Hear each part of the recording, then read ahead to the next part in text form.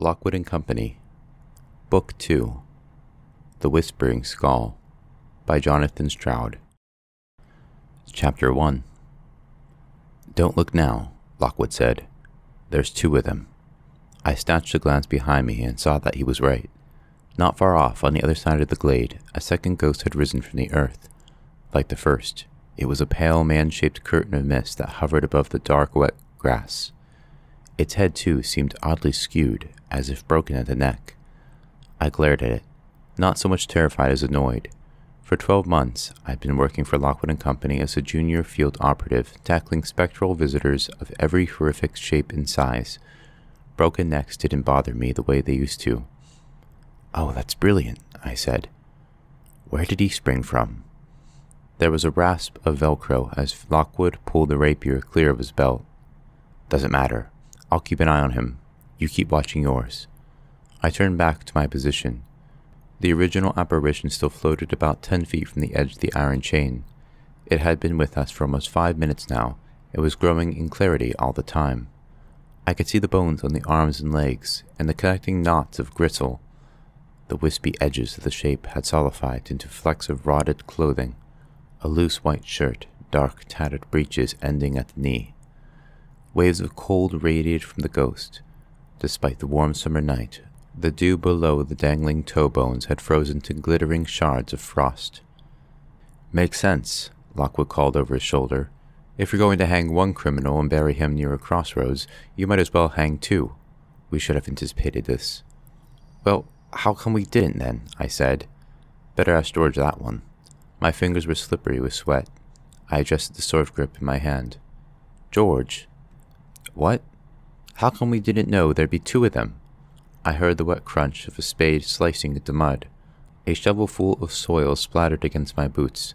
From the depths of the earth a voice spoke grumpily. "I can only follow the historical records, Lucy. They show that one man was executed and buried here. Who this other fellow is, I haven't a clue. Who else wanted to dig?" "Not me," Lockwood said. "You're good at it, George. It suits you. How's the excavation going?" "I'm tired, I'm filthy, and I found precisely zip. Aside from that, quite well. No bones. Not even a kneecap. Keep going. The source must be there. You're looking for two corpses now. A source is an object to which a ghost is tied. Locate that, and you soon have your haunting under control. Trouble is, it isn't always easy to find." Muttering under his breath, George bent to his work again. In the low light of the lanterns we'd set up by the bags, he looked like some giant, bespectacled mole. He was chest deep in the hole now, and the pile of earth he created almost filled the space inside the iron chains. The big squared mossy stone, which we were sure to mark the burial site, had long ago been upended and cast aside. "Lockwood," I said suddenly, "mine's moving closer. Don't panic, just ward it off gently. Simple moves, like we do at home with Floating Joe. It'll sense the iron and keep well clear." "You're sure about that?" "Oh yes, nothing to worry about at all." That was easy enough for him to say, but it's one thing practicing sword moves on a straw dummy named Joe in your office on a sunny afternoon, and quite another warding off a wraith in the middle of a haunted wood. I flourished my rapier with conviction. The ghost drifted steadily forward. It had come fully into focus now. Long black hair flapped around the skull. Remnants of one eye showed in the left-hand orbit, but the other was a void. Curls of rotting skin clung to spars of bone on the cheeks, and the lower jaw dangled at a rakish angle above the collar. The body was rigid, the arms clamped to the sides as if it were tied there. A pale haze of other light hung around the apparition. Every now and then the figure quivered, as if it still dangled on the gibbet, buffeted by the wind and rain. "It's getting closer to the barrier," I said. "So's mine." "It's really horrible." "Well, mine's lost both hands. Beat that." Lockwood sounded relaxed, but that was nothing new. Lockwood always sounds relaxed. Or almost always. That time we opened Mrs. Barrett's tomb, he was definitely flustered then, though that was mainly due to the claw marks on his nice new coat. I stole a quick sidelong glance at him now. He was standing with his sword held ready, tall, slim, as nonchalant as ever, watching the slow approach of the second visitor. The lantern light played on his thin, pale face, catching the elegant outline of his nose and his flop of ruffled hair. He wore that slight half-smile he reserved for dangerous situations, the kind of smile that suggests complete command. His coat flapped slightly in the night breeze. As usual, just looking at him gave me confidence. I gripped my sword tightly and turned back to watch my ghost, and found it right there beside the chains, soundless, swift as thinking. It had darted in as soon as I looked away. I swung the rapier up. The mouth gaped, the sockets flared with greenish fire. With terrible speed, it flung itself toward. I screamed, jumped back. The ghost collided with the barrier a few inches away from my face. A bang, a splash of ectoplasm. Burning flecks rained down on the muddy grass outside the circle. Now the pale figure was 10 feet further off, quivering and steaming. "Watch it, Lucy," George said. "You just stepped on my head." Lockwood's voice was hard and anxious. "What happened? What just happened back there?"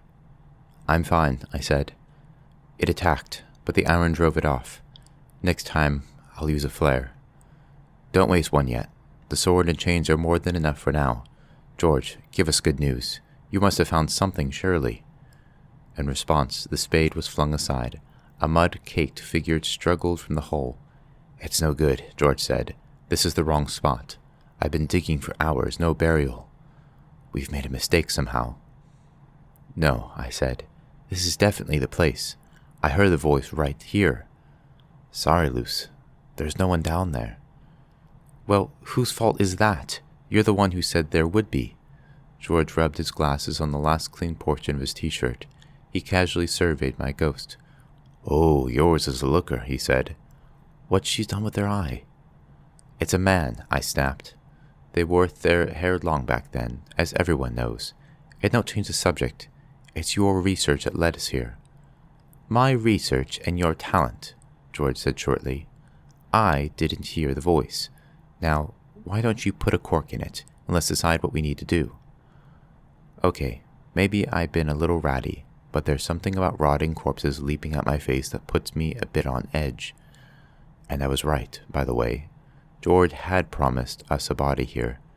He'd found a record of a murderer and sheep stealer, one John Mallory, hanged at Wimbledon Goose Fair in 1744. Mallory's execution had been celebrated in popular chapbook of the time. He had been taken on a wagon to a place near Earlsfield Crossroads and strung up on a gibbet, 30 feet high. Afterward, he'd been left to the attention of the crows and carrion birds, before his tattered remains were buried near the spot. This all tied in nicely with the current haunting, in which the sudden appearance of the wraith on the common had slightly tarnished the popularity of the local toddler playground. The ghost had been seen close to a patch of scrubby trees when we discovered that this wood had once been known as Mallory's End. We felt we were on the right track. All we had to do now was pinpoint the exact location of the grave. There had been an oddly unpleasant atmosphere in the wood that night. Its trees, mainly oaks and birches, were crabbed and twisted, their trunks suffocated by skins of gray-green moss. Not one of them seemed quite a normal shape. We'd each used our particular talents, the psychic senses that are specially tuned to ghostly things. I had heard strange whisperings and creaks of timber close enough to make me jump, but neither Lockwood nor George heard anything at all. Lockwood, who was the best sight, said he glimpsed the silhouette of something standing far off among the trees. Whenever he turned to look directly, however, the shape was gone. In the middle of the wood we found a little open space where no trees grew, and here the whispering sound was loud. I traced it carefully back and forth through the long wet grass until I discovered a mossy stone half buried at the center of the glade. A cold spot hung above the stone, and spiderwebs were strung across it. A clammy sensation of unnatural dread affected all three of us. Once or twice I heard a disembodied voice muttering close by. Everything fit. We guessed the stone marked Mallory's burial spot, so we laid out our iron chains and set to work, fully expecting to complete the case in a half an hour. 2 hours later, this was the score. 2 ghosts, no bones. Things hadn't quite gone according to plan. "We all need to simmer down," Lockwood said, interrupting a short pause in which George and I had been glaring at each other. "We're on the wrong track somehow, and there's no point continuing. We'll pack up and come back another time. The only thing to do now is deal with the wraiths. What do you think would do it? Flares?" He moved around to join us, keeping a watchful eye on the second of the two ghosts, which had also drifted near the circle. Like mine, it wore the guise of a decaying corpse, this time sporting a long frock coat and rather jaunty scarlet breeches. Part of its skull appeared to have fallen away, and naked arm bones protruded from frilly sleeves. As Lockwood had said, it had no hands. "Flares are best," I said. "Salt bombs won't do it for Type 2s. "Seems a shame to use up 2 good magnesium flares when we haven't even found the source," George said. "You know how pricey they are." "We could fend them off with our rapiers," Lockwood said. "That's chancy with 2 wraiths." "We could chuck some iron fillings at them." "I still say it has to be the flares." All this while, the handless ghost had been inching closer and closer to the iron chains, half head tilted chorously, as if listening to our conversation. Now it pressed gently up against the barrier. A fountain of other light burst skyward. Particles of plasm hissed and spat into the soil. We all took a half step further away. Not far off, my ghost was also drawing close again. That's the thing about wraiths. They're hungry, they're malevolent, and they simply don't give up. "Go on then, Luce," Lockwood sighed. "Flares it is. You do yours, I'll do mine, and we'll call it a night." I nodded grimly. "Now you're talking." There's always something satisfying about using Greek fire outdoors. You can blow things up without fear of repercussion, and since wraiths are such a repulsive type of visitor, rivaled only by raw bones and the limbless, it's an extra pleasure to deal with them this way. I pulled a metal canister from my belt and threw it hard on the ground beneath my ghost. The glass seal broke. The blast of iron, salt, and magnesium lit the surface of the trees around us for a single white-hot instant. Then the night went black again. The wraith was gone, replaced by clouds of brightly slumping smoke, like strange flowers dying in the darkness of the glade. Small magnesium flares dwindled here and there across the grass. "Nice," Lockwood said. He took his flare from his belt. "So that's one down and one to—" "What is it, George?" It was only then that I noticed George's mouth was hanging open in a grotesque and vacuous manner. That in itself isn't unusual, it wouldn't normally bother me. Also, his eyes were goggling against his spectacles, as if someone were squeezing them from inside. But this too is a familiar expression.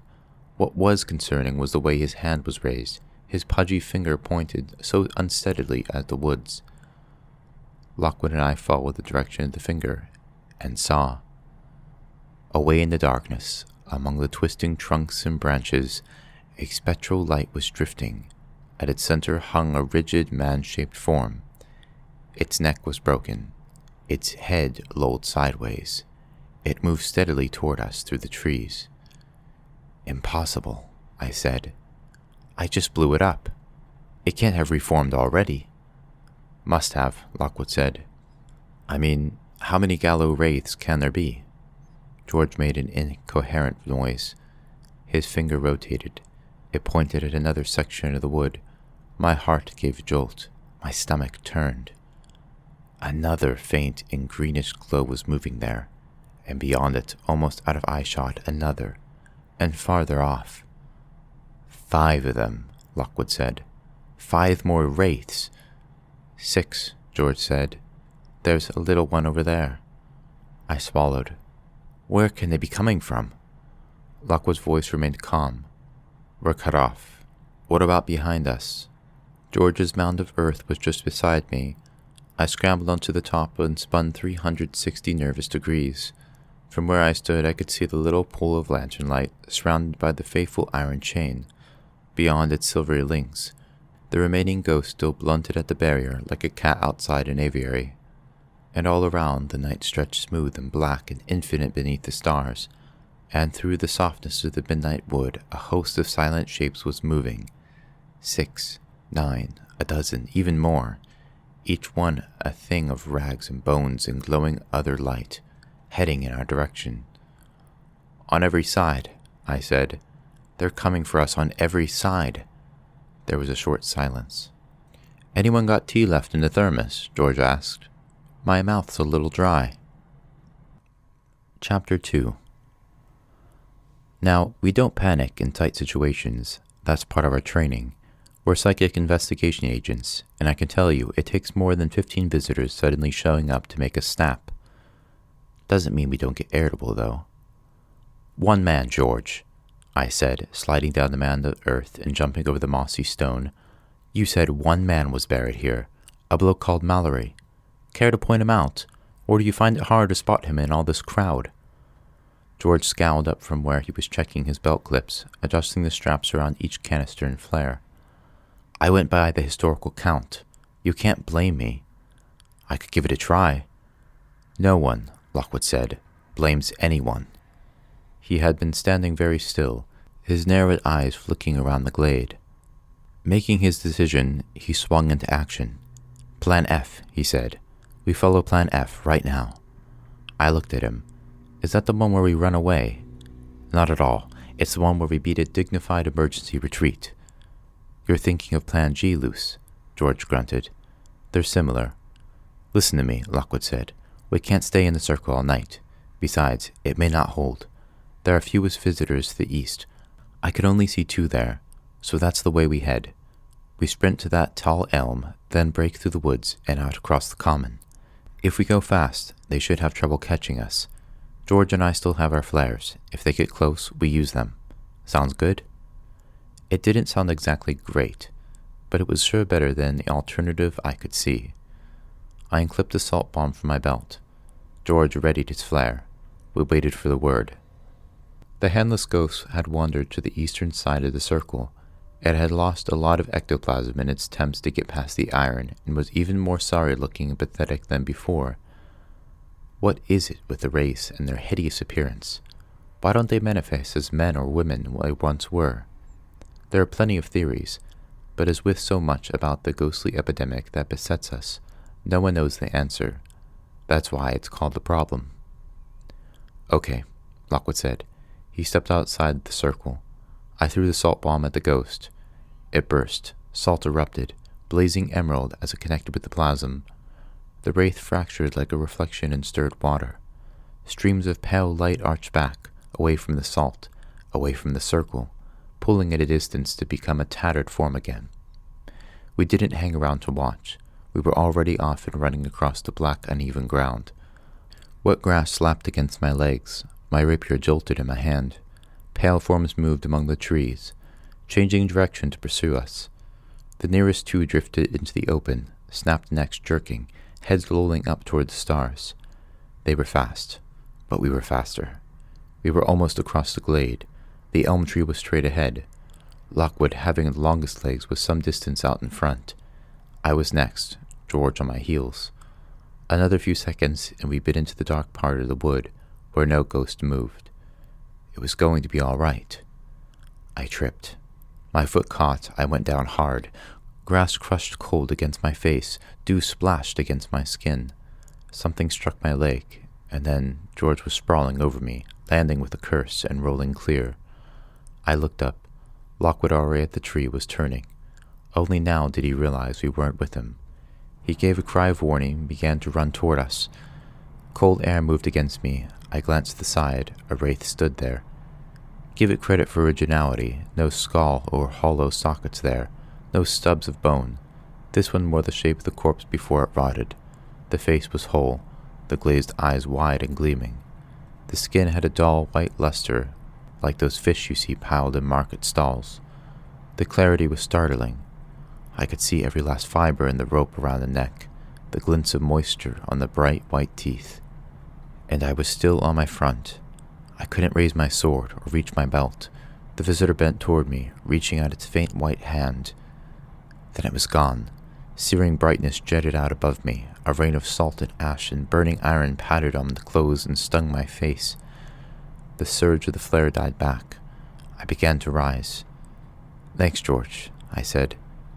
"It wasn't me." He pulled me up. "Look."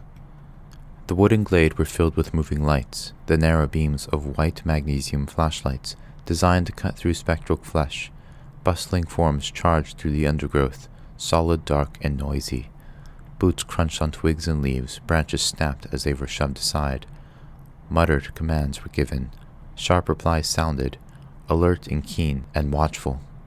The Wraith's advance was broken. As if bewildered, they flitted purposely in all directions. Salt flared, explosions of Greek fire burst among the trees. Nets of silhouetted branches blazed briefly, burned bright against my retinas. One after the other, the rays were speedily cut down. Lockwood had reached us now. Like George and me, he stopped in shock at the sudden interruption. As we watched, figures broke free into the glade and marched over the grass toward us. In the glow of the flashlights and the explosions, their rapiers and jackets shone in unreal silver, perfect and pristine. "Fitz agents," I said. "Oh, great," George growled. I think I preferred the Wraiths. It was worse than we thought. It wasn't any old bunch of Fitz agents. It was Kip's team. Not that we discovered this immediately, since for the first 10 seconds the newcomers insisted on shining their flashlights directly into our faces, so that we were rendered blind. At last they lowered their beams, and by a combination of their feral chuckling and their foul deodorant, we realized who they were. "Tony Lockwood," said an amused voice, "with George Cubans and, is it Julie? Sorry, I can never remember the girl's name. What on earth are you playing at here?" Someone switched on a night lantern, which is softer than the mag lights, and everyone's face was illuminated. There were 3 of them, standing next to us. Other gray-jacketed agents moved to and fro across the glade, scattering salt and iron. Silvery smoke hung between the trees. "You do look a sight," Quill Kip said. Have I mentioned Kipps before? He's a team leader for the Fitz Agency's London division. Fitz, of course, is the oldest and most prestigious psychic investigation agency in the country. It has more than 300 operatives working from a massive office on the Strand. Most of its operatives are under 16, and some are as young as 8. They're grouped into teams, each led by an adult supervisor. Quill Kipps is one of these. Being diplomatic, I'd say Kipps was a slightly built young man in his early 20s, with close-cut reddish hair and a narrow freckled face. Being undiplomatic, but more precise, I'd say he's a pint-sized, pug-nosed, carrot-topped inadequate with a chip the size of Big Ben on his weighty shoulder, a sneer on legs, a malevolent buffoon. He's too old to be any good with Ghost, but that doesn't stop him from wearing the blinkiest rapier you'll ever see, weighed down to the pommel with cheap plastic jewels. Anyway, where was I? Kipps. He loathed Lockwood and Company big time. "You do look a sight," Kip said again, even scruffier than usual. I realized that all 3 of us had been caught in the blast of the flare. The front of Lockwood's clothes was singed, his face laced with stripes of burnt salt. Black dust fell from my coat and leggings as I moved. My hair was disordered, and there was a faint smell of burning leather coming from my boots. George was sooty too, but otherwise less affected, perhaps because of the thick coating of mud all over him. Lockwood spoke casually, brushing ash from his shirt cuffs. "Thanks for the help, Kipps," he said. "We were in a tightish spot there. We had it under control, but still." He took a deep breath. "That flare came in handy." Kipps grinned. "Don't mention it. We just saw 3 clueless locals running for their lives. Cat here had to throw first and ask questions later. We never guessed the idiots who were you." The girl beside him said unsmilingly, "They've completely botched this operation. There's no way I can listen here. Too much psychic noise." "Well, we're clearly close to the source," Kip said. "It should be easy to find. Perhaps Lockwood's team can help us now." "Doubt it," the girl said, shrugging. Kat Godwin, Kip's right-hand operative, was a listener like me, but that was about all we had in common. She was blonde, slim, and pouty, which would have given me 3 good reasons to dislike her, even if she'd been a sweet lass who spent her free time tending sick hedgehogs.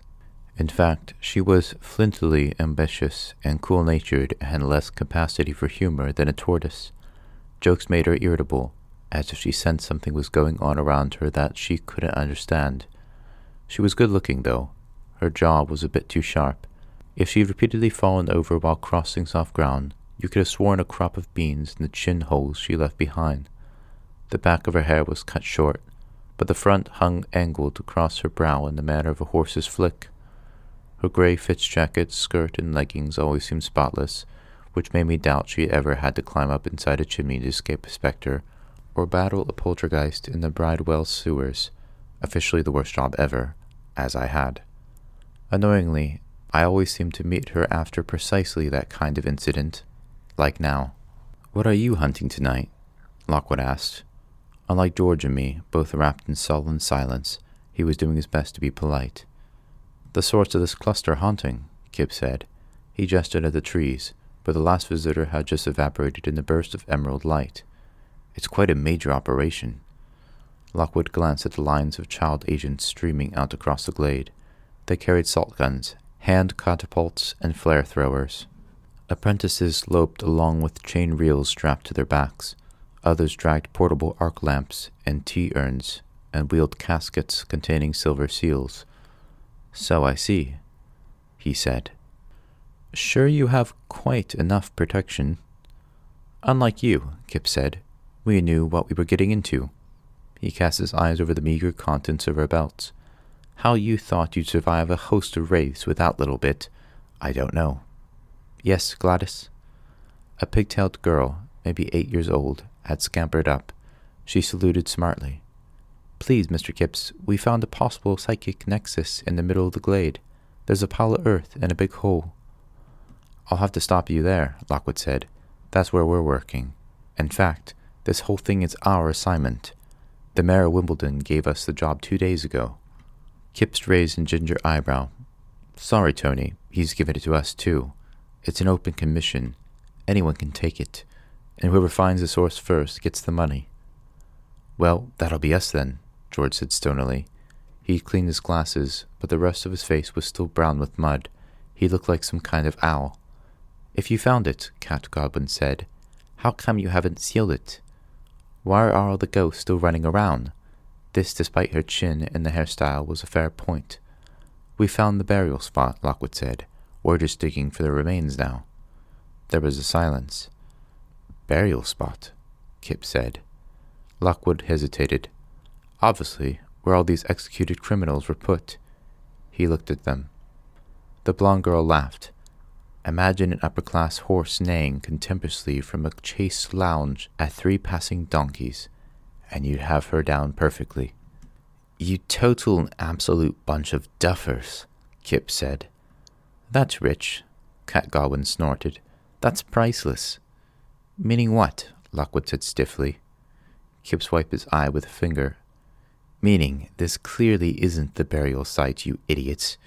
This is the execution ground. It's where the gallows stood. Hold on." He turned and called out across the glade. "Hey, Bobby, over here." "Yes, sir. Mr. Kipps, sir." A tiny figure trotted over from the center of the glade, where he had been supervising operations. I groaned inwardly. Bobby Vernon was the newest and most annoying of Kip's agents. He'd only been with him for a month or two.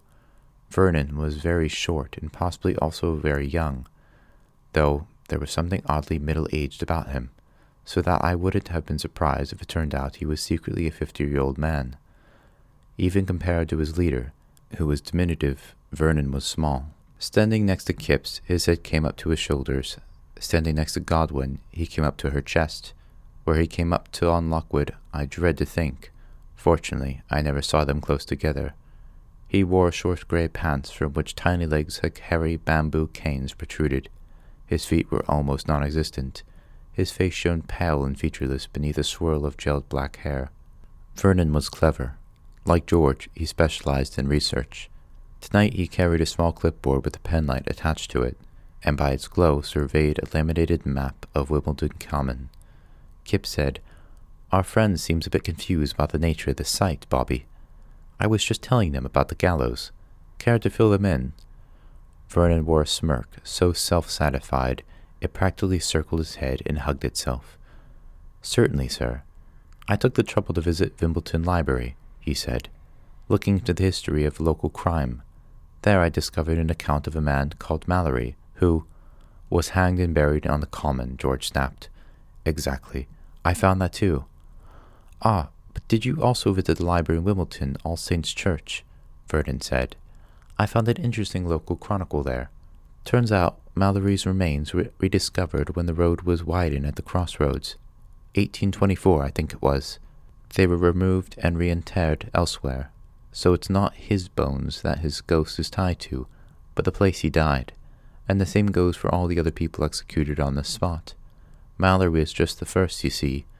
The Chronicle listed dozens more victims over the years, all strung up on the gallows here. Vernon tapped his clipboard and simpered at us. That's it, really. The records are easy enough to find, if you look in the right place. Lockwood and I glanced sidelong at George, who said nothing. The gallows itself is, of course, long gone, Vernon went on. So what we're after is probably some kind of post, or prominent stone that marks where the gallows once stood.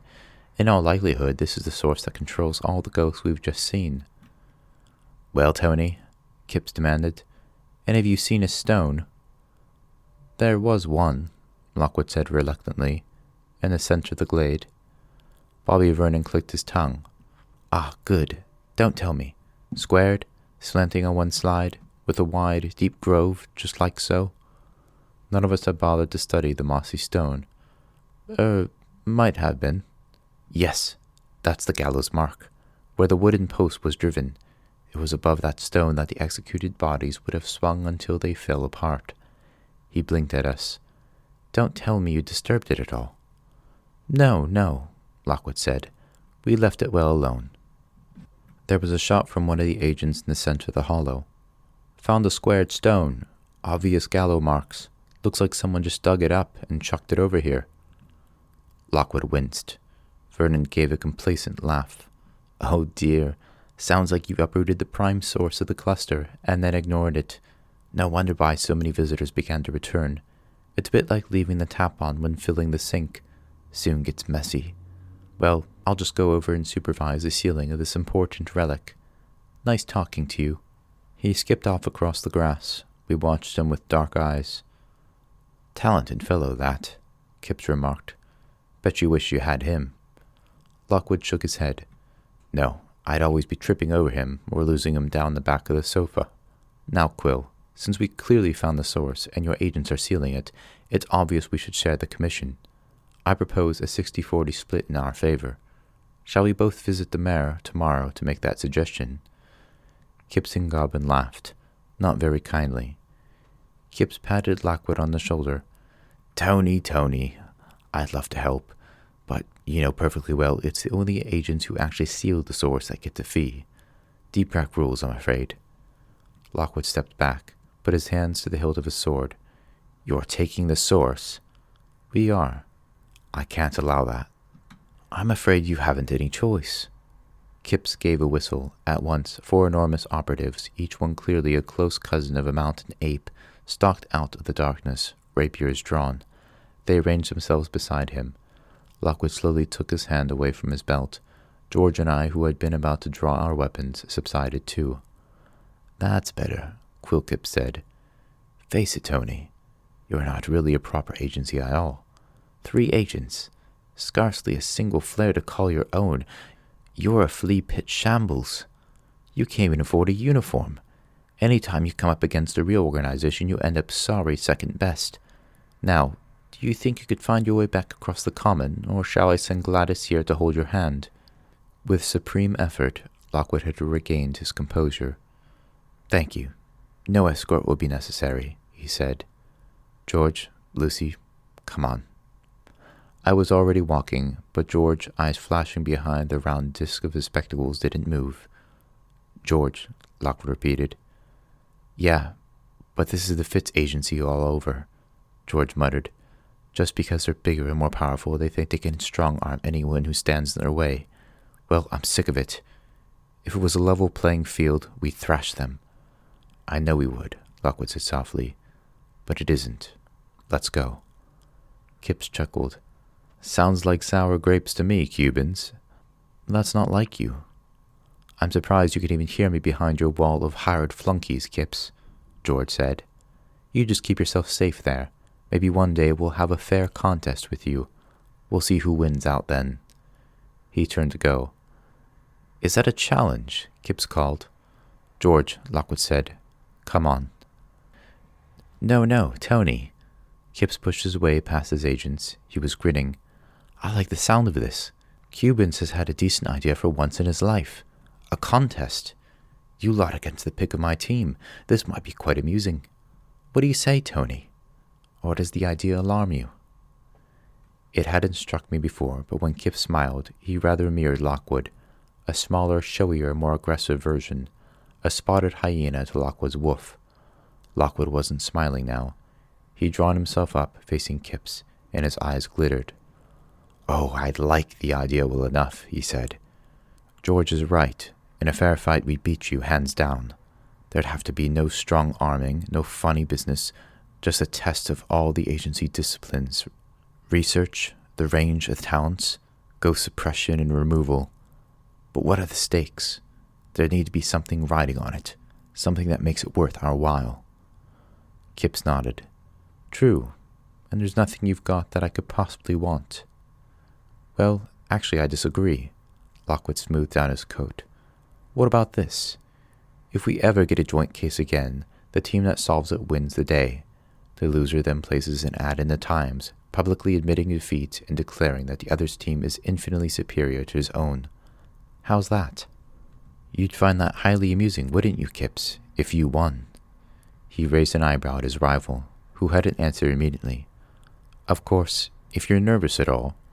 "Nervous?" Kip snorted. "Not likely. It's a deal. Cat and Julie are witness to it.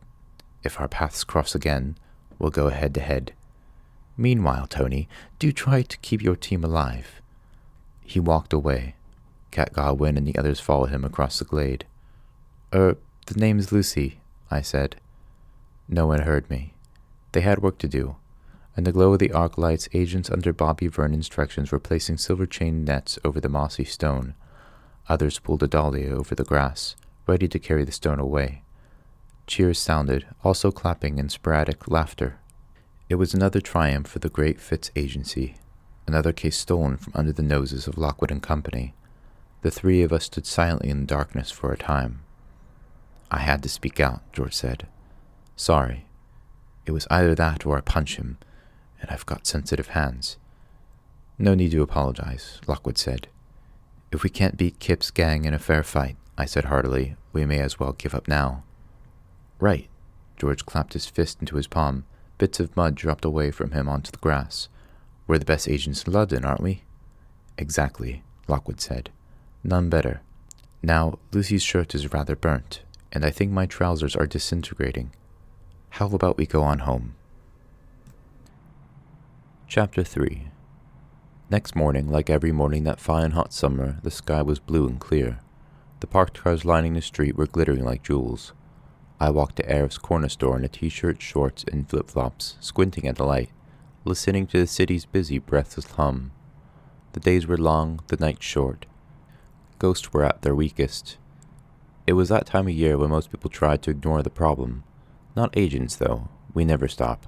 Look at us go. I bought some milk and Swiss rolls for our breakfast and flip-flopped my slow way home. 35 Portland Row, shimmering in the sunlight, was its usual unpainted self. As always, the sign on the railing that read, A.J. Lockwood and Company, Investigators. After dark, ring bell and wait beyond the iron line. Was wonky, as always. The bell on its post showed signs of rust, as always. 3 of the iron tiles halfway up the path were loose thanks to the activity of the garden ants, and one was missing completely. I ignored it all, went in, put the rolls on the plate, and made the tea. Then I headed for the basement. As I descended the spiral stairs, I could hear the shuffling of shoes on a polished floor, and the whipping of a blade through the air. Soft, crisp impacts told me the sword was finding its target. Lockwood, as was his habit after an unsatisfactory job, was riddling himself of his frustrations. The rapier room, where we go to practice swordplay, is mostly empty of furniture. There's a rack of old rapiers, a chalk dust stand, a long, low table, and 3 rickety wooden chairs against one wall. In the center of the room, 2 life-size straw dummies hang suspended from hooks in the ceiling. Both have crude faces drawn on with ink. One wears a grubby lace bonnet, the other an ancient stained top hat, and their stuffed cotton torsos are pricked and torn with dozens of little holes. The names of these targets are Lady Esmeralda and Floating Joe. Today, Esmeralda was receiving the full force of Lockwood's attentions. She was spinning on her chair, and her bonnet was askew. Lockwood circled her at a distance, rapier held ready. He wore sharp fencing slacks and loafers. He removed his jacket and rolled up his shirt sleeves a little way. The dust danced up around his gliding feet as he moved back and forth, rapier swaying, left hand held out behind for balance.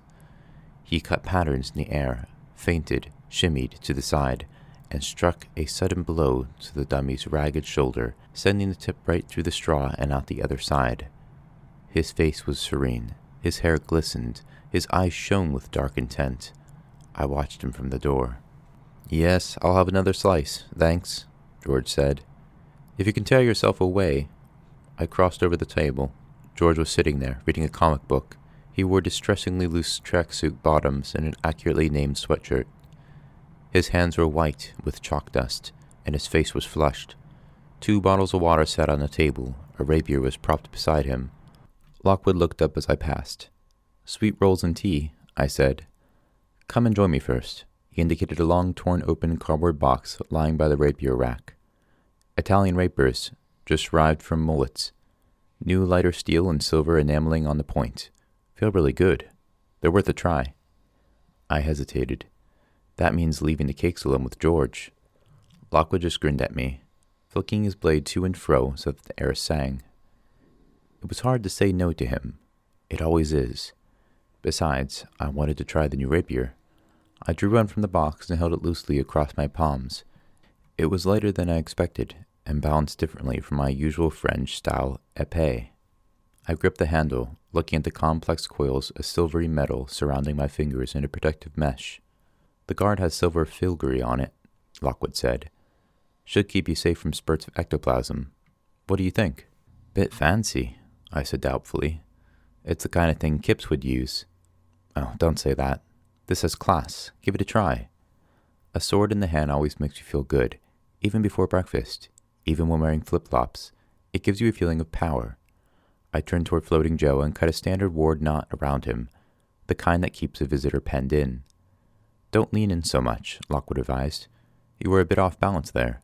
Try holding your arm forward a little more, like this." He turned my wrist and altered my stance by gently adjusting the position of my waist.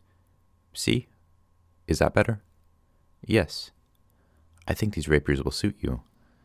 He gave Floating Joe a nudge with his shoe so that they swung back and forth, and I had to skip aside to avoid him. "Imagine he's a hungry type too," Lockwood said. "He wants human contact, is coming at you in a rush. You need to keep the plasm in one place so it doesn't break free and threaten fellow agents. Try doing a double ward knot like this." His rapier darted around the dummy in a complex blur. "I'll never learn that," I said. "I couldn't follow it at all." Lockwood smiled. "Oh, it's just a curiosity turn. I could take you through the position sometime." "Okay." "Tea's getting cold," George remarked, "and I'm on the penultimate slice."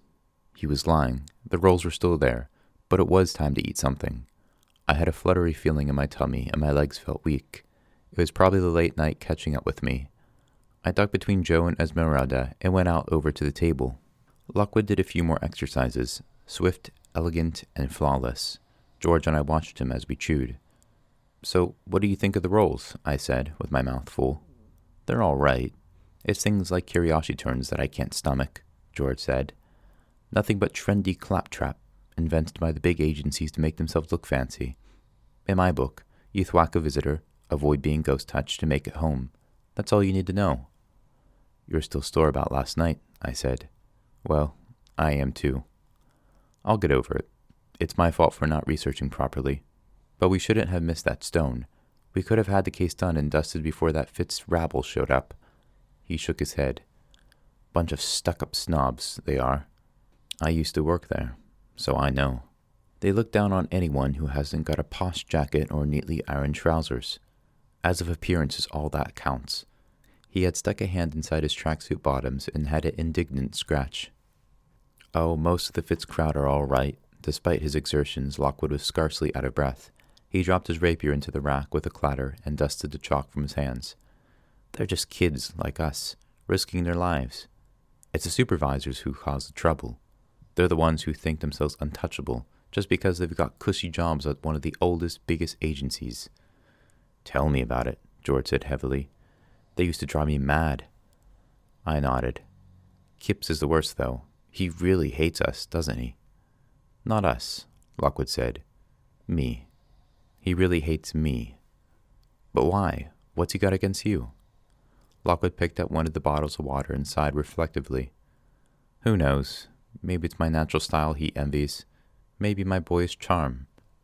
Perhaps it's my setup here, having my own agency, no one to answer to, with fine companions at my side. He caught my eye and smiled. George looked up from his comic. Or it could be the fact you once stabbed him in the bottom with a sword. Yes, well, there is that. Lockwood took a sip of water. I looked back and forth between them.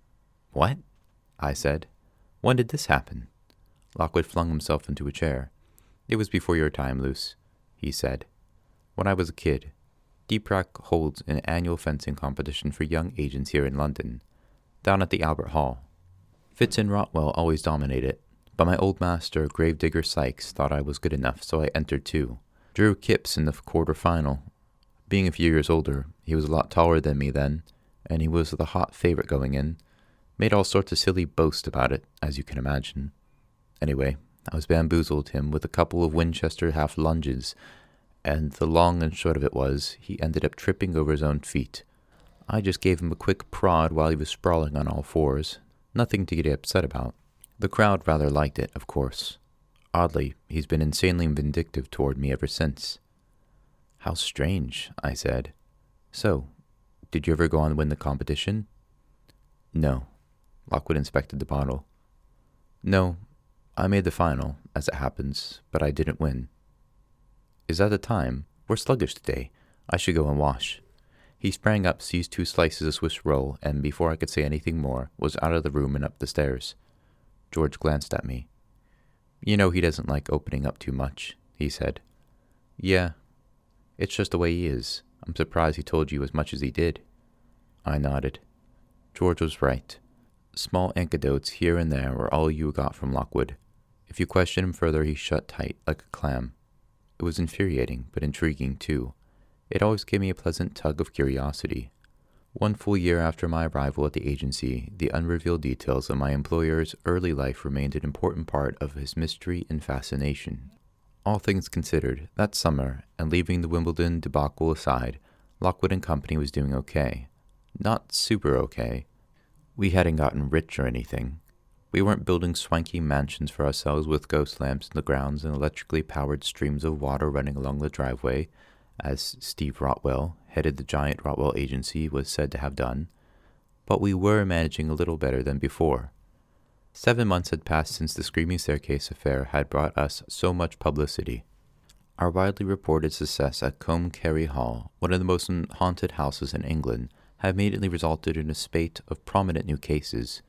We exorcised the dark spectre that was laying waste to a remote portion of Epping Forest. We cleansed the rectory in Upminster that was being troubled by a shining boy. And of course, though it nearly cost all of us our lives, our investigation of Mrs. Barrett's tomb led to the company's being shortlisted for True Hauntings, Agency of the Month for the 2nd time. As a result, our appointment book was almost full. Lockwood had even mentioned hiring an office assistant. For the moment, though, we were still a small outfit, the smallest in London. Anthony Lockwood, George Cubans, and Lucy Carlyle, just the 3 of us rubbing along together at 35 Portland Row, living and working side by side. George, the last 7 months hadn't changed him much. With regard to his general scruffiness, sharp tongue, and fondness for bottom-hugging puffer jackets, this was obviously a matter of her regret. But he was still a tireless researcher, capable of unearthing vital facts about each and every haunted location. He was the most careful of us, too, the least likely to jump headlong into danger. This quality had kept us all alive more than once. George also retained his habit of taking off his glasses and polishing them on a sweater whenever he was A. utterly sure of himself, B. irritated, or C. bored rigid by my company, which, one way or another, seemed pretty much all the time. But he and I were getting along better now. In fact, we'd only had 1 full-on, foot-stamping, saucepan-hurling row that month, which was itself some kind of record. George was very interested in the science and philosophy of visitors. He wanted to understand their nature and the reasons for their return. To this end, he conducted a series of experiments on our collection of spectral sources, old bones, or other fragments that retained some ghostly charge. This hobby of his was sometimes a little annoying. I had lost track of the number of times I tripped over electrical cables clamped to some relic, or been startled by a severed limb while rummaging in the deep freeze for fish fingers and frozen peas.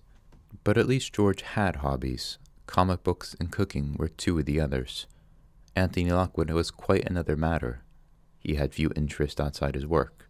On our rare days off, he would lie late in bed, rifling through the newspapers, or rereading tattered novels from the shelves about the house. At last he'd fling them aside, do some moody rapier practice, and then begin preparing for our next assignment. Little else seemed to interest him. He never discussed old cases. Something propelled him ever onward. At times, an almost obsessive quality to his energy could be glimpsed beneath the urbane exterior. But he never gave a clue as to what drove him, and I was forced to develop my own speculations. Outwardly, he was just as energetic and mercurial as ever, passionate and restless, a continual inspiration. He still wore his hair dashingly swept back, still had a fondness for too tight suits, was just as courteous to me as he'd been the day we met. But he also remained, and I had become increasingly aware of this fact the longer I observed him, ever so slightly detached from the ghosts we discovered, from the clients we took on, perhaps even, though I didn't find this easy to admit, from his colleagues, George and me. The clearest evidence of this lay in the personal details we each revealed. It had taken me months to summon up the courage, but in the end, I told them both a good deal about my childhood, my unhappy experiences in my first apprenticeship, and the reasons I'd have for leaving home. George, too, was full of stories, which I seldom listened to, mostly about his upbringing in North London. It had been unexcitingly normal. His family was well balanced, and no one seemed to have died or disappeared. He'd even once introduced us to his mother, a small, plump, smiley woman who had called Lockwood ducks, me darling, and given us all homemade cake. But Lockwood? No. He rarely spoke about himself, and certainly never about his past or family. After a year living with him in his childhood home, I still knew nothing about his parents at all. This was particularly frustrating because the whole of 35 Portland Row was filled to overflowing with their artifacts and heirlooms, their books and furniture. The walls of the living room and stairwell were covered with strange objects, masks, weapons, and what seemed to be ghost hunting equipment from faraway cultures. It seemed obvious that Lockwood's parents had been researchers or collectors of some kind, with a special interest in lands beyond Europe. But where they were, or more likely, what happened to them, Lockwood never said, and there seemed to be no photographs or personal mementos of them anywhere, at least not in any of the rooms I visited, because I thought I knew where the answers to Lockwood's past might be. There was a certain door on the first-floor landing of the house. Unlike every other door in 35 Portland Row, this one was never opened. When I'd arrived, Lockwood had requested that it remain closed, and George and I had always obeyed him. The door had no lock that I could see, and, as I passed it every day, its plain exterior, blank except for a rough rectangle where some label or sticker had been removed, presented an almost insolent challenge. It dared me to guess what was behind it, defied me to peek inside. So far, I'd resisted the temptation, more out of prudence than simple nicety. The one or two occasions when I'd even mentioned the room to Lockwood had not gone down too well. And what about me, Lucy Carlyle, still the newest member of the company? How had I altered that first year? Outwardly, not so much.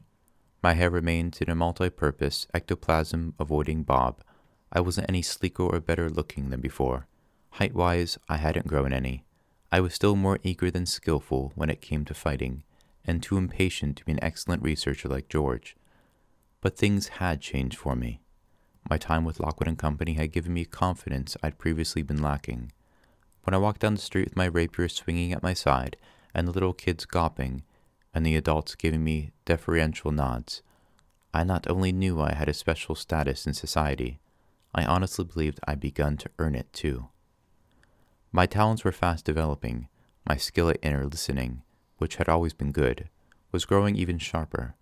I heard the whispers of Type 1s, the fragments of speech emitted by Type 2s, Few apparitions were entirely silent to me now. My sense of psychic touch had also deepened. Holding certain objects gave me strong echoes of the past. More and more, I found I had an intuitive feel for the intentions of each ghost. Sometimes I could even predict their actions.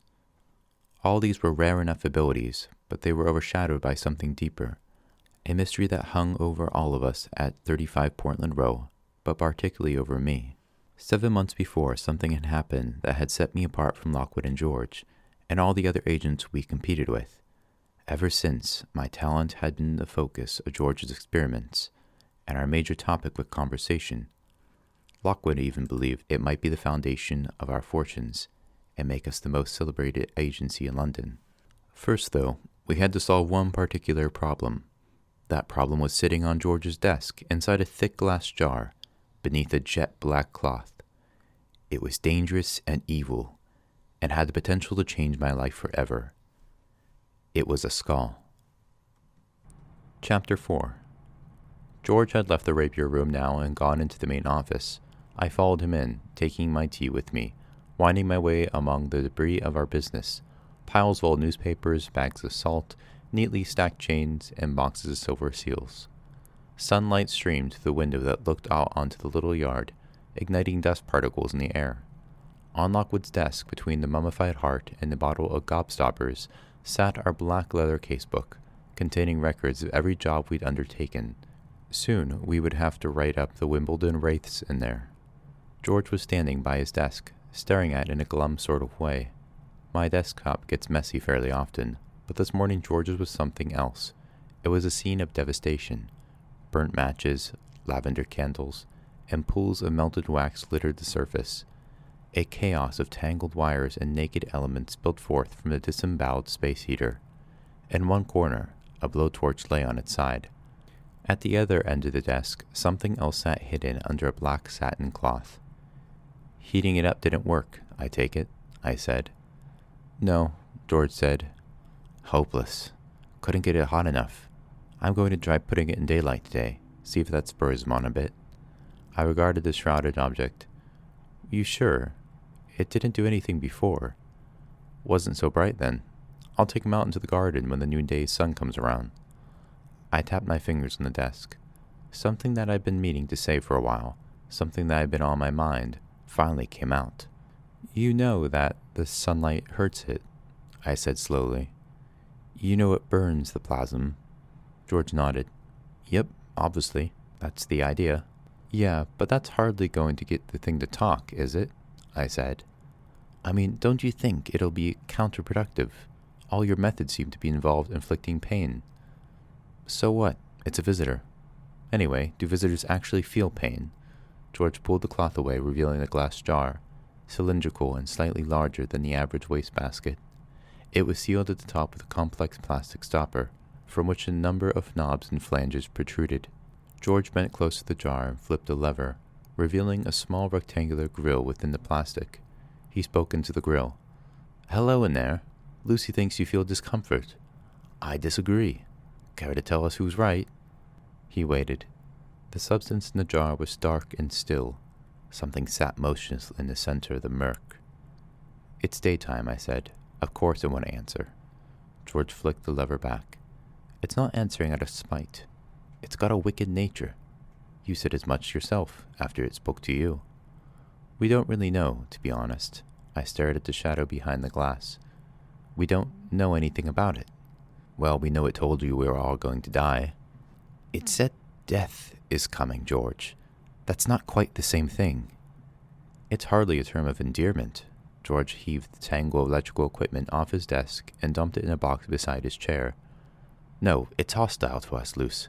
Mustn't go soft on it now. I'm not going this soft. I just think torturing it isn't necessarily the way forward. We may need to focus more on its connection with me. George gave a non-committal grunt. Yes. Your mysterious connection. We stood surveying the jar. In ordinary sunlight, like today's, the glass looked thick and slightly bluish. Under moonlight, or artificial illumination, it glinted with a silvery tinge, for this was silver glass, a ghost-proof material manufactured by the Sunrise Corporation. And sure enough, within the glass prison was a ghost. The identity of the spirit was unknown. All that could be certain was that it belonged to the human skull that now bolted to the base of the jar. The skull was yellowish-brown and battered, but otherwise unexceptional. It was adult size, but whether a man's or a woman's, we could not tell. The ghost being tethered to the skull was trapped inside the ghost jar. Most of the time it manifested as a murky greenish plasm that drifted discontinuously behind the glass. Occasionally, and usually at inconvenient moments, such as when you were going past with a hot drink or a full bladder, it congealed violently into a grotesque, transparent face, with a bulbous nose, goggling eyes, and a rubbery mouth of excessive size. This shocking visage would then leer and gape at whoever was in the room. Allegedly, George has once seen it blow kisses. Often it seemed to be trying to speak, and it was this apparent ability to communicate that was its central mystery, and why George kept it on his desk. Visitors, as a rule, don't talk, at least not in a very meaningful way. Most of them, the shades and lurkers, the cold maidens, the stalkers, and other type ones, are practically silent, except for a limited repertoire of moans and sighs. Type 2s, more powerful and more dangerous, can sometimes deliver a few half-intelligible words that listeners like me are able to pick up. These too are often repetitious, imprints on the air that seldom alter, and they're often connected to the key emotion that binds the spirit to the earth: terror, anger, or desire for vengeance. What ghosts don't do, as a rule, is talk properly, except for the legendary Type 3s. Long ago, Marissa Fitz, one of the first 2 psychic investigators in Britain, claimed to have encountered certain spirits with which she held full conversations. She mentioned this in several books and implied, she was never very forthcoming about the details, that they had told her certain secrets about death, about the soul, about its passage to a place beyond. After her own demise, others had tried to achieve similar results. A few even claimed to have done so, but their accounts were never verified. It became a point of faith among most agents that Type 3s existed, but that they remained almost impossible to find. That's certainly what I'd believed. Then the spirit in the jar, that same one with the horrid, goggly face, had talked to me. I had been alone in the basement at the time. I knocked over the ghost jar, twisting one of the levers in its stopper, so that the hidden grill was exposed, and all at once I heard the ghost's voice talking in my head. Really talking, I mean. Addressing me by name. It told me things, too vague, unpleasant things of the death's coming variety, until I turned the lever and shut it up. Which may have been a mistake, because it had never spoken again.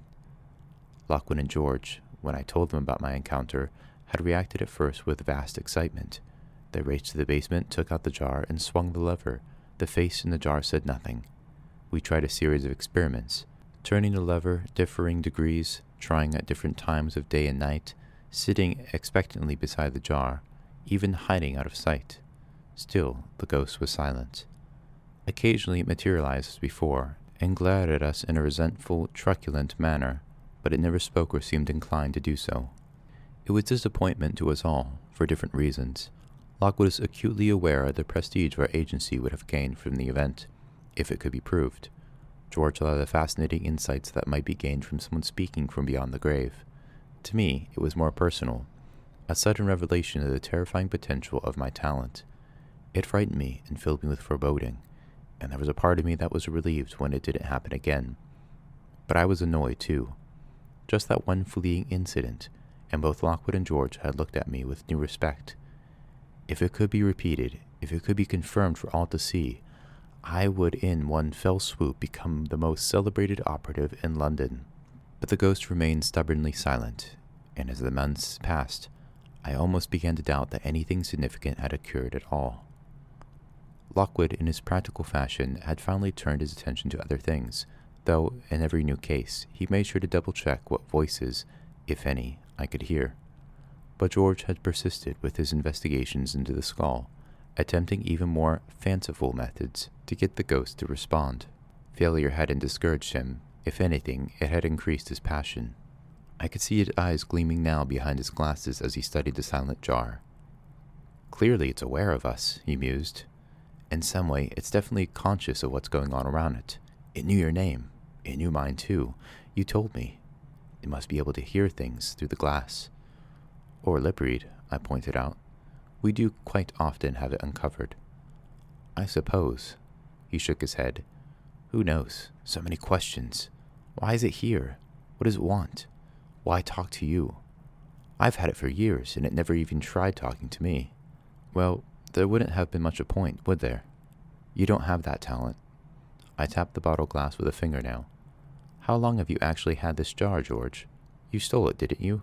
I forget how. George sat heavily in his chair, making the wood creak. It was back when I was at the Fitz agency, before I got kicked out of insubordination. I was working with that Fitz house on the Strand. You ever been there? Only for an interview. It didn't last long. Well, it's a vast place, George said. You've got the famous public rooms where people come for help, all those glass booths with receptionists taking down their details. Then there are the conference halls, where they display all their famous relics, and the mahogany boardroom overlooking the Thames. But there's a lot of secret stuff too, which most of the agents can't access. The Black Library, for instance, where Marissa's original collection of books is kept under lock and key. I always wanted to browse in there, but the bit that really interested me was underground. There are basements that go deep down, and some of them stretch back out under the Thames, they say. I used to see supervisors going down in special service elevators, and sometimes I'd see jars like this being wheeled into the elevators on carts. I often asked what all this was about. Safe storage, they said. They were vaults where they kept dangerous visitors safe until they could be incinerated in furnaces on the lowest level. Furnaces, I said. The Fitz furnaces are over in Clerkenwell, aren't they? Everyone uses them. Why'd they need more down underground? I wondered that, George said. I wondered about a lot of things. It used to annoy me that I'd got no answers. Anyway, in the end, I asked so many questions that they fired me. My supervisor, a woman called Sweeney, face like a sock soaked in vinegar, gave me an hour to clear out my desk. And as I was standing there, gathering a few things up in a cardboard box, I saw a cart with 2 or 3 jars being pushed toward the elevator. The porter got called away. So what did I do? I only slipped over and swiped the nearest jar. I put it in my box, hid it under an old sweater, and carried it away right under Sweetie's nose. He grinned in triumph at the memory. And that's why we've got our own very haunted skull. Who would have thought it would turn out to be a genuine Type 3? If it actually is one, I said doubtfully. It hadn't done anything much for ages. Don't worry, we'll find a way to get it to speak again. George was polishing his glasses on his t-shirt. We've got to. The stakes are so high, Luce. 50 years since the problem began, and we've hardly scratched the surface understanding ghosts. There are mysteries all around us, everywhere we look. I nodded absently. Riveting as George was, my mind had flitted elsewhere. I was staring at Lockwood's empty desk. One of his jackets hung over the back of his old, cracked chair. Speaking of a mystery slightly closer to home, I said slowly, don't you ever wonder about Lockwood's door upstairs? That one on the landing? George shrugged. No. You must. He blew out his cheeks. Of course I wonder, but it's his business, not ours. I mean, what can be in there? He's just so touchy about it. I asked him about it last week, and he nearly snapped my head off again. Which probably tells you that it's best to forget all about it, George said. This isn't our house, and if Lockwood wants to keep something private, that's entirely up to him. I'd drop it if I were you. I just think it's a pity that he's so secretive, I said simply. It's a shame. George gave a skeptical snort. Oh, come on. You love all that mystery about him, just like you love that pensive, far-off look he does sometimes, as if he's brooding about important matters, or contemplating a tricky bowel movement. Don't try to deny it. I know. I looked at him. What's that supposed to mean? Nothing. All I'm saying, I said, is that it's not right the way he keeps everything to himself. I mean, we're his friends, aren't we? He should be open to us. It makes me think that... Think what, Lucy? I spun around. Lockwood was at the door. He showered and dressed, and his hair was wet. His dark eyes were on me. I couldn't tell how long he'd been there. I didn't say anything, but I felt my face go pink. George busied himself with something on his desk. Lockwood held my gaze a moment, then broke the connection. He held up a small rectangular object. I came down to show you this, he said. It's an invitation. He skimmed the object across the room. It flipped past George's outstretched hand, skidded along the desk, and came to a halt in front of me. It was a card, stiff, silvery gray, and glittery. Its top was emblazoned with an image of a rearing unicorn holding a lantern in its forehoof. Beneath this logo it read, "The Fitz Agency, Miss Penelope Fitz, and the board of the estimable Fitz Agency invite Anthony Lockwood, Lucy Carlyle, and George Cubans to help celebrate the 50th anniversary of the company's founding at Fitz House, The Strand, on Saturday, 19th June at 8 p.m. Black tie, carriages at 1 a.m. RSVP." I stared at it blankly, my embarrassment forgotten. Penelope Fitz, inviting us to a party. And not just any party, Lockwood said. The party. The party of the year. Anybody's who anybody will be there. So why have we been asked then? George gazed over my shoulder at the card. Lockwood spoke in a slightly huffy voice. Because we're a very prominent agency. Also because Penelope Fitz is personally friendly to us. You remember, we discovered the body of her childhood friend at Combe Carey Hall, at the bottom of the screaming staircase. What was his name? Sam something. She's grateful, she wrote telling us so, and maybe she's kept an eye on more recent successes too. I raised my eyebrows at this. Penelope Fitz, chairman of the Fitz Agency and granddaughter of the great psychic pioneer Marissa Fitz, was one of the most powerful people in the country. She had government ministers lining up at her door. Her opinions on the problem was published in all the newspapers and discussed in all the living rooms of the land. She seldom left her apartment above Fitz House, and was said to control her business with an iron fist. I rather doubted she was overly interested in Lockwood and Company, fascinating though we were. All the same, here was the invitation. 19th of June, I mused. That's a Saturday. So, are we going? George asked. Of course we are, Lockwood said. This is the perfect opportunity to make some connections. All the big names will be there, all the agency heads, the big cheeses of Deepak, the industrialists who run the salt and iron companies, maybe even the chairman of the Sunrise Corporation. We'll never get another chance to meet them. Lovely, George said. An evening spent in a crowded, sweaty room with the dozens of old, fat, boring business people. What could be better? Given a choice between that and fighting a pale stench, I'd go for the flatulent ghost any time. You lack vision, George, Lockwood said disapprovingly. And you also spend far too much time with that thing. He reached out, and, just as I had done, tapped his nail on the thick glass of the ghost jar. It made a faint, discordant sound. The substance in the jar stirred briefly, then hung still. It isn't healthy, and you are not getting anywhere with it. George frowned. I don't agree. There's nothing more important than this. With the correct research, this could be a breakthrough. Just think, if we could get the dead to speak to us on demand. The buzzer on the wall sounded, signaling that someone had rung the bell upstairs. Lockwood made a face. Who can that be? No one's made an appointment. Perhaps it's the delivery boy, George suggested. Our weekly groceries? I shook my head. No, he comes tomorrow. It'll be new clients. Lockwood picked up the invitation and tucked it safely in his pocket. What are we waiting for? Let's go and see. Chapter 5. The names on the visiting cards were Mr. Paul Saunders and Mr. Albert Joplin, and 10 minutes later these two gentlemen were settling themselves in our living room and accepting cups of tea. Mr. Saunders, whose card described him as a municipal excavator, was clearly the dominant personality of the pair, a tall, thin man, all jutting knees and elbows, who had folded himself with difficulty onto the sofa. He wore an ancient gray-green worsted suit, very thin about the sleeves. His face was bony and weather-beaten, his cheekbones broad and high. He smiled around at us complacently with narrow, gleaming eyes half hidden by lank gray bangs. Before taking his tea, he placed his battered fedora hat carefully on his knees. A silver hatpin was fixed above its brim. Very good of you to see us without notice, Mr. Saunders said, nodding to each of us in turn. Lockwood reclined in his usual chair. George and I, pens and notebooks at the ready, sat on upright seats nearby. Very good, I'm sure. You're the first agency we tried this morning, and we hardly hoped you'd be available. I'm pleased to hear we were on top of your list, Mr. Saunders, Lockwood said easily. Oh, it's only on account of your place being closest to our warehouse, Mr. Lockwood.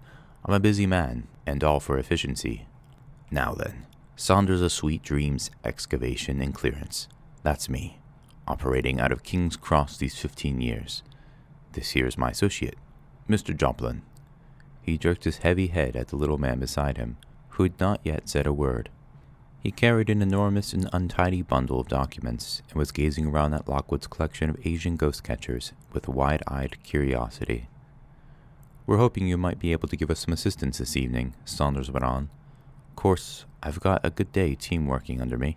Spadesmen, backhoe drivers, corpse wranglers, light technicians, plus the usual night squad. But tonight, we need some proper agency firepower as well."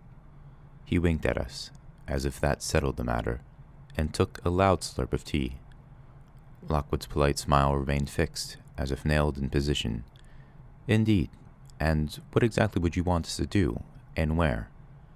"Ah, your details, man. Very good. I am one myself."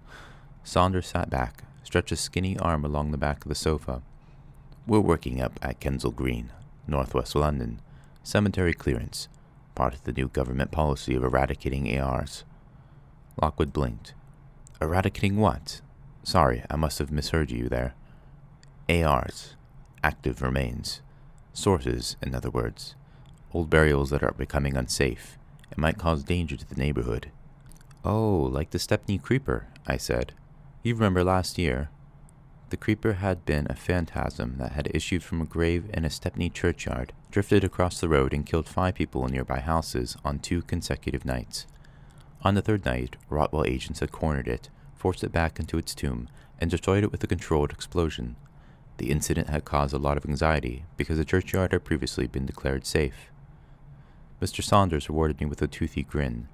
"Exactly, girly. A bad business, but this is the way the problem is going. New visitors appearing all the time. That Stepney grave was 300 years old. Had it caused trouble before? No. But afterward, they discovered that the person in the grave had been murdered all that time ago. And of course, those are the spirits most likely to become restless, as we know. Murder victims, suicides, and so on. So government policy now is to monitor all cemeteries, and that's what Sweet Dreams Excavation and Clearance is doing up at Kensal Green." "It's a massive cemetery," George said. "How many graves are you digging up?" Saunders scratched the bristles on his chin. "A few plots each day. Trick is to weed out the ones that are likely to give us trouble. We do the assessment work after dark, as that's when psychic emanations are strongest. We've got night teams pinpointing suspect graves. They mark them with yellow paint. Next morning, we dig them up and remove the bones." "Sounds dangerous, the night work," Lockwood said. "Who's on that team?" "Bunch of night watch kids, some freelance sensitives, a few adult males to keep the relic men at bay. They get well paid. Mostly it's just small-time stuff. Shades, lurkers, other type 1s. Type 2s are rare. Anything really iffy, we hire agents in advance." Lockwood frowned. "But how can you assess this danger in advance? I don't understand." "Ah, that's up to Joplin here." Mr. Saunders dug his companion roughly in the ribs with a bony elbow. The little man gave a start and dropped half his documents on the floor. Saunders glared impatiently as he scrambled to retrieve them. "He's invaluable, Albert is. When we can find him. Well, go on. Tell him what you do." Mr. Albert Joplin straightened and blinked at us amiably. He was younger than Saunders, early 40s, I guessed, but equally disheveled. His curly brown hair hadn't seen a comb in weeks, perhaps years. He had a pleasant, rather weak face, round and ruddy in the cheeks, and tapering to an undershot jaw. His apologetic, smiling eyes were framed by a pair of small round glasses, not dissimilar to George's. He wore a crumpled linen jacket, rather dusted with dandruff, a checked shirt, and a pair of dark slacks that were ever so slightly too short for him. He sat stoop-shouldered, hands drawn protectively over his papers in the manner of a shy and studious dormouse. "I'm the project's archivist," he said. "I provide assistance to the operation." Lockwood nodded encouragingly. "I see. In what way?" "Digging," Mr. Saunders cried before Joplin could continue. "He's the best excavator in the business. Aren't you, Albert, eh?" He reached over and squeezed one of the small man's puny biceps in theatrical fashion, then winked at us again. You wouldn't think so to look at him, would you? But I'm serious. Thing is, though while the rest of us dig for bones, Joplin here digs for stories. Well, come on, man. Don't just sit there like a melon. Fill them in. Yes, well, Joplin flustered, adjusted his spectacles nervously. I'm a scholar, really. I look through the historical burial records and cross-reference them with old newspaper reports to find what you might call the really risky interments. You know, people who came to nasty or tragic ends. I then alert Mr. Saunders, and he takes whatever action he thinks necessary. Usually we clear the grave without problem, Saunders said. But not always. The scholar nodded. Yes, we were working in Maida Vale Cemetery 2 months ago. I pinpointed the grave of an Edwardian murder victim. All overgrown it was. The stone had been quite forgotten. One of those night watch boys was busy clearing the brambles away, getting it ready for the digging, when up popped the ghost, right out of the ground, and tried to drag him into it. Horrid gray woman, apparently, with her throat hanging open and eyes staring out of their sockets. Poor little chap let out a squeal like a dying rabbit. He was ghost-touched, of course. Agents got him and gave him boosters, so I believe he may recover. Mr. Joplin's voice ebbed away. He smiled sadly. Anyway, he said, that's what I do. Excuse me, George said, but are you the same Albert Joplin who wrote the chapter on medieval burials in Pooter's History of London's Graveyards? The little man blinked. His eyes brightened. Why, yes. Yes, I am. Good article, that, George said. A real page-turner. How extraordinary that you should have read it. I thought your speculation about the tethering of the soul was very interesting. Did you? Well, it's such a fascinating theory. It seems to me. I stifled a yawn. I was beginning to wish I brought my pillow. But Lockwood was impatient, too. He held up a hand. It seems to me we should hear why you need our help, Mr. Saunders, if you could please get to the point. Quite right, Mr. Lockwood. The excavator cleared his throat, adjusted the hat on his knee. You're a man of business, like myself. Good. Well, the last few nights, we've been surveying the southeast area of the cemetery. Kensal Green's an important burial ground, established in 1833, covers 70 acres of prestige land. Got many fine tombs and mausoleums, Joplin added. Lovely Portland stone. Aren't there catacombs there too? George asked. Saunders nodded. Indeed. There's a chapel in the center, with catacombs beneath. They've been closed off now. It's too dangerous with all those exposed coffins. But up top, the burial plots are laid out around gently curving avenues between Harrow Road and the Grand Union Canal. Mid-Victorian burials, common folk mostly. The avenues are shaded by rows of old linden trees. It's all peaceful enough, and relatively few visitors have been reported, even in the last few years. Mr. Joplin had been rifling through the papers in his arms, pulling out sheets and stuffing them back again. If I could just... here are the plans, on the southeast corner. He drew out a map showing 2 or 3 looping paths, with tiny numbered boxes marking the grave plots in between. Stapled to this was a grid filled with spidery handwriting, a list of names.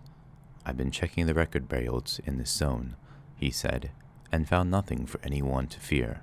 Or so I thought. Well, Saunders said, as I say, my teams have been walking the avenues hunting for psychic disturbances. All went smoothly until last night, when they were exploring the plots just east of the aisle here. He jabbed at the paper with a dirty finger. Lockwood had been tapping his own fingers impatiently on his knee. Yes, and we found an unexpected headstone in the grass. There was a silence. How do you mean, unexpected? I asked. Mr. Joplin flourished a handwritten grid. It's a burial that's not recorded in the official list, he said. It shouldn't be there. One of our sensitives found it, Saunders said. His face had grown suddenly serious. She immediately became ill and couldn't continue with her work. 2 other psychics investigated the headstone.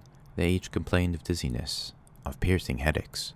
One said that she sensed something watching her, something so wicked that she could hardly move. None of them wanted to go within 10 feet of that little stone. He sniffled. Of course, it's hard to know just how serious to take all that. You know what psychics are like. Indeed, Lockwood said dryly, being one myself. Now me, Saunders went on, I haven't a psychic bone in my body. And I've got my silver charm here, too, to keep me safe. He patted the hat pin on his fedora. So what do?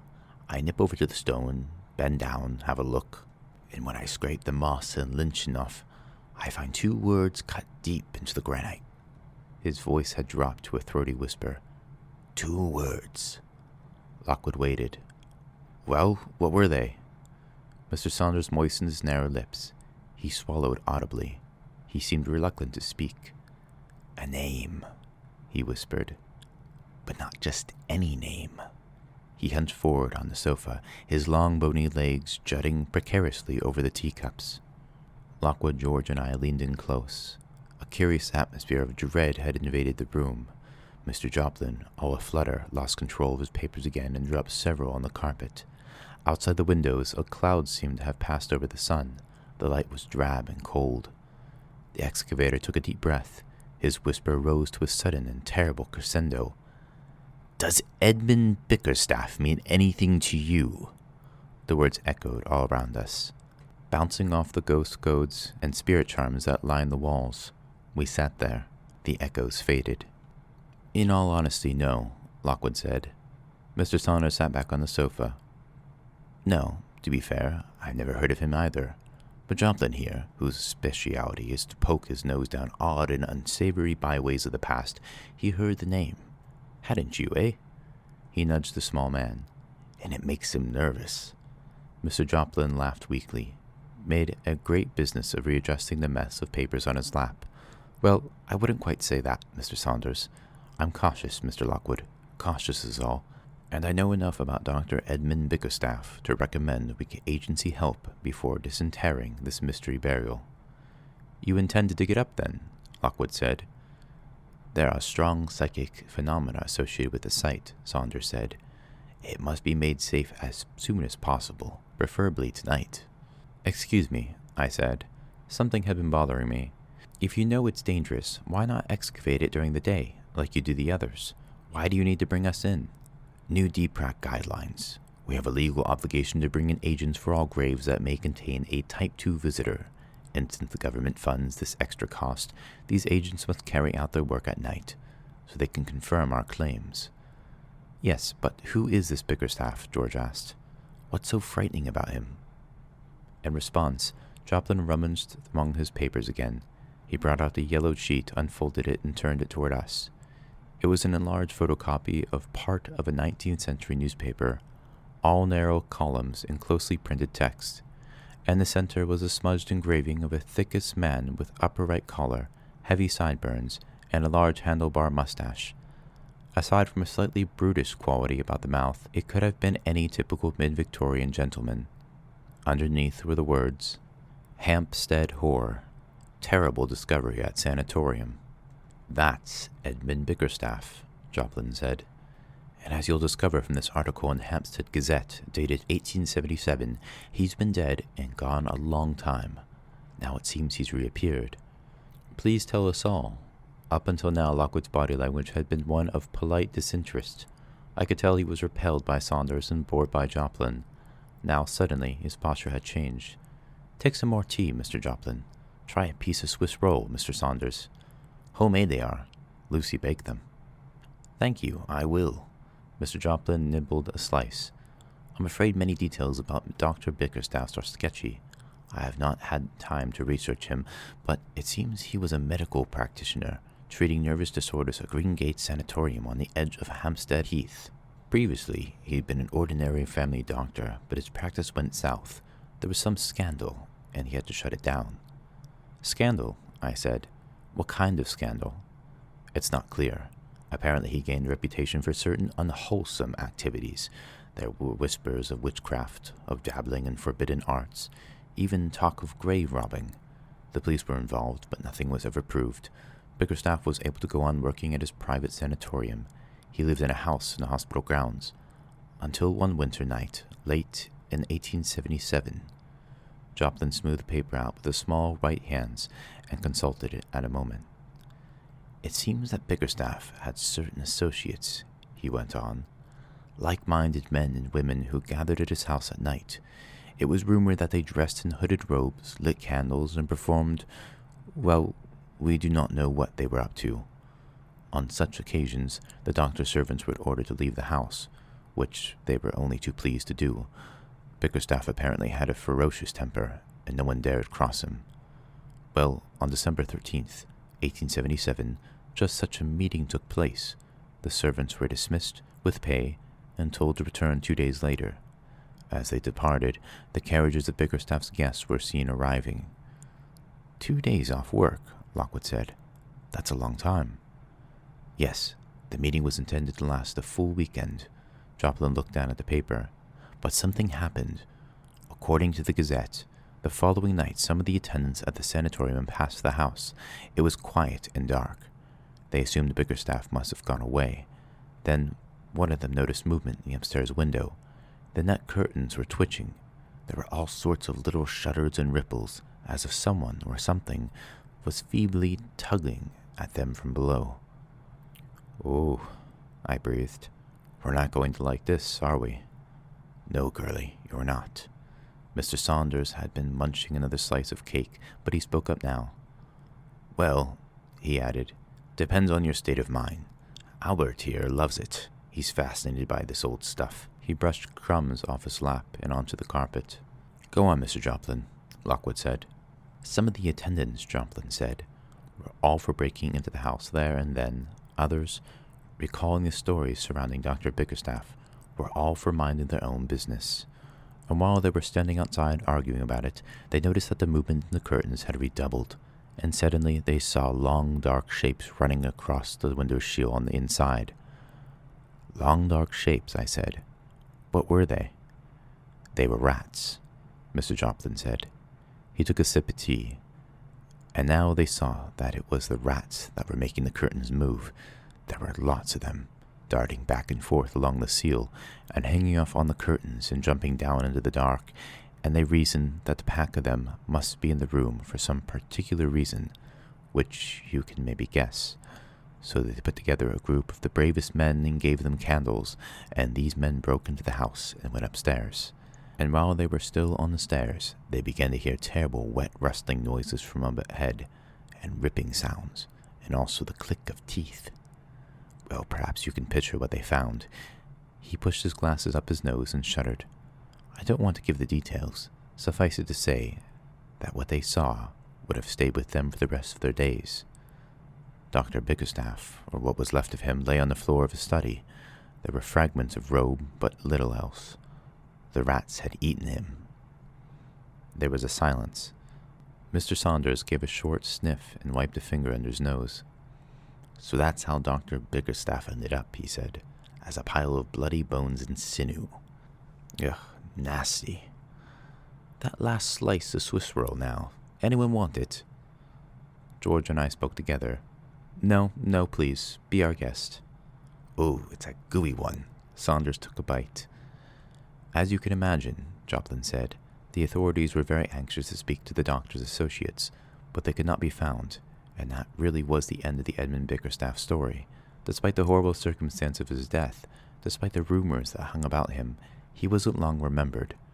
Green Gate Sanatorium had burned down in the early 20th century, and his name faded into obscurity. Even the fate of his bones were lost." "Well," Lockwood said, "we know where they are now, and you want us to make them safe." Mr. Saunders nodded. He finished eating and wiped his fingers on his trouser leg. "It's all very strange," I said. "How come no one knew where he'd been buried? Why wasn't it in the records?" George nodded. "And what exactly killed him? Was it the rats or something else?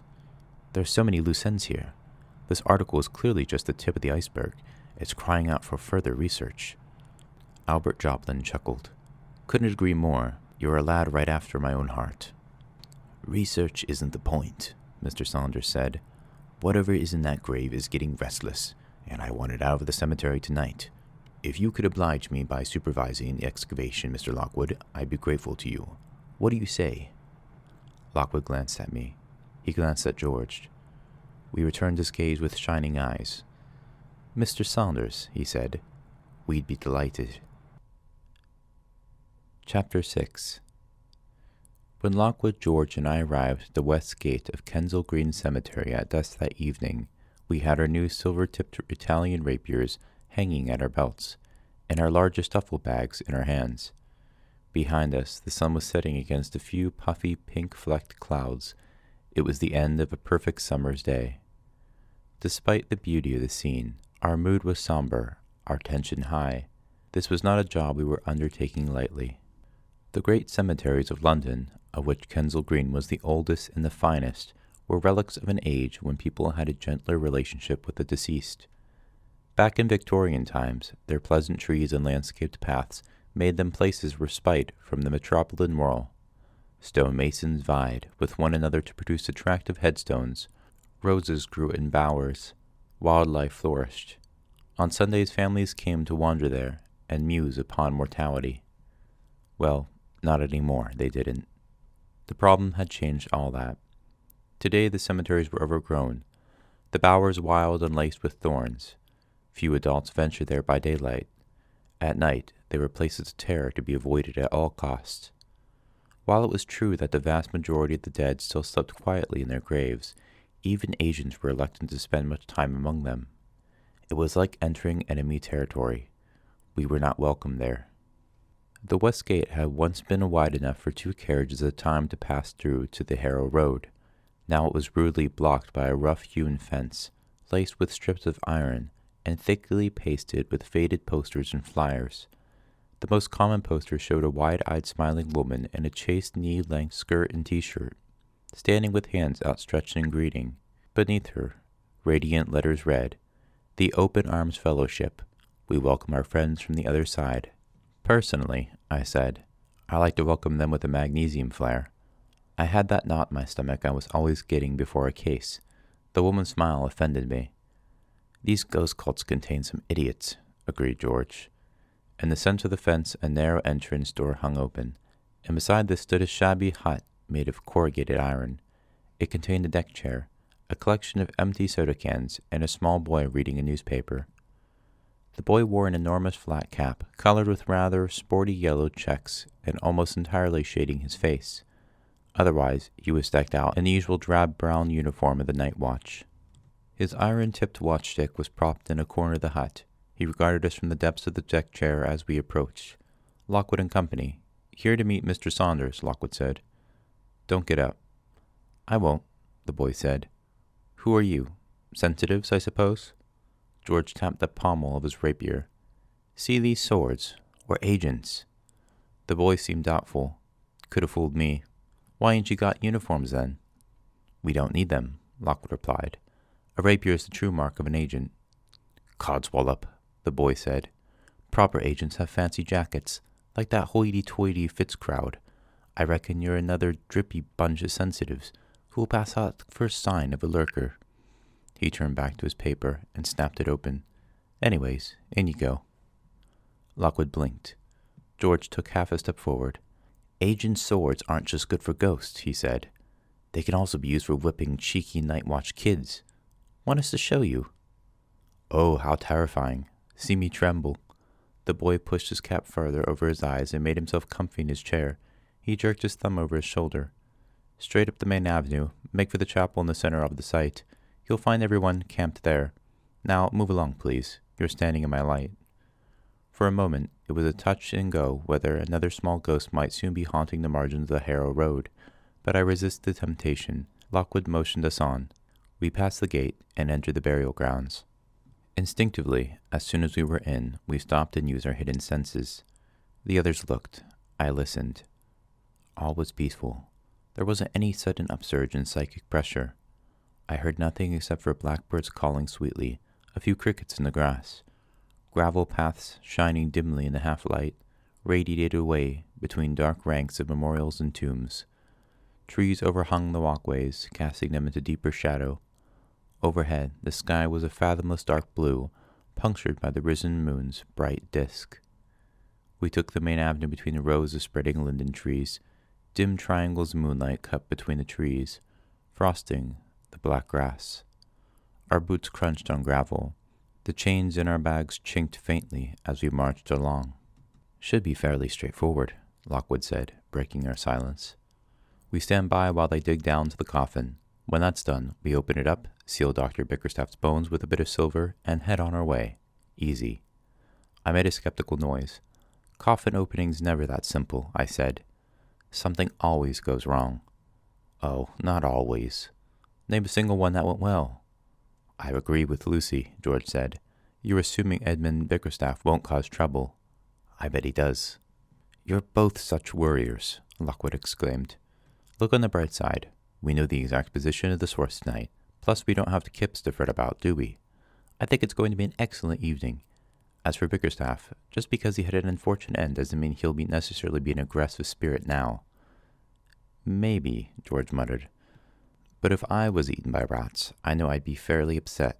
After 5 minutes' walk, we saw the heavy white roof of building rise among the trees like a whale breaching a dark sea. This was the Anglican chapel in the center of the cemetery. At the front, 4 great pillars supported a Grecian portico. A broad flight of steps led to its double doors.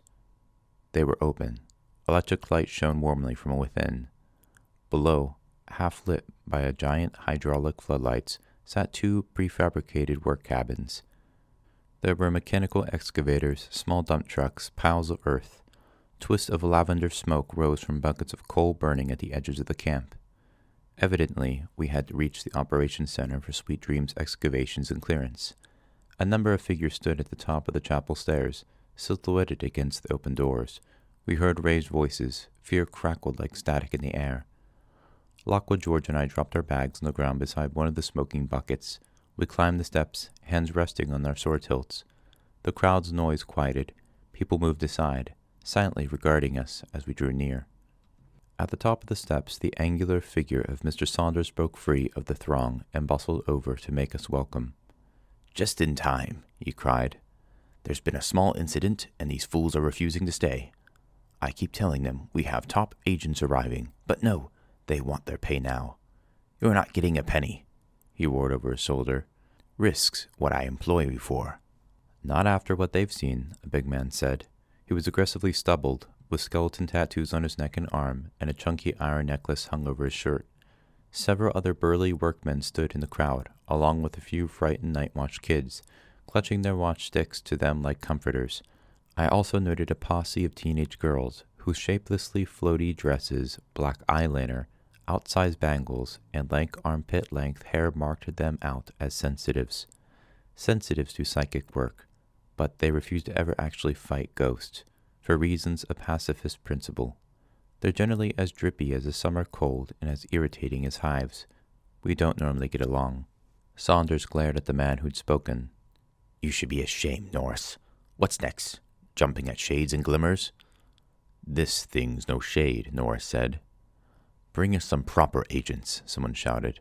Not these fly-by-nights. Look at them. They don't even have nice uniforms. With a clatter of bangles, the floatiest and wettest looking of the sensitive stepped forward.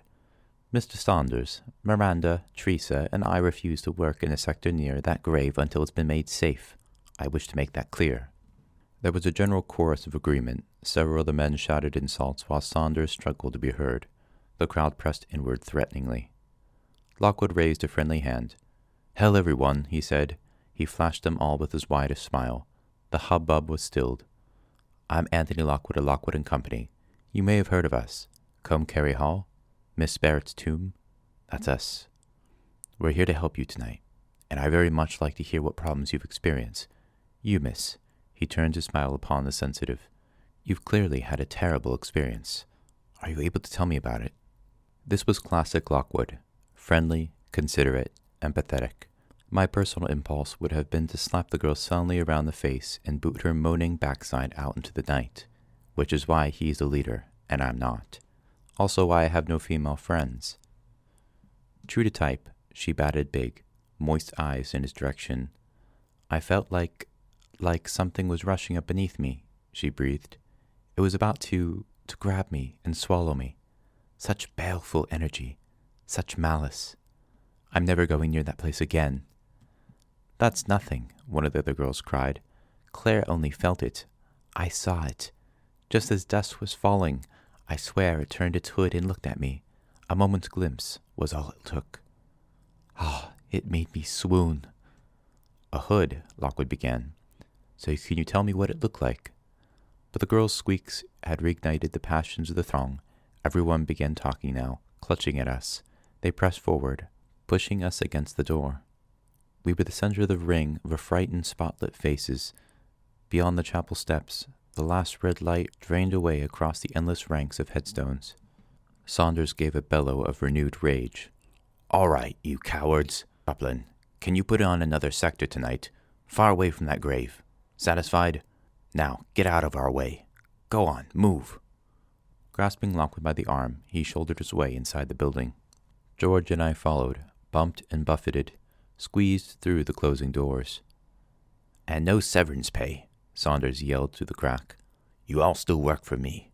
The door slammed shut, silencing the clamor of the crowd. "What a palaver," Saunders growled. "It's my mistake for trying to speed things up. I got the excavators to begin work digging around the Bickerstaff grave an hour ago. Thought it would help you out. Then all you-know-what broke loose, and it wasn't even dark." He took his hat off and wiped his sleeve across his forehead. "Perhaps we'll get a moment's peace in here." The chapel was a small, plainly decorated space with walls of whitewashed plaster. There was a smell of damp, and also a persistent underlying chill, which 3 glowing space heaters arranged across the flagstone floor did little to remove. 2 cheap-looking desks, each piled high with a mess of papers, sat near the heaters. Along one wall, a dusty altar stood behind a wooden rail, with a small closed door beside it, and a wooden pulpit close at hand. Above our heads rose a scaffolded plaster dome. The most curious object in the room was a great block of black stone, the size and shape of a closed sarcophagus. It rested on a rectangular metal plate set into the floor below the altar rail. I studied it with interest. "Yes, that's a catafalque, girlie," Saunders said. "An old Victorian lift for transporting coffins to the catacombs below. Uses a hydraulic mechanism. Still works, according to Joplin. They were using it until the problem got too bad. Where is Joplin, anyhow? Dang fool's never at his desk. He's always wandering off when you want him." "This small incident at Bickerstaff's grave," Lockwood prompted. "Please tell us what happened." Saunders rolled his eyes. "Heaven only knows. I can't get a sense out of them. Some of the sensitives saw something, as you heard. Some say it was very tall. Others thought that it wore a cloak or robe. But there's no consistency. One night watch kid said it had 7 hands. Ridiculous. I sent her home." "Night watchers don't normally make up stories," George said. This was true. Most children with strong psychic abilities become agents, but if you're not good enough for that, you swallow your pride and join the night watch. It's dangerous, low-paid work, mostly taking guard duties after dark, but those kids are talented enough. We never underestimate them. Lockwood had his hands in his pockets of his long dark coat. His eyes glinted with excitement. "It's all getting curiouser and curiouser," he said. "Mr. Saunders, what's the current state of the grave? Is it exposed?" "The men dug some way down. I believe they struck the coffin." "Excellent. We can deal with it now. George here is good with the spade. Aren't you, George?" "Well, I certainly get plenty of practice," George said. The path to the unexpected grave of Edmund Bickerstaff lay along a narrow side aisle just beyond the excavator's camp. Saunders led us there in silence. No one else from the camp followed. They hung back in the circle of light beneath the arc lamps, watching us go. The burials in this part of the cemetery were modest ones, mostly marked by headstones, crosses, or simple statues. It was dark overhead now. The stones, half hidden by thorns and long wet grass, showed white and stark under the moon, but their shadows were black slots into which a man might fall. After a few minutes of walking, Saunders slowed. Up ahead, piles of brambles marked where a patch of ground had been roughly cleared. Nearby rose a mound of dark, wet earth. A small mechanized backhoe, scuffed and yellow in the light of Saunders' flashlight, blocked the path at an angle. Its bucket was still full. Spades, picks, and other digging tools lay scattered all around. "They left in a hurry," Saunders said. His voice was tight and high. "Right. This is where I stop. If you want anything, just call." With undisguised haste, he drifted back into the dark, and we were left alone. We loosened our rapiers. The night was silent. I was aware of the heavy beating of my heart. Lockwood took a penlight from his belt and shone it into the black space to the left of the path. It was a square plot of open ground, bordered by normal graves and box tombs. In its center, a small discolored slab of stone rose crookedly from the soil. The grass in front of the stone had been scooped away, leaving a broad, gently sloping pit torn in the earth. It was maybe 8 feet across and 3 feet deep. The tooth marks of the backhoe's bucket showed us as long grooves in the mud, but we had eyes only for the stone. We used our senses, quickly, quietly, before we did anything else. "No death glows," Lockwood said softly. "That's to be expected, because no one's died here." "Got anything?" "Nope," George said. "I have," I said. "A faint vibration." "A noise? Voices?" It bothered me. I couldn't make it out at all. Just a disturbance. There's definitely something here. "Keep your eyes and ears open," Lockwood said. "Right. First thing we do, we put a barrier right around. Then I'm checking out the stone. Don't want to miss anything like we did last night." George set a lantern on one of the box tombs, and by its light we took out our lengths of chain. We laid them out around the circumference of the pit. When this was finished, Lockwood stepped over the chains and walked toward the stone, hand ready on a sword. George and I waited, watching the shadows. Lockwood reached the stone. Kneeling abruptly, he brushed the grass aside. "Okay," he said. "It's poor quality material, badly weathered. Scarcely a quarter the height of the standard headstone. Hasn't been laid properly. It's badly tilted. Someone did this very hurriedly." He switched on the flashlight and ran the beam over the surface. Decades of lichen had crusted it and built up deeply in the letters carved there. "Edmund Bickerstaff," Lockwood read. "And this isn't a proper mason's work. It's hardly even an inscription. It's just been scratched by the first tool that came to hand. So if you've got a rushed, illegal, and very amateur burial, which has been here a long time." He stood up, and as he did so, there was the gentlest of rustlings. From behind the grave, a figure broke free of the darkness and lurched forward into the lantern light. George and I cried out. Lockwood leaped to the side, ripping his rapier clear.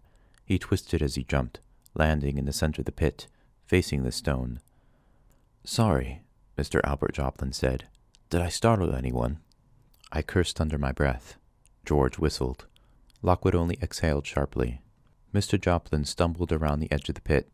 He moved with an awkward, stoop-shouldered gait that reminded me vaguely of a chimp's. Small showers of gray dandruff drifted about him as he rolled along. His spindly arms were clasped across his sheaf of papers, which he pressed protectively against his narrow chest as a mother shields a child. He pushed his glasses apologetically up his nose. "I'm sorry, I get lost coming from the east gate. Have I missed anything?" George spoke, and at that moment I was enveloped by a wave of clawing cold. You know when you jump into a swimming pool and find they haven't heated it, and the freezing water hits your body, you feel a smack of pain, awful and all over. This was exactly like that. I let out a gasp of shock, and that wasn't the worst of it. As the cold hit me, my inner ears kicked into life. That vibration I sensed before, it was suddenly loud. Behind the hum of George's voice and Joplin's chatter, it had become a muffled buzzing, like an approaching cloud of flies. "Lockwood," I began. Then it was done. My head cleared. The cold vanished. My skin felt red and raw. The noise shrank into the background once again. "Really quite extraordinary church, Mr. Cubans," Joplin was saying. "The best brass rubbings in London. I must show you some time." "Hey," this was Lockwood, standing in the center of the pit. "Hey," he called, "look what I found." "No, not you, please, Mr. Joplin. You better stay behind the iron." He had his flashlight trained on the mud beside his feet. Moving slowly, my head still ringing, I crossed the chains with George and went down into the hole. Our boots trod on soft, dark mud. "Here," Lockwood said. "What do you make of this?" At first, I made out nothing in the brightness of the beam. Then, as Lockwood moved his flashlight, I saw it. The long, hard, reddish edge of something, poking from the mud. "Oh," George said. "That's weird." "Is it the coffin?" Little Mr. Joplin was hovering beyond the chains, craning his thin neck eagerly. "The coffin, Mr. Lockwood? I don't know." "Most coffins I've seen are made of wood," George murmured. "Most Victorian coffins would have long since rotted in the ground. Most are buried at a respectable 6 feet, with all the proper rites and regulations." There was a silence. "And this," Joplin said, "is only 4 feet down, and has been tipped in at an angle, like they wanted to get rid of it as fast as possible. And it hasn't rotted. because it isn't made of wood at all. This box is made of iron. Iron, Lockwood said. An iron coffin. Can you hear it? I said suddenly. The buzzing of the flies. But they didn't have the problem then, George said. What did they need to trap in there? Chapter 7. It took us till midnight to dig the thing out. One of us stood guard, taking readings, while the others labored with the tools. Every 10 minutes we swapped. We used the spades and picks that had been discarded on the path to cut away the mud from metal, deep in the pit at its center, and slowly expose the object's lid and sides. We rarely spoke. Silence enfolded us like a shroud. We heard nothing but the skirt, skirt, skirt of the tools in the earth. All was still. Occasionally, we scattered salt and iron up and down the center of the pit to keep supernatural forces at bay. It seemed to work. It was 10 degrees colder at the pit than the path beyond, but the temperature remained steady. The buzzing noise I'd heard had gone. Albert Joplin, for whom the mysterious burial exerted a powerful fascination, remained with us for a while, flitting back and forth among the gravestones in a state of high excitement. Finally, as the night darkened and the coffin rose, clear of the earth, even he grew cautious. He remembered something important he had to do back at the chapel, and departed. We were alone. Skirt, skirt, skirt. At last, we finished. The object stood exposed.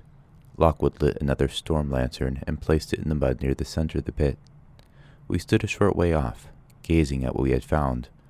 An iron box about 6 feet in length, 2 feet in wide, and just over a foot deep. Not any old box, in other words, as Lockwood had said, an iron coffin. The sides were still partially caked with soil, gray and sticky looking. Where the grunge had come away, the surface of the box showed through. Rust bloomed on it like flowers of coral, the color of dried blood. Once, presumably, its sides had been clean and straight, but the pressing earth and weight of years had so contorted the box that its vertical edges were skewed, and the top sagged in the middle. I've seen lead coffins, from the Roman burials they find under the city, with the exact same squashed look. One corner of the lid was so warped it had risen away from the side completely, revealing a narrow wedge of darkness. Remind me never to get buried in an iron coffin, George said. It gets so shabby. And it's no longer doing its job either, Lockwood added. Whatever's inside is finding its way out through that little gap. Are you all right, Lucy? I was swaying where I stood. No, I didn't feel great. My head pounded. I felt nauseous. The buzzing noise was back. I had the sensation of invisible insects running up and down my skin. It was a powerful miasma, that feeling of deep discomfort you often get when a visitor is near, powerful despite all the iron. I'm fine, I said briskly. So, who's opening it? This was the big question. Good agency practice, as set out in the Fitz manual, dictates that only one person be directly in the line of fire when sealed chambers, tombs, coffins, or secret rooms, are opened up. The other stands to the side, weapons at the ready. Rotating this duty fairly is second only to the cookie rule in terms of importance. It's a regular point of contention. Not me. Lockwood tapped the mended claw marks on his coat front. I did Mrs. Barrett's tune. Well, I did the trapdoor in Melmoth House. George? I did that secret room at the Savoy Hotel, George said. You remember, the one with the ancient plague mark on the door. Oh, that was eerie. No, it wasn't. It wasn't haunted or secret. It was a laundry room filled with undies. I didn't know that when I went in, did I? George protested. Tell you what, we'll toss for it. He rummaged deep in his pants pocket, produced a dirty coin. What do you think, Luce? Heads or tails? I think... heads. Interesting choice. Let's see. There was a blur of movement, too fast for the eye to follow. Ah, it's tails. Unlucky, Luce. Here's the crowbar. Lockwood grinned. Nice try, George, but you're doing it. Let's fetch the tools and seals. Breathing a sigh of relief, I led the way to the duffel bags. George followed with ill grace. Soon the silver seals, the knives and crowbars, and all the rest of our equipment were in position beside the coffin. This won't be too tricky, Lockwood said. Look, the lid's hinged on the side. Opposite that, We've 2 latches, here and here, but one's already snapped. There's just one by you, Lucy, still corroded shut. Quick bit of nifty crowbar work from George, and we're home free." He looked at us. "Any questions?" "Yes," George said. "Several. Where will you be standing? How far away? What weapons will you use to protect me when something horrible comes surging out?" Lucy and I have everything covered. Now, also, if I don't make it back home, I've made a will. I'll tell you where to find it. Under my bed in the far corner, behind the box of tissues. Pray to God it won't come to that. Now, if you're ready. Is that some kind of inscription on the lid? I said. Now we'd come to the point. I was really alert, all my senses firing. See that bit of scratching there? Lockwood shook his head. Can't tell under all the mud, and I'm not going to start wiping it off now. Come on, let's get this done. In fact, the lid of the coffin proved harder to force than Lockwood had anticipated. In addition to the corroded latch, the bloom of rust across the surface had bonded the top of the sides in several places, and it took 20 minutes of laborious chipping with pocket knives and chisels before the hinges were loosened and the lid freed. Right, Lockwood was taking a final reading. It's looking good. Temperature still holding firm, and the miasma isn't any worse. Whatever is in there is keeping surprisingly quiet. Well, there's no time like the present. Lucy, let's take our positions. He and I went to the opposite ends of the coffin. I held our largest, strongest silver chain net, 4 feet in diameter. I unfolded it and let it hang ready in my hands. Lockwood unclasped his rapier and held it out with an angled western grip, ready for a quick attack. George, he said, over to you. George nodded. He closed his eyes and composed himself, then took up the crowbar. He flexed his fingers, rolled his shoulders, and did something with his neck that made it click. He approached the coffin, bent close, set the end of the crowbar into the crack between the broken clamps. He widened his stance and waggled his bottom like a golfer about to take a swing. He took a deep breath and pressed down on the bar. Nothing happened. He pressed again. No, the lid was twisted. Perhaps its contortions had jammed it shut. George pressed down again. With a clang, the lid shot up. George's end of the bar shot down. George jerked backward, lost his balance, and landed heavily on his backside in the mud, with his glasses slightly askew. He sat himself up, stared stupidly down into the coffin, and screamed. Light, Lucy! Lockwood had dived forward, shielding George with the blade of his rapier, but nothing had come out. No visitor, no apparition. The gleam of the lantern shone on the inside of the lid, and also on something in the coffin below, something reflecting a darkly glittering light. The flashlight was in my hand. I shone it full into the interior, on what was lying there. If you're easily icked out, you might want to skip this paragraph and the next, because the body staring back at me wasn't just bones, but a great deal more. That was the first surprise. There was so much that hadn't decayed away. Ever left a banana under a sofa and forgotten about it? Then you'll know that it soon goes black, then black and gooey, then black and shrunk. This guy, entombed in iron, was like a banana midway between the second stage and the third. The flashlight beam glimmered on the dried and blackened skin, stretched tight above the cheekbones. In places it had cracked. There was a neat hole in the center of his forehead, around which the skin had entirely peeled away. Long hanks of white hair, colorless as glass, hung beside the head. The eye sockets were empty. Dried lips had shrunk back, revealing gums and teeth. He wore the remnants of a purple cloak or cape, and beneath it an old-style black suit, stiff high collar, black Victorian cravat. His hands, bony these, cradled something shrouded in tattered white cloth. Whether because of the angle of the burial, or because of the movement of the earth in the long years since, the object had slid from beneath the cloth and was peeping out between the skeletal fingers. It was a piece of glass, perhaps the width of a human head, with an irregular-shaped rim. It was quite black with dirt and mold, and yet the glass was still glinted, and the glinting caught my eye. Look. Look. What was that voice? Lucy, seal it up. Of course, it was Lockwood shouting. With that I cast the silver chain net, and the contents of the coffin were blotted out. So what did you see, George? Lockwood asked. We were standing on the path now, drinking tea and eating sandwiches, with some of Saunders' team had brought. A decent crowd had gathered, Saunders, Joplin, several workmen, and the night watch kids, some because the fun was over, others possibly in delayed response to George's scream. They all hung about the gravestones, staring at the pit, a safe distance from the chains. We shut the coffin lid, just a corner of the chain net could be seen. I know Bickerstaff looked bad, Lockwood went on, but let's face it, we've seen nastier. Remember Putney Val? George had been very subdued for the past few minutes. He had barely spoken, and there was an odd expression on his face. His eyes showed numb distress, but they also held a yearning, far-off look. He kept gazing back toward the pit, as if he thought he had left something there. It worried me. It reminded me a little of Ghost Lock, where the victim's willpower is drained by an aggressive spirit, but we had sealed the source with silver, and there was no ghost present now. Still, George seemed to be improving. The food was fast reviving him. He shook his head at Lockwood. "It wasn't the body," he said slowly. "I've seen worse things in our fridge. It was the mirror that he held." "You thought it was a mirror then?" I said. When I closed my eyes, I still saw that piece of glass, glinting, flashing, darker than dark. I don't know what it was, but my eyes were drawn to it. I saw in it. I don't know what I saw.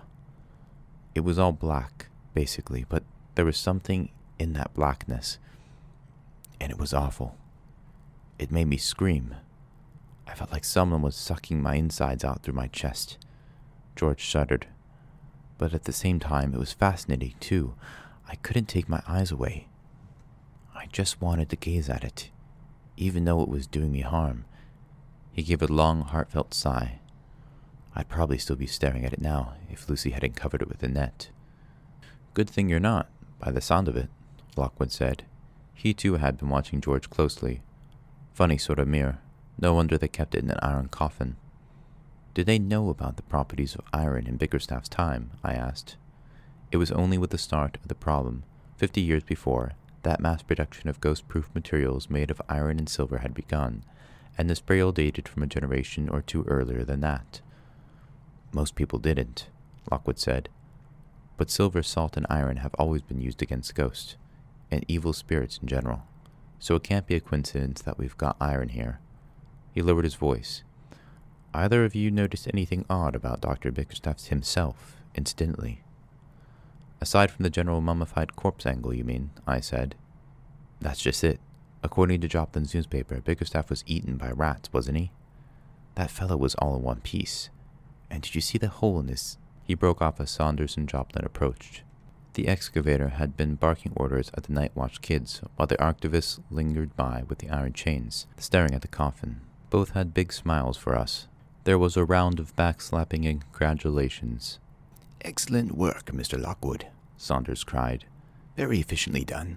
Perhaps we can get on with our proper business here, now that all that nonsense is over." He took a swig from a steaming mug of coffee. "People are saying old Bickerstaff had a crystal or some such. Something from one of his weird rituals, maybe. But you've covered it with your net, of course." Lockwood laughed.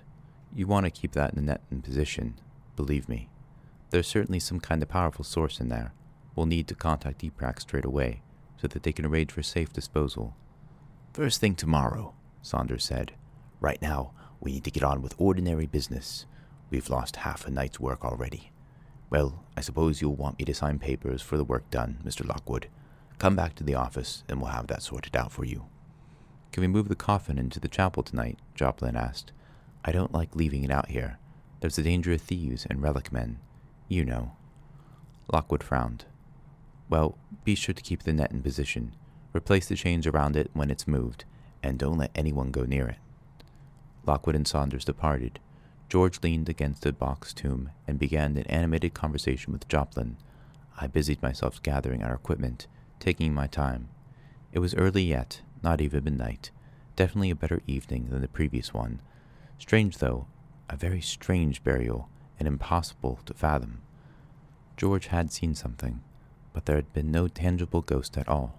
Yet anything that could create so much psychic disturbance despite all that iron was formidable indeed. "Miss?" It was a workwoman named Norris, the biggest and brawniest of the excavators. His skin was leathery.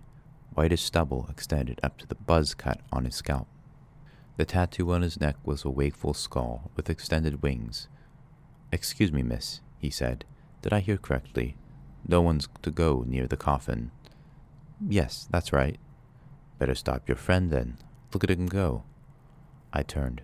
George and Joplin had crossed the iron chains. They had approached the coffin.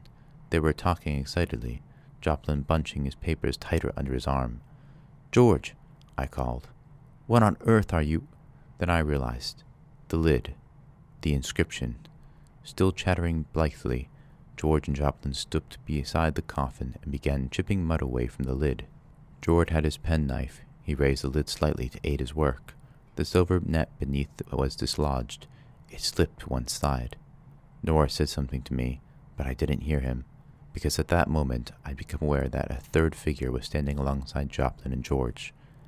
It was still, silent, very tall and thin, and only partially substantial. The iron coffin passed straight through one corner of its long gray robe, glistening swirls of plasm, short and stubby like the feelers of anemones, flexed and curled outward from the base of the apparition, but there were no arms or legs, just the plunging robe. Its head, swathed in a long curled hood, could not be seen, except for two details: a pale sharp chin, dull white as fish bones, and an open mouth of jagged teeth. I opened my mouth and, in the heartbeat that it took to shout a warning, heard a voice speak in my mind. "Look. Look. George, I give you your heart's desire." "George." Because he wasn't moving, and neither was Joplin, though the figure was directly in their view, both of them were still half bent, frozen in the act of brushing mud from the coffin. Their eyes were wide and staring, their faces transfixed. "Look." The voice was deep and lulling, yet also coldly repellent. It muddled my senses. I longed to obey it, but was desperate to defy it too. I forced myself to move, and the figure also moved. It rose up, a great gray column, faint against the stars. Behind me, someone shouted. No time. I drew my sword. The shape loomed over George and Joplin. All at once they seemed to snap out of the trance. Their heads jerked up. They started back. I heard George cry out. Joplin dropped his papers. The figure hung there, frozen for an instant. I knew what it would do. I knew it would suddenly arch down, drop like a falling jet of water. It would engulf them. It would consume them both. I was too far away. Stupid. The rapier was useless. No time to change. No time to reach for anything in my belt. The rapier. The shape dropped down, the open mouth, the teeth descending in an arc. I threw the sword. It spun like a wheel against the sky. Joplin, tripping over his own feet in his panic, knocked George to the side. George, retreating, fumbling in his belt for some defense, lost his balance, began to fall. I give you your heart's desire. The sword passed directly between George and Joplin, just above their heads. The silver-coated blade sliced point first through the cowled face. The figure vanished. The voice in my head cut off. A psychic impact wave sped out from the center of the circle and knocked me off my feet. Lockwood, hair flying, coat flapping, ran past me down into the pit. He skittled to a halt beside the chains and scanned the scene with glittering eyes. But it was okay. George was okay. Joplin was okay. The coffin was quiet. The summer stars were shining overhead. The visitor was gone. Chapter 8. In the event, Lockwood was fairly restrained. He said nothing at the cemetery. He said nothing on the way home. He waited while we locked the door and reset the ghost boards and dumped our bags in the corner and visited the facilities. Then his restraint ran out. He marched George straight to the living room and, without so much as a pause for our normal post-case chips and cocoa, gave him the rollicking he deserved. I'm surprised at you, he said. You put your own life and that stupid Mr. Joplin's at immediate risk. You were seconds away from being ghost-touched. If it weren't for Lucy, you would have been. And don't give me any of that guff about how you thought the source was neutralized. It's against all the rules to let a non-agent anywhere near the active source in an operative situation. You know that. What were you thinking? George had parked himself in his favorite chair by the coffee table. His face, usually so inexpressive, showed a mix of contrition, defiance, and attempted unconcern. "We've been talking about the description on the lid," he said sullenly. "Once Deepak gets his hands on the coffin today, we know we'll never see it again." "So Joplin said—" "What Joplin said shouldn't have any effect on you," Lockwood cried. "You think that's a good excuse for nearly getting killed, trying to decipher some scratchings on a foul old coffin. I'm surprised at you, George. Honestly surprised." He wasn't really, and nor was I. One of George's most famous characteristics, aside from sarcasm, wind, and general bloody mindlessness, was his fascination with things unknown. When he wasn't roaming dusty archives researching background stuff on cases, he roamed dusty archives researching visitor theory, trying to discover why ghosts were returning and how precisely this occurred. It wasn't just the skull in our ghost jar that fascinated him. Where possible, he also investigated other objects of psychic power. It figured that the iron coffin fell into that category. It also figured that the tiresome little scholar Joplin shared George's approach. Lockwood had fallen silent now. He waited, arms folded, clearly expecting an apology, but George wasn't giving up an argument quite yet. "I agree that the coffin and its contents are dangerous," he said doggedly. "That mirror I saw was horrible, but their powers are entirely unknown, so I think it's a legitimate agency job to discover anything we can about what it is we're dealing with, and that includes the inscription. It could have given us some clues to what Bickerstaff and his ghost were up to." "Who cares?" Lockwood cried. "Who cares about any of that? It's not part of our job." In many ways, Lockwood was the complete opposite of George, and not just in terms of personal hygiene. He had no interest in the mechanics of ghosts, and little in their individual desires or intentions. All he really wanted was to destroy them as efficiently as possible. As much as anything, however, I guessed it was George's careless amateurism that had truly offended him here. "That kind of stuff," he went on more quietly, "is for Barnes and Deepak to worry about, not us. Right, Lucy?" "Right. Of course it isn't. Absolutely not." I adjusted a corner of my skirt carefully. "Though sometimes it is interesting. So did you actually see the inscription, George? I never thought to ask." George nodded. "I did, as it happens." "What did it say?" "It said, 'As you value your soul, forsake and abjure this cursed box.'" "Just that." I hesitated. "Forsake and abjure." "It means don't open it, basically." "Well, it's a bit late for that now." Lockwood had been glaring at us throughout. He cleared his throat. "It doesn't really matter anymore, does it?" he said sweetly.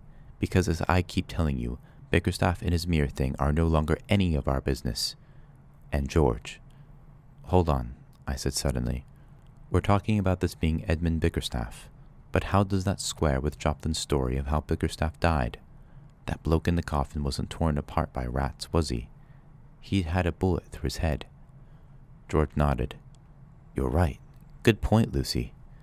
Though I suppose he might have been shot and then sort of nibbled." "I guess so, but he seemed to be in one piece to me." "It doesn't matter," Lockwood exclaimed. "If the case was open, it would be interesting, as you say, but the job's done. It's over. Forget it. The important thing is that we did what we were paid to do, which was to locate and contain the source." No, we didn't contain the source, actually," George said. "As I rather conclusively proved, all that iron and silver, and still Bickerstaff's ghost was able to get out." "That's unusual. Surely even you would admit it's worth investigating." Lockwood uttered an oath. No, I don't. You dislodged the net, George. That was how the visitor was able to escape and it ghost lock you. You could have died. The problem is that, as always, you're too easily distracted. You need to get your priorities straight. Look at this mess in here." He stabbed a finger in the direction of the coffee table, where the ghost jar sat, the skull dully visible, the plasm as blank and greenish as ever. George had conducted further experiments that afternoon. Noonday sun hadn't done anything, and nor had brief exposure to a loud burst of classical music on the radio. The table was strewn with a sea of notebooks and scribbled observations. "This is a perfect example," Lockwood went on. "You're wasting too much time on that wretched jar. Try spending a bit more time on a solid case research. Help the company out a little. George's cheeks flushed. What's that supposed to mean? I mean that Wimbledon Common business the other day, the stuff about the history of the gallows, which you completely missed. Even that idiot Bobby Vernon uncovered more useful information than you. George sat very still.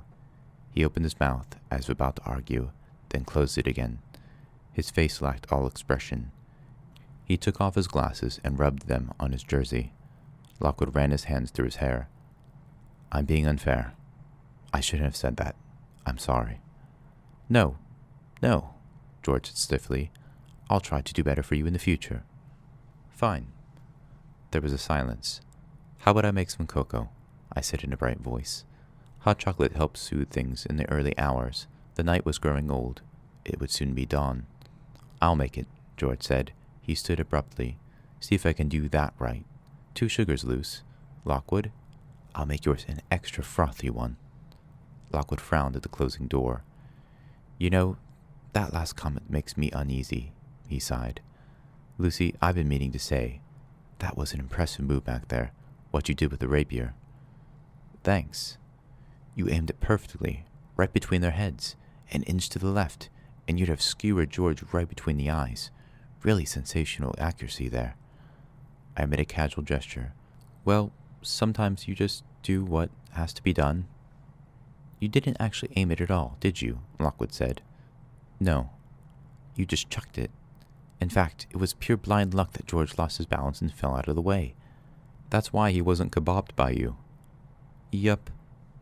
He smiled at me. Still, that doesn't mean it wasn't a great piece of work. You were the only one who reacted in time.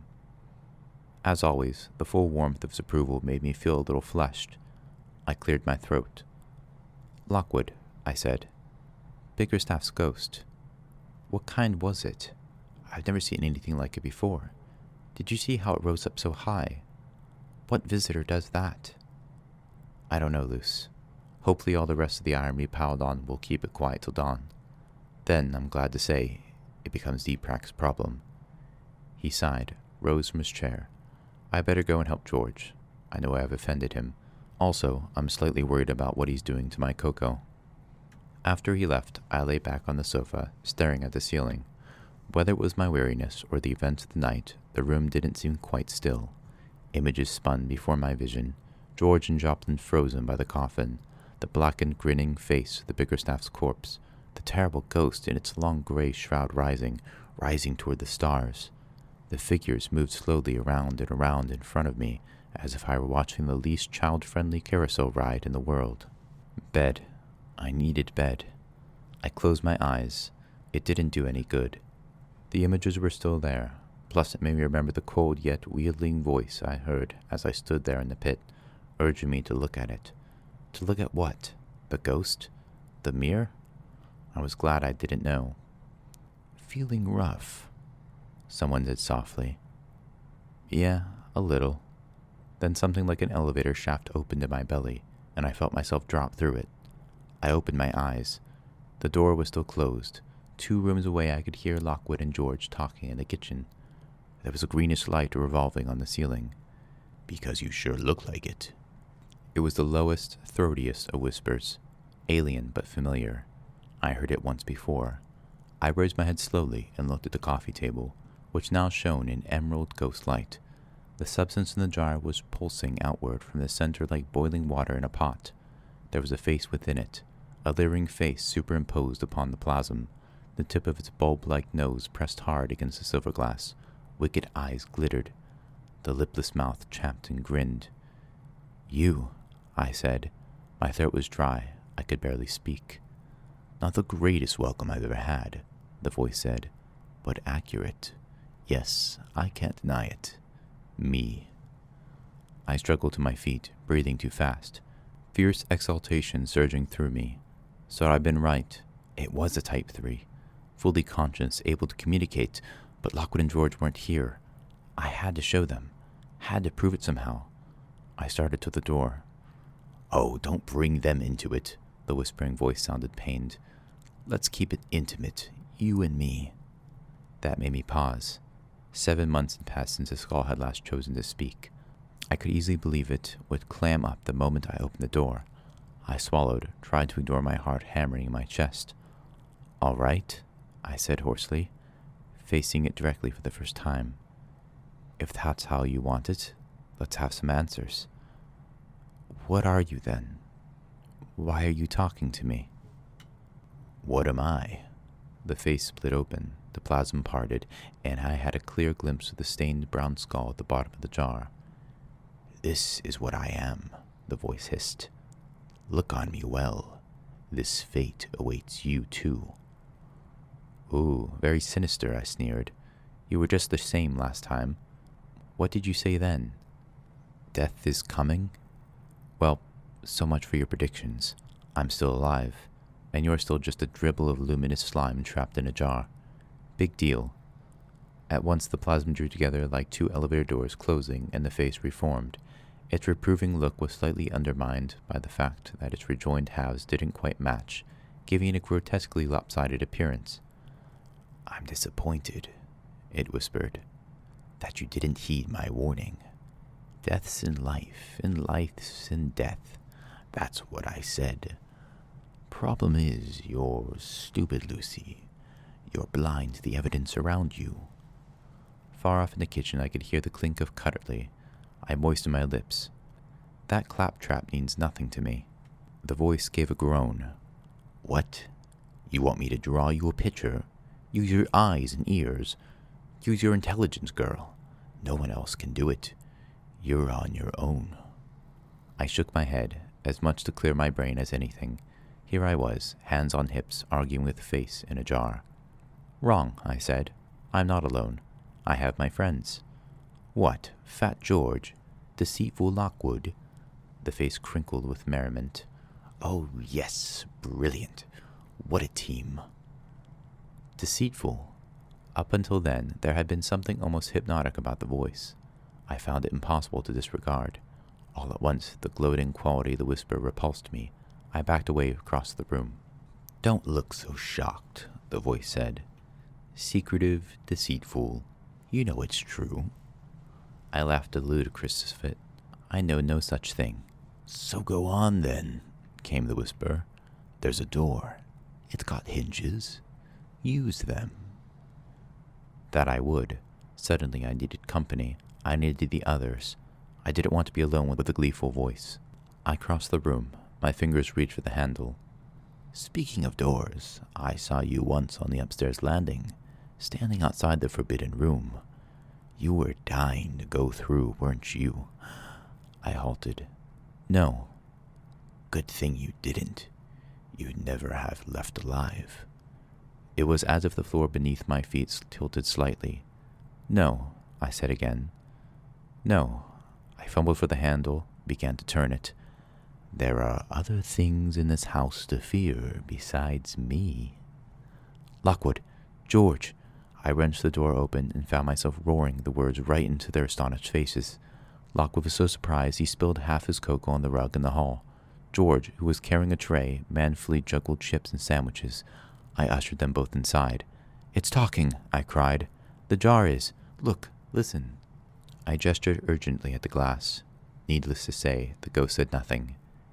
Needless to say, the face was gone. The plasm hung there, dull and still, as interesting and active as muddy rainwater in a jammed jar. In the center of the mess, I could see the teeth of the skull grinning dimly between the metal clamps. My shoulders sagged. I took a deep breath. "It was talking," I said limply. "Really talking to me. If you'd been here a minute earlier." I scowled at them, as if it were their fault they missed out. They said nothing, just stood there. With the tip of his little finger, George nudged the sandwich between back into his position. Finally, Lockwood moved across and put the mugs down on the table. He took out a handkerchief and wiped a splash of cocoa from his hand. "Come and have a drink," he said. I stared at the grinning skull. Rage filled me. I took a swift step forward. If Lockwood hadn't put out a hand, I believe I would have kicked the jar right across the room. "It's all right, Luce," he said. "We believe you." I ran a harassed hand through my hair. "Good. Sit down, have some food and cocoa." "Okay." I did so. We all did. After a while I said, "It was like the first time, down in the cellar." It just started talking. We had a conversation. A real back and forth conversation, Lockwood said. A real type 3. Definitely. So what was it like? George asked. It was irritating. I glared at the quiescent jar. He nodded slowly. Only Marissa Fitz said that communicating with type 3 ghosts was perilous, that they twisted your words and played with your emotions. She said if you weren't careful, you felt yourself falling slowly under their power, until your actions were not your own. No, I'd still say irritating about sums it up. So what did it tell you? Lockwood asked. What searing insights did it give? I looked at him. He was sitting back, sipping his cocoa. As always, despite the rigors of the night, he seemed composed. He was fastidious, self-possessed, always in control. There are other things in this house to fear besides me. Nothing very much, I said. Well, there must have been something. Did it talk about the afterlife? George said eagerly. His eyes shone bright behind his spectacles. That's the big one. That's what everyone wants. Old Joplin told me he goes to scholars' conventions about it. What happens after death, immortality, the fate of the human soul. I took a deep breath. It said you were fat. What?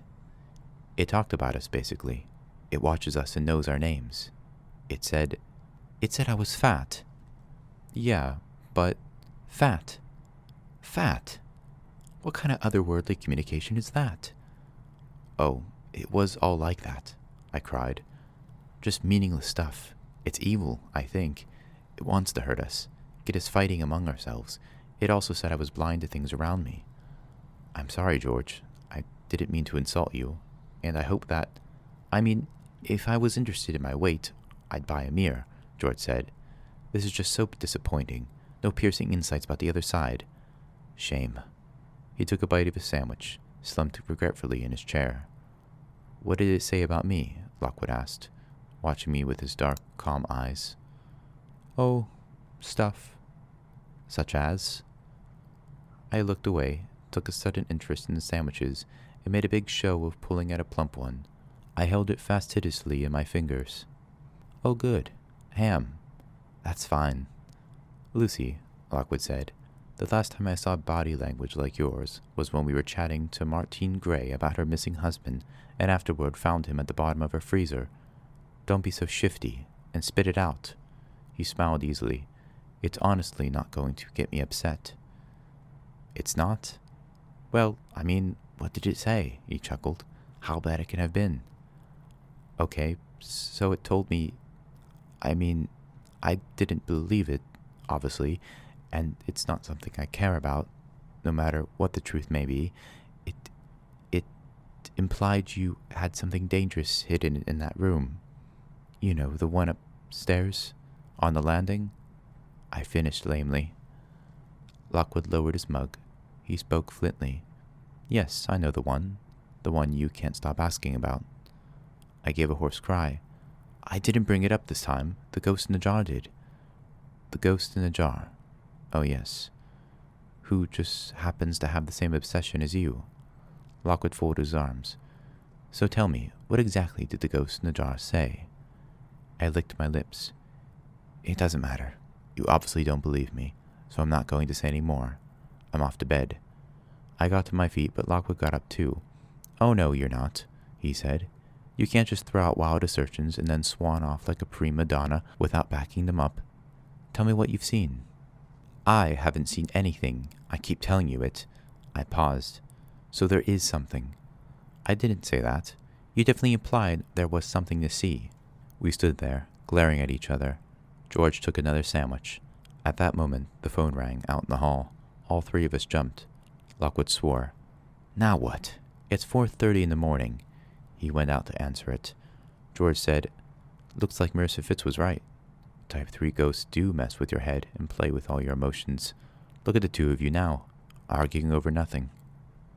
It's not nothing, I said. This is a basic issue of trust, which looks like a whopping great zero from where I'm sitting, George said. This ghost also called me fat. Do you see me reacting?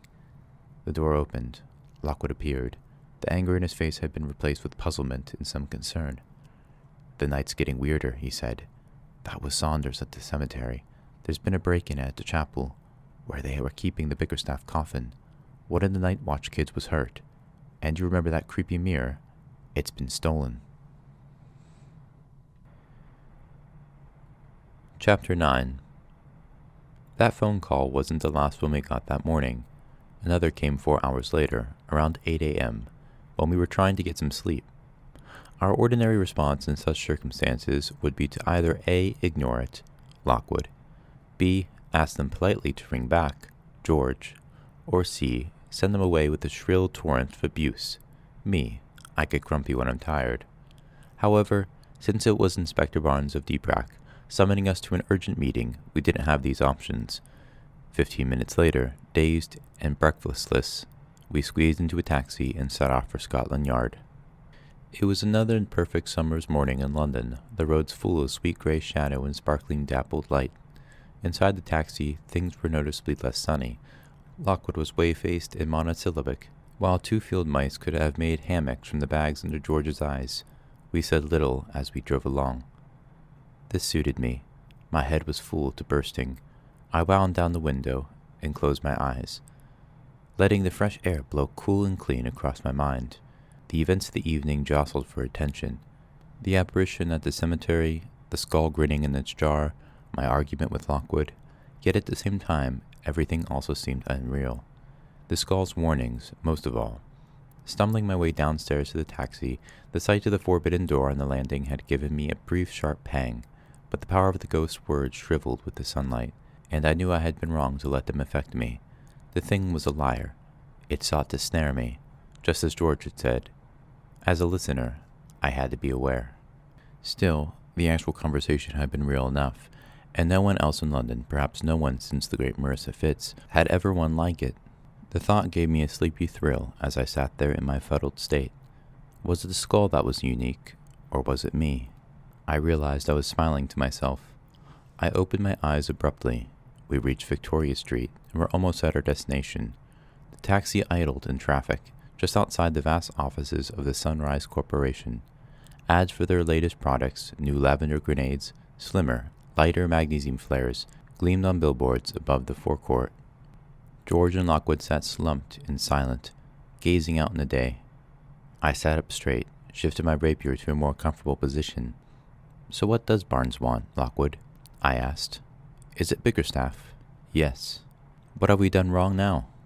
He grimaced. "You know Barnes. Does he need a reason?" The taxi moved on, pulled up outside the shimmering glass facade of Scotland Yard, where DPRAC had its headquarters. We got out, paid, and trudged inside. The Department of Psychic Research and Control, or DPRAC, as it was more conveniently known, existed to monitor the activities of the dozens of agencies now in existence throughout the country. It was also supposed to coordinate the national response to the ongoing epidemic of hauntings, and there apparently existed vast research laboratories in iron bunkers deep below Victoria Street, where DPRAC scientists wrestled with the conundrums of the problem. But it was in its incessant attempts to control independent agencies such as ours that our department most often entered our lives, particularly in the form of its dourly pedantic operational director, Inspector Montague Barnes. Barnes instinctively disapproved of Lockwood and Company. He didn't like our methods. He didn't like our manners. He didn't even like the charming clutter of our offices at Portland Row, although he had complimented me on my pretty tulips I put in the boxes outside the windows this past spring. Any request to call in on him at Scotland Yard inevitably led to our standing in front of his desk and being scolded like a row of naughty schoolchildren. So it was something of a surprise when, instead of being stuck in the usual waiting area, which smelled faintly of ectoplasm wipes, we were taken directly to the main operations room. It was at its quietest this hour of the day. The London street map on the wall showed hardly any flashing lights. No one was manning the ranks of telephones. A few neatly dressed men and women sat at the table, sifting through manila folders, collating new incident reports. A bloke with a mop swept up the residue of salt, ash, and iron filings that had been tramped in by DPRAC agents the night before. At a meeting table on the far side of the room, a flip chart had been set up. Near this sat Inspector Barnes, staring grimly at a pile of papers. He wasn't alone. Beside him, as pristine and self-satisfied as ever, sat Quill Kipps and Cat Godwin. I stiffened. Lockwood made a small noise between his teeth. George groaned audibly. "We've had near-death experiences," he muttered. "We've had domestic fights, we've had a pitiful amount of sleep, but this is going to drive me over the edge. If I leap on the table and start shrieking, don't try to stop me. Just let me howl." Barnes looked at his watch as we approached. "At last," he said. "Anyone would think you'd have a difficult night. Sit down and pour yourself some coffee. I see you still can't afford proper uniforms. Is that egg or ectoplasm on your t-shirt, Cubans? I swear you had that the last time I saw you. Same shirt, same stain." Kip smiled. Godwin looked blank. Yet again their outfits were crisp and spotless. You could have eaten your lunch off them, provided their faces didn't spoil your appetite. Yet again I was conscious of my sorry state, my unbrushed hair, still dampish from my shower, my rumpled clothes. Lockwood smiled around questioningly. "We're happy to wait while you finish your meeting with Kipps, Mr. Barnes. Don't want to butt in." "If you're firing them, I know of 2 vacancies," George added. "Toilet attendants needed at Marylebone Station. Could wear those same jackets and all." "Mr. Kipps and Miss Godwin are here at my request," Barnes said. "This is important, and I need more than one set of agents on hand. Now, sit down and stop glowering at each other. I want your full attention." We sat. Kipps poured us coffee. Is it possible to pour coffee unctuously? If so, Kipps managed it well. Barnes said, "I've heard about your efforts at Kensal Green last night. Mr. Paul Saunders of—" He checked his notes, spoke with fastidious distaste. "Of Sweet Dreams Excavation has given me a basic summary.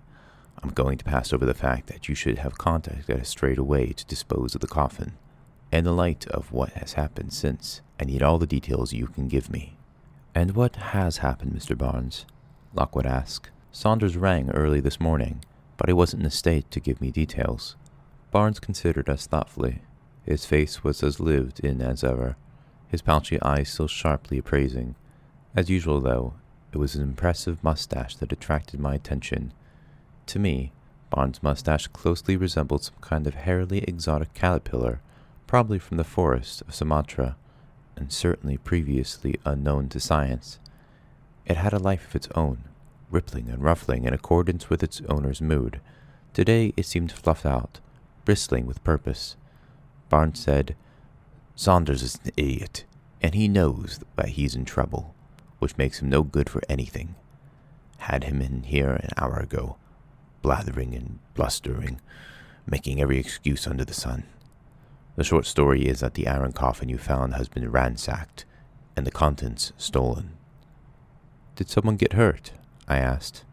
"I heard that a night watch kid—" "First things first," Barnes said. "I need a full account of what happened to you when you opened the coffin. What you saw, what you heard, all the relevant phenomena. Go."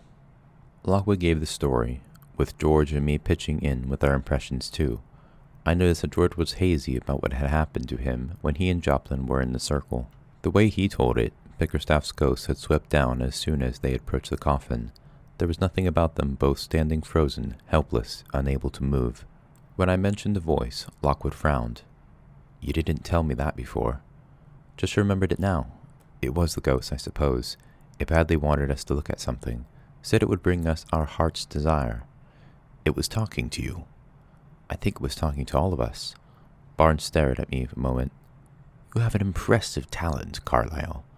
Now, this object that so startled Cubans, you say it was a mirror or looking glass, with a sort of wooden frame?" George and I both nodded. "Is that it?" Quill Kipps asked. "Not much of a description to go on." "There was no time for a proper look," Lockwood said. "Everything happened very fast, and frankly, it was too dangerous to spend time studying it." "For once," Barnes said, "I think you acted wisely. So, to sum up, it seems we have had 2 possible sources in the grave, the body of Dr. Bickerstaff and the mirror." "That's right. The apparition must have come from the corpse," Lockwood said, "because our net was still covering the mirror at the time. But from what George experienced, that mirror certainly has some kind of psychic energy of its own."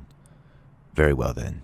From among his papers, Barnes took several glossy black and white photographs, which he set face down in front of him.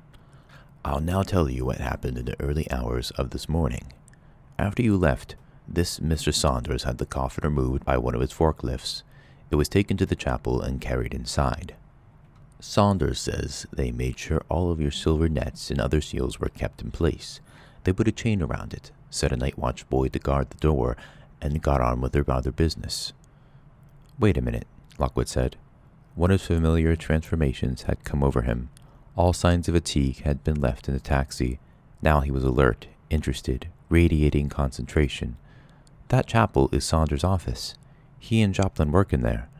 Where were they the rest of the night?" According to Saunders, he and Mr. Joplin were busy in another sector of the cemetery. Most of the night watch team was with him, though there were always people coming and going in the camp, fetching equipment, taking breaks, and so on. Midway through the night, around 2:30 a.m., the guard changed. Saunders supervised it and took the opportunity to look inside the chapel. Says it was all quiet. The coffin exactly as before. Another lad named of Terry Morgan came on watch. 11 years old, this boy. Barnes glared around at us and rubbed his mustache with a finger. "Well, Don came at 4:13 this morning, so that's when the psychic surveys had to stop. Just before 4:30, another kid came to the chapel to take over from Terry Morgan. He found the door hanging open. Just inside was Morgan's body." My heart gave a jolt. No, fortunately. Out cold. But he'd been clubbed with something hard. Whoever hit him had then flung open the coffin, thrown all your seals aside, and tipped the contents out onto the floor. He turned over the top 2 photographs and spun them along the table. Kipps took one, Lockwood the other. We leaned in to take a look. The shot had been taken from just inside the chapel door. In the background, I could see one of the desks and a portion of the altar. All across the floor was splashed a mess of agency equipment. Our iron chains, our silver nets, and several other seals and boards with which we had secured the coffin. In the center, the iron coffin lay on its side, with the mummified corpse half tumbled out onto the flagstones. Bickerstaff was just as unappetizing as the brief glimpse last night had suggested, a black and shrunken thing dressed in a ragged robe and moldy suit. One long bony arm splayed out at an unnatural angle, as if snapped at the elbow. The other lay palm up, as if reaching for something that had left. Fronds of white hair stretched like the legs of drowned spiders around the naked skull. "Nasty," George said. "Don't look at that face, Cat." The blonde girl scowled across at us. "I'm used to such things." "Yes, you work with Kipps here, don't you? I suppose you are." Kipps was frowning at the picture. "That coffin looks heavy to lift," he said. "Must be more than one thief." "Excellent point," Barnes said. "And you're right. Terry Morgan woke up in the hospital an hour ago. He's pretty shaken up, but he was able to describe how he was attacked. He heard a noise in the undergrowth beside the steps. He looked over, saw a man in a dark ski mask fast approaching. Then someone else struck him from behind." "Poor kid," I said. Cat Godwin, sitting opposite, raised an eyebrow at me. I stared back at her, expressionless. I could do the stony-faced look, too. "And so the mirror is gone," Kipps mused. "They must have done it near dawn, when they thought it was safe to remove the defenses. Still, it was a risky thing to do." "What's really interesting," Barnes said, "is the speed of it. The coffin was opened around midnight. Less than 4 hours later, the thieves were at the door. There wasn't time for word to spread normally. This was a direct order from someone at the scene." "Or someone who had recently left the scene," Cat Godwin said. She smiled at us. I glanced at Lockwood. He was staring intently at the photo, as if something in it puzzled him. He hadn't noticed Godwin's jibe. "Who knew about the coffin?" I said. Barnes shrugged. "The excavators, the sensitives, the night watch kids, and you." "If you think we did it," I said, "feel free to search the house. Start with George's dirty laundry basket. That's where we always hide the stuff we steal." The inspector made a dismissive gesture.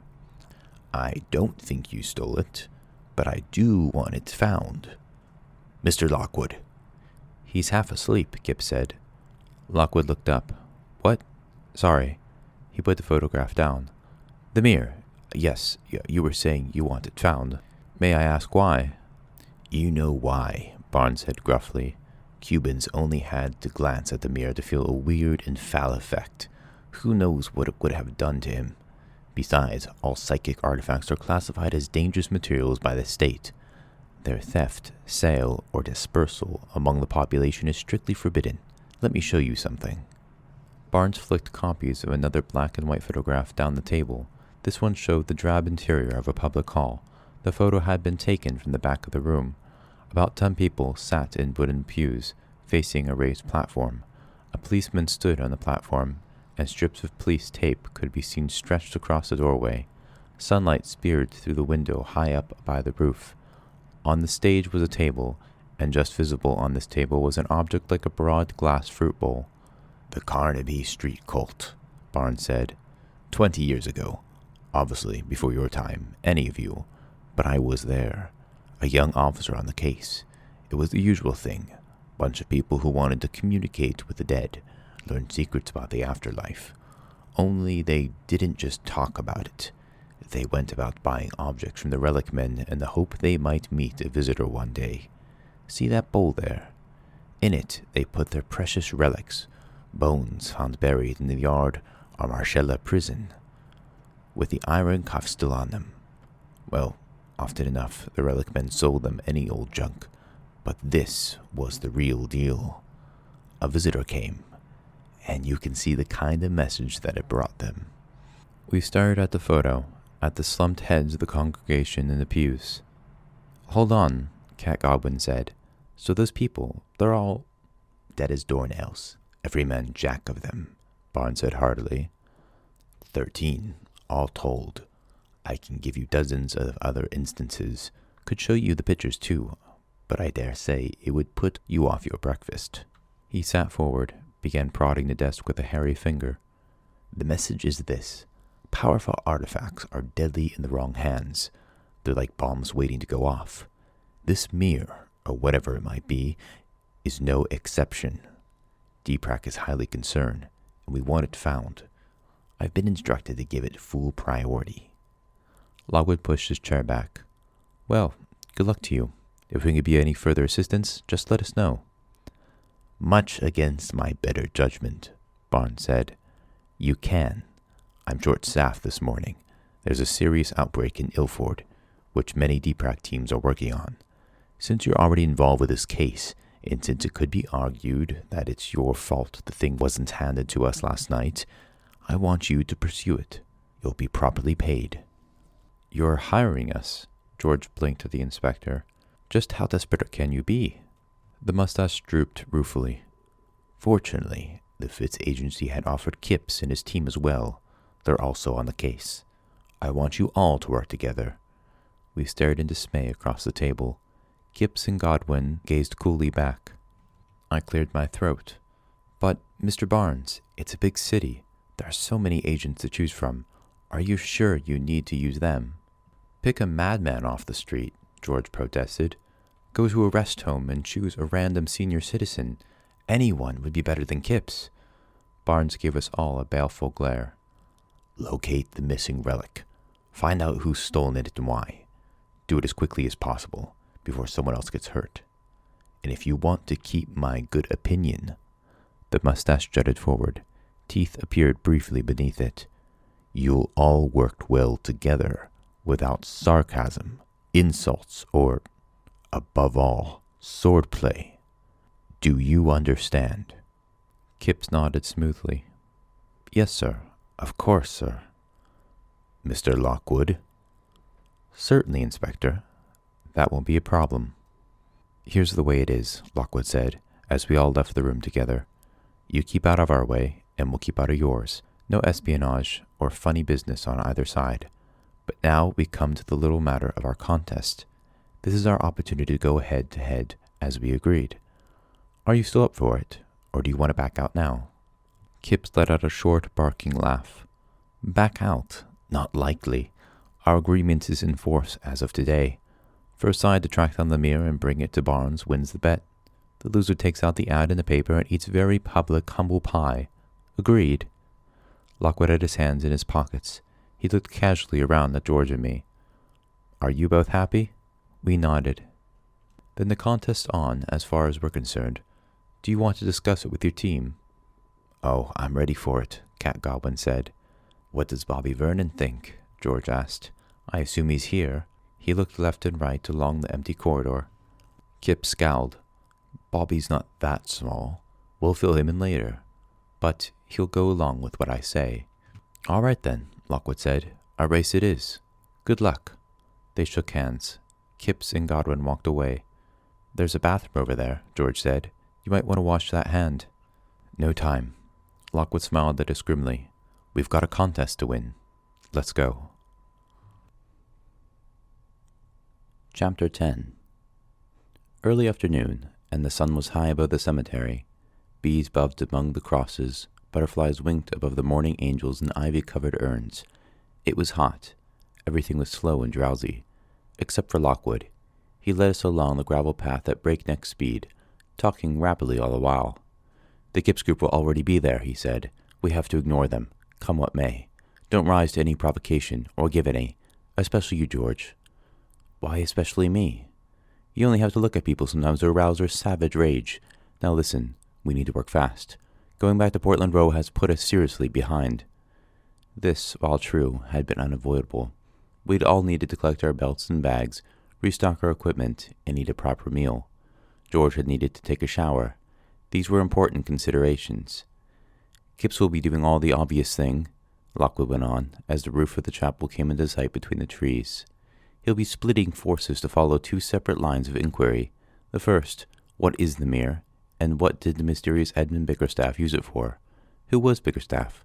Come to that, beyond all that baloney about sorcery and rats. George, that's your department from now on." George's glasses sparkled. "I should get over to the archive straight away." "Not yet. I want you to take a look at the scene of the crime with me, and particularly at the coffin. After that, you can head off, while Lucy and I pursue the second problem, namely, who stole the object and where is it now? We'll take a look around, talk to the people at the scene." He broke off as something occurred to him. "Oh, I've been meaning to ask you. That photo Barnes had, either of you see anything odd in it?" We looked at him, shook our heads. "No, it's just I thought I saw something inside that coffin," he said, "half hidden by the legs of the body. It was very hazy, hard to be sure, but—" I frowned.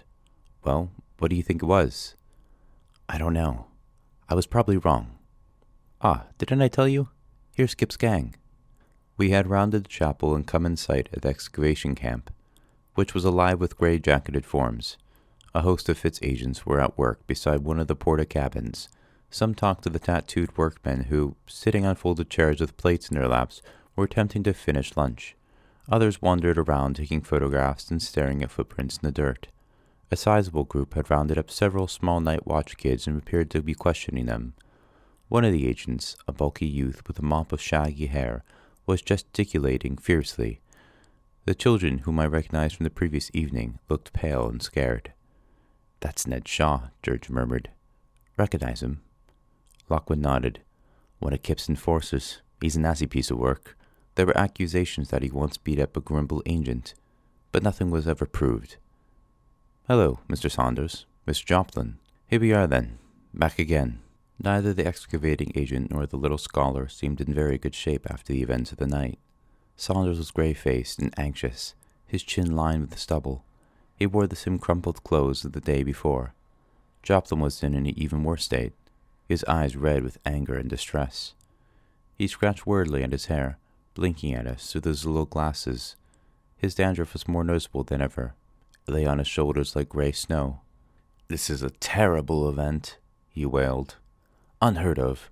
Who knows the value of what's been stolen? It's terrible, atrocious, awful." "And of course there was that poor night watch kid getting hurt," I said. The men ignored me. Saunders was scowling at Joplin. "Hardly unheard of, Albert. We've had thefts before. Security on our digs is like a sieve sometimes. What's different now is all the fuss that's being made. Deeprat getting upset. Agents crawling around like flies." Joplin sniffed. "I told you to place it under proper guard, Paul. Just one child on the door. That was never going to be enough. But no, you wouldn't have it. You always overrule me. I want to go back to check on him, but you said—" "Would you mind if we just visited the chapel, gentlemen?" Lockwood was all smiles. "Please don't feel you have to escort us. We know the way." Not sure what you'll find that the others didn't, Saunders said sourly. You do realize it was an inside job. Someone from the night watch tipped off the thieves. Ungrateful little buggers. The amount I pay them. Lockwood looked toward a group of night watch kids and their interrogation. Even from a distance, Ned Shaw's harassing tones could be heard. I see they're getting a hard time, he said. May I ask why? Saunders grunted. No mystery, Mr. Lockwood, he said. Just look at the layout. Here's the chapel. Here's the only entrance up these steps. Right outside we've got the camp. Toward dawn, when the theft took place, most of the night watch were coming back to their cabins. There were always several of them milling about around the fires. It would have been hard for the criminals to slip past without being seen. That's why Kipps believes some or all the night watch were in on it. But why should the thieves go past the cabins? I said. That's the way to the west gate, girlie, which is the only exit left open at night. All the others are locked, and the boundaries wall is far too high to climb over. Mr. Joplin had seemed distracted until now, biting his lip and staring with hot eyes out across the cemetery, but he suddenly spoke up. Yes, and if we'd kept the gate closed, as I advised, Paul, perhaps we wouldn't have had theft at all. Will you stop going on about it? Saunders snapped. It's just a stupid relic. George was frowning at the far end of the church where it brushed up against thick bushes. Kip's theory makes no sense, he said. The thieves could have crept around the back of the chapel just as easily as going past the camp, and gotten to the gate that way. Not really, Joplin said, because that was where Saunders and I were working. We were with the night team on that side of the chapel until dawn, assessing another sector. There were dozens of us. It would have been difficult to get by. Interesting, Lockwood said. Well, we'll have to take a look and see if anything occurs to us. Thank you, gentlemen. Nice to see you. We walked away. I hope those two idiots don't follow us, he breathed. We need some peace and quiet here. 2 strands of black and yellow D-Prac police tape had been stretched across the chapel doors. As we approached, Quill Kipps and his little researcher, Bobby Vernon, emerged from beneath the tape, blinking in the light. Vernon was almost hidden behind a giant clipboard. He wore latex gloves and carried an enormous camera around his neck. As he passed us, he was jotting something carefully onto a notepad strapped to the board. Kipps nodded to us lazily. Tony, Cubans, Julie. They pattered down the stairs. It's Lucy, I called after him. Why did none of us trip him? George muttered. It would have been so sweet. Lockwood shook his head. Be strong, George. Remember, no provocations. We stood a while at the chapel entrance, analyzing the spot where the unfortunate night watch guard had been attacked. It faced slightly away from the camp, and would have been in darkness. An intruder could certainly have approached the sidelong from the bushes, climbed up the steps, and stood there without being seen by anyone below. The lock on the door itself had been broken by something sharp, probably a chisel. That was all we could make out. We ducked under the tape and out of the day's heat into the cool of the chapel. Things hadn't changed much since Barnes' photo had been taken. Chains, coffin, and crumpled corpse of Dr. Bickerstaff, all were as before, except that, rather to my belief, the body had been covered with a piece of dirty burlap. In the daylight, the iron coffin seemed bigger than I remembered, hefty, thick-walled, encrusted with corrosion. Off to one side, a discarded watch stick lay amid the scattered salt and iron. Lockwood bounded over to the chains. He bent low and inspected the flagstones. The thieves crouched just outside the circle, he said. You can see the toe prints of the brutes here, scuffed into the salt. It was dawn. They were almost safe from visitors, but they didn't want to bank on it. They had knocked out the kid and taken his stick. They used that to pry open the lid and pull off the silver net. Then they hung back, waiting to see if anything happened. Nothing did. All was quiet. Now they stepped into the circle and tipped the coffin, so the body tumbled out onto the floor. He narrowed his eyes. Why do that? Why not just grab the mirror? Maybe they wanted to see if anything else was in there, George said. And they didn't want to manhandle Bickerstaff, I added. That part I understand. Fair enough, Lockwood said. So he tipped it over. But was there anything else inside? And is there now? He hopped over the body and peered inside the coffin. Taking his rapier from his belt, he poked it into the furthest recesses. Then he straightened. Nothing, he said. Odd. And the photograph, I thought. So what did you see in the photograph? I asked. A bundle of sticks. He brushed his hair irritably back from his face. I know, doesn't seem likely. Maybe it was a trick of the eyes. Anyway, it's not there now. For a while we assessed the rest of the chapel. I paid particular attention to the little wooden door behind the altar rail. It had been padlocked and triple bolted. I pulled at the padlock speculatively. Internal door, leading down to the catacombs, I said. Firmly locked on the side. I did wonder if that was the way the thieves came and went, though I suppose it doesn't square with the Night Watch Kids account. Looks secure, Lockwood agreed. Okay, let's go inside. So what do you think about Kip's theory? George asked, as we set off down the steps. You think the thieves went past the Night Watcher's camp? Think the kids are in on it somehow? Lockwood pulled at his long, straight nose. I very much doubt it. It's far more likely that... He stopped. We heard a cry of pain. The camp had quieted down since we'd been inside. Saunders, Joplin, and the workmen had gone about their business, and Kip was nowhere to be seen. Only one final Night Watch kid was left, 4 burly Fitz agents standing over him like a wall. He was just picking up his checked yellowed cap from the ground. As he stood up, I recognized a Shirley urchin who had been stationed at the gate the previous day. The kid put his cap back on. Once again, the biggest agent, Ned Shaw, leaned over and casually slapped the side of his head.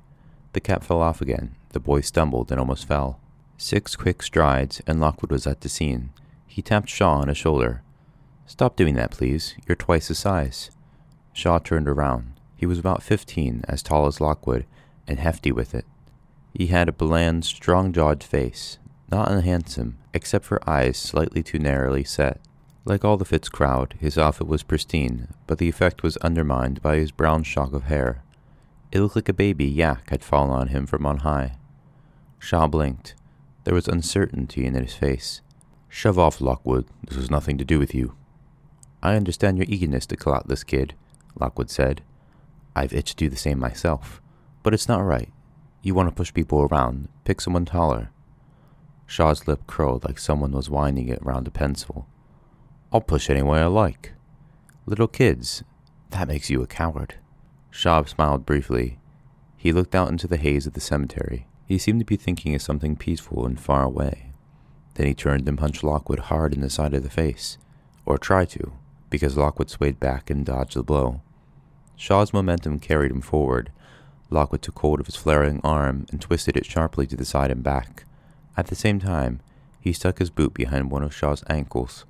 Shaw cried out, lost his balance, tripped over his own feet and fell, knocking into one of the other agents and sending them both flailing to the ground. Shaw's face flushed purple. He instantly sought to rise, but he found the point of my rapier gently resting against his chest. Our no provocation rule is surprisingly flexible, George remarked. Can I give him a kick, too? Shaw silently regained his feet. Lockwood watched impassively. I lowered my sword arm, but I held it ready. None of the other Fitz agents did anything at all. We can continue this whenever you like, Lockwood said. Just name a time. Oh, we'll continue it, Ned Shaw nodded. Don't you worry about that. He glared at Lockwood and then at me, his fingers twitching. Come on, Ned, one of his companions said. This little runt doesn't know anything anyway. Ned Shaw hesitated. He gave the Night Watch boy a narrow, appraising stare. At last he nodded and gave a signal to the others. Without further words, they loped away among the gravestones. The kid watched them go, his eyes wet and shining. Pay no attention to him, Lockwood said. They can't really touch you. The boy drew himself up to his full, not very considerable height. He adjusted his cap with an angry gesture. I know that. Of course they can't. They're just police throwing their weight around. Some agents do that, I'm afraid. The boy spat into the cemetery grass. Yeah, agents. Stuck-up snobs. The lot of them. Who gives a damn about agents? Not me. There was a silence. Yes. Actually, we're agents too, I said. But we're different from Ned Shaw. We don't use his methods. We respect the Night Watch. So if we ask you a few questions, it'll be done differently. No slapping about, for one thing. I smiled winningly at the boy. The boy stared back at me. We're not going to thump you, is what I mean. The boy sniffed. That's a laugh. I'd like to see you try. Lockwood's nostrils twitched slightly. Okay, he said. Listen, a dangerous artifact was stolen last night. In the wrong hands, it could do terrible things around London. The kid looked bored. He stared impassively away at the patch of ground. The theft happened while your team was on watch. One of your friends was badly injured, wasn't he? Terry Morgan. The kid rolled his eyes. That chin wipe. He ain't my friend. We all stared at him. Yeah, George breathed. That statement I could believe. You were on the West Gate last night, Lockwood went on in a steely voice. If you saw anything, if you know anything that can help, it would be well worth you telling us. Anything that might give us a clue we need. The boy shrugged. Are we finished? Good, 'cause I'm missing chow time. He jerked a thumb toward the prefab cabin. There'll still be sandwiches in there. See you. He began to swagger away. Lockwood stood back. He looked up and down the cemetery. No one was coming. He grabbed the boy by the scruff of the neck, lifted him squealing above the grass. As I say, he said, we're not like that Fitz crowd. We don't go in for slapping people around. We do have other methods, however, that are equally effective. See that chapel? There's an iron coffin in there. It was occupied, but now it's empty. Well, it'll be occupied again in a minute if you don't start answering my civil questions. The kid flicked a tongue over dry lips. Get lost. You're bluffing. You think so? You know little Bill Jones on the Putney Night Watch? No, I've never seen him. Exactly. He crossed us too. Lucy, George, grab a leg. We're taking him inside. The boy kicked and squeaked, to no avail. We advanced toward the chapel. What do you think? Lockwood said. 5 minutes in the coffin. See if he talks. I considered. Make it 10. All right. The kid was suddenly frantic. I'll cooperate. Put me down. He lowered him to the ground. That's better, Lockwood said. Well then? The kid paused to adjust his cap, which now half covered his face. I still reckon you're bluffing, he panted, but I'm missing my sandwiches, so... He rolled his shoulders as if to gear up his tongue. Yeah, I was on the West Gate all last night. I saw nothing. After you left, no one came through at any time. You were there until after dawn, until after alarm was raised. Excellent. From nowhere, Lockwood brought forth a coin and tossed it to the boy.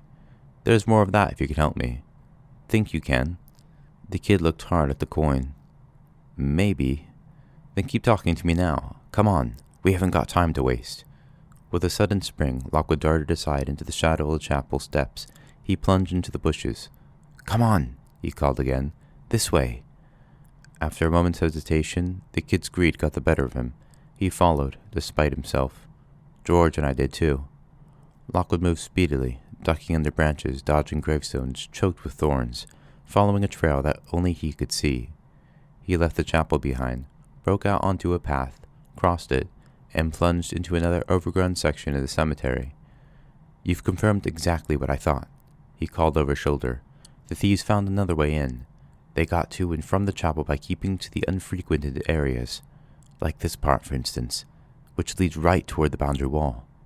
He gave a flying leap, landed on a box tomb, and clung to the angel atop it as he surveyed the ground beyond. The undergrowth is too thick that way, he mused. But what about over there? Aha! Yes, I see a route. We'll try it. Jumping down, he grinned back at the night watch kid. Nothing went past you last night, he said. But what about other nights? You keep your eyes open. See any strangers? Relic men. The kid had been scampering to keep up, holding his cap to his head, seemingly mesmerized by the speed and decisiveness of Lockwood's movements. His hostility had entirely vanished. He held the coin tightly in his grubby hand.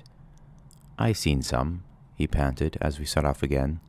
There's always a few hanging around the cemeteries. Any in particular? Couple. They're well known. Always go around together. Saw them a week or two back.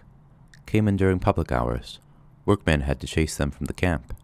Excellent, Lockwood cried. He was rushing down a grassy aisle between high stones. 2 together. Good. Can you describe them? One, not so much, the kid said. Plump bloke, blonde hair, scritty mustache. Young, wears black. Name of Duane Nettles? George made a skeptical noise that sounded like gas escaping from a rhino. Duane Nettles. Oh, he sounds scary. Sure you're not making this up? And the other, Lockwood called. The kid hesitated.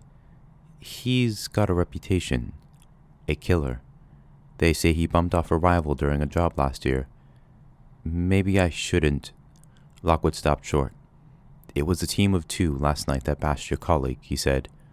Let's say one was Nettles. Who was the other?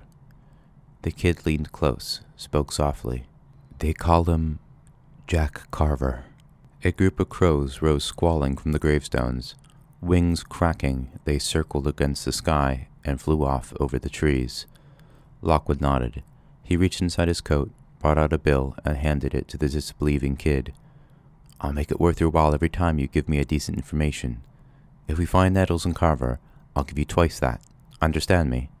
Now, I want Carver's description. Carver? The boy scratched his chin. Young man, in his 20s, as tall as you, a little broader in the shoulders, heavier around the belly. He's got light red hair, long and straggly, pale skin, long nose, narrow eyes, can't recall the color. Wears black jeans, black biker's jacket, carries a work belt, a bit like yours, and an orange backpack. Oh yeah, and black lace-up boots, like the ones the skinheads wear. Thanks, Lockwood said. I think we're going to get along well. He set off up the path again. Ahead of us loomed the boundary wall, hidden behind a row of spreading linden trees. The kid trotted along beside us, busily stuffing the money into some sweatily remote portion of his clothes. George shook his head. Duane Nettles. Jack Carver. If you're keen on giving money away so easily, Lockwood, don't give it to random kids. I can make up silly names too. But Lockwood had halted so abruptly we almost bumped into him. Look, he cried. I knew it. We're on the right track. He pointed ahead of us. There, lying in shadow beside a tree, was something I had only previously seen for a split second, held in a corpse's fist, a ragged white cloth, lying crumpled in the grass. We clustered close, but of course the mirror it had contained was gone. I don't get it, I said. Why ditch it here? It's a stinking bit of corpse rag, Lockwood said. I wouldn't hold on to it for long. And it was dawn by that time. Psychic objects lose their power when the sun is up. They knew it'd be safe to touch the mirror then. Maybe they transferred it to the backpack, in preparation for the climb. He pointed to the dappled canopy above.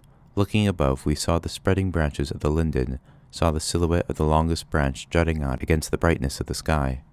Our eyes ran along it until it reached the boundary wall and disappeared beyond. The rope tied to it could just be seen dangling on the other side. That's the Regent's Canal over there, Lockwood said. They shinned down, landed on the towpath, and then they were away. George had been staring off among the gravestones. Nice one, Lockwood. That's great detective work, but you haven't got everything right. Lockwood looked slightly put off. Oh, really? In what way? They didn't both climb the tree. How'd you know that? One of them's still here. We looked at him. George stepped aside. Beyond the wedge between 2 gravestones was a body, lying on its back. It was a young man dressed in black jeans, boots, a hooded top, a plump young man with an atrocious peach fuzz mustache and pale acneed skin. He was very dead. The early stages of rigor mortis had set in, and his hands were raised up in front of his throat, fingers frozen in an awful defensive clawing pose. That wasn't the worst of it. His eyes were wide open, his face twisted into a paroxysm of such horror that even Lockwood went white, and I had to look away. The night watch kid made a choking noise. Maybe I owe you an apology, kid, George said. From your description, this might be Duane Nettles. Was a ghost touch, I said. Can't be. It was after dawn. It's not ghost touch, because he's not swollen or discolored, but something killed him, very fast, and very horribly. I thought of the so-called mirror, of its little circle of dark glass. I thought of the way George had looked into it and felt as if his insides were being pulled out. How then? I whispered. George's voice was surprisingly level, matter-of-fact. From the way he looks loose, I'd have to say he died of fright. Chapter 11. 50 years of the problem have led to many changes in our society, and not all of them are what you would expect. When the great Tom Rotwell and Marissa Fitz went public with their discoveries all that time ago, the general reaction was shock and panic. Their first publication, What Binds the Departed to Us proposed that certain objects connected to violent deaths or other traumas might become cyclically charged, and so act as a source or gateway for supernatural activity. Human remains, precious belongings, or indeed any potential object of desire might fall into this category, as might the exact location of a murder or accident. The idea caused a sensation. A public frenzy took over. For a while, any object even dimly supposed to have some kind of psychic residue was treated with terror and disgust. Items of old furniture were burned, and random antiques smashed or thrown into the Thames. A priceless painting in the National Portrait Gallery was hurled to the floor and trampled on by a vicar, because it looked at me in a funny way. Anything with a strong connection to the past was considered suspect, and a cult of modern objects grew up, which remains with us even now. The notion that anyone might be interested in sources for their own sake was laughable. They were perilous and needed to be destroyed.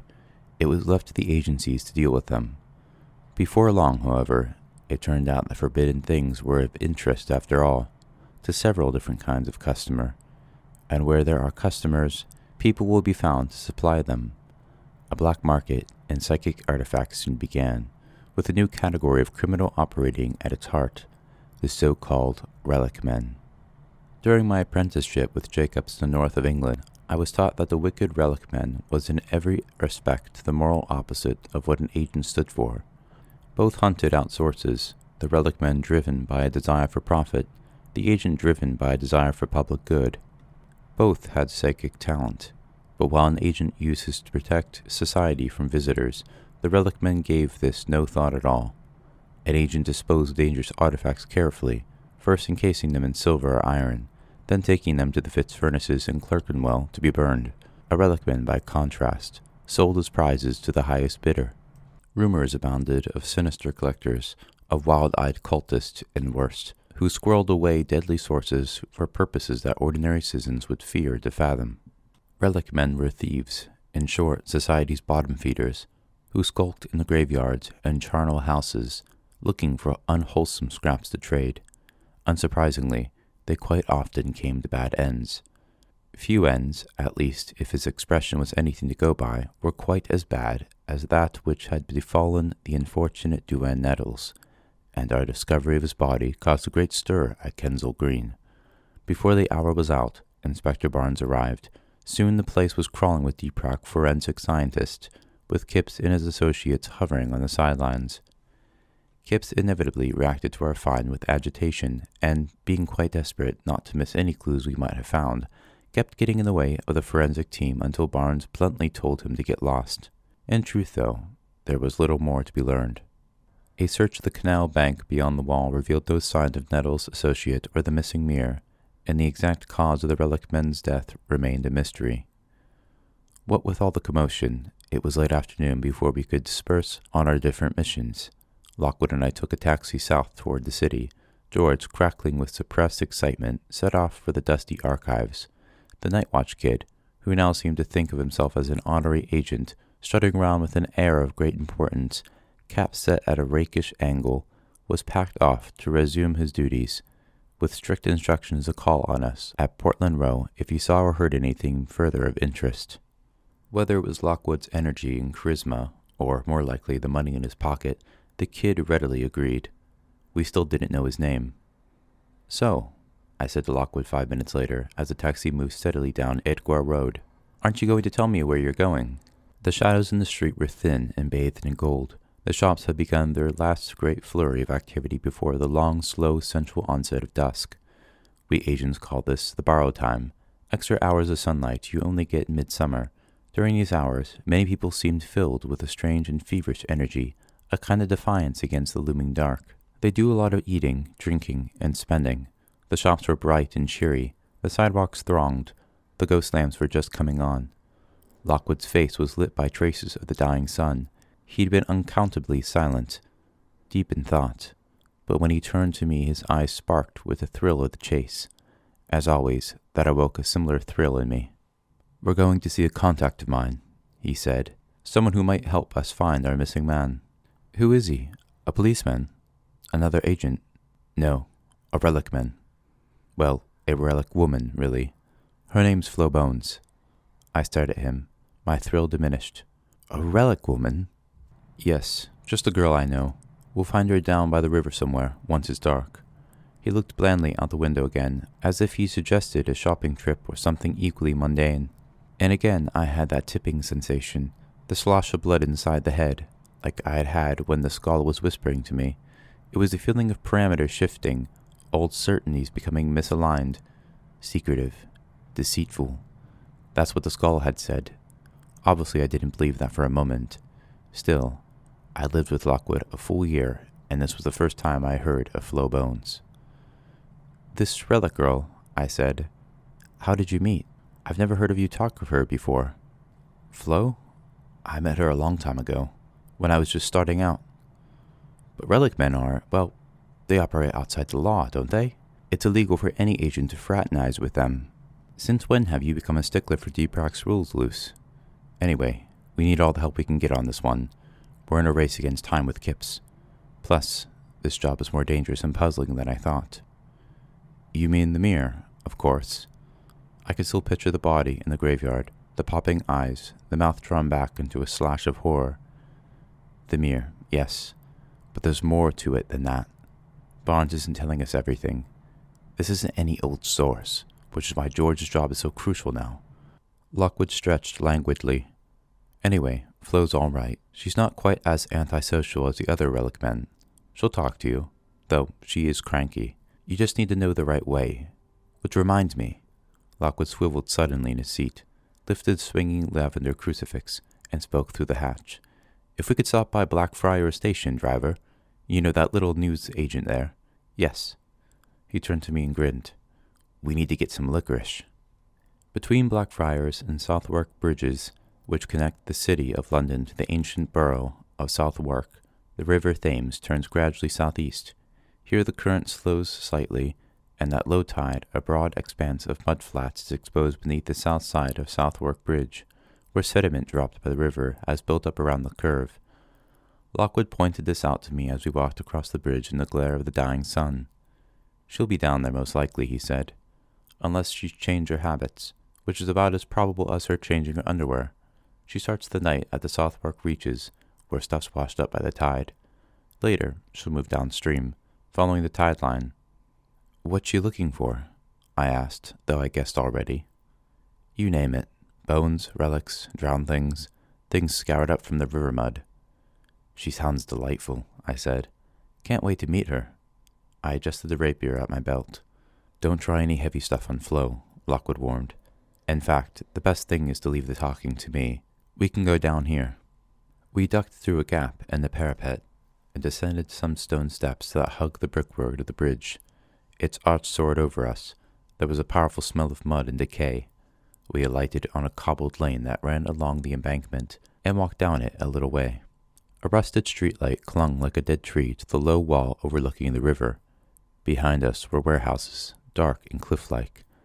A faint apricot-pink sphere of light gleamed about the lamp, illuminating nothing except a narrow flight of steps leading below the wall. Above and all around the space were the river mist and the flowing onset of the night. Lockwood said, We move carefully now. Don't want to scare her off. The steps led steeply down toward the river. From the wall, we could see the northern bank, a broken snake of lights, with London's great grey mess of spires behind. The tide was fully out. The river's sullen glister hung low and far away. It was very quiet everywhere. Lockwood nudged me, pointed. A lantern was moving out on the mudflats, an orange light held close to the ground, its reflection flitting just beneath it, faint as a shade, swooped wet and pale across the shingle, lighting the stones and weeds and all the river's washed-up flotsam, the wood and plastics, fragments of metal, bottles, drowned and rotting things. A stooped, slow figure walked above the lantern light, cocooning it, as if to shroud it jealously from all sight. It moved with methodical purpose, stopping now and then to pick at something in the debris. A heavy sack which it dragged behind it carved an intermittent furrow in the slime. Whether it was the trail it left, or its hunched and rounded shape, this creature seemed more like a giant snail from the bottom of the Thames than a fellow human being. You want to talk to that? I whispered. Lockwood made no answer. but pattered down the river stairs. I followed. Halfway down, the steps became soft and wet with moss. Lockwood reached the last step, but went no farther. He raised a hand and called out over the dark expanse, "Hey, Flo!" Away across the mud, the figure froze. I sensed, rather than saw, the pale face staring at us from afar. Lockwood raised his voice again. "Flo!" "What if it is? I haven't done nothing." The reply, rather high and cracked, didn't carry well. It would have been natural to move closer, but Lockwood was cautious. He remained standing on the bottom step. "Hey, Flo, it's Lockwood." Silence. The figure straightened abruptly. I thought for a moment it was going to turn and run, but then the voice came again, faint, hostile, and guarded. "You? What the bloody hell do you want?" "Oh, that's fine," Lockwood murmured. "She's in a good mood." He cleared his throat, called out again, "Can you talk?" The distant person considered. For a few seconds we heard nothing except the sloop and slosh of the river along the shore. "No, I'm busy. Go away." "I've brought licorice." "What? You're trying to bribe me now? Bring money." More silence. Just the sucking of the water. Away in the haze, a head was cocked to one side. "What kind of licorice?" "Come and see." I watched as the figure began to plow its way rapidly toward us through the mire. It was a limping witch, a night hag from a child's fever dreams. My heart beat fast.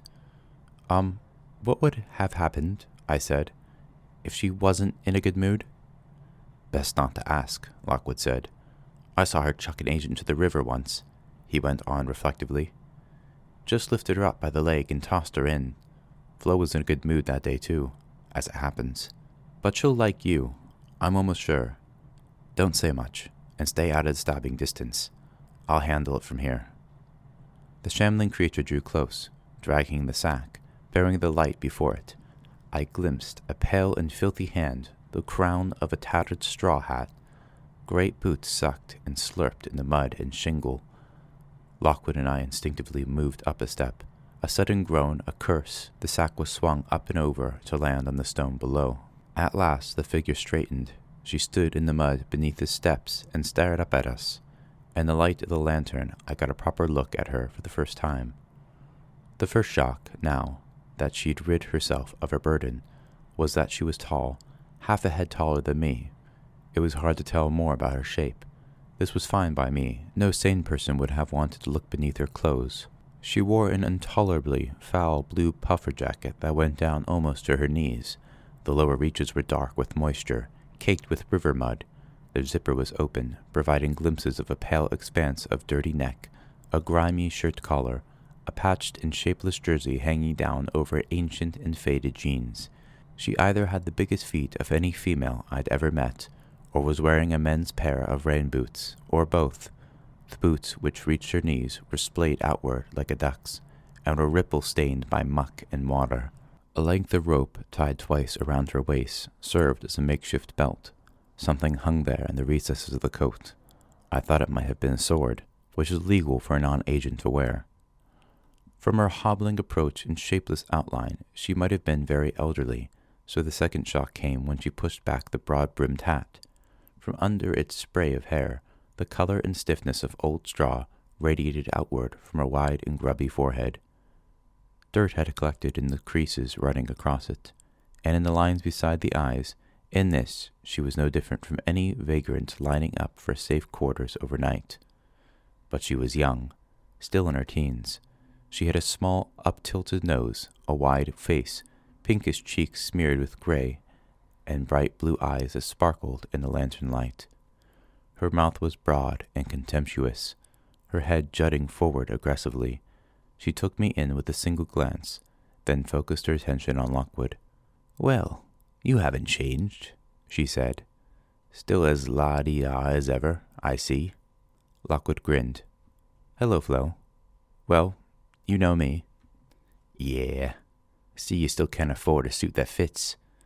Don't bend over quick wearing those trousers. That's my advice. I thought I said I never wanted to see you again." "Did you? I don't remember. Did I say I brought licorice whirls?" "Like that changes anything. Give them here." A paper bag was produced and delivered to a claw-like hand, which stowed it in some unmentionable recess beneath the coat. The girl sniffed. So who's this trollop? This is Lucy Carlyle, my associate, Lockwood said. I should say at once that she has no connection with DPRAC or the police, or the Rotwell Agency. She's an independent operative, working with me, and I trust her with my life. Lucy, this is Flo. Hello, Flo, I said. Florence Bonar to you, I'm sure, the girl said in a hoity-toity voice. See you've got another posh in there, Lockwood. I blinked indignantly. Excuse me, I'm working class Northern, and when you say another... Listen, Flo, I know you're busy. It was Lockwood's emollient voice, the one he used in tough corners, with irritable clients and with angry creditors who came knocking on our door. The full gigawatt smile would be coming next, sure as day. I don't want to bother you, he said, but I need your assistance. Just a little bit of information, then I'll be gone. A crime has been committed. A kid's been hurt. We've got a lead on the relic man who did it, but we don't know where to find him, and we were wondering if you could help. The blue gaze narrowed. The creases around the eyes disappeared into the dirt. Don't flash that smile at me. This relic man, he's got a name. Jack Carver. A cold breeze blew across the river, rippling the matted stalks of Flowbone's hair. Sorry, there's a code of silence among our kind. We can't rat on each other. That's just the way it is. First I had heard of it, Lockwood said. I thought you were famous for your cutthroat rivalry and happy to sell each other's grandmother for 6 pence. The girl shrugged. The two things ain't mutually exclusive if you want to stay healthy. She grabbed the neck of her canvas bag. And I don't want to be washed up by the dawn tide, so that's the end of it. Goodbye. Flo, I gave you liquor swirls. It's not enough. No good, Lockwood, I said. She's scared. Come on. I touched his arm, made as if to climb the steps. The girl's face was a sudden white oval staring up at me. What did you say? Lucy, it's probably not wise, but I had enough of keeping quiet. Flowbones annoyed me, and I was going to let her know it. Sometimes politeness only gets you so far. It's all right, I said. She can go back to scrabbling gently in the mud, while we get on with hunting the guy who bashed a kid and robbed a grave, and now has a vicious artifact that probably threatens London. Each to their own. Come on. A hop, a skip, a stench that made my toenails curl, a puffer jacket crackling against my coat, a jutting face pressed into mine. I was thrust back against the stonework of the steps. I don't like what you're saying, Flowbone said. It's okay, I said sweetly. I'm not blaming you. People have to know their limitations. Must avoid danger no matter what. It's just the way things are. Now, I don't want you to scuff your coat. You think I avoid danger? You think there's no danger in what I do?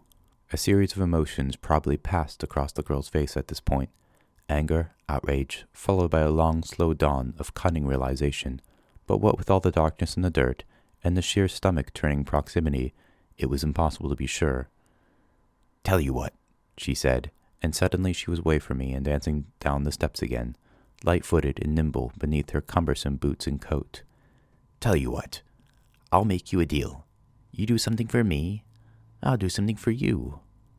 With a crunch, she landed back on the shingle and took up the lantern. Come out onto the reaches with me, unless you're afraid of getting your feet wet. After all, I'll tell you all about him. You know Jack Carver, then, Lockwood said. You'll tell us what you know. Yes. Her eyes glittered. Her mouth grinned broadly. First, just a little gentle scrabbling in the mud. Something you could help me with. What I ain't been able to do. Lockwood and I glanced at each other. Speaking personally, the girl's insane grin didn't inspire enormous confidence, but we didn't have much choice. If this line of inquiry was to proceed, we jumped down onto the sand. 20 minutes later, my boots were sopping, my leggings soaked as high as my calves. 3 times I'd stumbled, and the side of one arm was caked in mud and sand. Lockwood was in a similar state, but he bore it without complaint. We followed Flowbone's lantern as it leaped and swung ahead of us like a will-o'-the-wisp, darting from side to side as she picked her way across the mire. Under the sodden blackness beneath the bridge we went, and out onto the Southwark Regis, with the tide wall of the embankment curling steadily away from us to the right. River mist had risen. On the opposite bank, the wharves rose from the water like rotting black cliffs, soft and formless, Faint red and orange lights pulsed on the tips of the crane masts and the jib ends. "Here we are," Flowbone said. She raised a lantern. 2 rows of great black wooden posts emerged from the muck, 12 feet tall or more, tracing the line of a long-lost wharf or pier. Their sides were thick with weeds, mostly black, in places faintly luminous. Barnacles and shells clung to them too, rising above our heads to the high tide line. In places, rotten spars still spanned the post. To our left, the farthest post rose from the water, but where we stood, the muck was soft and granular with millions of tiny stones. Flowbone seemed energized. She tossed her sack aside and bounded up to us. "Here," she said again. "There's something here I want, only I've never been able to get it." Lockwood took his flashlight out and shone it around. "Show us where. If it's heavy, I've got rope in my pack." Flo chuckled. "Oh, it's not heavy. I'm sure it's very small. No, right now you've got to wait. Stand tight. We won't be long." With this, she skipped away toward the nearest post, rounded it, and zigzagged to another, chuckling throatily the while. I leaned in close to Lockwood. "You realize," I whispered, "that she's completely mad. She's certainly a bit odd. And so disgusting. Gah! Have you gotten close to her? That smell." "I know," Lockwood said mildly. "It's a little intense." "Intense? I can feel my nose hair shriveling. And if—" I stopped, suddenly alert. "What is it, Lucy?" "Do you feel that?" I said. "Something's starting." I pulled up my sleeve. My skin was peppered with goosebumps. My heart had given a double beat. The back of my neck was tingling. As an agent, you learn to listen to these signs, early warnings of a manifestation. "Creeping fear," I said, "and chill. Also." I wrinkled my nose. "You smell that? There's a miasma building." Lockwood sniffed. "To be frank, I thought that was Flo." "No, it's visitors." As one, we drew our swords, stood watchful and alert. Away among the posts, Flo's bobbing light grew stilled. We heard her fretful crooning. Mist swirled. The new night darkened around us. Ghosts came. Chapter 12. Lockwood saw the apparition first. He's got better sight than me. "Over there," he breathed. "See that post on the other side? The second one along." I squinted through the darkness, then the swirling river mist. If I stared directly at the spot he indicated, I saw nothing. If I looked slightly away from it, out toward the middle of the river, I could just make out something whitish, hanging high in the air beside the post. It was extremely frail. It hung there, bothersomely, like a smudge on a lens. A trick of the eyes. "I see it," I said. "Looks like a shade to me." Agreed. He made a noise of faint perplexity. "It's weird, though. We're right by the Thames. How much running water do you need?" The problem, the great mystery, is itself composed of numberless small mysteries, and one of the oddest is the undeniable fact that visitors of all types and temperaments hate fresh running water. They can't abide it, even in small amounts, and won't cross its flow. This is a precious fact which every agent has relied on at one time or another. George claims he has once escaped a specter by turning on a garden hose and standing safe behind its little spurting stream. It's also why so many shops in central London have runnels by them, and why so much trade is done by boat, up and down the Thames. Yet here was the river, only 20 yards away, and here was the glowing haze. "Low tide," I said. "The water's drawn back. The source must be dry." "Must be," he whistled. "Well, I didn't expect this." "Flo did," I said. "She tricked us. This is some kind of trap." "'S not," the voice spoke loudly in my ear. I gave a jump, knocked into Lockwood, swung my rapier around to find Flowbones leering at my side. She had lowered the covers on her lantern. Her face seemed to float in darkness, a grubby disembodied head. "Trap," she hissed. "This is your side of the bargain. This is 3 of us scrabbling happily in the dirt. What's the matter? You're an agent. You're not afraid." "Of this? One shade?" "Oh, you just see one up there, do you?" She pursed up her mouth, all tight and crinkly, then snorted in disapproval. "Very good. Well done. Have a cigar and join a proper agency. There are 2, you daft dollop. There's a little one beside her." I scowled into the darkness. Don't see it. You're making it up. No, she's right. Lockwood had his hand cupped over his eyes. He was clearly concentrating hard. Faint and formless, like a cloud. The tall one's a woman, wearing a hat or shawl, a hooped skirt. Victorian or Edwardian, maybe. That's it. Old, Flowbone said. I expect a mother and a child that jumped in the Thames together. Suicide and murder. An ancient tragedy. Their bones must be under that wharf, I reckon. And you don't see it, she said to me. Well. Sight's not really my area, I said stiffly. Ain't it? Shame. Her head jerked close. So enough this nattering. I want your help now. Here's how it goes. We all of us creep near the post, slowly, quietly, no sudden moves. That might make 'em suspect nothing. Then it's easy. You keep an eye on 'em, making sure they don't get agitated, while I go a-fretting with my trusty marsh knife here. She pushed back the noxious coat, and I saw the blade at her belt for the first time, a short, wickedly curved weapon with an odd double prong at the point, like a giant can opener or those little wooden forks you get with jellied eels. Just watch my back, she said. That's all you have to do. It won't be deep. I won't take long. I made an exclamation of disgust. So the idea is, we're to stand guard while you go digging for a dead kid's bones, which you then hope to sell on the black market?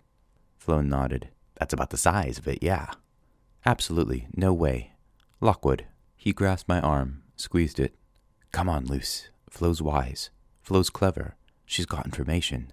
If we want it, we have to help her. Simple as that. Another sharp squeeze. A fond, rather fatuous grin had spread over Flo's face.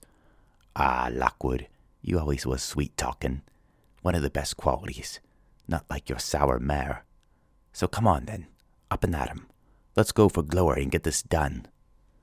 Without further words, Lockwood and I checked our belts. We readied the rapiers in our hands.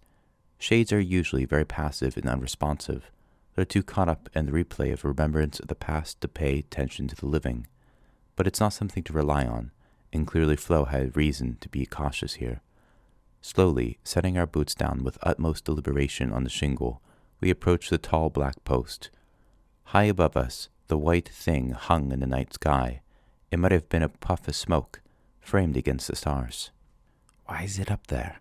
I whispered. Flo was just ahead, humming jauntily to herself. It's the old level of the wharf, where she stood before jumping in. Hear anything? Hard to tell. Could be a woman sighing. Could be the wind. What about you? No death glows. We wouldn't expect to see them if they died in fresh water. But I do feel... Lockwood breathed deep to steady himself, a strong weight pressing down on me. You get it. Such grief. Yeah, I've got it. Powerful malaise for a shade. He stopped short. Hold on. Did you see it move, Lucy? I thought I saw it quiver there. No, I missed that. Ugh, look at Flo. Where's her self-respect? The relic girl had reached the base of the post. Setting the lantern down, she squatted on her haunches and began scooping up gouts of mud and pebbles with her long curved knife. Lockwood motioned me back a little way. Keeping his eyes fixed on the shape hanging directly above, he stationed himself behind Flo's crouching form. Now that we were close, the malaise had intensified. A fearsome melancholy stole over me. I felt my shoulders droop, my knees begin to buckle. Tears pricked at my eyes, a vile hopelessness swirled in my gut. I shook it off. It was a false emotion.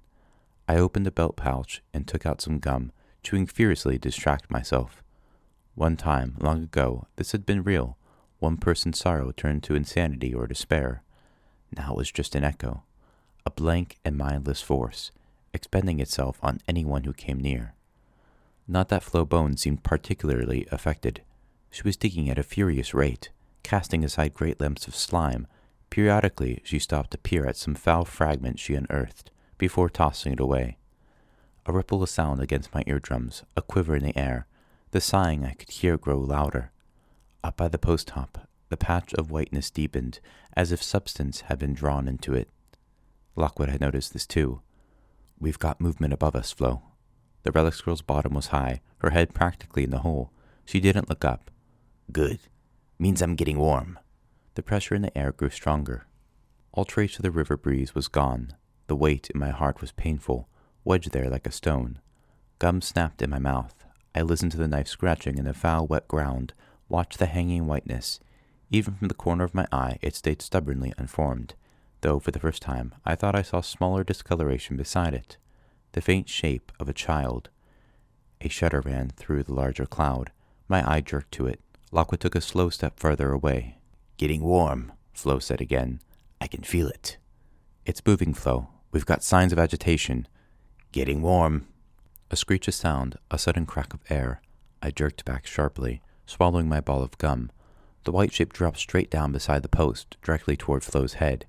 Lockwood darted inward, slicing his rapier across its path. The shape jerked up, avoiding the slashing silver-coated blade. I had the briefest sensation of wide, billowing skirts in a coil of smoke-like hair as it somersaulted silently over our heads and came to a halt a few feet from me, hovering just above the ground. Rage had given me the apparition's solid form, a tall, thin woman in an old-fashioned dress, tied up top with a spreading crinoline skirt. She wore a pale bonnet, with long strands of dark hair half obscuring her face, and she had a necklace of spring flowers at her throat. Curls of other light spun about her like river weeds flexing in a current. At her side, a tiny figure huddled close against her skirts. They were holding hands. I stepped back, dry-throated, trying to recall the stance I'd used with Esmeralda in the rapier room. This wasn't a shade, but a cold maiden, a female ghost that persists because of ancient loss. Most cold maidens are melancholy, passive things that don't put up much of a fight when you're hunting for their source. But not this one. With a rush, she swept toward me. Her hair blew back, her face was a bone-white horror, a frozen black-eyed mask of scowling madness. I whirled the sword in a desperate defense. For a moment, I seemed surrounded by palely clawing hands. A shrieking beat upon my ears, but the ward knot held firm. The rapier's blade protected me, and all at once the air was clear, and far across the mud 2 faint, translucent shapes were streaming away. A tiny child, a weeping woman in a trailing dress. "Back to the post, Lucy," Lockwood called. "You take one side, I take the other. Flo, talk to us. How's it going down there?" "And if you say getting warm again," I snarled as I drew close, "I'll bury you in the hole myself." "Warmer," Flo said promptly. "Warmish, you might say. Almost hot. I got a few little pieces up for consideration here. Which, though? What's the source?" I looked out across the Southwark reaches, where the visitors sped, lit by their own faint glow. Now, without breaking pace, they arced around, came racing back. "Whichever it is, they really don't want you to take it," I said. "Please hurry up, Flo." Flo squatted by the hole, cupping a set of tiny objects in her hands. "Is it these bones? If so, this one or that? Or not the bones at all? This little thing? This funny metal horse?" "Tell you what," Lockwood said. "How about you take them all?" The glowing shapes were getting near, flying above the stones. "I don't want to take any old rubbish," Flowbone said in an aggrieved voice. "I've got standards. My customers have expectations." The shapes were tilted forward in their hate and fury. Again I saw the woman's face, the thin dark mouth, the gaping eyes. "Flo." "Oh, very well." She took up the sack, tore it open, and a sweet cleansing scent burst forth. Flo shoved the fragments inside. At once the glowing forms blinked out. A rush of wind burst harmlessly against us. The corners of Lockwood's coat flicked back and softly subsided. The night was dark. When I looked up at the top of the post, I saw nothing but stars. Flo pulled the strings tight. I sank down onto the sand and rested my sword across my knee. "In the bag," Lockwood said. He was leaning against the post. "Is it—" "Lavender. Yeah. Stuffed with it. Stronger than silver, lavender is, while the fragrance lasts. It'll keep them quiet for a bit." She grinned at me. "Anything happened just now? I was busy. Couldn't take a look to see." "You knew they would attack," I said, "didn't you? You'd had to go at this before." Flowbones took off her hat and scratched at her matted blonde scalp. "Seems you're not as dumb as you look. Well," she said, "I guess that's that." "Not quite," Lockwood said grimly. "That's our side of the bargain. Now we get to yours." Few London eating establishments are open during the night, and fewest of all in the dark hours before the dawn. Still, certain places do exist for agents or night watch kids to break their fast, and it seemed relic men had their favored venues too. The Hare and Horsewhip, an inn situated in the dingiest back alley in Southwark, was Flo's first choice, and we proceeded there at speed. We soon discovered, however, that it was not a place for us that night. 3 silver-gray vans painted with a rearing unicorn had parked at dramatic angles outside the inn. A score of adult Fitz agents, accompanied by armed police and deep-racked dog handlers, were bundling people out of the pub and into the vans. Scuffles had broken out. Some men tried to flee. They were pursued by dogs, seized, and dragged to the ground. From where we skulked at the far end of the street, we could just make out Kipps, Ned Shaw, and Cat Godwin standing aloof beside the door. Lockwood drew us back into the dark. "They're rounding up the relic men," he murmured. "Kipps is spreading his net wide." "Think he knows about Jack Carver?" I said. "The kid wouldn't have told him, surely."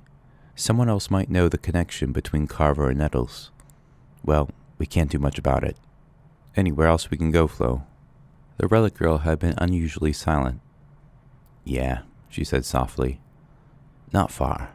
Her second choice turned out to be a cafe close to Limehouse Station, a small hours joint catering mainly to off-shift night watch kids. The doors and windows were laced with iron grills and overhung by battered ghost lamps. Inside, a row of plastic tubs displayed the sweets and toffees flavored by the youngest clients. A corkboard near the door was pinned with ads, job offers, lost and found notices, and other scraps of paper. A few stained magazines and comic books were scattered on the Formica tabletops. 5 gray-faced children sat at separate tables, eating, drinking, staring into space. Their watchsticks waited in the weapon racks beside the door. Lockwood and I ordered scrambled eggs, kippers, and tea. Flo wanted coffee and jam on toast. We found a table in the corner and got down to business. Under the cafe's strong light, Flo looked even grubbier. She accepted her coffee, black, and proceeded to fill it slowly, methodically, with 8 teaspoons of sugar. "So, Flo," Lockwood said, as the goo was stirred. "Jack Carver. Tell us all." She nodded, sniffed, took the mug in dirty fingers. "Yes, I know Carver." "Excellent. So you know where he lives?" She shook her head shortly. "No." "Where he hangs out?" "No." "The people he associates with?" "No. Aside from doing Nettles, and you say he's dead." "His hobbies? The kinds of things he does in his spare time?" "No." "But you do know where we might find him?" Her eyes brightened. She took a sip of coffee, frowned, and tipped another spoonload of sugar into the black syrup. A frenzy of stirring followed while we watched and waited. At last, the ritual was complete. Finally, she regarded us both levelly. "No." I made a movement in the direction of my rapier. Lockwood adjusted a napkin on the table. "Right," he said. "So when you claim to know Carver, you mean this in a quite generalized, limited, and in fact completely useless way." Flowbones raised her cup, drank the mixture in a gulp. "I know the nature of his reputation. I know what he does with the artifacts he steals, and I know how a message could be got to him. All of which might be of some interest to you." Lockwood sat back, hands flat on the table. "Ah, yes. They would, if true. But how could you get a message to him when you don't even know him from Adam?" "Don't tell me," I said. "You put it in a moldy skull and leave it at midnight in an open grave." "Nope. I'd pin it in a notice over there." She pointed at the corkboard beside the door. "That's how people of my profession keep in touch. It's not done often, mind, we as a rule being solitary types, but there's several boards that serve a certain function." She wiped her nose on her fingers and her fingers on her coat. "The Hare and Horsehip has one, but we can't use that." I frowned, but Lockwood seemed to think it was plausible enough. "Interesting. I might just do that. How would I dress it?" "Mark it for the attention of the Graveyard Fellowship. That's relic men, to you and me. Carver might not see it himself, but someone else might, and pass word on." "This is no good to us," I snapped. "We need something concrete. What does Carver do with his relics when he's stolen them?" "He takes them to Winkman." "Can I have another coffee?" "No, you bloody can't. Not until you've given us the details. Then all the coffee you want. Or we could just pour you a bowl of sugar and you can drizzle a teaspoon of coffee on top," Lockwood said. "Might be a simpler way." "Hilarious," Flo said, unsmilingly. "You always was a regular comedian. All right, I'll tell you about Carver. There's 2 types of relic collector. Those such as Moy, who make our way quietly in the world, looking for forgotten things of psychic significance. We don't give no trouble, and we don't look for it either. Then there's the others. They're too impatient to mess about with shore combing. They like things that give quick profit, notwithstanding they might be another's property. So these boys haunt the cemeteries, stealing what they can, and they aren't above robbing a living too, even if it means... I looked at her. Means what? Killing them dead. She looked at us with contemptuous satisfaction.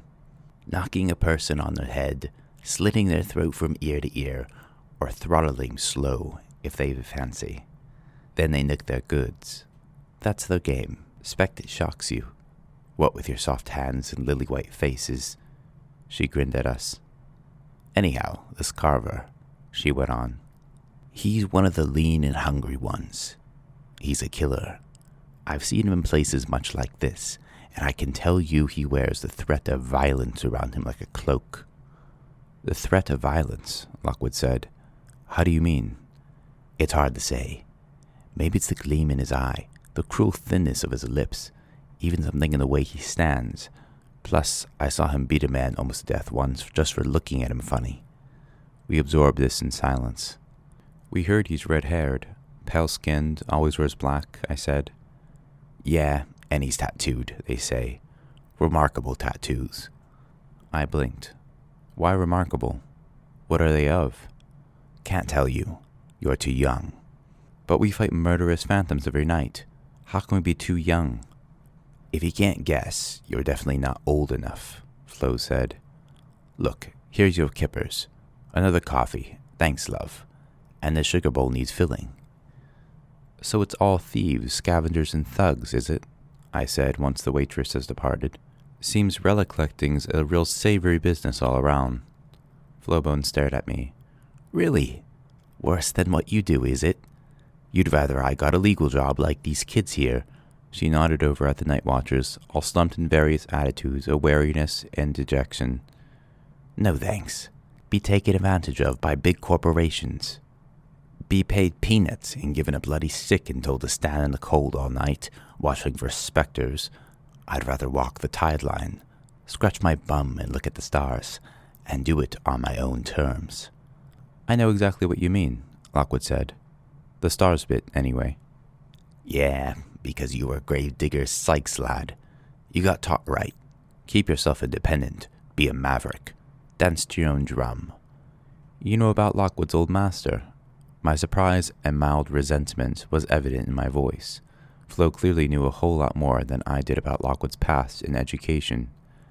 Yeah, Flo said. I keep myself informed. I like to read the papers before I wipe myself with them. I paused with a fork full of kipper halfway to my mouth. Lockwood's toast visibly wilted in his hand. Pity poor Sykes went the way he did, Flo went on imperturbably. Still, from what I hear, your company's success continued to drive Deeprack up the wall. That's what made me inclined to help you out tonight. You mean you would have helped us anyway? I asked. Without us going to the marsh. Oh, surely. Well, that's good to know. Tell us about this Winkman, Lockwood said. I've heard rumors of the name, but... Flo took her second coffee and a new bowl of sugar. Winkman. Julius Winkman. He's one of the most important receivers of stolen goods in London, and a very dangerous man. Runs a little shop in Bloomsbury. Outwardly very respectable, but if you've something dug up in a graveyard or pinched from a Mayfair townhouse or acquired in some intermediate hush-hush way, he's the man to see. Highest offers, quickest sale, and farthest reach. Has clientele all over the city, people with cash who don't ask questions. If Jack Carver has this object that you're after, it'll be Winkman he'll talk to first. And if Winkman buys it, he'll organize a secret auction, get his best customers together. Won't have done that yet, I should think. He'll want to maximize his earnings. Lockwood had cleared his plate. Okay, now we're getting somewhere. This Bloomsbury shop, where is it? Flo shrugged. Hey, Lockie, you don't want to mess with Winkman any more than you do with Carver. There's people trying to double-cross him, The remains have never been found.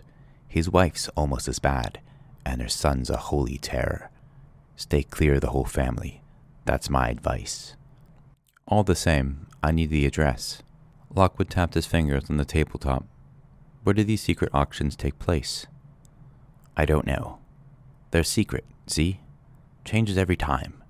But I can find out, maybe, assuming your Fitz friends have left any relic men on the streets. That would be superb. Thanks, Flo. You've done us proud.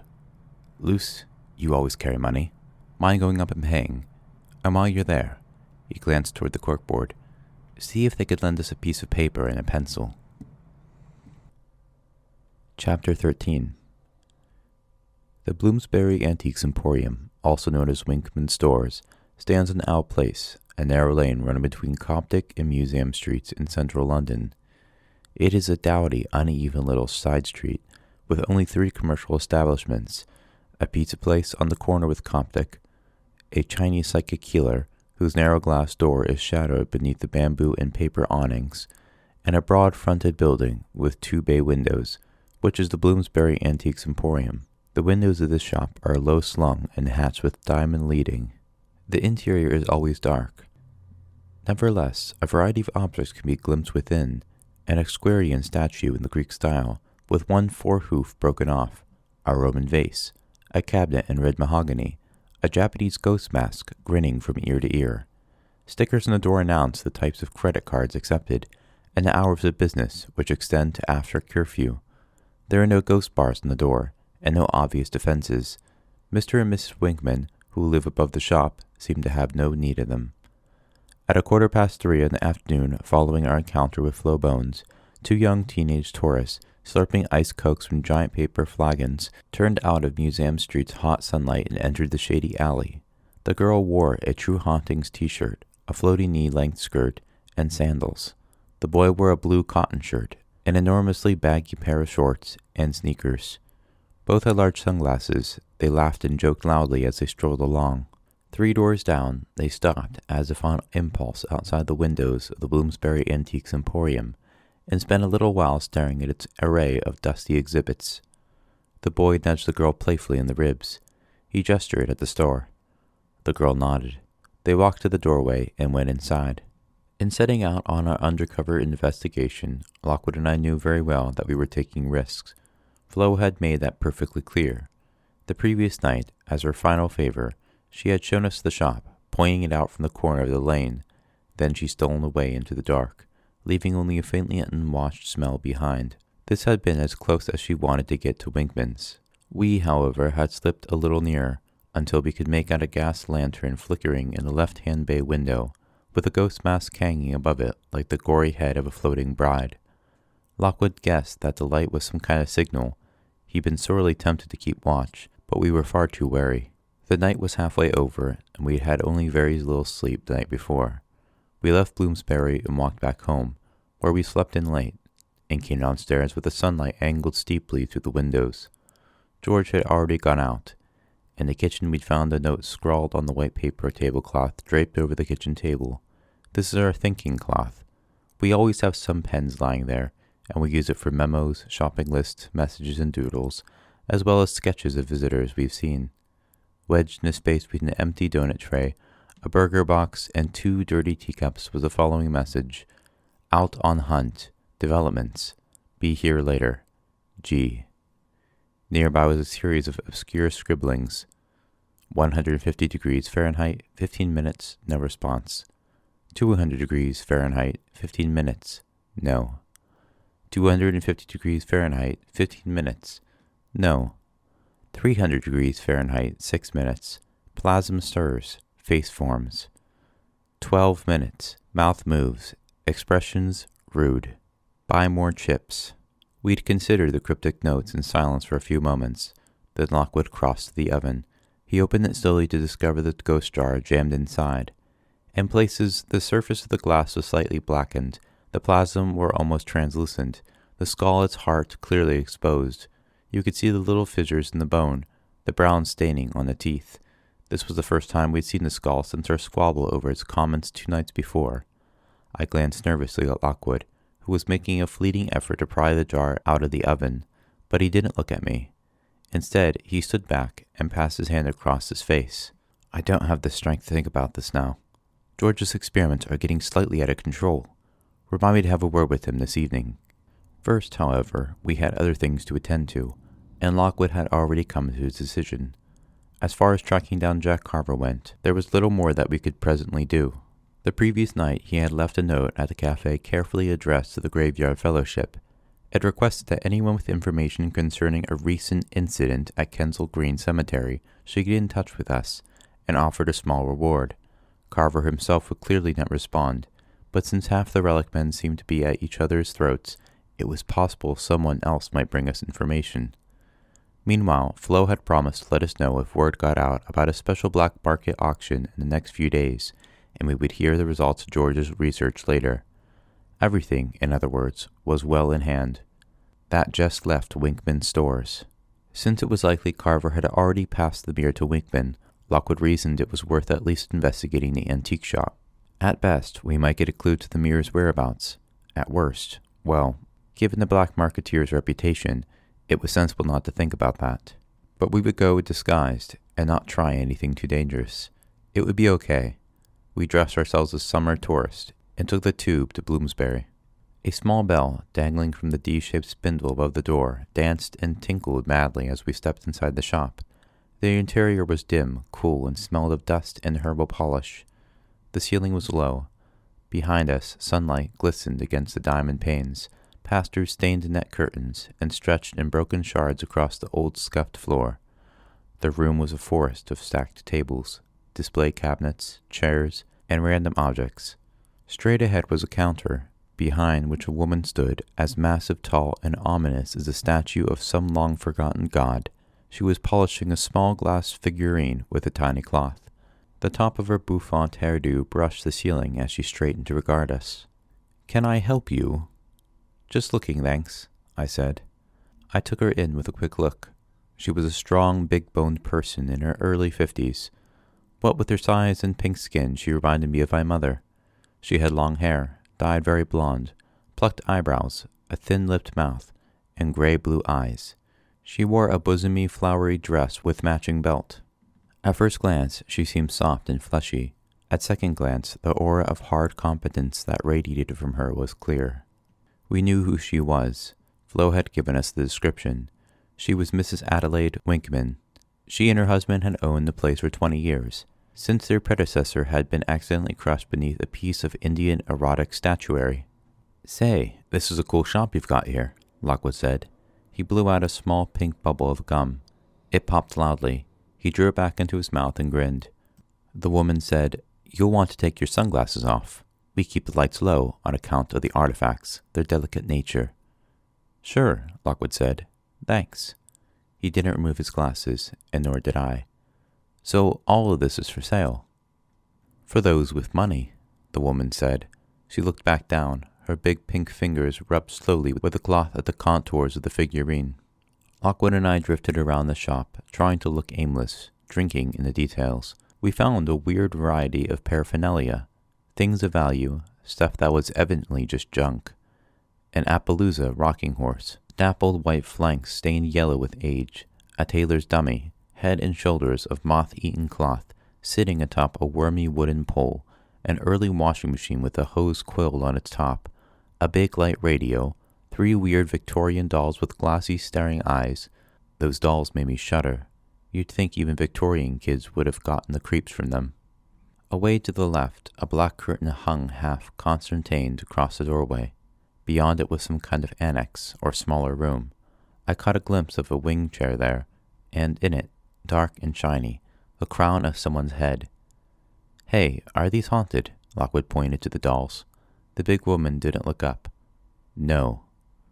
"Man, they ought to be." "There are shops on Coptic Street that have a wide selection of cheap gifts," the woman said. "You may find them more suitable for your means than—" She let the sentence trail away. "Thanks. We're not looking to buy, are we, Seuss?" "No," I giggled, sucked noisily on my straw. We wandered here and there a little longer, staring at objects, casing the joint. My snap survey told me there were 2 exits from the shop floor, an open door behind the counter that led to the domestic apartments, I could see a narrow hallway with a faded Persian rug and sepia photos on the wall. And the room behind the black curtain. It was still occupied. I heard a rustle of papers and a man's sudden sniff. Also, as I always do, I listened to the inner things, and there was something there. Not strong, not a noise exactly, perhaps the faintest hum, coiled up, waiting to be let out. Was it the mirror? I remembered the sound I'd heard in the cemetery, like the buzzing of countless flies. It didn't sound quite like that. Whatever it was very close. Lockwood and I rendezvoused at the corner of the room farthest from the curtain. Our eyes met. We didn't say anything, but Lockwood raised his fingers to me, making sure his body blocked the view of the woman at the counter. We'd arranged the code beforehand. 1 finger, we were going to leave. 2 fingers, he'd found something. 3 fingers, he needed a distraction. Wouldn't you know it? It was 3. I had to put on a show. He winked, drifted away to the opposite end of the shop. I glanced at the woman. The cloth moved in little circles around and round and around. I put my hand casually in the pocket of my skirt. It's amazing how much noise a dozen coins can make, dropped on a hardwood floor. That sudden crash, that scattering reverberation. It even took me by surprise. Coins spilled under tables, between chair legs, and away behind the bases of statues. Over at the counter, the woman's head jerked up. What's going on? My change! My pocket's ripped! Without waiting, I ducked down and wriggled my way under the nearest table. I did it clumsily, knocking the table so that the jewelry stands on it swayed and tinkled.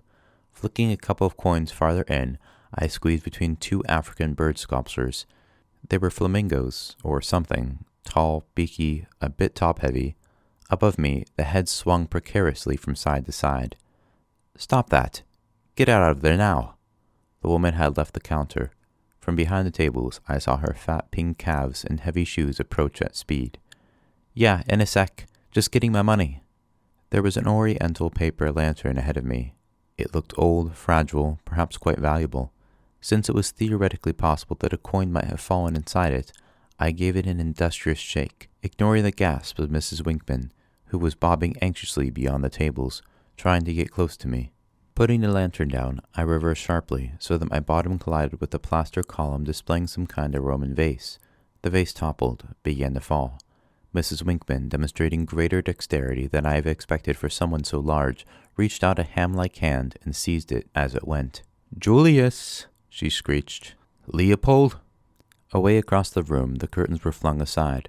Someone emerged, moved with stately tread along the aisles. I saw a pair of short and stocky legs, tightly clad in cotton trousers. I saw old leather sandals on the feet. I saw no socks. The feet were hairy, the yellow toenails long and cracked.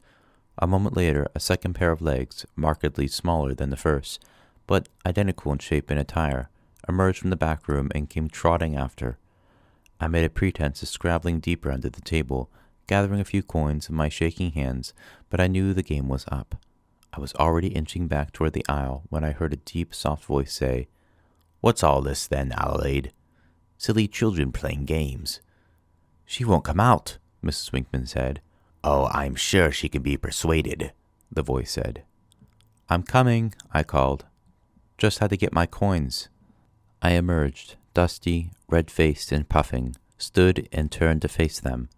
The woman had her massive arms folded. She was gazing at me with an expression that would ordinarily have been enough to turn my bowels to water, but not this time.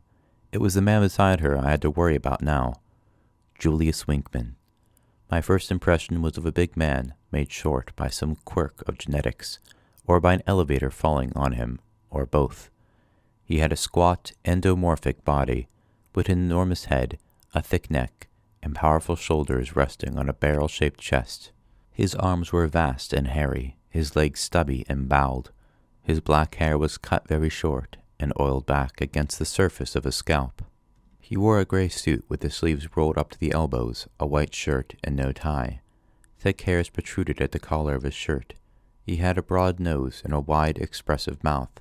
A pair of golden pince-nez was balanced incongruously on his nose. Though clearly a person of considerable strength, he was little taller than me. I could look him directly in the eyes, which were big and dark, with long, sensuous lashes. The rest of his face was heavy, swarthy, the notched chin dark with stubble. Beside him was a boy who seemed in many ways a smaller replica of the man. He too had the physique of an upturned pear, the slicked backed hair and toad-like mouth. He wore similar gray trousers and a tight white shirt. There were some differences, no pince-nez and mercifully less body hair, and his eyes were like his mother's, blue and piercing. He stood at his father's shoulder, staring at me coolly. "What do you think you were doing?" Julius Winkman said. "Crawling around my shop." Far away across the room, behind them all, the curtain leading to the back room twitched once, briefly, and hung still. I didn't mean any harm," I said.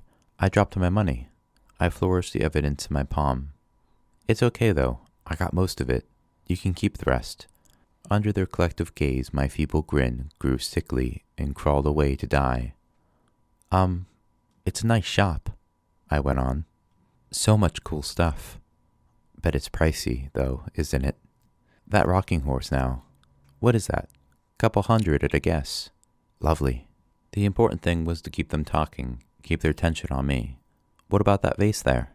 How much would that set me back, if I wanted it? Is it Greek? Roman? Fake?" "No. Let me tell you something." Julius Winkman moved close suddenly, raised a hairy finger as if he were about to prod me on the chest. His fingers, like toes, had long, ragged nails. I smelled peppermint on his breath. "Let me tell you this. This is a respectable establishment. We have respectable customers. Delinquent kids who mess about cause damage. They're not welcome here." "I quite understand that," I said hastily. Bloody Lockwood. Next time he could do the distraction. I made a move for the exit. "Goodbye." "Wait," Mrs. Winkman said. "There were 2 of them. Where's the other one?" "Oh, I guess he left," I said. "He gets so embarrassed when I drop things." "I didn't hear the door." Julius Winkman glanced back across the room. He was so thick-necked he had to turn sideways to do so, rotating his torso at the hips. He smiled faintly. There was a curiously feminine quality to his eyes and mouth that sat oddly with his hirsute frame. He said, 30 seconds, maybe 40. Then we'll see." I hesitated. "Sorry, I don't understand." "Look at her hand, Dad," the boy spoke eagerly. "Look at her right hand." That puzzled me. "You want to see the coins?" "Not the coins," Julius Winkman said. "Your hand. Good boy, Leopold. Show it to me now, you lying little tramp, or I'll snap your wrist." My skin crawled. Wordlessly, I extended my hand. He took it, held it still. The softness of his touch appalled me. He adjusted the pince-nez slightly and bent close. With his free hand, he ran his fingers lightly across the surface of my palm. "As I thought," he said. "Agent." "Didn't I tell you, Dad?" the boy said. "Didn't I say?" I could feel tears pricking my eyes. Furiously, I blinked them back. Yes, I was an agent. I would not be intimidated. I pulled my hand away. "I don't know what you're talking about. I've just come in to take a look at your stupid store, and you're not being very nice to me at all. Leave me alone." "You're a hopeless actor," Winkman said. "But even if you were a theatrical genius, your hand would still betray you.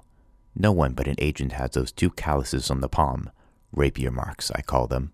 Come from all that practicing you do, all that silly little swordplay. Yes? Should have thought to that, shouldn't you? And so, we're just waiting for your little friend to come out." He looked at the watch strapped to his hairy wrist. "I'd guessed any time now." A flash of light from beyond the curtain, a yelp of pain. A moment passed, then the curtain twitched aside. In came Lockwood, white-faced, grimacing, clutching the fingers of his right hand. He took a deep breath, mastered himself. He walked slowly down the aisle, came to a halt before the waiting Winkmans. "I must say," Lockwood said, "it's not very customer-friendly here. I was just looking around that little showroom of yours, when some kind of electric shock—" "Silly children playing silly games," Julius Winkman said in his soft, deep voice. "Which did you try, boy? The bureau or the safe?" Lockwood smoothed back his hair. "The safe." "Which is wired to the administrator of mild electric punishment to anyone who fails to disarm the security before touching the door. The bureau has a similar mechanism, but you are wasting your time. since there's nothing of any possible interest to you in either. Who are you, and who are you working for?" I said nothing. Lockwood looked as dismissively contemptuous as was possible for someone wearing a colorful pair of vacation shorts and with a lightly steaming hand. Mrs. Winkman shook her head. She seemed taller than ever, standing in front of the mullioned windows. Her looming form blocked the light. "Julius, I could lock the door." "Cut him into pieces, Dad," the boy said. "Not necessary, my dears." Winkman gazed at us. The smile was still present, but behind the fluttering lashes the gaze was hard as stone. "I don't need to know who you are," he said. "It doesn't matter. I can guess what you want, but you won't get it. Let me tell you something. In all my establishments, I have certain defenses to deal with people who are not welcome. An electric shock is just the least of them. Crude, but useful during the day. By night, should anyone be foolish enough to break in, I have other methods. They are most effective. Sometimes my enemies are dead even before I come downstairs. Do you understand?" Lockwood nodded. "You've been very clear. Come on, Seuss." "No," Julius Winkman said. "Not like that. You don't get to walk out of here." Bear-like hands shot out and seized us, me by the forearm, Lockwood by the collar. Without effort, he pulled us both inward, close to him, then lifted us off the floor. The grip was tight. I cried out in pain. Lockwood struggled, but could do nothing. "Look at you," Winkman said. "Without your silly uniforms and fancy swords, you're nothing but kids. Kids. This is the first time, so you get off lightly. Next time, I won't be so restrained. Leopold, the door." The boy hopped over, swung the door aside. Light spilled in. The doorbell tinkled sweetly. Julius Winkman lifted me up and back, then flung me out into the sunlight. The muscles in my arm wrenched. I landed heavily and fell forward onto my knees. A moment later, Lockwood landed beside me, bounced once upon his backside, and skidded to a dusty halt. Behind us, we heard the door to the Bloomsbury Antiques Emporium being softly but firmly closed. Chapter 14. An hour later, 2 bruised tourist kids arrived home. We trudged to the gate and up the path, past the hanging bell and the broken line of iron tiles that I still hadn't got around to mending. I leaned against the wall while Lockwood felt for the keys. "How's your hand?" I said. "Sore." "Bottom?" "Sore." That didn't go so well, did it? Lockwood opened the door. I had to see what was in the private room. There was just a chance the mirror might have been back there, but it was all racing forms and account books, and a half-finished jigsaw that his revolting son must have been doing. Winkman keeps the hot stuff somewhere else, of course. He sighed, and hitched up his enormous Bermuda shorts as we proceeded down the hall. Still, I suppose the afternoon wasn't entirely wasted. We've seen what sort of fellow Mr. Winkman is firsthand, and we won't underestimate him again. I wonder if George has had better luck. "I certainly have." The kitchen door swung open. George was sitting at the table, aglow with vitality, a pencil and a breadstick protruding from his mouth. His eyes widened as he saw our outfits. "Blimey, are those shorts you're wearing, Lockwood, or are you trying to take flight?" Lockwood didn't answer, but stood in the doorway, casting morose eyes over the chip bags, teacups, photocopied sheets, and open notebooks littering the table. I went to put the kettle on. "They're shorts," I said. "We've been undercover, but we've not had a very good day. I see you've been busy, though. Any progress?" "Yeah, I've been getting somewhere at last," George said. "Heat. Proper heat might just be the answer. Not solar heat, mind. That just makes the plasma shrink. I'm talking thermal. I popped that skull in the oven last night, and I tell you, soon it got that ghost nicely worked up. The plasma started twirling and coiling at 300 degrees. Turned out that's the magic number. Soon the face appeared, and then I honestly think it started talking. Couldn't actually hear it, of course. I needed you here for that, Luce, but if my lip reading's anything to go by, it knows some pretty ripe language. Anyway, it's a giant leap, and I'm rather chuffed with myself." He leaned triumphantly back in his chair. I felt a flash of irritation. The skull had recently spoken with me, and at room temperature no less. These endless experiments seemed suddenly tiresome. Lockwood was gazing at George. I could sense the pressure building in the room. I said, Yeah, we found the skull jar in the oven this morning. We were a little surprised. What I was really talking about was the whole Bickerstaff thing. Oh, don't worry. I've got news for you on that score, too. George took a complacent crunch on his breadstick. Tell you what about ovens. They don't make them big enough. I could barely get the jar in, and now it's stuck. I mean, it's pathetic. What if it had been a whopping Christmas roast? Yes, I said coolly. How strange would that be? I found some mugs, plonked tea bags in. Ah, but this could be such a breakthrough, George was saying. Just think, if we can get the dead to speak to us on demand. Joplin was saying it's been a dream of scholars throughout history, and if all it actually took was getting a couple of big ovens and... Lockwood gave a sudden cry. He strode forward into the room. Will you stop going on about that stupid skull? That's not our priority, George. Are we getting paid for it? No. Is it an imminent danger to the people in London? No. Are we racing against Quill Gibson's team to solve its mystery and to prevent our public humiliation? No, we aren't. But all those very things are happening while you bumble about with jars and ovens. Lucy and I have been risking our lives today, if it's any interest to you. He took a deep breath. George was staring at him as if mesmerized. All I ask, Lockwood said, is that you please try to focus on the job at hand. Well, what do you say? George pushed his glasses up his nose. Sorry, can you repeat that? It's those shorts. I couldn't concentrate on what you were saying. The kettle boiled loudly, drowning Lockwood's brief response. I made 3 hasty cups of tea, banging the spoon about, rattling the fridge door, trying to fill the ensuing silence. It didn't really work. The atmosphere wasn't fast improving, so I doled out the tea like a sullen waitress and went upstairs to get changed. I took my time about it, too. It had been a difficult afternoon, and our encounter with the Winkmans had left me more shaken than I admitted to Lockwood. The soft touch of the man's hand, the implicit violence in his movements. I suddenly viewed my silly tourist outfit with extreme dislike.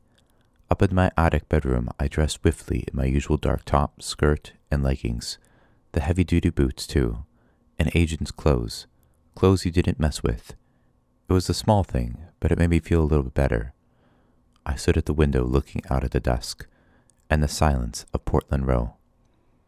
I wasn't the only one who seemed unsettled. Lockwood's irritability was unusual. The urgent need to beat Kipps to the mirror was clearly preying on his mind. Or was it? Maybe it was something else that bothered him. Maybe it was the skull and its whispered insinuations. On my way downstairs, I paused on the first-floor landing. Polynesian spirit chasers and ghost boards hung shadowed on the walls. I was alone. I could hear Lockwood's and George's voices below me in the kitchen. Yes, there it was. The door that must never be opened.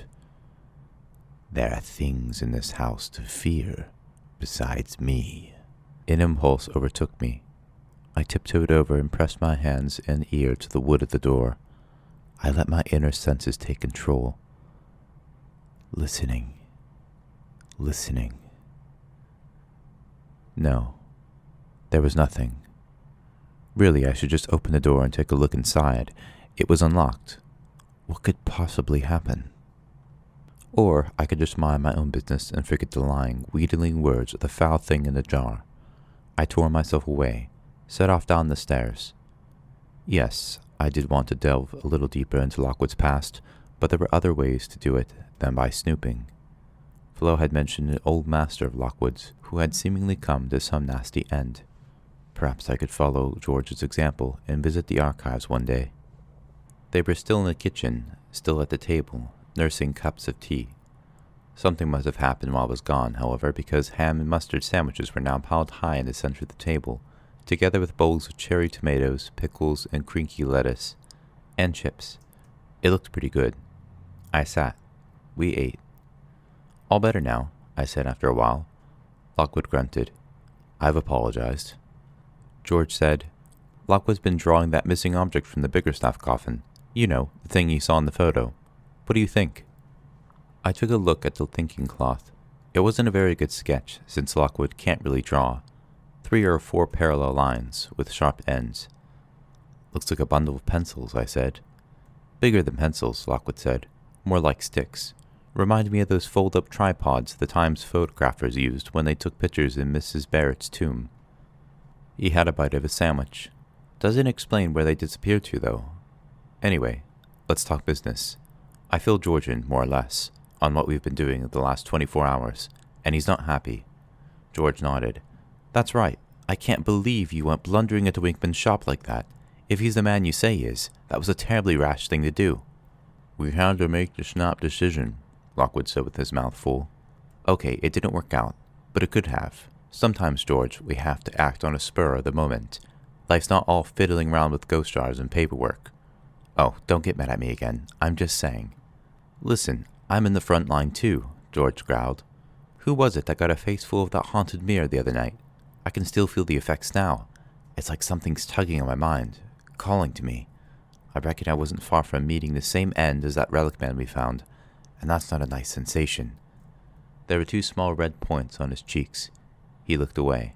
Anyway, my fiddling around has rounded up plenty of good stuff, so I don't think he'll be disappointed. We've made more progress than Kipps and Bobby Vernon have, I'm sure. Night had fallen. Lockwood got up and closed the kitchen blinds, blocking out the darkness in the garden. He switched on a second light and sank back in his chair. George was right. I phoned Barnes while you were upstairs, Luce, and Kipps isn't doing well. He hasn't got a lead on either Jack Carver or the mirror.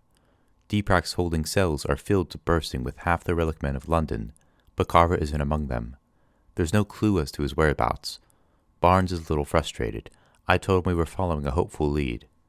Did you tell him about Winkman? I said. No, I don't want the Kipps muscling in on that. It's our best hope of success. Secret auction. As long as Flo can get us news of it in time. Where have you been hiding this Flo Bones? George asked. She sounds like a useful contact. What's she like? Soft-spoken, mild-mannered, and gentle, I said. Classy. You know the type. I think you get along well with her. George pushed his spectacles up his nose. Really? Good. So then, George, Lockwood said, it's over to you.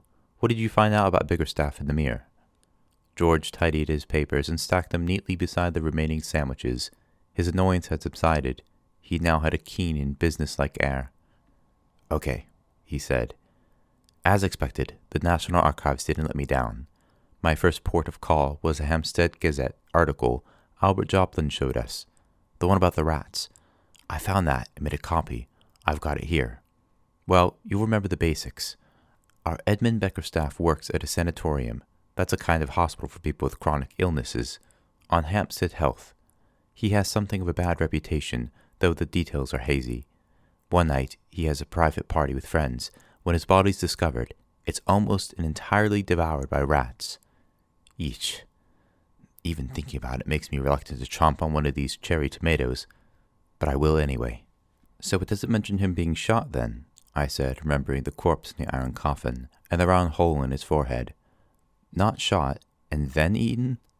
Nothing about that at all, but it's quite possible the newspaper didn't get the story entirely right. Some of the specifics may have been missed or left out. Lockwood nodded. That whole rat story sounded daft to me. Find any other newspaper accounts? Not as many as you might expect. You'd think the rats would have made all the front pages, but there's very little. It's almost as if the story was being deliberately suppressed. But I find a few references, some extra details.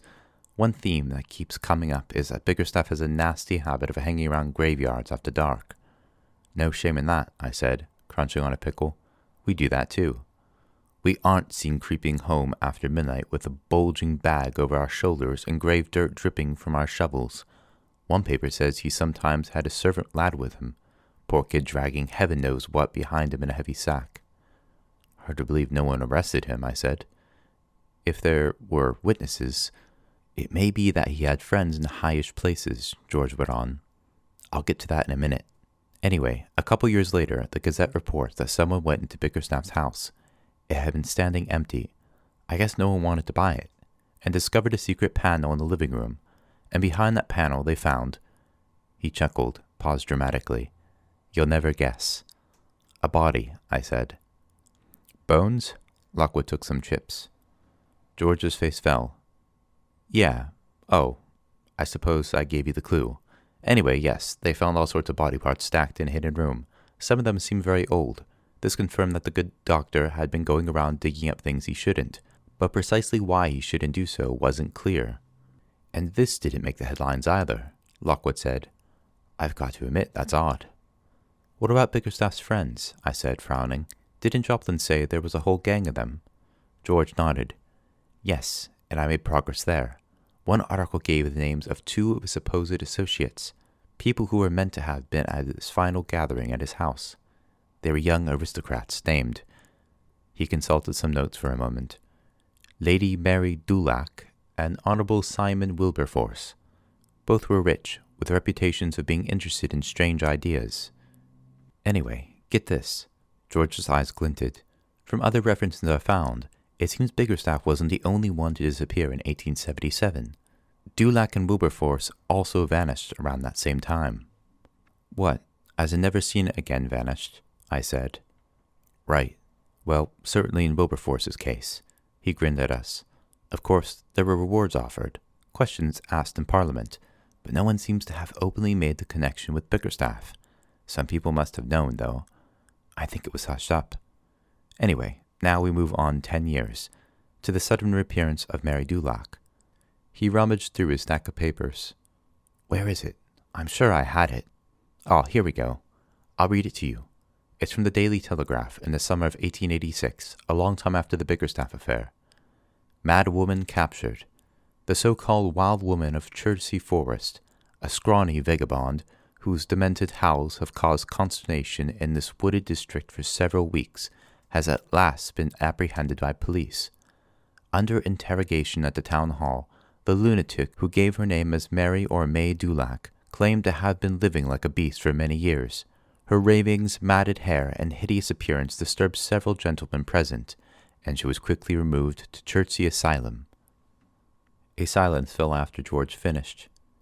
Is it just me, Lockwood said, or do bad things happen to people who have anything to do with Bickerstaff? Let's hope that doesn't include us, I said. I haven't got to the bottom of the Dulac business yet, George added. I want to go to Chertsey, check out the records office there. The asylum was shut down in 1904. Among the items listed as being removed from its library and taken to the records office at that time was something called The Confessions of Mary Dulac. To me, that sounds worth reading.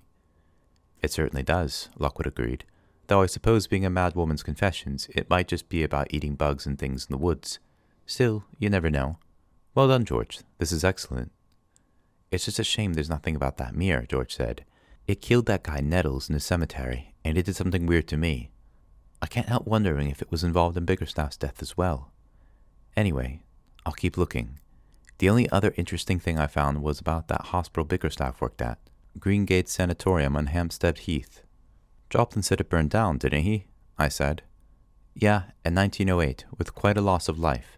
The site remained undeveloped for more than 50 years, until someone tried building a housing estate there. Lockwood whistled. What were they thinking? Who built houses on the site of an old Victorian hospital that burned down in tragic circumstances? George nodded. I know. It's almost the first rule of planning. As you expect, there were enough supernatural disturbances for the project to be shelved. But when I was looking at the plans, I discovered something. Most of the site's just grassland now, a few walls, overgrown ruins, but there is one building standing. We looked at him. You mean... Turns out Bickerstaff's house was set slightly away from the main part of the hospital. It wasn't touched by the fire. It's still there. Used for what?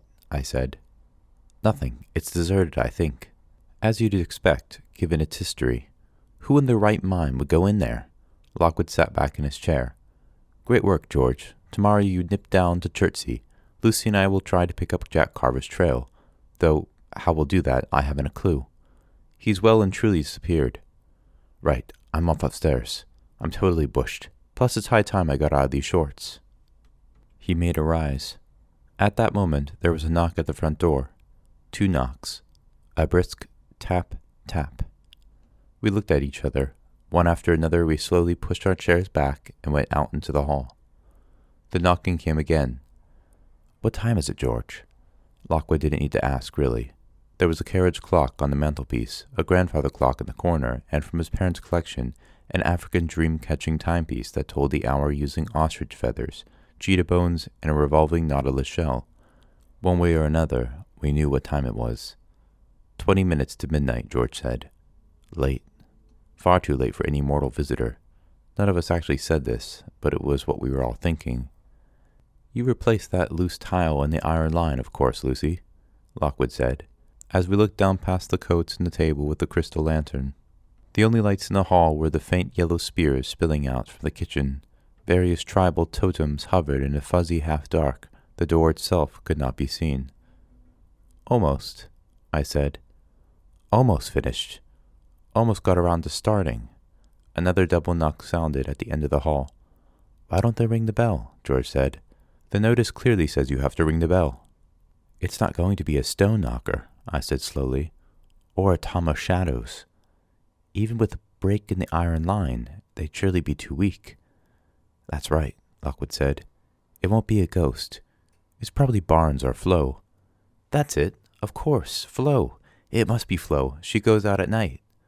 Of course she does. We should let her in. Yes. None of us moved along the hall. Where was that recent strangling case? George said. Where the ghost knocked on the window and killed the old lady? George, that was a window. This is a door. So what? They're both rectangular apertures. I can be strangled too. Another knock, a single one, a clashing reverberation on the wood. Oh, to heck with this, Lockwood snarled. He strode down the hall, switched on the crystal lantern, snatched up a rapier from the umbrella stand beside the coats. Bending close to the door, he spoke loudly through the wood. Hello? Who is it? No answer came. Lockwood ran a hand through his hair. He flicked the chains aside, undid the latch. Before opening the door, he looked back at George and me. Got to be done, he said. It might be someone who needs our... The door burst open, knocking into Lockwood. He was flung back hard against the shelves. Mask and gourds toppled, crashing to the floor. A hunched black shape careered its way into the hallway. I caught a glimpse of a white, contorted face, two madly staring eyes. Lockwood tried to bring his rapier around, but the shape was on him, clawing at his front. George and I sprang forward, came pelting down the hall, a horrid, gargling cry. The thing fell back, away from Lockwood, out into the lantern light. It was a living man, mouth open, gulping like a fish. His long, gingery hair was wet with sweat. He wore black jeans and a jacket, a stained black t-shirt. Heavy lace-up boots stumbled on the floor. George gasped. Realization hit me, too. Carver, I said. That's Jack Carver, the one who stole the... The man's fingers scrabbled at his neck, as if he were trying to pull words loose from his throat. He took one step toward us, and another. Then, as if newly boneless, his legs gave way. He collapsed forward onto the parquet flooring, striking his face hard. Lockwood pushed himself away from the shelves. George and I halted, staring.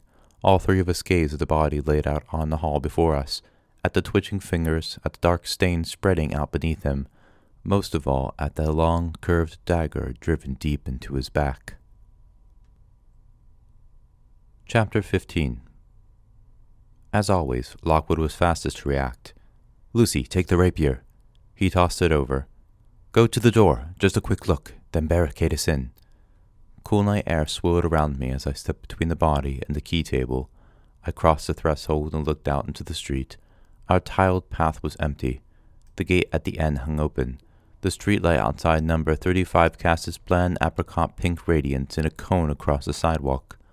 One porch was illuminated in a house opposite. Another had an upstairs bathroom light on. Otherwise, the houses were dark. From down the end of the road, I could hear the ghost lamp's rumbling hum. It was off right now. Within the next 2 minutes, it would come on again. I saw no one. Nothing moved. Keeping the rapier in a guard position, I walked out a little farther, across the line of iron tiles. I peered down into the basement yard. Empty. I listened. Silence across the city. London slept. And while it slept, ghosts and murderers walked free. I stepped back into the house and closed the door, flipped the locks, and pulled the chain across. Lockwood and George were crouching by the fallen body, George shuffling sideways to avoid the spreading pool of blood. Lockwood had his fingers on the man's neck. He's alive, he said. Lucy, call a night ambulance. Deep Rock 2. George, help me roll him over. George frowned. Shouldn't we leave him? If we move... Look at him. He doesn't have long. Get him on the side. While they did their business, I went into the library and made the calls. When I got back, they had him facing the shelves. He lay with his arm outstretched beneath his head, and his eyes half open. The pool of blood hadn't gotten any smaller. Lockwood, crouching low, bent close beside his face. George, pencil and paper in his hand, kneeled at his back. I hovered close, near George. "He's been trying to say something," George said, "but it's very faint. Something about bogies?" "Shh," Lockwood hissed. "You misheard. I keep telling you. It was bone glass, clear as day. He means the thing he stole. Jack, can you hear me? Bone glass." I had a sudden flash of the little mirrored object clasped across the corpse's breast. Its rim had been uneven, smooth and brown. I'd assumed it had been made of wood. Was it bone then? And if so, what kind of bone? Or whose? George leaned close. It sounded very much like bogies to me. "Shut up, George," Lockwood growled. "Jack, who did this? Can you tell me?" The dying man just lay there. Strange to see him now after all the searching. The fearsome, ruthless relic man, Jack Carver. Flo had said he wore the threat of violence around him like a cloak. That he was a killer. Perhaps so, but now that violence had been done to him. He wasn't at all how I imagined. Younger to begin with, and scrawnier too, with a gaunt, tight look around the cheekbones. There was something indefinitely ill-fed about him, a look of constant desperation. His jacket hung loose around his thin white neck, which had a patch of shaving rash under the jaw. His t-shirt was dirty. His jacket smelled bad, as if the letter had been successfully cured. "Who did this to you?" Lockwood said again. A spasm of movement, shocking in its unexpectedness. The head reared up, the mouth opened and closed. Milky eyes stared blindly out at nothing. George and I jerked back. George dropped his pencil. Noises came from the mouth, a string of sound. "What was that?" I gasped. "What did he say?" "I got it." Lockwood made an urgent gesture. "Write it down." George was scrabbling on the floor. "The pencil." "Oh dear." It rolled under him. What he said was 7 from it. 7, not 1. Got that? Wait, there's more. I'm not sticking my hand under there. Next bit. You see such things. Such terrible things. Could you fetch a pencil, Luce? Will someone write it down? Lockwood yelled. In a frenzy of panic, George retrieved the pencil and scribbled down the words.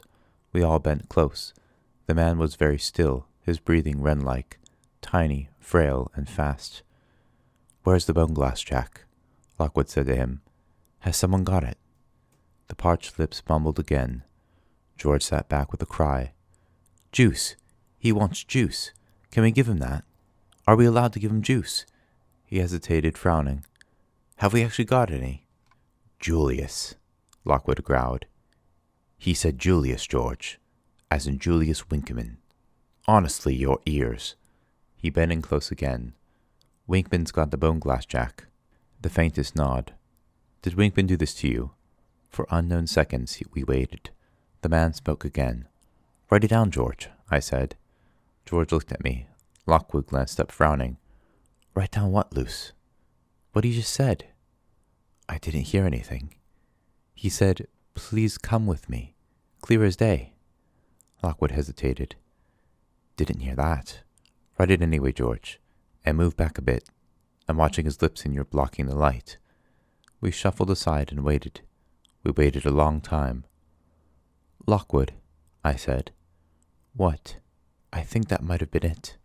None of us said anything. None of us moved. Death is fugitive. Even when you're watching for it, the actual instant somehow slips between your fingers. You don't get that sudden drop of the head that you see in movies. Instead, you simply sit there, waiting for something to happen, and all at once you realize you've missed it. Time to move along now. Nothing to see. Nothing to see there ever again. We kneeled beside the relic man, as motionless as he was, holding our breaths, sharing the moment of transition. It was as if we were trying to stay with him, those first few seconds. Wherever he was going, it was the only thing we could do. When it was obvious that he really had gone, life reclaimed us. We all sat back one after the other, breathed deeply, coughed, rubbed our faces, scratched ourselves, did trivial stuff to prove that we were still capable and alive. Between us was an object, just an empty, hollow thing. "Will you look at this rug?" George said. I've only just gotten out the stain from the cocoa we spilled the other night.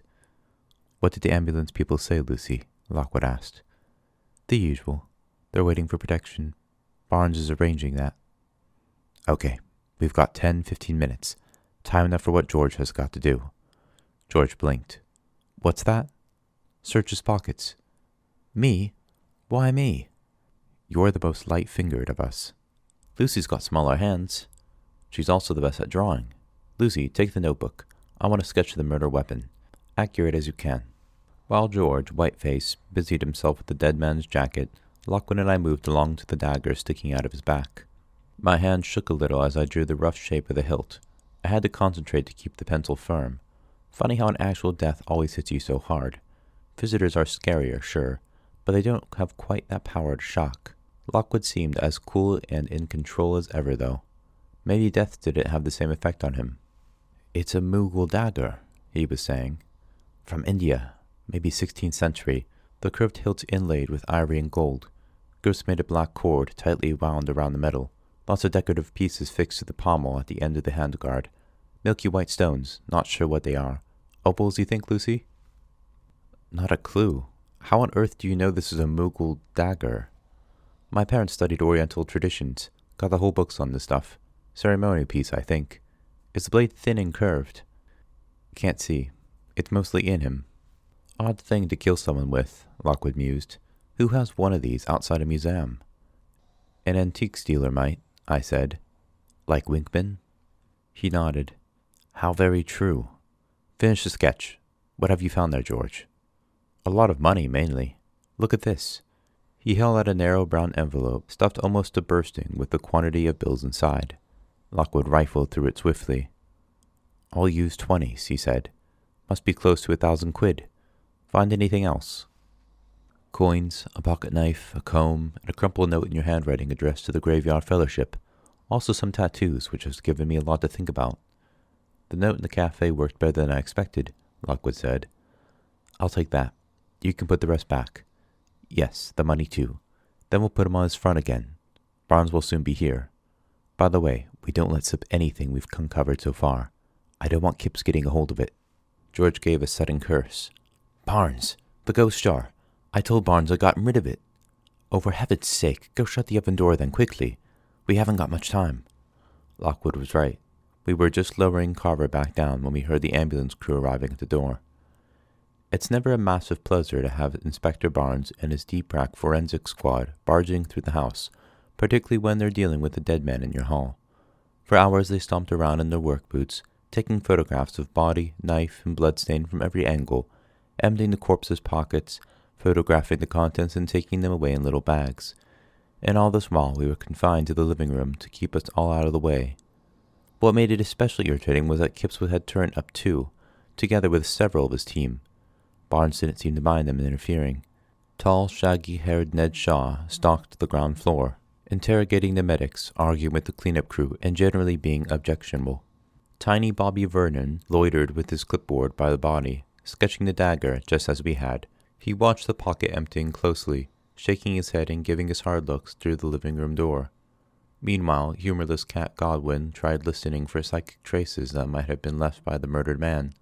She stood so long in a corner of the hall, eyes shut and frowning in sharp-chinned concentration, that I was tempted to creep up with one of George's jackets and use her as a coat rack. The body was eventually zipped up in a bag and taken to the van outside. The rug was rolled up and removed. The forensic team used salt guns to cleanse the hall. One of the operatives, chewing methodically on his gum, stuck his head around the living room door. That's all done, he said. You want us to scatter iron? No thanks, Lockwood said. We can do it. The man made a face. Murder victim. With murder victims, you've got a 65% chance of them coming back in the first year, 35% after that. Fact. Yes, we know. It's okay. We can till the ground. We're agents. First agent I've ever seen wearing shorts like that, the man said. He left. Me too, Barnes said. And I've got in the business 30 years.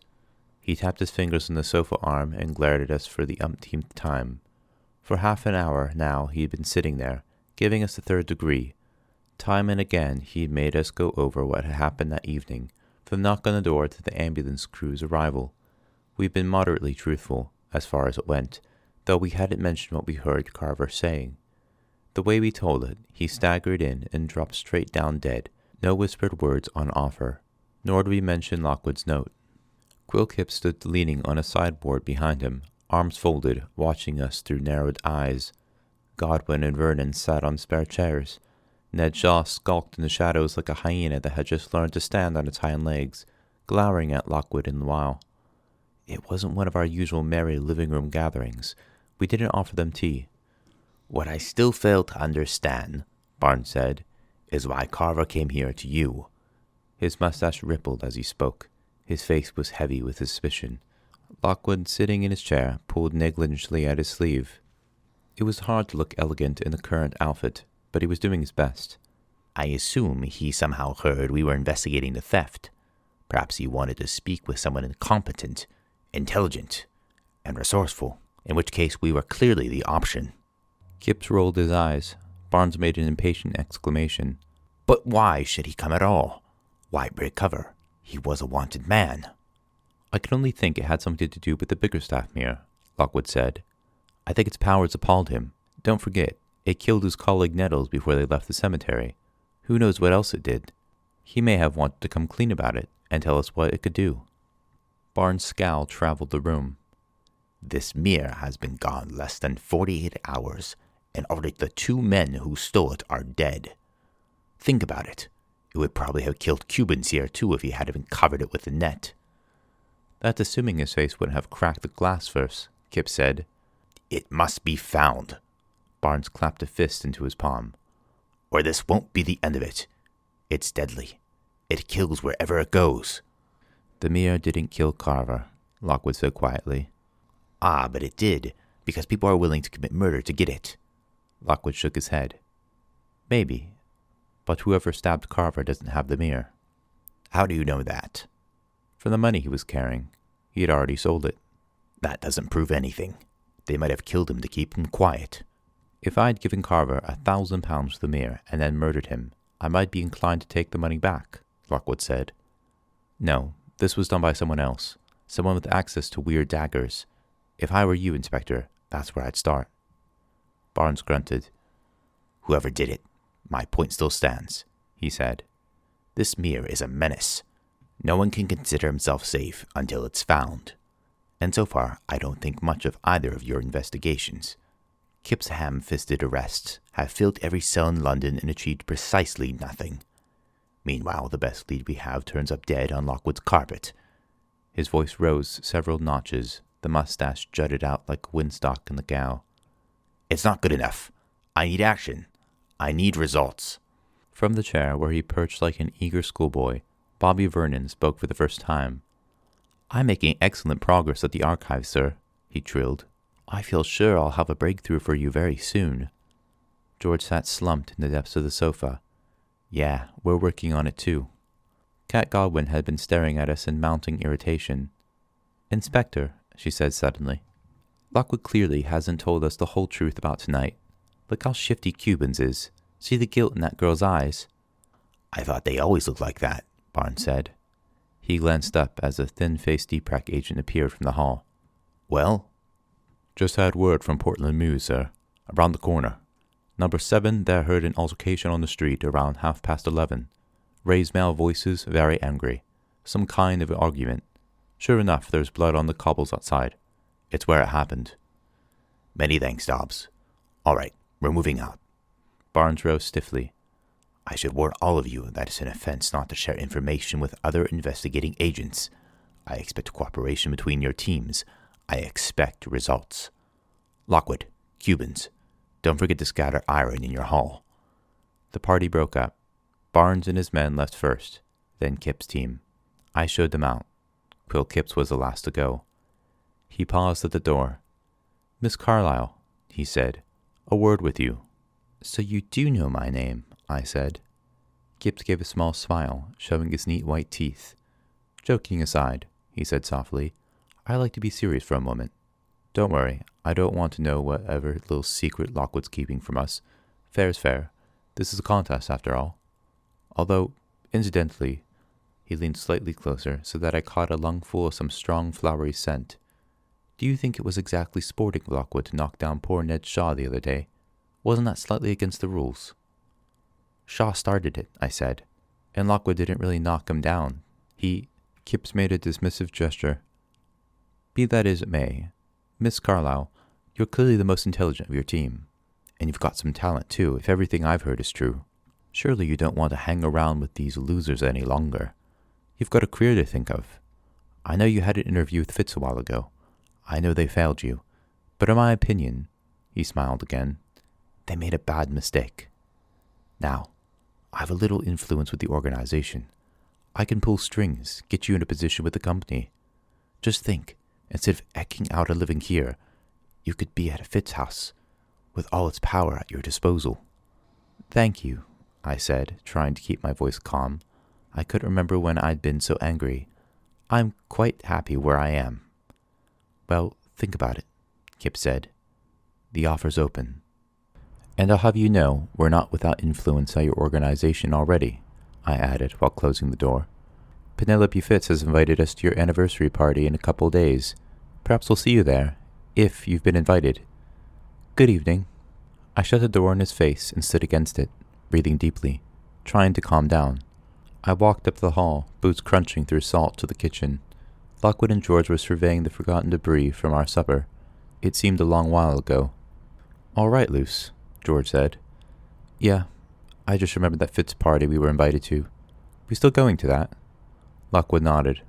Of course. We'll have this case done by then, I hope. We've been discussing Barnes. He wants the smear so badly. He knows what it does, or something important about it. Mark my words. Well, we know a bit too now, George said. What did Carver say?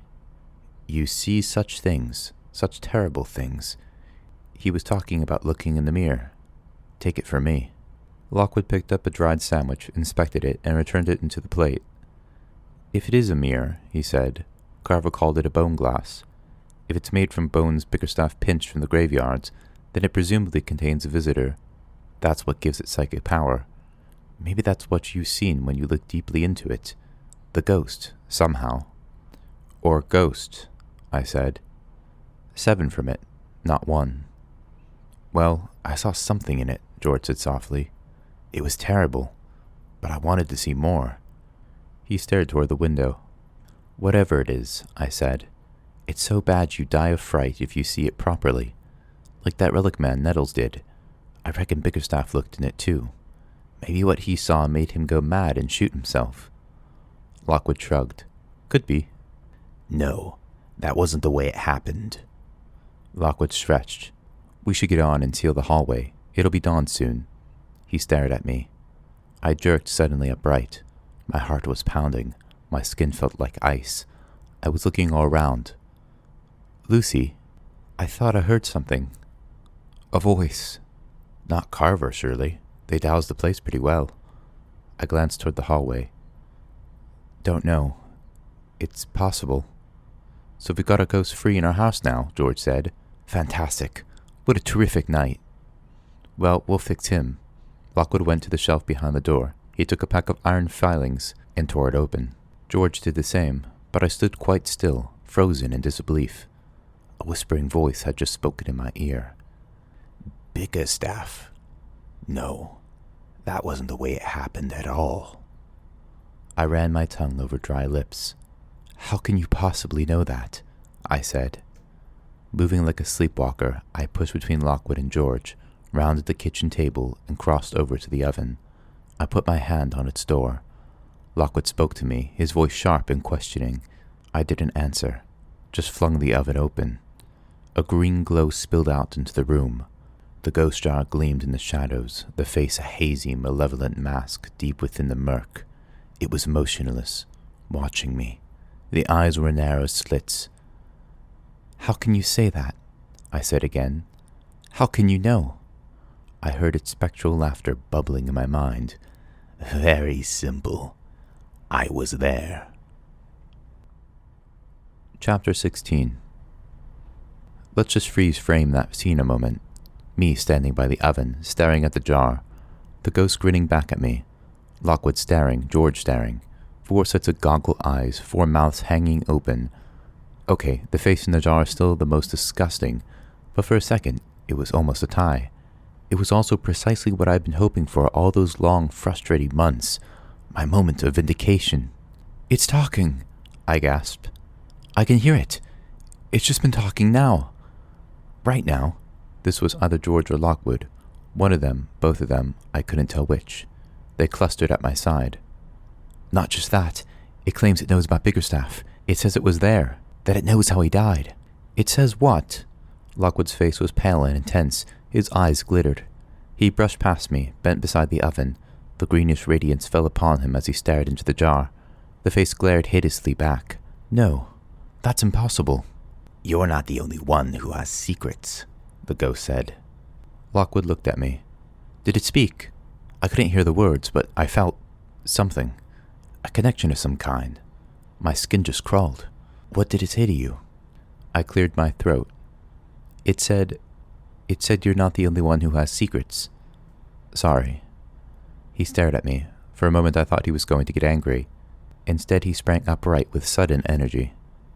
"Let's get it out onto the table," he said. "Quick, give me a hand here, George." Together they wrested it free. As George took hold of the jar, the ghost's face adopted a series of repulsive grimaces, each more menacing than the last. "Torture," it whispered. "I'll suck the life from your bones." Something else. Again Lockwood had caught the psychic disturbance, but none of the details. It doesn't like George, basically. And who can blame it? Clear a place loose. That's it. Shove the place aside. Right, George. Set it down there. That's fine. We stood back, looked at the ghost jar.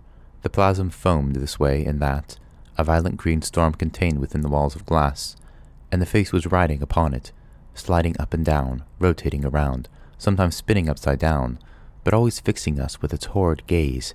Its eyes were notches in the smoke, its nose a billowing spout.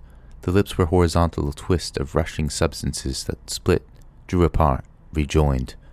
They moved continuously. I heard the spectral laughter again, muffled and distorted, as if the sound came from deep underwater, and I was helplessly dropping down to join it. My stomach turned. "You think we could talk to it?" Lockwood said. "Ask it questions." I took a deep breath. "I don't know. It's never done anything like this before." "We've got to try." George's body was rigid with excitement. He bent close to the glass, blinking through its spectacles at the face, which in response turned its eyeballs inside out, perhaps as a gesture of disdain. "Lucy," he said, "do you know how remarkable you are? You're the first person since Marissa Fitz to categorically discover a Type 3. This is sensational. We have to communicate with it. Who knows what we might learn? About the secrets of death, about the other side, and about Bickerstaff too," I said, assuming it's not lying. Lockwood nodded, which it almost certainly is.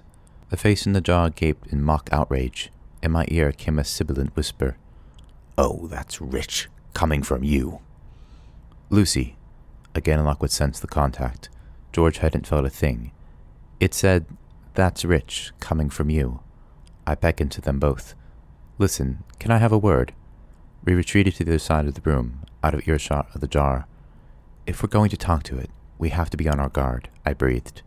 "No getting snippy with each other. It'll try to cause trouble. I know it will. It'll be rude to you both, like it was before. You'll hear the words from my mouth, but remember, I'm not the one insulting you." Lockwood nodded. "Fine, we'll be careful." "Like if it calls George fat again." "Right. Or Specky Four Eyes or something." Okay, George scowled. "Thank you. We get the point. Just don't get mad at me. Are we ready then? Let's go." The room was dark. The light on the stovetop was turned down low. The blinds closed fast against the coming dawn. The kitchen cabinets rose like columns in the shadows, and through the air came drifting scents of the night's first horror. Iron, salt, the taint of blood. Green light spilled across the room. At its center, on the kitchen table, the ghost jar sat like a terrible idol on the altar, glowing with spectral force. Swirling ichor pulsed and flowed within it, but the hideous face, with its sightless eyes, hung motionless beneath the glass. George had found some salt and vinegar chips and tossed us each a bag. We assembled ourselves in chairs around the table. Lockwood was calm, impassive, hands quietly folded in his lap. He surveyed the ghost jar with a cool and skeptical gaze. George carried his notebook. He sat forward, almost doubled over in eagerness. Me? As usual, I tried to follow Lockwood's lead, but it was tough. My heart was beating too fast. What had Marissa Fitz recommended in such circumstances? Be polite. Be calm. Be wary. Spirits were deceitful, dangerous, and guileful, and they did not have our interests at heart. I could vouch for that. I cast a sidelong look at Lockwood. The last time this ghost had spoken, it had succeeded in driving all kinds of silly doubts into my mind, and now we were planning to talk to it together. It suddenly struck me what a perilous thing this was to do. Marissa Fitz had also warned that prolonged communication with visitors might drive a person mad.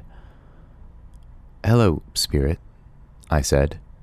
The eyes opened. The ghost in the jar gazed out at me. "Do you wish to speak to us?" "Aren't we polite?" the voice whispered. "What, not planning to roast me at 200 degrees today?" I repeated this word for word. 300 degrees, actually, George said cheerfully. He was scribbling the response down. The ghost's eyes flicked in his direction. To my ears came a sound like a hungry chomping of teeth. "On behalf of Lockwood and Company," Lockwood said, "I humbly apologize for such discourtesy and welcome the opportunity to talk with a visitor from the other side. Say that to it, Luce." I knew perfectly well that the ghost could hear Lockwood just as well as me. It was the open valve in the jar's stopper that did it. Somehow, sound could pass right through. Still, I was the official intermediary. I opened my mouth to speak, but before I could do so, the ghost gave its response. It was brief, pungent, and to the point. I passed it on. Lockwood started. "Charming. Hold on, was that from you or the ghost?" "The ghost, of course." George whistled. "I'm not sure I should write that down." "There's no use to being polite," I said. "Trust me, it's a foul thing, and there's no point pretending otherwise. So you knew Bickerstaff, did you?" I said to the jar. "Why should we believe you?" "Yes," the whisper came. "I knew him." "He says he knew him. How? You were his friend?" "He was my master." "He was his master." "Like Lockwood is yours." "Like—" I halted. "Well, that's not worth reporting either." "Come on, Luce," Lockwood said. "Spit it out." George's pencil was hovering. "Yeah, got to record it all." "Like Lockwood is my master. Happy now? I mean, this skull is an idiot." I scowled over at them. Lockwood was scratching his nose if he hadn't heard, but George was grinning as he wrote. "George," I said tartly, "just remind me, what were the names of Bickerstaff's companions? Simon Wilberforce and— Dulac. Mary Dulac. Spirit, are you Mary Dulac, or Simon Wilberforce? What is your name?" A sudden burst of psychic energy made me jerk back in my chair. The plasm frothed, green light coursed around the room. The mouth contorted. "You think I might be a girl?" the voice spat. "What cheek! No, I'm neither of those fools." "Neither of those fools, apparently," I said. "Then who?" I waited. The voice was silent. In the jar, the apparition had become less distinct, the outlines of the face fainter. They merged with the swirling plasm. George took a handful of chips. "If it's gone shy all of a sudden, ask it about the bone glass, about what Bickerstaff was doing. That's the important thing." "Yes, for instance, was he actually a grave robber?" Lockwood said. "If so, why? And how exactly did he die?" I rubbed my face with my hands. "Give me a chance. I can't ask all that. Let's take it one step at a—" "No." The voice was urgent, intimate, as if whispering directly into my ear. "Bickerstaff was no grave robber. He was a great man, a visionary. He came to a sad end." "What end?" "The rats." "Hold it, Lucy." Lockwood touched my arm. "We didn't hear what it said." "Oh, sorry. He was a great man who came to a sad end."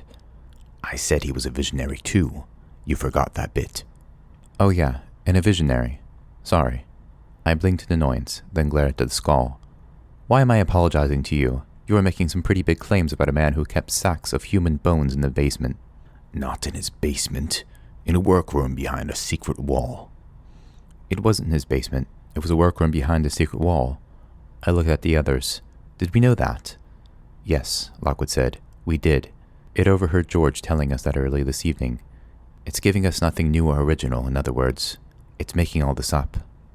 You know that door on Lockwood's landing is lined with iron strips, the voice said suddenly. On the inside. Why do you think that is, Lucy? What do you think he's gotten there? There was a silence in which I felt a rush of blood to my ears, and the room seemed to tilt. I noticed Lockwood and George watching me expectantly. Nothing, I said hastily. It didn't say anything then. Oh, you little liar. Go on then. Tell them what I said. I kept silent. The ghost laughter rang in my ears. Seems we're all at it now, aren't we? The whispering voice said. Well, believe me or not as you please, but yes, I saw the bone glass. Though I never saw it used, the master wouldn't show me. It wasn't for my eyes, he said. I wept, for it was a wonderful thing. I repeated this to the others as best I could. It was hard, for the voice had grown soft and wistful, and was difficult to hear. All very well, Lockwood said, but what does the bone glass do? It gives knowledge, the voice said. It gives enlightenment. Ah, but I could have spied on him. I knew where he kept his precious notes, hidden under the floorboards of his study. See how I held the key to his secrets in my hand. I could have learned them all. But he was a great man. He trusted me. I was tempted, but I never looked. The eyes glinted at me from the depths of the jar. You know all about that too, don't you, Lucy? I didn't repeat that last bit. It was all I could do to remember the rest without getting distracted by unnecessary details. He was a great man, the ghost said softly, and his legacy is with you today, though you're too blind to see it. All of you, too blind. Ask him his name again, Lockwood said when I reported this. All this counts for nothing unless we get some concrete details. I asked the question. No answer came, and the pressure in my mind felt suddenly less acute. The face in the jar was scarcely detectable. The plasm moved more sluggishly, and the spectral light was fading. It's going, I said. Its name, Lockwood said again. No, George said. Ask him about the other side. Quick, Luce. Too blind. The whisper faded. The glass was clear. The ghost had gone. An old brown skull sat clamped to the bottom of the jar. George swore softly, took off his glasses, and rubbed his eyes. Lockwood clapped his hands on his knees and rolled his neck as if it hurt him. I realized my back ached too, all over. It was a solid knot of tension. We sat staring at the jar. Well, I make that one murder victim, one police interrogation, and one conversation with a ghost, George said. Now, that's what I call a busy evening. Lockwood nodded. To think some people just watch television. Our encounter with the skull made it an all-nighter, of course. We couldn't go straight to bed after that. Despite our frustrations with its lack of cooperation, we were all too excited to rest, too pepped by the rarity of the event. To George, this was indeed the first confirmed Type 3 since Marissa Fitz had died. There had been reports of others down the years, but the agents involved had all either died soon afterward or been certified insane, and sometimes both. Certainly no one had been able to provide a proper witness, as he and Lockwood had just done. I was unique. My gift was something to be prized, and would make all our fortunes if we played our cards right. Lockwood was no less thrilled. He made us all a round of bacon sandwiches, an event almost as rare as chatting with Type 3s, and while we ate them, talked about how we might proceed.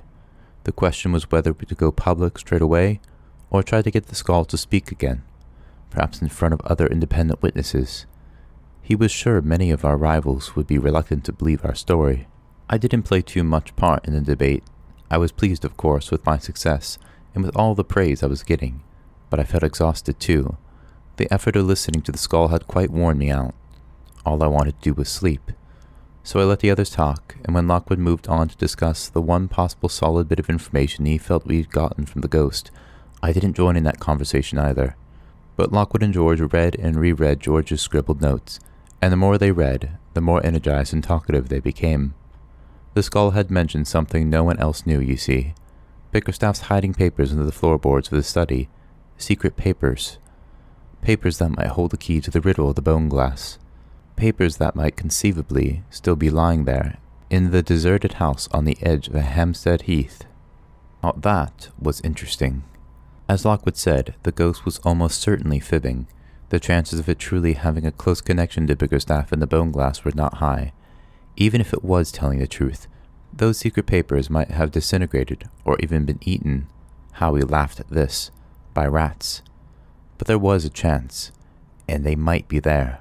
He wondered if it was worth checking. George felt it was, and I was too tired to disagree. Before we went to bed, it was already dawn. We had our plans in place. The following day, assuming there was no other developments, we would mount an expedition. The birds were singing outside the windows when I finally left the kitchen. It was going to be another lovely morning. As I closed the door, I glanced back into the room. The ghost jar still sat there where we left it on the table, quiet and peaceful, the plasm almost translucent. The skull was grinning at me, as skulls do. Chapter 17. When visiting a property with such a checkered history as the Bickerstaff ruin, you might think it is safest to stick to daylight hours. This, the sensible option, was sadly impractical for us, for a number of reasons. The first was that, after a night like we just had, we didn't get out of bed till noon, and it took much of the afternoon to prepare our supplies and call the appropriate authorities to get access to the deserted house. The second was George's insistence on dropping in on the Trustee Records office and search the Confessions of Mary Dulac, that old document by one of Bickerstaff's associates. George wanted to do this as soon as possible. He hoped it might give us some insight into the horror that had taken place at the Bickerstaff's place all those years ago. Also, he figured it was the only amount of time before Bobby Vernon read the same old newspapers he'd found, and probably precisely the same connection. The final, and most important reason why we didn't get there until after sundown was me, or rather the question of my peculiar talents. After our chat with the skull, Lockwood's faith in these was now sky high. He told me, as much as we worked in the office together, collecting equipment for the operation. "There's no question about it, Luce," he said, setting out a neat row of salt bombs along the floor. "Your sensitivity is phenomenal, and we've got to give you every chance to use it. Who knows what you might pick up in the Bickerstaff's house after dark? And I don't just mean by listening. You could use your sense of touch as well." "Yeah," I said heavily. "Maybe." You might detect that I didn't speak with wild enthusiasm. It's true that I can sometimes pick up impressions of the past by touching objects that possess a psychic residue, but that doesn't mean it's always a pleasant thing to do. It was pretty clear that the Bickerstaff residence was unlikely to provide me with many jolly experiences, no matter how chirpy Lockwood might be right now. I couldn't share much of his good humor that afternoon anyway. Once again the daylight had the effect of lessening the thrill of the whispering skull's words, and I found myself increasingly uncomfortable that we were following a trail it had set for us. The first things I did when I came downstairs were to close the valve in the stopper and to cover the jar with a cloth. I didn't want the ghost to hear or see us unless we willed it. Even so, I couldn't help feeling the damage had already been done. I finished emptying our work belts onto my desk and began sorting through the thermometers and flashlights, the candles and the matchboxes, the vials of lavender water, and all the rest, making sure everything was in working order. Lockwood was humming peacefully to himself as he set about restocking our supplies of iron. That was the other thing about the skull. Almost in the same breath as mentioning Bickerstaff's secret papers, it had made new insinuations about Lockwood's room upstairs. I turned to look out the office window into the basement yard. Iron bands across the inside of the door. There was only one reason anyone might do that. No, clearly the claim was ridiculous. Yet how could I take one of the ghost's comments on trust and disbelieve the other? "Lucy," Lockwood said. It was almost as if he had been reading my thoughts. "I've been thinking about our friend, the skull. You're the one who talks to it. You've got a sense of its personality. Why do you think it suddenly started speaking?" I paused a moment before answering. "I really don't know. To be honest, I don't trust anything it says, but I do think there must be something about Bickerstaff's case that attracts it. You remember when it spoke, the first night, after we got back from the cemetery? I think we've been talking about Bickerstaff, just as we were last night. It's overheard us talk about dozens of other cases these last few months, and it's never gotten involved before. Now it has, twice in 3 days. I don't think that's a coincidence." Lockwood was filling up a canister of iron filings. He nodded slowly. "You're right. We've got to tread carefully until we understand what it wants. And there was one other thing it said. It claimed that Bickerstaff's mirror, this bone glass, gives you knowledge and enlightenment. What do you think that means? Not a clue. It's just that George has looked in the glass.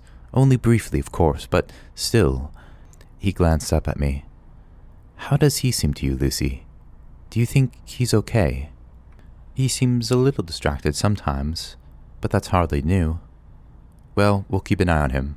Lockwood grinned. It was that warm smile that made everything seem simpler, ready to click perfectly into place. With luck, he'll bring us some info on Bickerstaff today.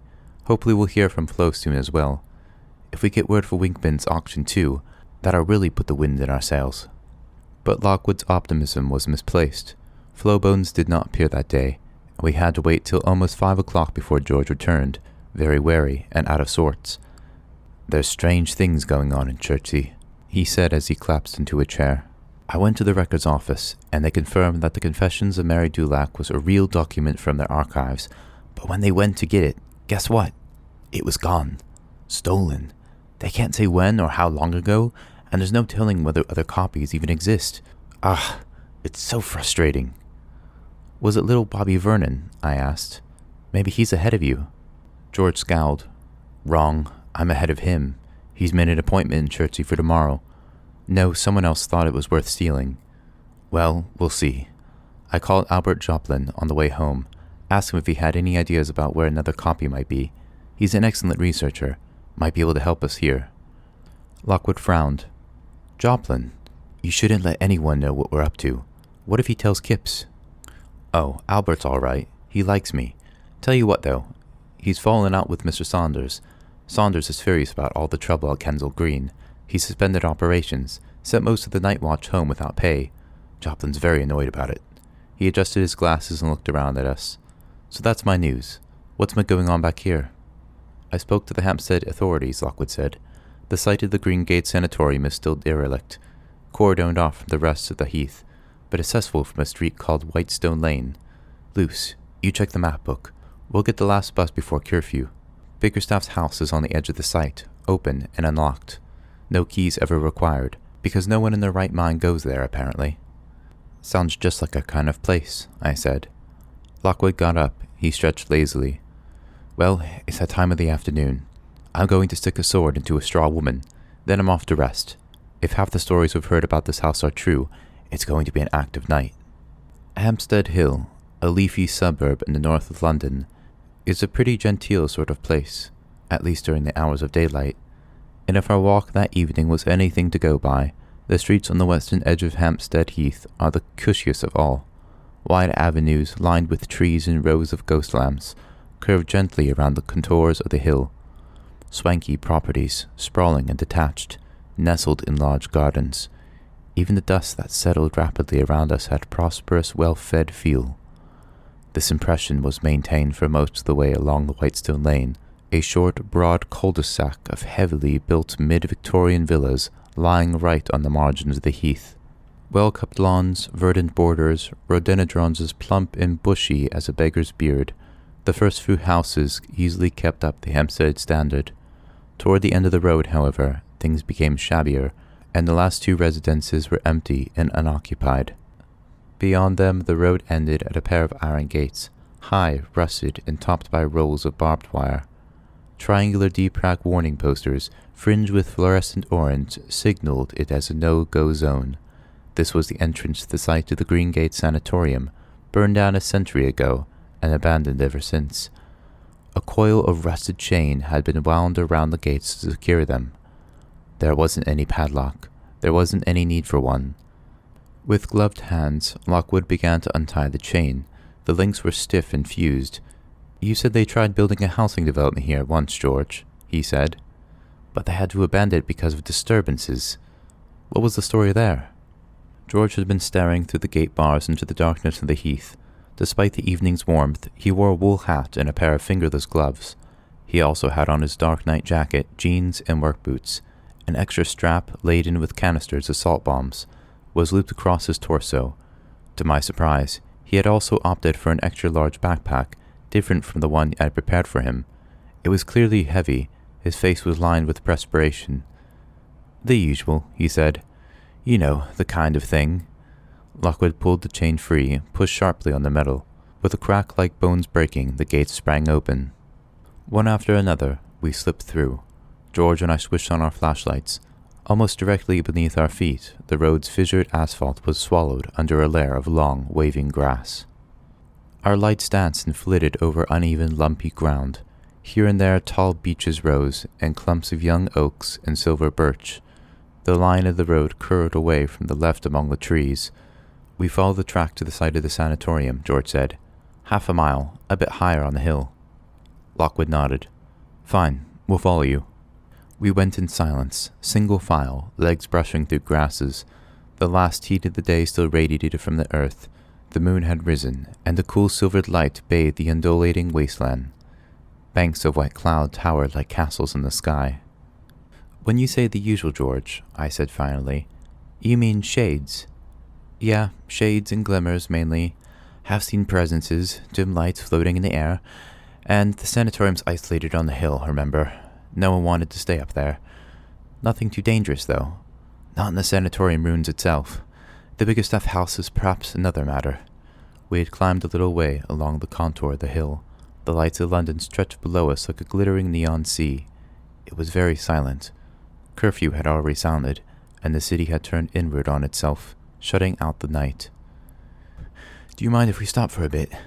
George said. I need a breather.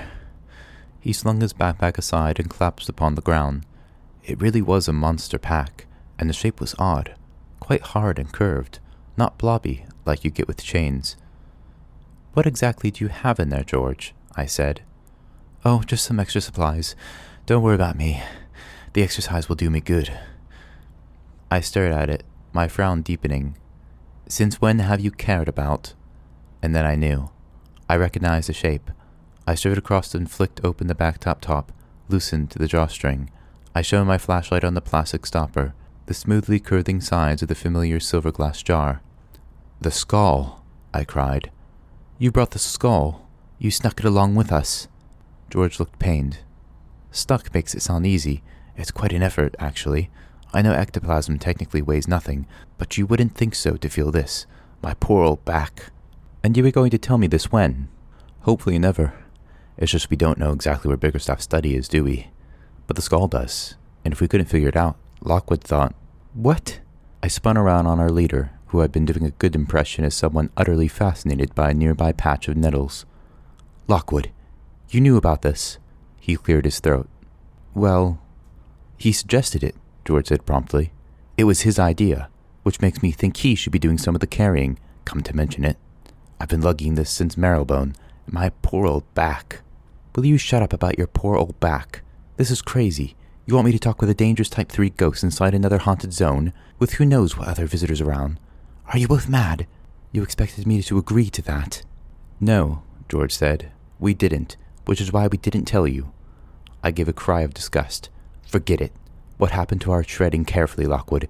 I've a good mind to go back home. Please, Lucy, Lockwood said. Don't overreact. It's not dangerous. We're keeping the jar in the pack, the stopper is closed, the ghost can't affect you, or communicate in any way, but we do have it as backup. If we're stuck and unable to find these papers that almost certainly don't exist, I growled. Don't forget we're following a clue given to us by a malicious ghost head in a jar. It's not reliable. I'm not saying it is, but since it claims to have worked with Bickerstaff, taking it back to this house might be a good way of encouraging it to speak some more. I didn't look at him. If I had, he would have given me that smile, and I wasn't in the mood for that. You're taking me for granted, I said. Me and this house. Terrible things happened up there, Lockwood said, but that doesn't mean the place is haunted now. Bickerstaff's ghost was at the cemetery, remember? He's not here. The bone glass isn't here. Well then, what's left to harm us? He knew better than that. We all did. Things were never that simple. I didn't answer, but just shouldered my pack and set off up the path, leaving the others to follow. The trail cut in among the trees, leaving the London lights behind. The humps beneath the grass grew larger, and at last broke upward into the stretches of crumbled wall, most low and tangled with moss and grass, some still rising to second-story height. It was the remains of the burned sanatorium. My instincts prickled. I sensed the presence of unwelcome things. Great pale moths fluttered lazily among the ruins. I looked at them with suspicion, but they seemed natural enough. We went on cautiously. I see death glows, Lockwood said, faint ones in the ruins. For a moment, when I listened, I thought I heard the faint crackling of flames, shouts, and distant screams. Then the sounds faded. All I could hear was the wind sighing gently among the leaves. We walked a little farther. As we passed close to the tallest remaining stretch of a wall, a faint gray shape, only visible from the corner of the eye, appeared in the shadows of a broken doorway and stood there, watching us. I felt the cold brush of its attention. Type 1, Lockwood said. A shade or a lurker. Nothing to worry about. What's that up there? He stopped, pointed toward the crown of the hill. That'll be it, George said. The Bickerstaff house. The building rose stark and black against the silvered sky, distant from the tangled mess of ruins. It was set within its own little boundary wall, a large, ugly, raw-boned construction, made of awkward-looking bricks that seemed somehow out of proportion. In sunlight, I guessed they'd be dark gray. The roof had many chimneys, many steeply sloping planes of slate, some of which had fallen away. I could see roof beams jutting through like ribs. There were plenty of large windows, all empty, black, and watchful, the typical eyes of a deserted house. A gravel path led Ruler straight toward the door, up the incline of the hill. The garden was overgrown, the grass high as our thighs. We stood at the gate, hands on rapier hilts, considering it coolly. George took a packet of mints from his pocket and passed them around. Well, I'll admit, it looks pretty bad, Lockwood said, sucking on his mint. But since when has a house's appearance meant anything? Remember that slaughterhouse in Deptford? That was a terrible-looking place, but nothing happened there. Nothing happened to you, I corrected him, because you were upstairs hobnobbing with the owner. It was George and I who got jumped by a limbless in the basement. Oh yes, maybe I'm thinking somewhere else. What I mean is, we're not necessarily going to run into trouble here, despite its history of violent death. Pass us another mint, would you, George? As reassuring speeches went, I'd heard better. Still, Lockwood & Company had earned its citywide reputation by dawdling outside haunted houses. That wasn't why Barnes had put us on this case.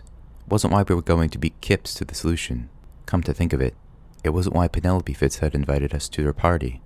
Squaring our shoulders, we set off up the path.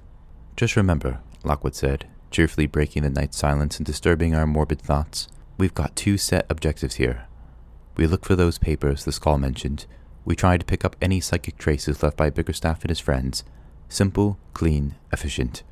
We go straight in, we come straight out. Easy. There won't be any problems. We halted at the end of the path.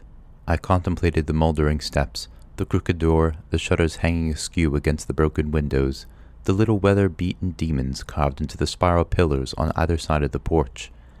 It has to be said I didn't wholly share this confidence.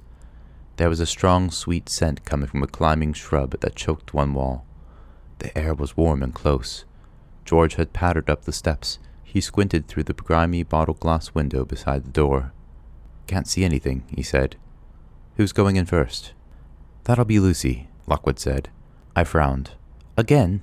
It's always me. No, it isn't. I was first for Mrs. Barrett. George did the iron coffin. Yes, but before that, No arguments, Luce. You're in the hot seat tonight. Don't worry, we'll be right behind you. Besides, like I say, with any luck there'll be nothing dangerous there, just psychic memories and traces. Which is precisely what a visitor is, Lockwood. An aggressive psychic memory. Oh, very well.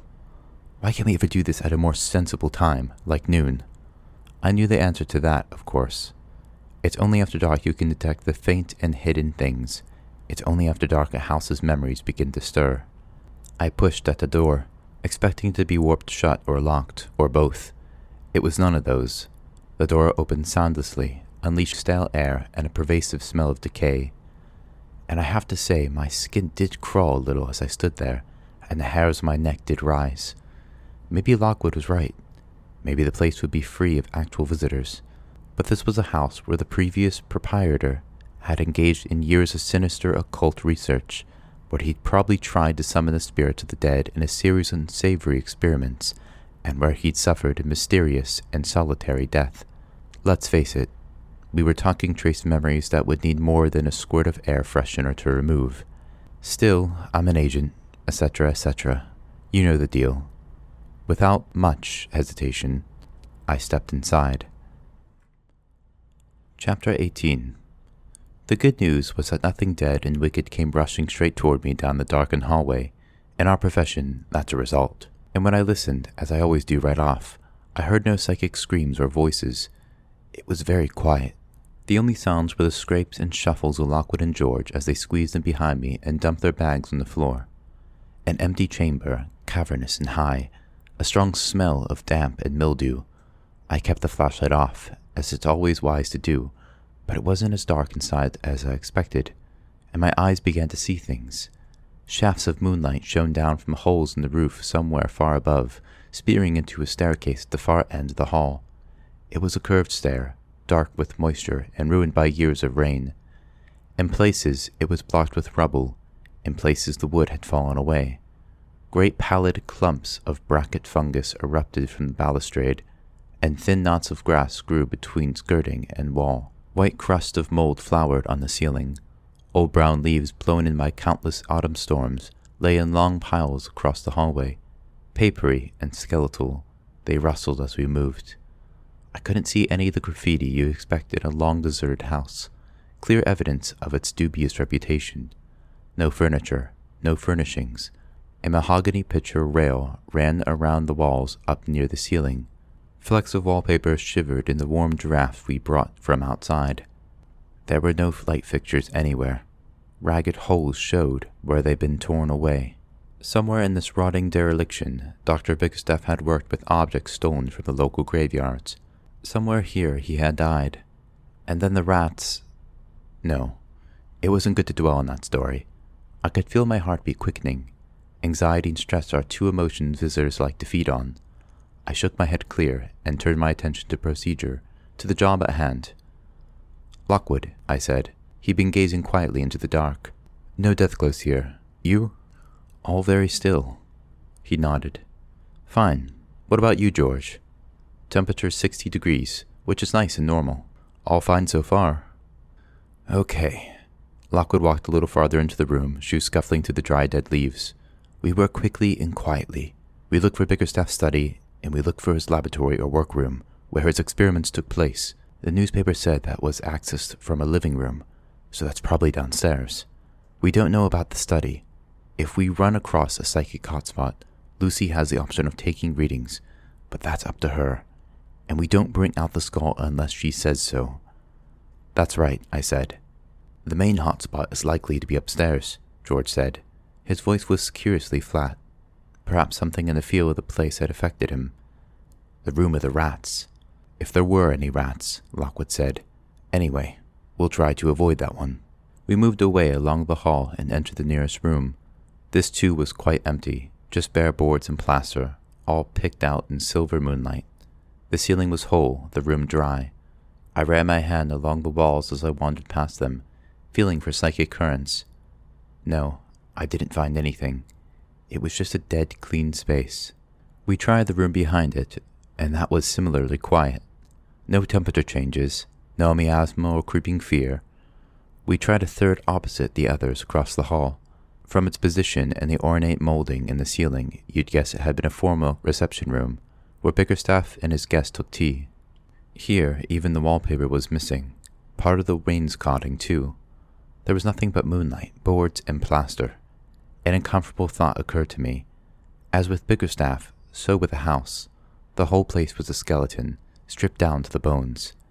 As we returned to the hall, I caught a faint vibration, muffled, somehow familiar. "Lockwood, George," I whispered. "Either of you get that?" They listened. Lockwood shook his head. George shrugged. "I'm hardly likely to, am I?" he said heavily. "My senses aren't nearly as sharp as—" He gave a sudden gasp of fright. "What's that?" I'd seen it too. A traveling slit of darkness, a long, low, agile shape, moving through the shadows at the farthest margin of the room. It darted just below the wall, close to the window, but keeping out of the hazy pyramid of moonlight. It circled around toward us along the line of wainscoting. Iron sang. Lockwood's rapier was out and ready. With his other hand, he plucked his penlight from his belt. He stabbed it on, transfixing a tiny black-brown huddling body in the circle of piercing light. Only a mouse. I breathed. A tiny one. I thought. George exhaled loudly. Me too. Thought it was bigger. Thought it was a rat. Lockwood clicked off his penlight. The mouse, released as if from a spell, was gone. We sensed rather than saw its swift departure. Mustn't get rats on the brain, Lockwood said dryly. Everyone okay? Shall we go upstairs? But I was frowning at the far side of the room. Hold on, I said. When you turned your flashlight on just now, I thought I saw... I took out mine, angled the beam at the far wall.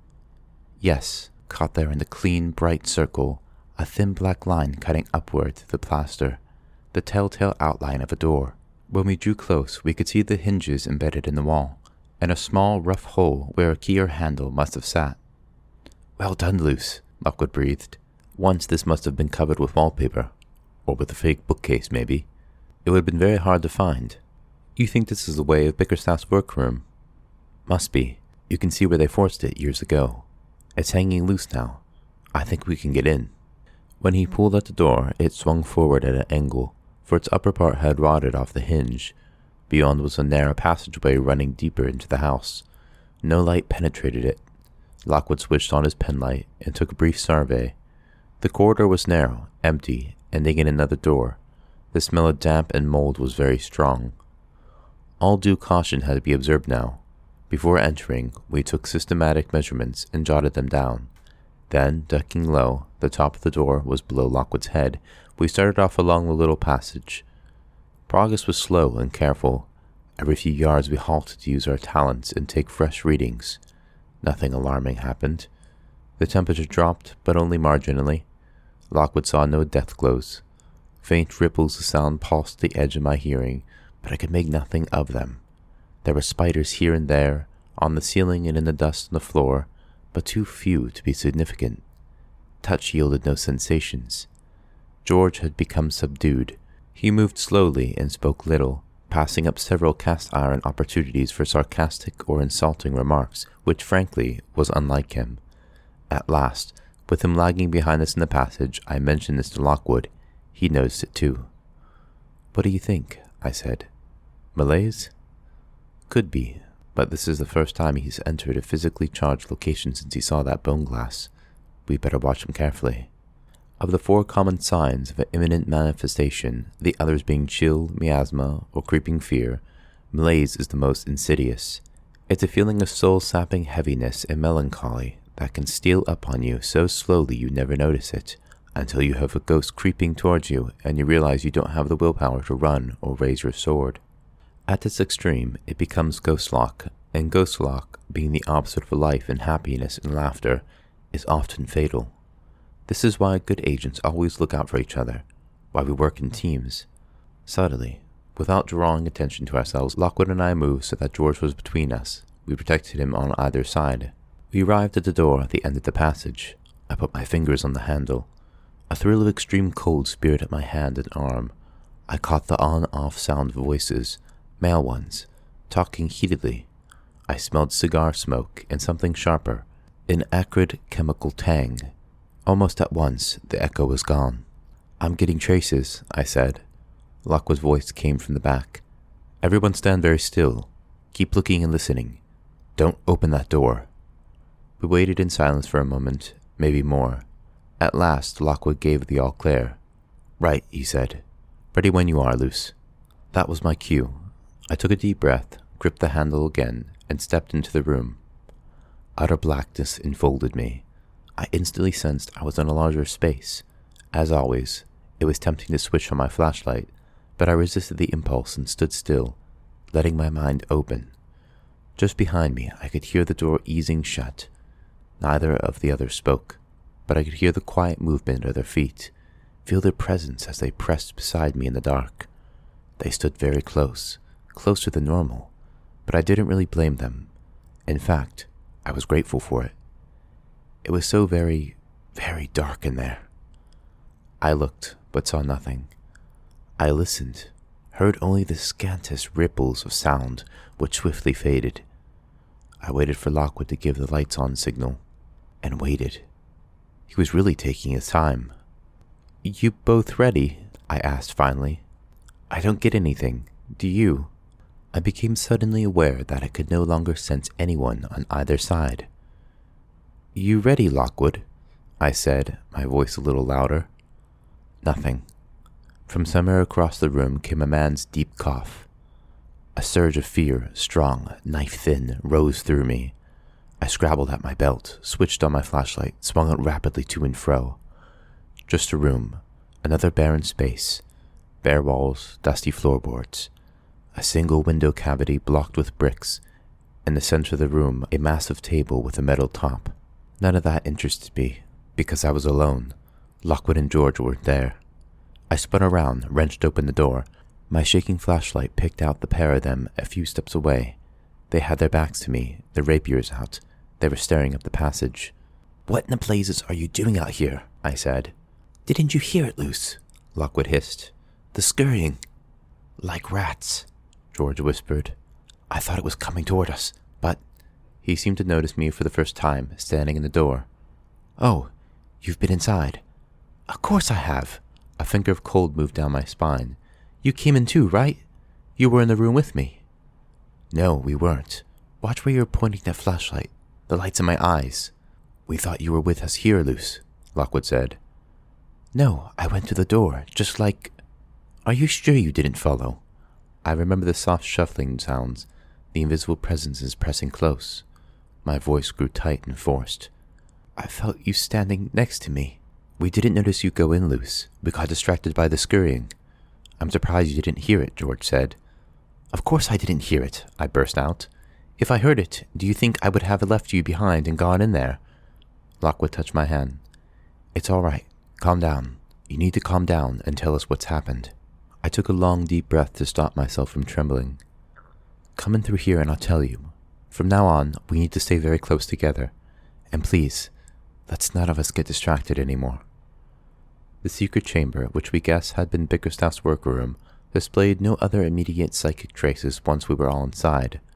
Lockwood set a lantern on the sill beneath the bricked-up window. By its light, George wandered around the perimeter, inspecting the wall. There was no other exit.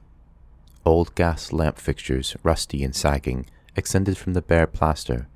The table in the center was the only furniture, its steel legs bolted to the floor. Its iron top was dirty with dust and plaster fragments. Deep grooves ran along the edges and opened to little spouts projecting over the floor. Lockwood ran his finger along one groove. "Nice little channels," he said, "for the flow of blood. This is a dissection table, mid-19th century. I've seen examples at the Royal College of Surgeons. Looks like it was here that good old Dr. Bickerstaff experimented with body parts of the deceased. Pity it's made of iron, Luce, or you might have gotten some interesting psychic feedback from it." I'd been drinking water from my backpack and was now chewing furiously on a piece of chocolate. I still felt shaken by my experiences at the door, but my fright had hardened into something stronger. If the presences here wanted to warn me off, they'd have to do better than that. I tossed the chocolate wrapper aside. "It was in this room they used to meet," I said. "A group of men smoking and talking about their experiments. I know that much already, but I'll make it more. So hush up. I want to try something." I moved to the opposite wall, far away from the iron surface of the table. There had been a fireplace here. The grate was choked with birds' nests, rubble, fragments of wood and plaster. It seemed to me that this was the heart of the room, where Bickerstaff and his companions would have stood and smoked, discussing whatever lay upon the table. Here, if anywhere, the traces might be strong. I put my fingertips against the plaster of the wall, cool, damp, even oily to the touch. I closed my eyes and lost myself. I listened. Sound welled up from the past. I grasped at it. It fell away. It's strange how psychic echoes work. They come and go, first strong, then weak, waxing, then subsiding, like they're a beating heart or rhythmic pulse, deep in the substance of the house. It makes a touch a tricky, unreliable talent. You can try the same spot 5 times and get nothing. On the 6th, you're knocked off your feet with the power of the psychic recall. I trailed my hand along the walls, tried the fireplace and the blocked-up window, and the only result was dirt-stained fingertips. Time went by. I heard Lockwood shuffling his feet, George scratching somewhere unmentionable. Otherwise, they were silent. I had them both well trained. I was just about to reach my bag for my pocket pack of Asian's wipes, ideal for removing soot, grave dirt, and ectoplasm stains, when I chanced to brush against the wall beside the door. A thin, sharp shock crackled out like sheet lightning across the back of my hand. I flinched away, and then, because I knew the sensation for what it was, deliberately placed my fingers back on the cold, rough plaster. At once, as if I switched the radio on, I heard voices beside me in the room. I closed my eyes, turned to face the chamber, let my mind fill in the image that the sound suggested. A group of men, several of them, stood around the dissecting table. I picked up a general murmur of conversation, laughter, the smell of strong tobacco. There was something in the middle of the room, something on the table. One voice, louder, more assertive than the others, rose above the rest. The hubbub quieted, to be replaced by a solemn round of clinking glasses. The echoes faded, and swelled again. This time I heard noise from a single throat, a busy, preoccupied whistling as of someone deeply engaged in a pleasant task. He was sawing something. I heard the rasping of the blade. Silence fell. And now there was something else inside the room. I felt its presence in the horrible sense of spectral cold, and the sudden dread that made my teeth rattle in my gums. Also in a hateful sound I've heard before, the burring wings of innumerable flies. A voice sounded in the darkness. "Try Wilberforce. He's eager. He'll do it."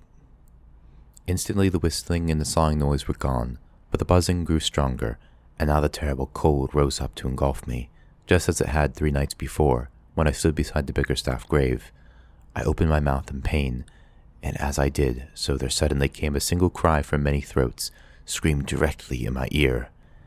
"Give us back our bones!" My hand from the wall.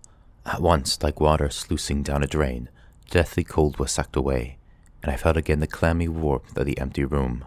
George and Lockwood stood by the table, watching me. I took my thermos from my bag and drank hot tea before telling them what I heard. "The sound of flies," I said at last. "The desperate cold. It was just the same as in the cemetery. Both have to do with the bone glass, I think. Bickerstaff definitely constructed it here." Lockwood tapped the surface of the table. "To do what, though? That's the question. You look in the bone glass, and what do you see?"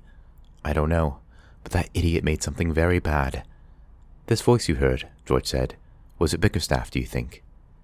"Maybe, but actually I thought it sounded more like, it's never great when one of us breaks off halfway through a sentence like that. It's always bad news. Generally speaking, it means something's happened, or is very much about to happen, and we have to stop talking or die." "Do you hear it?" I said.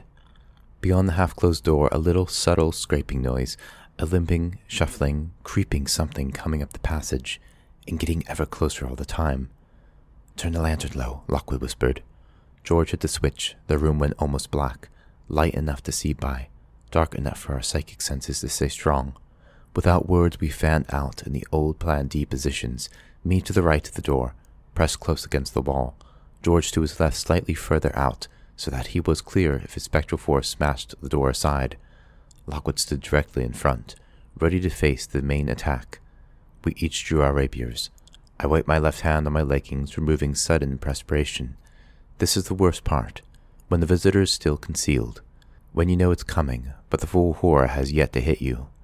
It's a time for the mind to play its tricks, for paralyzing fear to set in. To distract myself, I ran my hand across the pouches of my belt, counting, memorizing, making sure everything was ready. The soft, soft noises drew close. Through the crack in the door came a pale and spreading light. In its heart, a shadow swelled and gathered. Lockwood's arm moved back. The metal glinted. I raised my sword. Chapter 19. An unseen force struck the door, which was thrown violently back to hit George in the face. A fizz, a crack, a dark shape sprang into the room. Lockwood danced forward, swung his rapier. There was a strangled squawk of alarm. For an instant, nothing moved. Lockwood seemed frozen. My rapier, too, hung halfway through its arc. My muscles had locked as soon as I heard the breaking canister and smelled the salt and iron scattered around me on the floor. I plucked out my flashlight and switched it full on, illuminating Lockwood in mid-attack position, the point of his rapier inches from Quill Kip's throat. Kipps had one leg slightly raised. He was leaning backward with a goggling expression on his face, his chest going rapidly up and down. His own rapier tip was wobbling in midair, a short distance from Lockwood's stomach. Crowded in the doorway behind stood Cat Godwin, holding a night lantern, and Ned Shaw, clasping another salt bomb. Little Bobby Vernon's startled eyes peered from the darkness somewhere south of Shaw's left armpit. Each unlovely visage displayed mingled bafflement and terror. Silence reigned, except for George's muffled swearing behind the door. All at once, Lockwood and Kipps jumped away from one another with exclamations of disgust. "What are you doing here?" "What are you doing?" Kipps croaked. "I might ask you the same thing." "That's none of your business." "It's precisely my business," Lockwood said. He ran his hand irritably through his hair. "It's my business that you're on. You're living dangerously, Kipps. You almost got a rapier in the neck there." "Me? We thought you were a visitor. If it wasn't for my bullet speed reactions, I'd have completely disemboweled you." Lockwood raised an eyebrow. "Hardly. It was only because I could... Hardly. It was only because I could already see that you saw who I was, that I stopped myself driving the pommel of your own sword sharply back into your abdomen, using the Baedeker Flynn reverse strike maneuver. Lucky for you that I did, and so didn't." There was a pause. "Well," Kipps said, "if I understood what you were talking about, I'd no doubt have a neat retort." He returned his rapier to his belt. Lockwood stowed his too. Ned Shaw, Bobby Vernon, and Cat Godwin loped scowlingly into the room. George emerged from behind the door, rubbing a nose that seemed even smaller and stubbier than before. For a while, no one said much, but there was a great deal of assertive clinking as rapiers and other weapons were grudgingly put away. "So," Lockwood said, "you've resorted to simply following us around, have you? That's pretty low." "Following you?" Kipps gave a derisory laugh. "We, my friend, are following Lee's young Bobby Vernon here uncovered in the archives. It wouldn't surprise me if you were following us." "No need for that. George's research is doing us just fine." Bobby Vernon tittered. "Really? After that display of Wilmington Common, I'm surprised Cuban still has a job." Lockwood frowned. "It's going to be a pleasure to win this contest, Quill. By the way, your ad in the Times doesn't have to be too large. A plainly written half-page admission of defeat will do absolutely fine." "That's assuming Kipps can actually read and write," George said. Ned Shaw stirred. "Careful what you say, Cubans." "I'm sorry. Let me rephrase it. I'll bet there are apes in the Borneo rainforest with a better grasp of literacy than him." Shaw's eyes bulged. He fumbled at his belt. "Right. That's it." Lockwood flicked his coat aside, put his hand to his sword. At once Kipps, George, and Godwin did the same. "Stop this," I cried. "Stop this nonsense, all of you." 6 faces turned to me. I'd raised my voice. I clenched my fist. I may even have stamped a foot. I did what was necessary to snap them out of it. Their rage was escalating out of control, and with it, the danger hanging over us grew dark and palpable. Negative emotions in haunted places are never a good idea, and anger is probably the worst of all. "Can't you feel it?" I hissed. "The atmosphere is changing. You're stirring up the energies in the house. You've got to shut up, right now." There was a silence. They were variously concerned, disgruntled, and embarrassed, but they did as I told them. Lockwood took a deep breath. "Thanks, Luce," he said. "You're right." The others nodded. "I know anger's out," George said. "But what about sarcasm? Is that a no-no too?" "Hush!" We waited. Tension hung heavy in the air. "Think we stopped it," Quillkip said at last. "Think we were just in time." Even as he spoke, the element in Cat Godwin's night lantern flickered, dwindled, flared again. George unclipped his thermometer and switched on the dial. "Temps dropping. 50 degrees now. It was 57 in here when we came in." "The air's getting thick," Bobby Vernon muttered. "There's a miasma building." I nodded. "I'm getting aural phenomena. A rustling." Cat Godwin could hear it too. Her face was gray and drawn. "It sounds like lots of little rushing things with scaly tails and scaly claws hurrying through the house toward us, brushing against walls, squeezing under doors, pattering through pipes and under floorboards, converging even closer on that hateful airless room. That, to be frank, is what it sounded like. Cat Godwin didn't say this, and she didn't say the fateful word. She didn't need to. Everybody guessed. "Chains out," Lockwood said. "Let's all think happy thoughts." "Do it," Kip said. They may have had the social graces of hungry jackals, but give them their due. Fitz agents were well trained. They had their tool bags open faster than we did, and a decent double circle of chains laid out in 20 seconds flat. Ned Shaw was still scowling at us, but the others were calm and matter-of-fact now. The priority was survival. We all squeezed in. "This is cozy," George said. "Nice cologne, Kipps." I'm being genuine there. Thanks. Shut up now, I said. We need to listen. So we stood silent. 7 agents squashed inside the circle. The lantern light continued to flicker wildly. I could see nothing, but the rustling, scraping, scampering sound grew nearer. Nearer. Now it was all around us, as if a terrible pell-mell chase was going on, just out of eyeshot in the dark. From Cat Godwin's constricted breathing, I knew she heard it. Whether the others did, I couldn't tell. The tumult rose around me. It was as if the frantic chase continued up the walls. It kept on rising till it reached the ceiling. Claws skittered and slid on plaster just above our heads. Still it rose. The sound merged into the ceiling. The terrible rustling vanished away into the fabric of the house. It's gone, Cat Godwin said. It's backed off. You think so too, Lucy? Yeah, the air's clearing. Wait, so you know my name as well? Temperature's back up to 54, George said. A general lessening attention followed. Everyone suddenly realized how close we were all pressing. We scattered from the circle. The chains were put away. The 2 groups stood looking at each other once again. Look, Quill, Lockwood said. I've got a suggestion. This clearly isn't a place for an argument. Let's continue it later. Somewhere else. Also, since none of us can stand the sight of each other, why don't we go our separate ways around the house? We'll all search where we like, and won't disturb the others. Sound fair enough. Kipps was pulling at his cuffs and brushing at his jacket, as if our recent forced proximity had made him worried about fleas. Agreed, but don't make any sudden reappearances. I might take your head off next time. Without further words, we steered past them and back down the passage. Once through the other door, we retraced our steps to the main hall. Here, Lockwood paused. Kipps showing up complicates things, he whispered.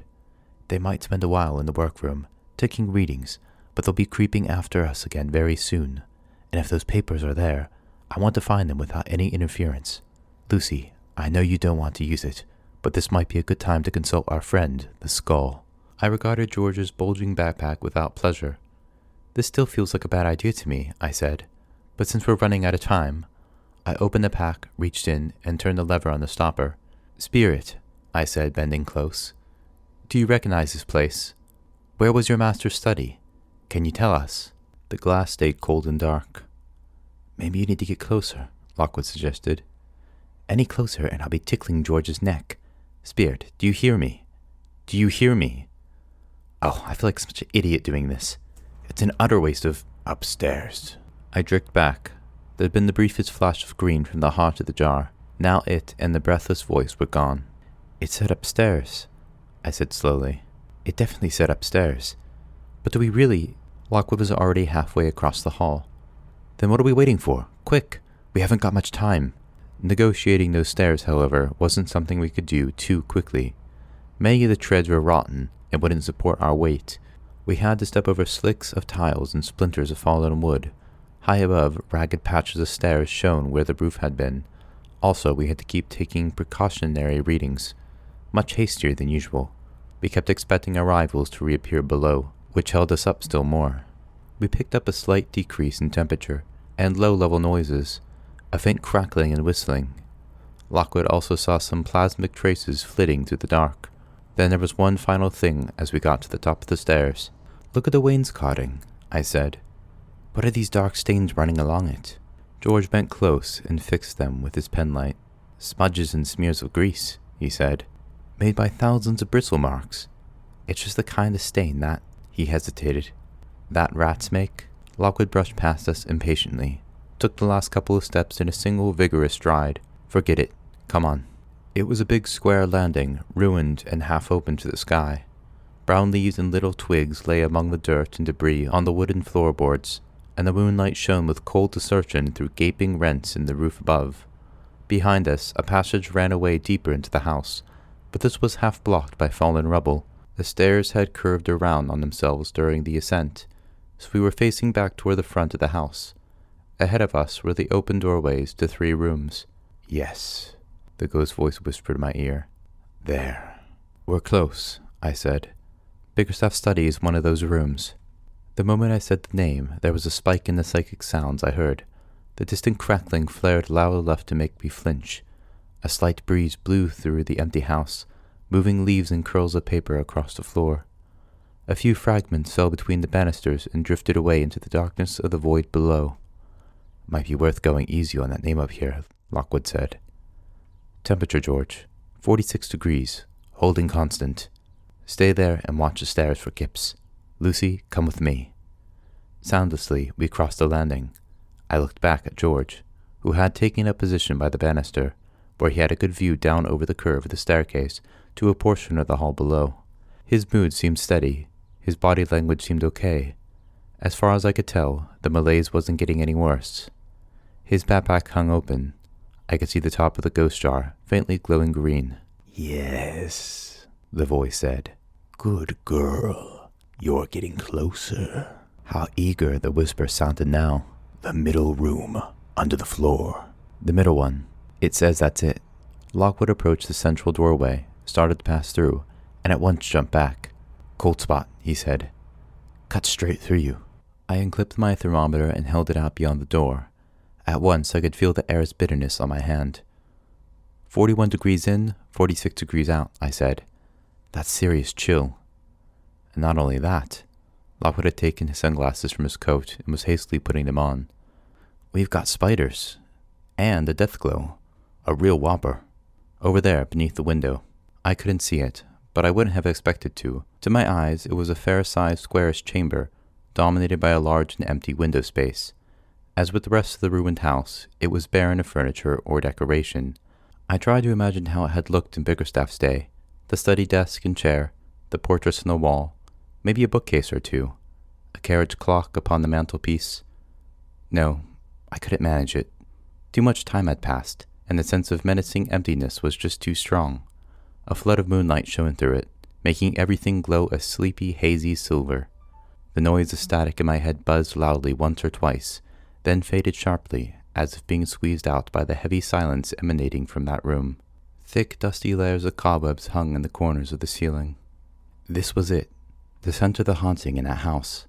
My heart beat painfully against my chest, and I could feel my teeth chattering. I forced the panic down. What had Joplin told us? The man had stood outside the house and seen movement in the window. Lockwood, I whispered. It's the room of the rats. It's where Bickerstaff died.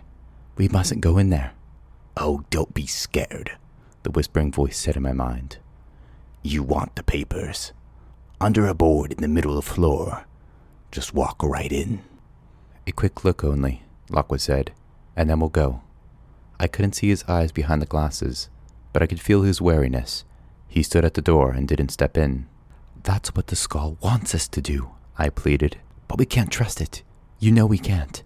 Let's just leave it, Lockwood. Let's get out of here. After all this, not likely. Besides, Kipps will be up here any minute. He pulled his gloves higher on his wrists and stepped through the door. Gritting my teeth, I followed. The drop in temperature was brutal. Even in my coat, it made me shudder. There was an immediate hike in the static, too, as if someone had turned the dial the moment I went inside. The air was heavy with a peculiar sweet smell, not unlike the climbing shrub outside the window. It was thick, cloying, and somehow rotten. It had no obvious source. It was not a room to remain in very long. We walked slowly through drifting spears of moonlight, hands at our belts, surveying the floor. Most of the boards seemed held fast, stone stiff and strong. It's in the middle somewhere, I said, according to the skull. What a very helpful skull he is. Ah, this one gave a little. Keep watch, Lucy. In a moment he was on his knees, squatting by the floorboard, exploring its edges with long fingers. I took my rapier from my belt and paced slowly around the room. I did not want to remain still there. Somehow I needed to move. I passed the door, across the landing. George was looking at me from his position by the banisters. He waved. The back of his backpack glowed a faintish green. I passed the window. From it I could see the slates of the entrance porch, the path leading down the hill, the tops of ragged trees. I passed an empty fireplace. On impulse, I let my fingers touch the blackened tiles. Sound looped out from the past. The room was warm. Fire crackled in the grate. Here, my dear fellow, the boys set it all up for you. We've chosen you for this great purpose. You are to be the pioneer. Another voice. Just stand before it and take the cloth away. Tell us what you see. Have you not looked yet, Bickerstaff? The speaker was querulous, prickly with fear. Surely it should fall to you. It is to be your honor, my good Wilberforce. This is your heart's desire, is it not? Come, man, take a drop of wine for courage. That's it. I stand ready to record your words. Now there, we remove the veil. So look into it, Wilberforce. Look, and tell us. Appalling cold, a cry of terror, and with it, the buzzing of the flies. No, I cannot. I swear you shall. Hold him fast. Get him by the arms. Look, curse you, look, and talk to us. Tell us the marvels that you see. But the only answer was a scream, loud, loud, louder, and suddenly cut off. My hand fell away from the wall. I stood rigid, eyes staring, frozen in shock at what I'd heard. The room was very still, as if the whole building held its breath. I could not move. I was engulfed by the echo of a dead man's fear. The terror subsided, blinking, gasping. I remembered where I was. In the center of the room, Lockwood crouched beside an uprooted floorboard. He was grinning at me broadly. He had several yellowed, crumpled papers in his hand. "How's that, then?" he smiled. "The skull spoke truth." "No." I lurched toward him, caught his arm. "Not about everything. Listen to me. It wasn't Bickerstaff who died here. It was Wilberforce. Bickerstaff forced him to look into the bone glass, right here in this room. The bone glass killed him. Lockwood, it was Wilberforce who died in this house.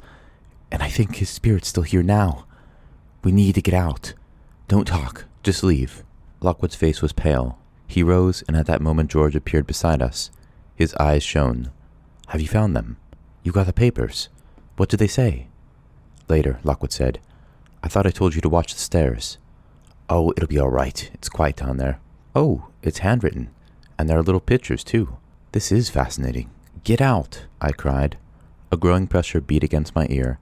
It seemed to me that the moonlight in the window was a little thicker than before. "Yes," Lockwood said. "Let's go." We turned and saw the hulking form of Ned Shaw standing in the doorway. He blocked the space. If you put a hinge on his backside and another on his elbow, he had made an ugly but effective swing door. "George," I said, "how long has it been since you actually watched the stairs?" "Well, I might have stepped over a moment or two ago to see what you were doing." Shaw's little eyes gleamed with triumph and suspicion. "What have you got there, Lockwood?" he said. "What's that you're holding?" "I don't know," Lockwood said truthfully. He bent, put the papers in his bag. "Give them here," Shaw said. "No, let us pass, please." Ned Shaw gave a chuckle. He leaned casually against the door jamb. "Not until I see what you've got." "This really isn't a place for an argument," I said.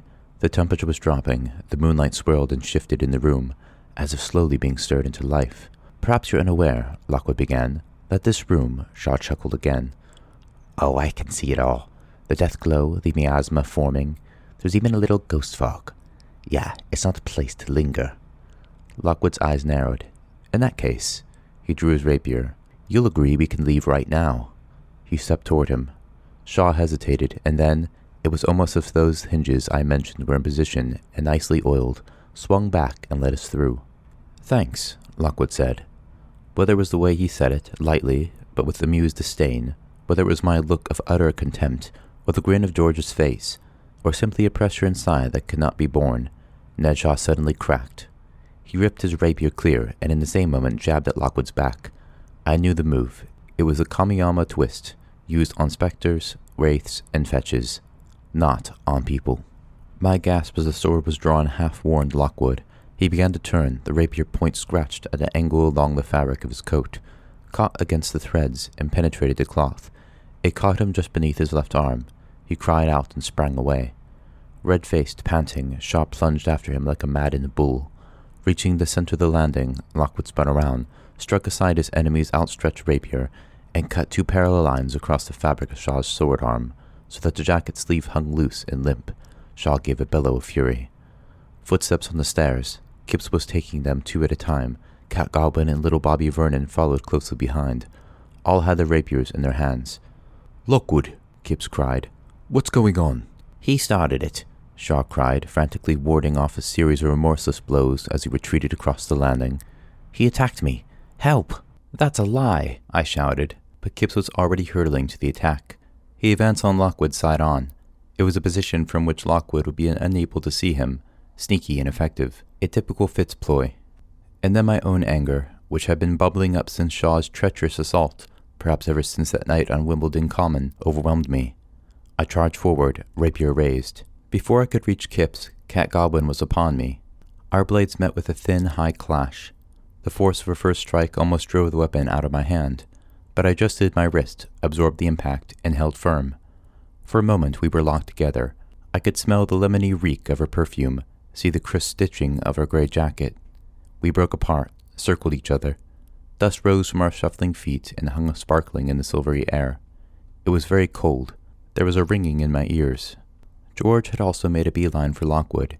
He was defending him from Kipps and Vernon on the other side. Lockwood had removed a portion of Shaw's second sleeve. Bits of ragged cloth lay scattered across the moonlit floor.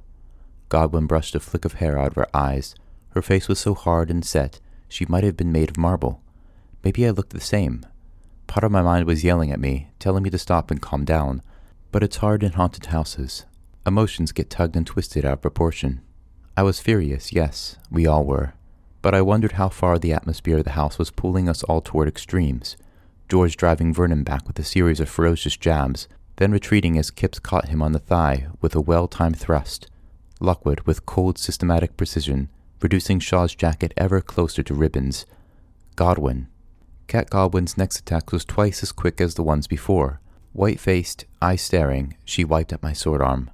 The tip of the blade caught me neatly on the exposed skin between the wrist bones, just beyond the guard. It bit through the skin, making me cry out. I grasped my wrist. Flecks of blood showed between my fingers. I looked up at her in shock, and then I looked beyond her. My mouth opened. I backed away. "Giving up," Godwin said.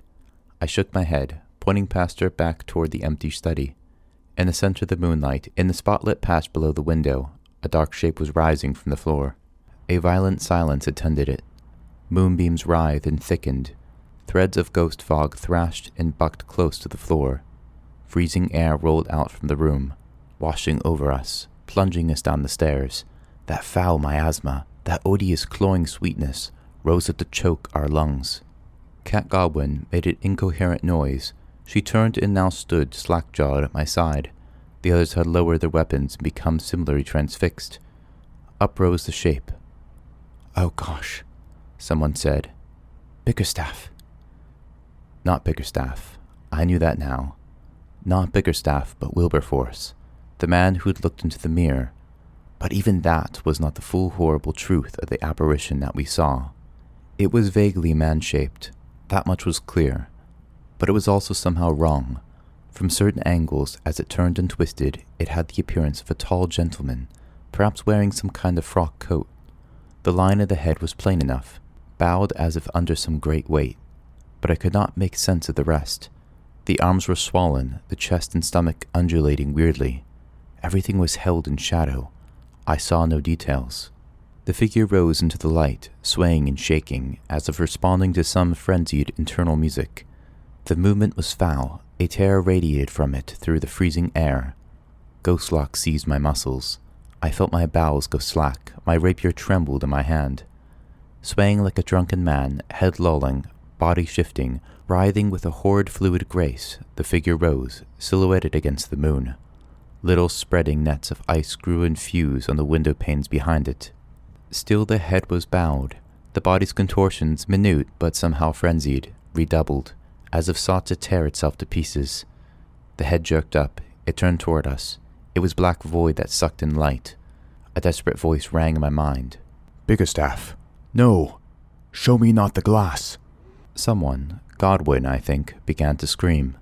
I didn't blame her. The figure was shaking itself apart. Like a wet dog, it thrashed from side to side, and as it did so, pieces of its substance broke away. It was as if gobbets of flesh were shaking themselves loose and falling to the floor. As each one landed, the lumps uncoiled, grew elongated, became low black forms that leaped and skittered out across the room before circling around toward the door. "Rats!" Lockwood cried. "Back to the stairs! Get out!" His voice broke through our ghost lock. One after another our training kicked in, but not before the first black forms were already upon us. 3 coal-black and shining, with yellow maddened eyes, came leaping, springing through the door. One launched itself at George, who met it with a wild swing with his rapier. The rat burst. A shower of bright blue ectoplasm spattered Vernon's jacket, making him squeal. Lockwood hurled a salt bomb, igniting another rat. It burned with a livid flame. The third scrabbled away and up the wall. Away by the window, in its nimbus of blue fire, the hellish figure hopped and capered, as if dancing with delight. Ribs shone, arm bones peeked from the whirling, disintegrating flesh. Fresh chunks and pieces tore themselves free. Spectral rats scattered up the walls and across the ceiling. More came through the door. "Back!" Lockwood cried again. He was walking backward slowly, methodically, slashing at the darting, clawing form as they drew near. George and I were doing likewise. Of the Fitz agents, Shaw and Goblin beat the most orderly retreat. Shaw scattered iron filings in a broad circle so that the advancing rats fizzled and leaped and spun. Goblin tossed assault bombs left and right. Kipps, he'd already run off. I heard his boots beating out a cowardly fandango on the stairs. But Bobby Vernon seemed racked with panic, neither attacking nor retreating, his sword hanging limply, eyes locked on the bony, dancing thing. It sensed his weakness. Visitors always do. Rats converged upon him along the walls and ceiling. One dropped toward his head. Lockwood sprang close, long coat flapping. He swung his sword and, mid-fall, sliced the rat in two. Plasm fell like molten rain. Vernon moaned. Lockwood grasped him by the collar, dragged him toward the stairs. From left, from right, the swift black forms came darting. I threw a salt bomb, drove them shrieking back. The landing was awash with salt and iron. Burning rats shrank and dwindled on all sides. We reached the stairs. Lockwood flung Vernon ahead of him, jumped over a writhing rat that collided with the wainscoting, and clattered down. I was the last. I looked back into the empty room. In its livid fire, the thing by the window was almost reduced to bones. As I watched, I saw it fall back, disintegrate entirely into a dozen darting forms that whirled around and around. "I beg you," roared the despairing, distant voice. "Show me not the glass." I pelted around the curve on the stairs, down along the hallway, toward the open door. "Not the glass." I fell out from the front door, across the porch, and into the long, wet, moonlit grass. The summer night enfolded me. For the first time I realized how cold I'd been. Shaw and Goblin had already collapsed on the ground. Vernon was slumped against one of the pillars of the porch. George and Kipps had discarded their rapiers and were bent over almost double, gasping, hands clamped against their knees. Lockwood was hardly out of breath. I looked up at the window overhead where, lit by flickering blue other light, the stick-thin figure and the rats could still be seen, dancing and capering. Rats leaped and bounded, ran up and down the walls and across the ceiling. They merged in and out of the figure, building it up momentarily resemble a Victorian gentleman with swaying tailcoats, then stripping it back to the bones again. The light winked out. The house was dark beneath the moon. I turned away, and as I did so, a brief, malevolent chuckling sounded in my mind. From the back of George's backpack, a faint green glow flared once, then faded. Now there was nothing but 7 exhausted agents scattered wheezing on the quiet hill. Chapter 20. "Destroy it," I cried. "That's the only option. We can take it to the furnaces, and we burn the thing now." "Yes," Lockwood murmured. "But is that really practical?" "Of course it isn't," George said. "We simply can't do it. It's too important for us, and for psychic science generally. And Luce, flicking marmalade at my head is really not a valid argument. You've got to calm down." "I'll calm down," I snarled, "when this cursed skull is off the premises." I threw the marmalade spoon at the jar. It struck the side of the glass, bounced off with a ping, and landed in the butter. "Oh dear," a mocking whisper sounded in my head. "Temper, temper. This is such an exhibition." "And you can shut up," I said. "I don't need you to butt in too." Morning had come, which meant yet more crystal-clear skies, another late breakfast, and, in my case at least, the releasing of a lot of pent-up rage. It hadn't come out on our long journey home from Hampstead, nor in my fitful sleep. It hadn't even stirred when I came into the kitchen and saw the ghost jar on the counter. But when, as we discussed the night's events, I heard the ghost's hoarse chuckle cutting through my mind, my control finally snapped. I leaped at the jar, and it was all Lockwood could do to prevent me from smashing it right there and then. "I keep telling you, it lured us to the house," I said. "It knew about the horror in that room. It knew Wilberforce's ghost would be there. That's why it let slip about the papers in the first place. That's why it led us upstairs. It's vindictive and evil, and we were fools to listen to it. You should have heard it laughing at us last night, and now it's doing it again." "All the same," Lockwood said mildly, "we do have the papers. It didn't lie about that. That was just a way of trapping us, don't you see? It's preying on our weaknesses, and it does that by getting into my head. It's all right for you. You can't hear its horrid whispering." "Oh, how mean," the skull's voice said. "Anyway, be consistent. Last thing I heard, you were begging me to speak, and I don't know why you're being so ungrateful either. You got the papers, and gave you a little nice workout too. A pathetic little spirit like Wilberforce was never going to cause you any real trouble." It gave a fruity chuckle. "Well, I'm waiting for a thank you." I stared across the ghost jar. Sunlight danced mutely on its glass sides, and there was no sign of the spectral face, but a door had suddenly opened up in my mind, and a memory came sharply into focus. It was from last night, up at the house, one of the voices I heard echoing from the past. "Try Wilberforce," the voice had said. "He's eager. He'll do it." The tones had been familiar. I knew them all too well. It was him! I pointed at the skull. It was him talking to Bickerstaff in the workroom. So much for him not knowing about the mirror. He was there when it was made. Not just that, he actually suggested they make Wilberforce look in. The skull grinned back at me from the center of the plasm. "Impressive," it whispered. "You do have talent. Yes, and it was such a shame that poor Wilberforce didn't have the strength to cope with what he saw. But now my master's mirror is back in the world again. Perhaps someone else will use it and be enlightened." I passed these words on to the others. Lockwood leaned forward. "Great, it's been talkative. Ask it what the mirror actually does, Luce." "I don't want to ask this foul creature anything. Besides, there's no way it would ever tell us." "Hold on," the ghost said. "Try asking nicely. A little bit of courtesy might help." I looked at it. "Please tell us what the mirror does." "Get lost. You haven't been very polite today, so you can all go boil your heads." I felt its presence disappear. The plasm clouded, concealing the skull from view. With gritted teeth, I repeated everything. Lockwood laughed. It certainly picked up a few choice phrases from its constant eavesdropping. "There are a few more I'd like it to hear," I growled. Now, we've got to detach ourselves from it," Lockwood said. "You, Lucy, most of all. We mustn't let it wind us up." He crossed to the jar and closed the lever in the plastic seal, cutting any connection with the ghost. Then he covered it with a cloth. "He's slowly giving us what we want," he said, "but I think we could all do with a little privacy. Let's keep him quiet for now." The phone rang, and Lockwood went to answer it. I left the kitchen too. My head felt numb. The echoes of the ghostly whisper still lingered in my ears. Thankful as I was to have some peace from the skull, it didn't make me feel much better. It was only a temporary respite. Soon they want me to talk to it again. In the living room, I took a breather. I went over to the window and looked out into the street. A spy was standing there. It was our old friend Ned Shaw, gray, disheveled, and way-faced with weariness. He stood like an ugly mailbox on the opposite side of the road, stolidly watching our front door. He'd clearly not been home. He wore the same jacket as the night before, half shredded by Lockwood's rapier. He had a take-out coffee in one hand and looked thoroughly miserable. I went back to the kitchen where Lockwood had just returned. George was busy doing the dishes. "They're still watching the house," I said. Lockwood nodded. "Good. Shows how desperate they are. This is Kip's response to our seizure of the papers.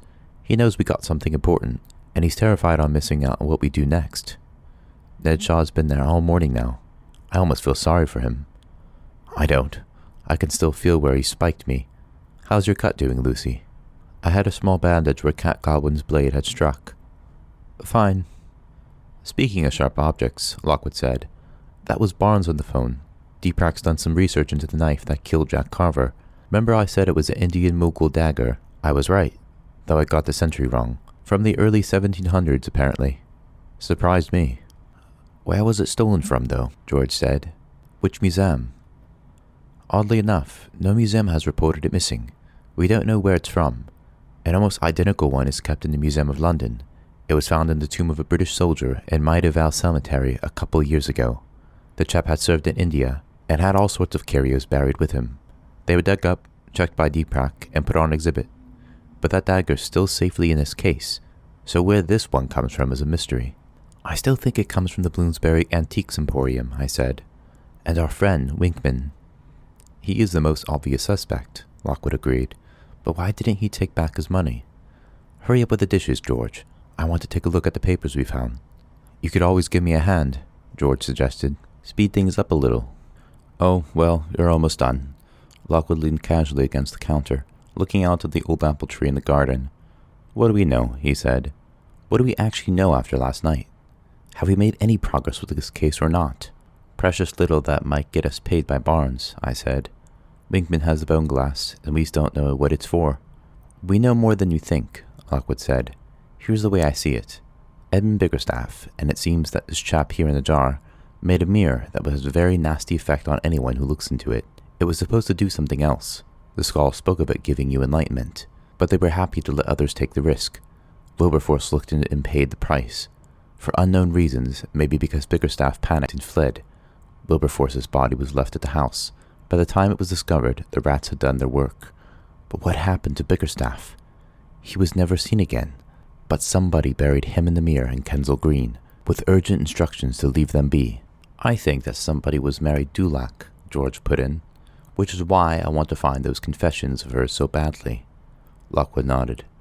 Whoever did it, Biggerstaff was buried. We dug him up. His ghost was released, and it nearly got George. The mirror nearly got George too, I said. Would have if we hadn't blocked it so quickly. You say that, George said. He was staring out into the garden. But who knows? Maybe I would have been okay. Perhaps I would have been strong enough to withstand the dangers and see what the mirror contained. He sighed. Anyway, I'm finished. Pass me that towel. Lockwood passed it. The modern mystery, he said, goes like this. Somebody tipped off Carver and Nettles about the glass. Carver carried out the raid. Though Nettles died. Carver sold the glass to someone, we assume Julius Winkman, for a lot of cash, but afterward was murdered. We don't know by whom. What we think we know is that Winkman has the bone glass, and that's the essential fact that is going to win us this case for Kipps and his idiot gang. He clapped his hands together. There, am I right? How's that for a summary? Very good. George and I were sitting at the table with an air of expectation. I think we should look at the Bickerstaff's papers now. Right. Lockwood settled himself beside us, and from his jacket drew forth the crumpled documents he had taken from the haunted room the night before. There were 3 pages, great sheets of parchment, mottled with the marks of decades of concealment, damp dirt, and the nibbling of worms. Each sheet was covered on both sides with lines of spidery, inky handwriting, mostly tight-spaced, but here and there broken up by small drawings. Lockwood tilted the papers toward the window, frowning. Drat, he said. It's in Latin. Or is it ancient Greek? George squinted at the writing over the top of his spectacles. Obviously not Greek. Might possibly some medieval form of Latin. Looks a bit weird, though. What is it with mysterious documents and inscriptions that they always have to be in some old dead language? I growled. We had the same problem with the Fairfax locket, remember? And the St. Pancras headstone. You can't read any of this, I suppose, George? Lockwood asked. George shook his head. No, I know someone who can, though. Albert Joplin's good with all sorts of historical stuff. He was telling me about a 16th century Bible he found in one of the cemetery excavations. That was in Latin too, I think. I could show these papers to him and see if he'll translate. Swear him to secrecy, of course. Lockwood pursed his lips. He tapped the table in indecision. DPRAC's got language experts, but they'd share everything with Barnes, and, through him, Kipps as well. Okay, I don't much like it, but it may be we haven't got another choice. You have to take them to Joplin. No, better still, see if you'll come here. We don't want Ned Shaw jumping you and stealing them the moment you step outside. What about those drawings, I said. We don't need an expert for them, do we? We spread the parchments out across the table and bent close to consider the little pictures. There were several, each done in pen and ink, each showing a distinct episode in a narrative. The art was rather crude, but very detailed. It was immediately obvious, from the style of the figures, from the clothes they wore, and from the general scenes, that the images were very old. They're not Victorian, George said. I bet these originally come from a medieval manuscript. Maybe the text does too. Bickerstaff found this somewhere and copied it all out. I reckon this is where he got the inspiration for his ideas. The first illustration showed a man in long robes stooping beside a hole. It was night. There was a moon in the sky. Suggestions of trees in the background. Inside the hole was a skeleton. The man appeared to be reaching into the hole and removing a long white bone. With his other hand, he held up a long, thin crucifix to ward off a faint, pale figure that was rising beside him, half in and half out of the ground. "Grave robbing," Lockwood said, "and using iron or silver to keep the ghost at bay." "He's just as dumb as we are," I said. "It'd be so much simpler to do it during daylight." "Maybe he has to do it at night," George said slowly. "Yeah, maybe he has to. What's the next picture show?" The next one was another robed man, presumably the same person, standing beside a gallows on a hill. Again, the moon was up. Massed clouds banked across the sky. A decomposing corpse hung from the gallows tree, a thing of bones and rags. The man appeared to be in the process of cutting off one of the corpse's arms, using a long curved knife. Once again he held the crucifix aloft, this time to keep at bay two spirits, one that hung vaporously behind the body on the gallows, the other standing ominously behind the gallows post. The man had an open sack beside him, in which the bone from the first picture could be seen. "He's not making many friends, this fellow," Lockwood said. "That's two ghosts he's annoyed." "That's just the point," George breathed. "He's purposely seeking out the bones that have a visitor attached. He's seeking out sources. What does he do next?" He was doing more of the same, this time in some kind of brick-lined room. Alcoves or shelves in the wall were filled with piles of bones and skulls. With his sack lying open at his feet, the man was selecting a skull from the nearest shelf, while rather nonchalantly flourishing the crucifix. Behind him at three pale figures, the first two resentful ghosts, and a new one. "It's a catacomb, or ossuary," Lockwood said, "where they used to store bones when the old churchyards got too full. These three pictures show all the best places for finding a source. And the fourth," he turned the parchment over and broke off. "Oh," I said. The fourth picture was different from the others. This one showed the man alone in a stone chamber, with the sun shining over fields beyond an open door.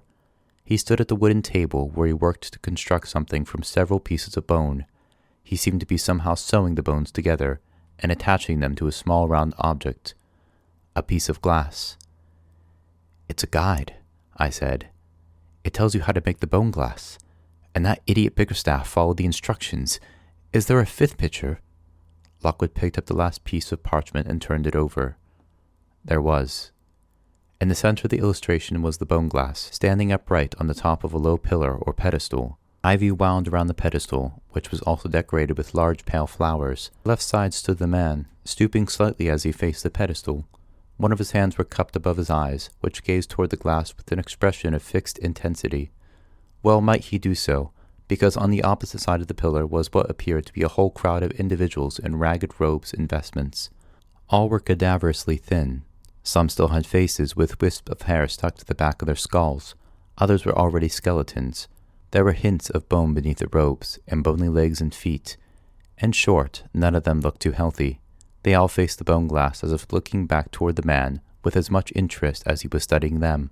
He stared at the parchment, at the massed ranks of little figures. There was a deep silence in the sunny room. "I still don't understand," I said at last. "What's the glass for?" George cleared his throat, a harsh sound. "For looking through." Lockwood nodded. "It's not a mirror. It's a window. A window to the other side." Tap, tap. It's not often something startles all three of us at once. Okay, the opening of Mrs. Barrett's tomb saw us all set personal high jump records, but that was at night. In daytime? No, it never happens. Yet, all it took this time was the sound of fingernails on glass and a shadow looming behind us at the kitchen window. We turned, a bony hand clawed at the pane. I glimpsed a scrawny neck and shoulders, pale wisp of hair fringing a weird, misshapen head. I leaped up from my stool. Lockwood's chair went crashing against the fridge. George turned back so far he got entangled with the mops behind the door, and he started lashing out at them in fright. For an instant none of us could speak. Then common sense intervened. It couldn't be something dead. It was mid-morning. I looked again. The sun was behind the figure, rendering it almost black. Then I made out the atrocious outline of the raggedy straw hat, the grimy, leering face. "Oh," Lockwood said. "It's Flo." George blinked. "Flo Bones? That's a girl?" "We assume so. It's never been conclusively proved." The face at the window moved from side to side. It seemed to be talking. At least, the mouth was making a series of alarming contortions. The hand waved violently, clawing against the glass. George stared, agog. You said she was quiet and refined. Did we? I don't remember. Lockwood was gesturing toward the back of the house. As the face disappeared from the window, he moved across to open the kitchen door. This'll be about Winkman. Perfect. It's just what we need. I'm bringing her in. Luce, hide the papers. George, find sugar. Put the kettle on. George considered the greasy marks remaining on the window. You think she'll want tea? She looked more like a formaldehyde sort of girl. It's coffee, I said. And a quick word of advice. No cheap comments at her expense. She's easily offended and would probably disembowel you. Story of my life, George said. Outside, the summer birds had fallen silent, perhaps stunned by the figure stomping up the garden stairs. Lockwood stood aside. A moment later, Flowbones was bustling into the kitchen in her enormous boots, bringing with her the canvas sack, a frown, and the scent of a low tide. She stood at the door and glared around at us silently. In daylight, her blue puffer jacket seemed lank and almost bleached of color, and it was difficult to tell where her hair stopped and the straw of her hat began. A great smear of gray mud ran across the front of her jeans, while 7 shades of dirt decorated her round face. In other words, all the horrid implications of the night were fully realized. Yet her blue eyes looked doubtful, almost anxious, and she carried herself with less bluster than before, as if the daylight and maybe her surroundings intimidated her just a little. Welcome, Lockwood said, closing the door. It's really good of you to come. The relic girl didn't answer. She was staring mutely around the kitchen, taking in the cabinets, the stacks of food, our piled supplies. All of a sudden I wondered where it was she ate, where she slept when not working by the river. I cleared my throat. Hey, Flo, I said. We'll get some coffee on. Yeah, coffee would be good. Not used to being up this time of day. Her voice was quieter, more reflective than I remembered it. It's quite a place you got here, Lockie. Even got a personal guard outside, I see. Oh, Ned Shaw? Lockwood said. You met him, did you? I saw him, but he didn't see me.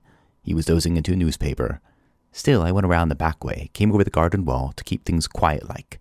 Wouldn't want word to leak out I've been socializing with the likes of you. She grinned, showing remarkably white teeth. That's quite right, Lockwood said. Well done. George was making the coffee. He cleared his throat meaningfully.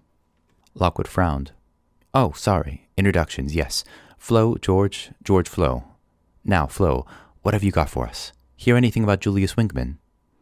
I have, Flo said. And the word is he's holding his auction tomorrow night. She paused to let the information sink in fully. Now, that's fast for Winkman. He's only had this thing a couple of days, but he's already lined something up. Of course, maybe it's because it's so valuable, but maybe he's trying to get rid of it as quickly as possible. Why? Because it's nasty. Oh, there's lots of rumors going around. Do some of the rumors say Winkman killed Jack Carver? I said. I heard about that little incident, Flo said. Died right here in your house, I understand. What is it with you, Lockie? You're getting into a reputation. No, they don't say Winkman did it, though I'm sure he might have. But they do say that it's bad luck for anyone who comes into contact with that mirror. One of Winkman's men, he looked in it. No one was there to stop him, and he died. Yeah, all of a spot of sugar, thanks. George had handed her a coffee cup and saucer on a little tray. Give her a tablespoon with it, I said. Saves time. The blue eyes flickered toward me, but Flo said nothing as she dealt with her drink. So, about the auction, she said. There's a place near Blackfriars, north side of the Thames. Mostly old warehouses for the shipping companies that used to operate there. A lot of them are empty now, and no one goes there at night, except for wanderers like me. Well, Winkman's using one of these places tomorrow, the old rot-stock fisheries warehouse, right on the shoreline. He moves in, sets up his men, makes a sale, and melts away. All in over an hour or two. Happens very quick. Lockwood was gazing at her fixedly. What time's the auction? Midnight. Selected customers only. He'll have security. Oh, yeah. There'll be heavies on watch. And you know this place, Flo? Yeah, I know it. Do a bit of combing there. What height will the river be midnight tomorrow? Deep. Just past high tide. She scowled at me. I'd given a little gasp. Well, what's wrong with you? I just remembered, I said. Tomorrow night. It's the 19th. Saturday the 19th of June. It's the Great Fitz party. I'd forgotten all about it. Me too, Lockwood said. Well, I don't see why we can't do both. Yes, why not? We'll make it a real night to remember. He strode to the table, swung a chair around. George, kettle. Lucy, biscuits. Flo, why don't you please sit down? No one moved. All of us stared at him. Do both what? George asked. It's really very simple. Lockwood was grinning now. The radiance of his smile filled the room. Tomorrow night we're going to enjoy the party. Then we're going to steal the mirror back. Chapter 21. If there's one thing more stressful than being attacked by ravenous ghost rats, it's finding that you're going to a fancy party and you haven't got a thing to wear. According to Lockwood, who subscribed to a magazine called London Society, the dress code for such occasions was tuxedos for men and cocktail dresses for women. Agents were also permitted to wear agency uniforms, with rapiers, but since Lockwood and Company had no uniform, that wasn't much help. It was true I had certain items in my wardrobe that could, at a stretch, be called dresses, but cocktail they most definitely were not. This fact, on the morning of the great 5th anniversary party, sent me into a sudden panic. A frantic trip to the Regent Street department stores ensued. By mid-morning, I was back and breathless, laden with shopping bags and shoe boxes. I met Lockwood in the hall. "I'm not sure any of this is right," I said, "but it'll have to do. What are you and George wearing?" "I've got something somewhere. George wouldn't recognize the suit if it walked up and smacked him around the head. But he hasn't done anything about it. His friend Joplin's been here for the last 2 hours. They're looking at the manuscript." Now that he mentioned it, I could hear the murmur of voices in the living room, talking over one another at a great speed. "Can he translate it?" "I don't know. He says it's very obscure, but he's mightily excited. He and George have been hooting over it like a couple of owls. Come and see. I want him off anyway. We've got to get ready for tonight. And I need to go out and see Flo." It had been 3 days since we'd met Albert Joplin, and to be honest, I'd almost forgotten his existence. The little cemetery archivist was that kind of man. Last time I'd set eyes on him, shortly after the theft at Kensal Green, he'd been distressed and angry, loudly criticizing the lack of security on the site. His mood clearly had improved. When we went in, he and George were sitting on either side of the coffee table, talking and chuckling loudly as they stared down at the bickerstaff papers laid out before them. Joplin was just as stoop-shouldered and tweedy as ever. Light coatings of dandruff still iced his shoulders. But today his face shone, his eyes sparkled. If he'd been lucky enough to possess a chin, it would no doubt have been jutting with excitement. He was scribbling rapidly in a notebook as we entered. "Oh, hello, Mr. Lockwood," he called. "I have just finished transcribing the text. Thank you so much for showing it to me. It is such a remarkable find." "Any luck with the translation?" Lockwood asked. Joplin ran a hand through his matted, disordered hair. A small gray cloud of particles floated loose in the air. "Not yet, but I'll do my best. This seems to be some kind of medieval Italian dialect. It is rather obscure. I will work on it and get back to you. Mr. Cubans and I have had excellent discussions about it already. He's a lad after my own heart. A most intelligent, inquiring mind." George looked like a cat that not only got the cream, but had been nicely stroked for doing so. "Mr. Joplin thinks the mirror may be uniquely important," he said. "Yes, Edmund Bickerstaff was ahead of his time," Joplin said, rising. "Quite insane, of course, but a kind of pioneer." He gathered a mess of papers together and thrust them into a satchel. "I think it's tragic that the mirror has been stolen. Tragic, too, that if it had ever been found, it would immediately be handed over to the DPRAC scientist. They share nothing with those of us working on the outside. Speaking of such problems, I told Mr. Cubans that I haven't managed to find that other document you wanted, Mary Dulock's Confessions. I cannot think of another library that might have it, short of the Fitz Black Library, perhaps, which is also out of bounds." "Oh, well," Lockwood said. "Never mind." "I wish you luck with all your investigations," Joplin said. He smiled at us, taking off his thick, round spectacles. He rubbed them contemplatively on the corner of his jacket. "If you have success, I wonder, perhaps you might give me a little glimpse of... No, I can see I've said too much. Forgive my impudence." Lockwood spoke with studied coolness. "I can't comment about her work, and I'm sure George wouldn't do so either. I look forward to hearing what you make of the writing in due course, Mr. Joplin. Thank you for all your time." Bobbing and smiling, the little archivist made his departure. Lockwood was waiting for George when he came back up the hall. "Kipps has stationed Cat Godwin outside our house today," George said. "I told Joplin not to talk to her, if she asked him anything." "You two get along well again, I saw," Lockwood said. "Yeah, Albert speaks a lot of sense, especially about DPRAC. Once they got a hold of something, It's never seen again. And this mirror could be something special. I mean, the idea that this might be some kind of window is extraordinary. We know that normal sources somehow provide a hole or passage for ghosts to pass through. This thing is a multiple source, made from lots of haunted bones. So just maybe, that would make the hole big enough to look through. He glanced sidelong at us. You know what? If we do get the mirror back tonight, there'll be no harm in checking it out ourselves before we hand it over. I could bring it back here, and we could try... Don't be an idiot, George. Lockwood's shout made both of us jump. No harm. This mirror kills people. It didn't kill me, George protested. Yes, I know, I only saw it for a second, but maybe there's a way to view it safely. Is that what Joplin told you? Rubbish. He's a crank, and you're no better than he is if you even contemplate messing about with a thing like this. No, we get the mirror, we pass it on to Barnes. That's all there is to it. Understood? George rolled his eyes. Yes. Another thing, what did you tell him about what we were doing tonight? Nothing. George's face was inexpressive as ever. 2 small spots of color showed on his cheeks. I didn't tell him anything. Lockwood stared at him. I hope not. Well, forget about it. We need to get ready, and there's a lot to do. Indeed there was. The next few hours were a confusion of activity as we prepared for 2 separate, overlapping expeditions. Our duffel bags, stocked with an unusually high number of magnesium flares, were readied, together with our normal boots and work clothes. Lockwood and George, careful to avoid the watchful eyes of Cat Godwin and Portland Row, took these out of the back way and were gone for several hours. Meanwhile, I polished our best rapiers before spending ages trying on shoes and dresses in front of the mirror in the hall. I wasn't very happy about any of them, but I went for a dark blue knee-length number with a scooped neck. It made my arms look fat and my feet look too big, and I wasn't convinced about the way it clung to my stomach. Other than that, it was perfect. Plus, it had a fabric belt to which I could fix my sword. I wasn't the only one to have reservations about my dress. Someone had knocked the cloth off the ghost jar, and the face had rematerialized. It put extravagant expressions of horror and disgust whenever I passed by. The others got back late. Evening was coming on. We ate. They got changed too. To my surprise, George conjured up a dinner jacket from the bowels of his bedroom.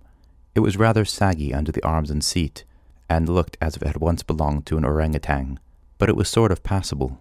Lockwood strolled out of his room wearing the crispiest, most dapper tuxedo and black bow tie I have ever seen.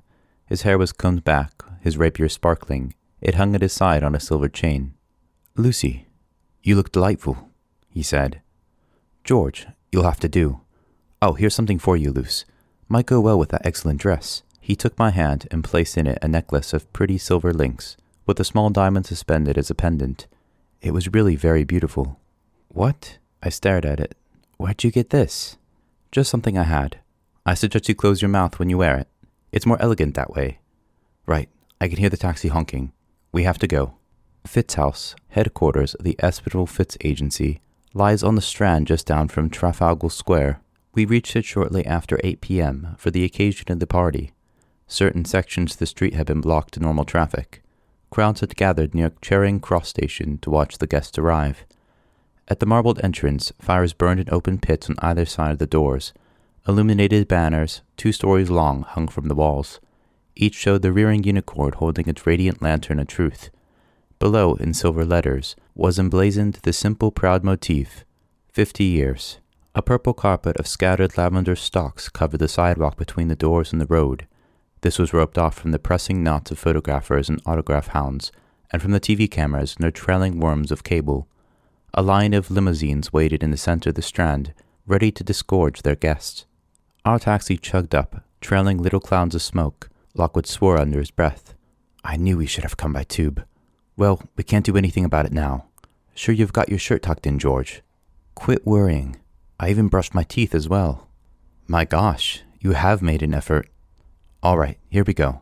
Best behavior, everyone." Out of the cab, a flurry of flashbulbs and snapping shutters, ceasing abruptly since no one knew who we were.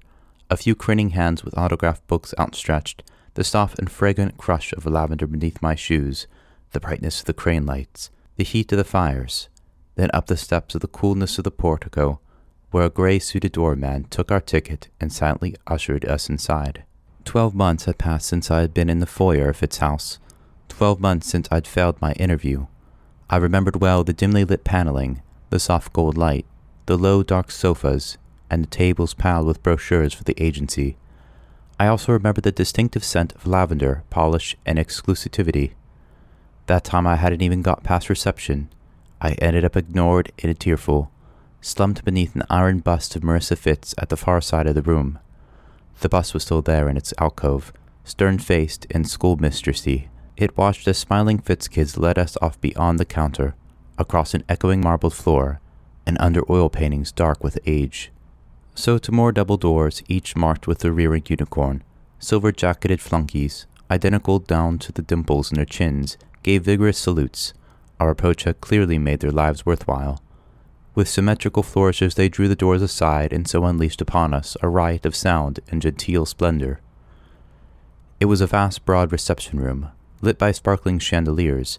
The high ceiling, decorated with stuccoed ornamental plaster swirls, featured panels on which were painted some of the most famous psychic achievements of the Fitz agency. Marissa Fitz fighting the smoke wraith in the Bond Street bathhouse, Fitz and Tom Rotwell unbricking the skull of the Highgate Terror just as the clock on the wall struck midnight, the tragic death of poor Grace Peel, first martyr of the agency.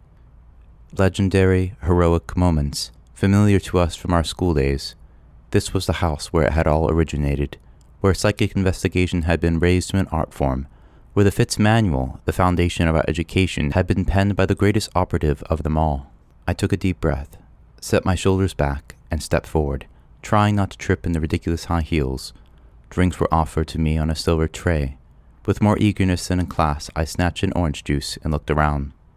Early as it was, the place was already crowded, and I didn't need psychic sight to tell at once that these were the great and good of London. Sleek-haired, sleek-faced men, wearing tuxedos as black and lustrous as panther pelts, stood conversing with bright-eyed, confident women, all glossy and bejeweled. I'd read somewhere that since the prom started, female fashions had become more colorful and revealing, and that was certainly the case here. Several of the fabrics on display would have blinded you if you had looked at them too closely. The same was true of the plunging necklines. I noticed George rubbing his glasses even more assiduously than usual. Aside from the show and glamour, the sight to this crowd was subtly disconcerting, and at first I couldn't figure out why. It took me a while to realize that I'd never seen so many grown-ups out at nighttime. Child waiters moved tactfully among the crowds, offering canopies of uncertain nature. A few young agents were present too, mostly from Fitz, but some from Rotwell's, recognizable by their wine-red jackets and haughty air. The rest were adults. It really was a special occasion.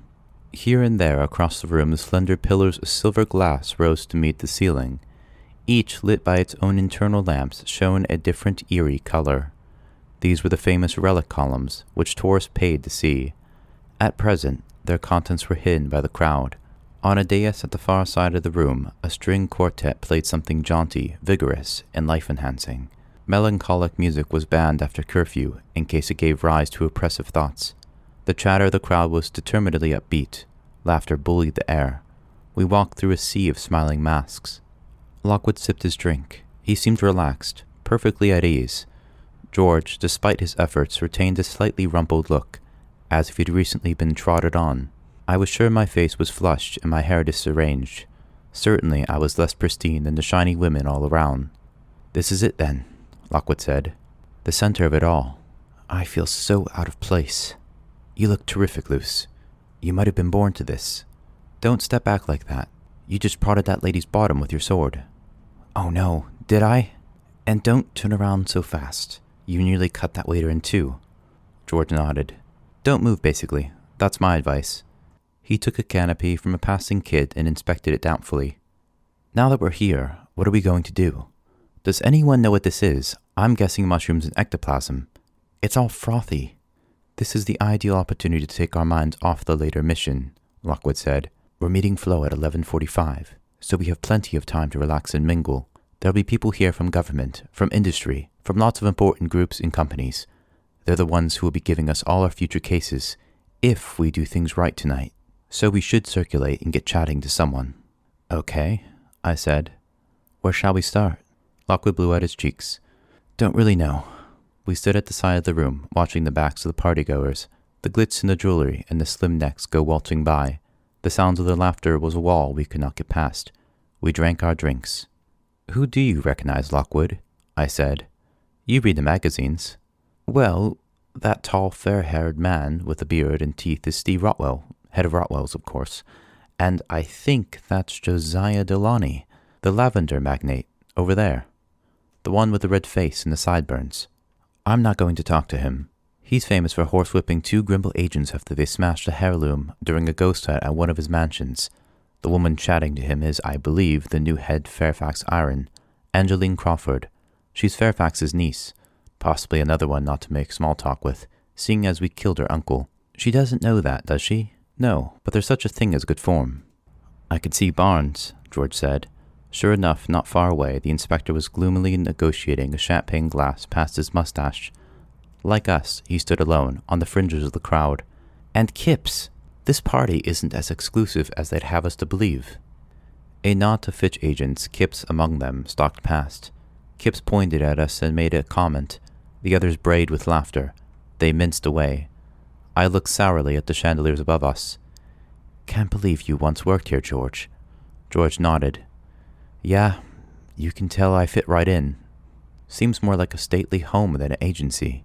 These conference halls are the fancy bit, along with the Black Library.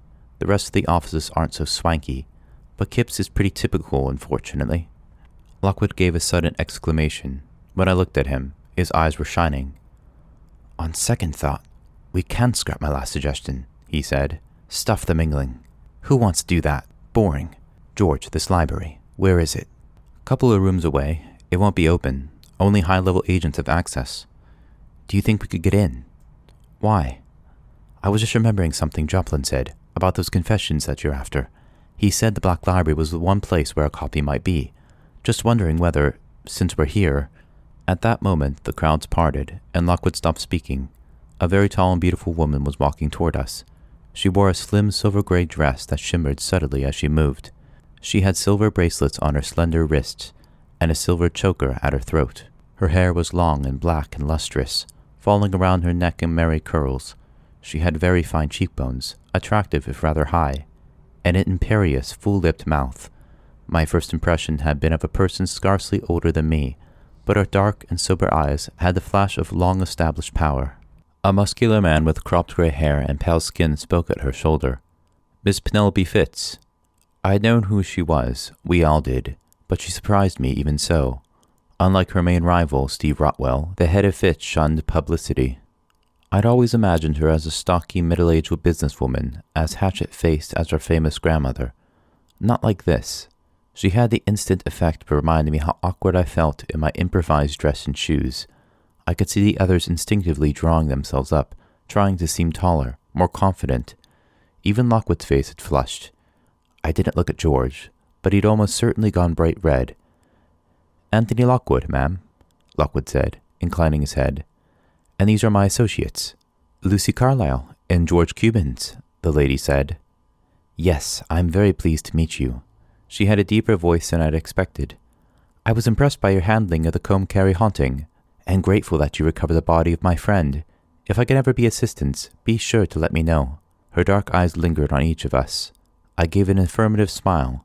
George emitted some kind of squeak. "We're honored to be invited tonight," Lockwood said. "It's a remarkable room." "Yes, it contains many treasures of the Fitz collection, sources of the strongest power, all rendered harmless, of course, for the pillars are made of sunrise silver glass and have iron pediments and bases. Come, let me show you." She saw shade her way through the throng, which moved aside for us. In the nearest glass column, illuminated by pale green light, a battered skeleton hung suspended on a metal frame. "This is perhaps the most famous artifact of all," Penelope Fitz said. "The remains of Long Hugh Hanratty, the highwayman whose ghost became famous as the Mud Lane Phantom. My grandmother and Tom Rotwell located the body at midnight on Midsummer Eve in 1962. Rotwell dug it up, while Marissa kept the ghost at bay till dawn by frantically waving her iron spade." Our hostess gave a husky little laugh. "I've always said it's a good thing she was a keen tennis player, or else how would she have had the stamina or aim? But psychic investigation was in its infancy in those days. They didn't know what they were doing." The skeleton was stained a muddy brown. The skull had a few teeth and was missing its lower jaw. Aside from half of the femur dangling beneath the pelvis, the legs and feet were gone. Hugh Henratty seemed in rough shape, I said. Penelope Fitz nodded. They say wild dogs dug the body up and ate the legs. This may account for the ghost's anger. Chicken sauté, anyone? A young waiter materialized behind us with hors d'oeuvres on a golden tray. George took one. Lockwood and I politely declined. You must excuse me, Penelope Fitz said. Circulation is the bane of a hostess' life. You can never stay long with anyone, no matter how fascinating they might be. She gave a twinkling smile at Lockwood, nodded dreamily at George and me, and drifted away. The crowd opened to receive her, and the pale man then closed fast, leaving us outside. Well, she's nicer than I expected, Lockwood said. She's all right, I said. George, chewing on a sauté stick, shrugged. She wasn't as friendly as that when I was here. Ordinary agents never see her. She never comes down from her apartments. That gray-haired guy with her, though, her personal assistant, he used to get involved. His spectacles glittered resentfully. He was the one who sacked me. I looked into the crowd, but Penelope Fitz and her companion had gone. He didn't seem to remember you. No, that's right. Probably forgotten all about me. George stuck the stick into the soil of a nearby potted fern and hoisted his sagging trousers. A sudden fire of indignation burned in his eyes. You mentioned the Black Library just now, Lockwood. You know what? I don't see why we shouldn't take a little walk. See if we can peep in there. He led the way slowly around the edge of the hall. Outside the windows, the summer dusk was deepening. Colored spotlights cast strange effects of light and shadow across the moving crowd. Weird illuminations glowed inside the pillars. Spectral mauves and blues and green. In several cases, ghosts appeared within the glass, staring sightlessly out, drifting ceaselessly around and around. Are we sure about this? I asked. We were skulking in the shadows near a doorway, watching the throng, waiting for a chance to slip through. Not far away, Penelope Fitz talked animately to a handsome young man with a neat blonde mustache. A woman with an incredible beehive hairdo shrieked at someone's joke. On the dais, a jazz ensemble began to play a sharp but plaintive bluegrass melody. From the side doors, a steady stream of waiters came, each bringing more wonderful dishes than the last. No one's paying attention, George said. Now. We followed him to the door and into the echoing marble hall. It contained the doors to 6 elevators, 5 colored bronze and 1 colored silver. The walls were lined with oil paintings of young agents, girls, boys, some smiling, others sad and serious, all beautifully depicted in their silver-gray jackets. Plinths beneath each one were decked with rapiers and wreaths of flowers. Hall of Fallen Heroes, George whispered. I never wanted to end up here. See that silver elevator? That goes straight up to Penelope Fitz's rooms. George led us along a series of interconnecting passages, progressively narrower and less splendid, stopping occasionally to listen. The sound of the party grew dim. Lockwood still had his drink glass. In his dinner suit, he moved as seamlessly as ever. I tottered along in my stupid dress and shoes. At last, George stopped at a heavy-looking wooden door. We went the long way around, he said, because I didn't want to bump into anyone. This is a service entrance to the Black Library. It might be open. The main doors are almost certainly locked at this time of night. It's got Marissa Fitz's own collection of books on visitors, many rare items. You realize that it's utterly forbidden for us to go in. If we're caught, we'll be arrested and can wave our agency goodbye. Lockwood took a sip of his drink. What are the chances of anyone coming in? Even when I worked here, I was never allowed more than a glimpse through the door. Only senior staff use it, and they'll be at the party. It's not a bad time, but we shouldn't stay long. Good enough, Lockwood said. Just a quick look, and then we're done. Burglary's more fun than socializing, I always say. The door will probably be locked anyhow. But it wasn't locked, and a moment later, we were inside. Chapter 22. The Black Library of Fitz's house proved to be a vast octagonal room, rising the height of 2 full floors toward a glass dome in the roof. It being night, the surface of the dome was dark, but lanterns beneath it shone warm light down into the center of the library. The walls were bookshelves, tier upon tier, with a metal balcony running around them at first-floor height. In 2 places, spiral stairs descended from this to the ground level, where we stood. The floor was made of wooden tiles, mostly of dark mahogany, but in the center, a design in paler woods depicted a rearing silver unicorn. The middle of the room was sparsely furnished. Here and there were reading tables, and glass cabinets displaying books and other objects. Directly opposite us was a set of double doors, closed and locked. From somewhere came the hum of a generator, otherwise a great hush lay on the library. The air was cool and the light dim. Inset lamps above each bookshelf glowed like hovering fireflies around the half-dark of the perimeter. The books themselves had been expensively bound in leather, purples, dark browns, and blacks. There must have been many hundreds on the ground floor alone. Impressive, Lockwood breathed. You might have expected George to be in his element here, along with chips and weird experiments. Libraries are his thing. But he was twitchy, biting his lip as he scoped the balconies for signs of movement. First, we need the index to the collection, he said. It'll probably be on one of the reading tables. Hurry up and help me. We mustn't stay long. We followed him swiftly out into the bright center of the room. All around was watchful silence. Somewhere beyond the double doors I heard a murmuring, echoes of the party elsewhere on this floor. The table nearest the door had a large leather book lying on it. George hauled it open with an eager cry. This is the index. Now we just need to see if the Confessions of Mary Dulac is here. While he turned the pages, I glanced at the nearest display cabinets. Lockwood was doing the same. More relics, he said. There's no end to their collection. Goodness, these are the knitting needles in the cat-ham puncture case. I peered at the inky label on the side of my cabinet. By the looks of it, I've got someone's pickled lungs. George gave an agitated hiss. Will you stop messing about? This is no place. He stopped short. Yes, I don't believe it. They do have the Confessions. It's listed here as book C-452. It's somewhere in this room. Lockwood drained his glass decisively. Very good. What are we looking for? Check out the books. They should all have numbers written on the spines. I hurried to the shelves, inspected the volumes on them. Sure enough, each had its number in gold leaf stamped into the leather. Got the A's here, I said. Lockwood ran to the nearest stairs, vaulted the steps 2 at a time. His shoes tapped softly on the middle balcony. B-53, B-54, nothing but B's. I'll check farther along. What was the number again, I said? Shh! George had suddenly stiffened where he stood. Listen. Voices beyond the double doors, the rattling of a key in a lock. I moved. I didn't see what the others were doing. I flung myself toward the nearest display cabinet, positioned between the shelves in the illuminated center of the room. Just as the doors opened, I ducked down low behind it, scrunching up in high heels and party dress, bare knees pressed close to my chin. A brief burst of party murmur, cut off by the firm closing of the door.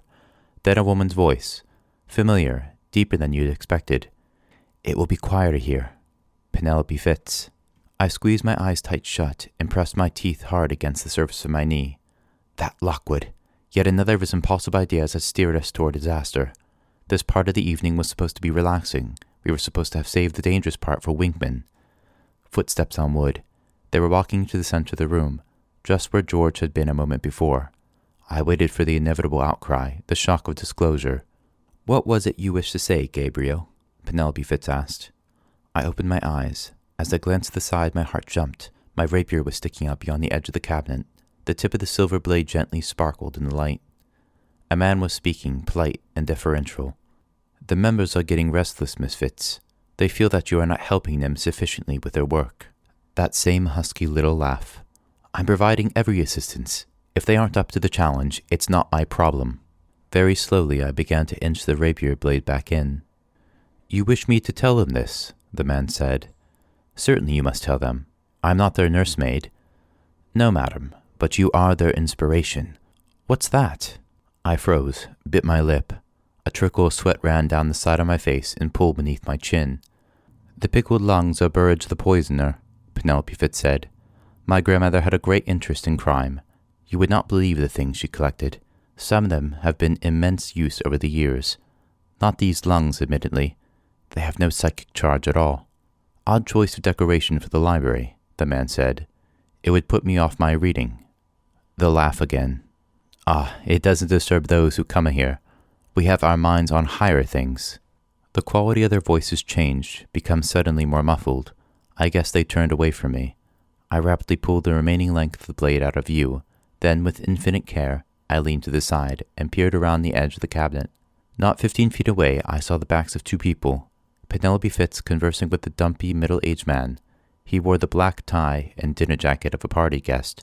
From what I could see, he had a rather thick-set neck, a pinkish, jowly face. Speaking of unusual artifacts, Penelope Fitz said, I do have something to give you. She moved suddenly, and I ducked back into hiding. I could hear the points of her shoes clicking crisply on the dark wood floor. Think of it as a token of my goodwill. I couldn't tell where she was going, whether or not she was getting closer to me. I pressed myself tighter against the back of the cabinet. Something made me look up. Lockwood was lying flat on his stomach on the surface of the balcony, almost directly above. He was doing his best to merge with the metal in darkness. The black tux jacket helped. His pale face didn't. I signaled at him to turn his head away. "Lucy," he mouthed. "What?" I couldn't make it out at first. He mouthed it several times. His eyes swiveled for me toward the center of the room. Then I realized what he was telling me. My glass. I craned my head around the edge of the cabinet, and sure enough, my heart skipped another beat. There it was. His punch glass sitting on top of his little display case in the center of the room. It was almost as if the spotlight was deliberately trained on it. How it sparkled.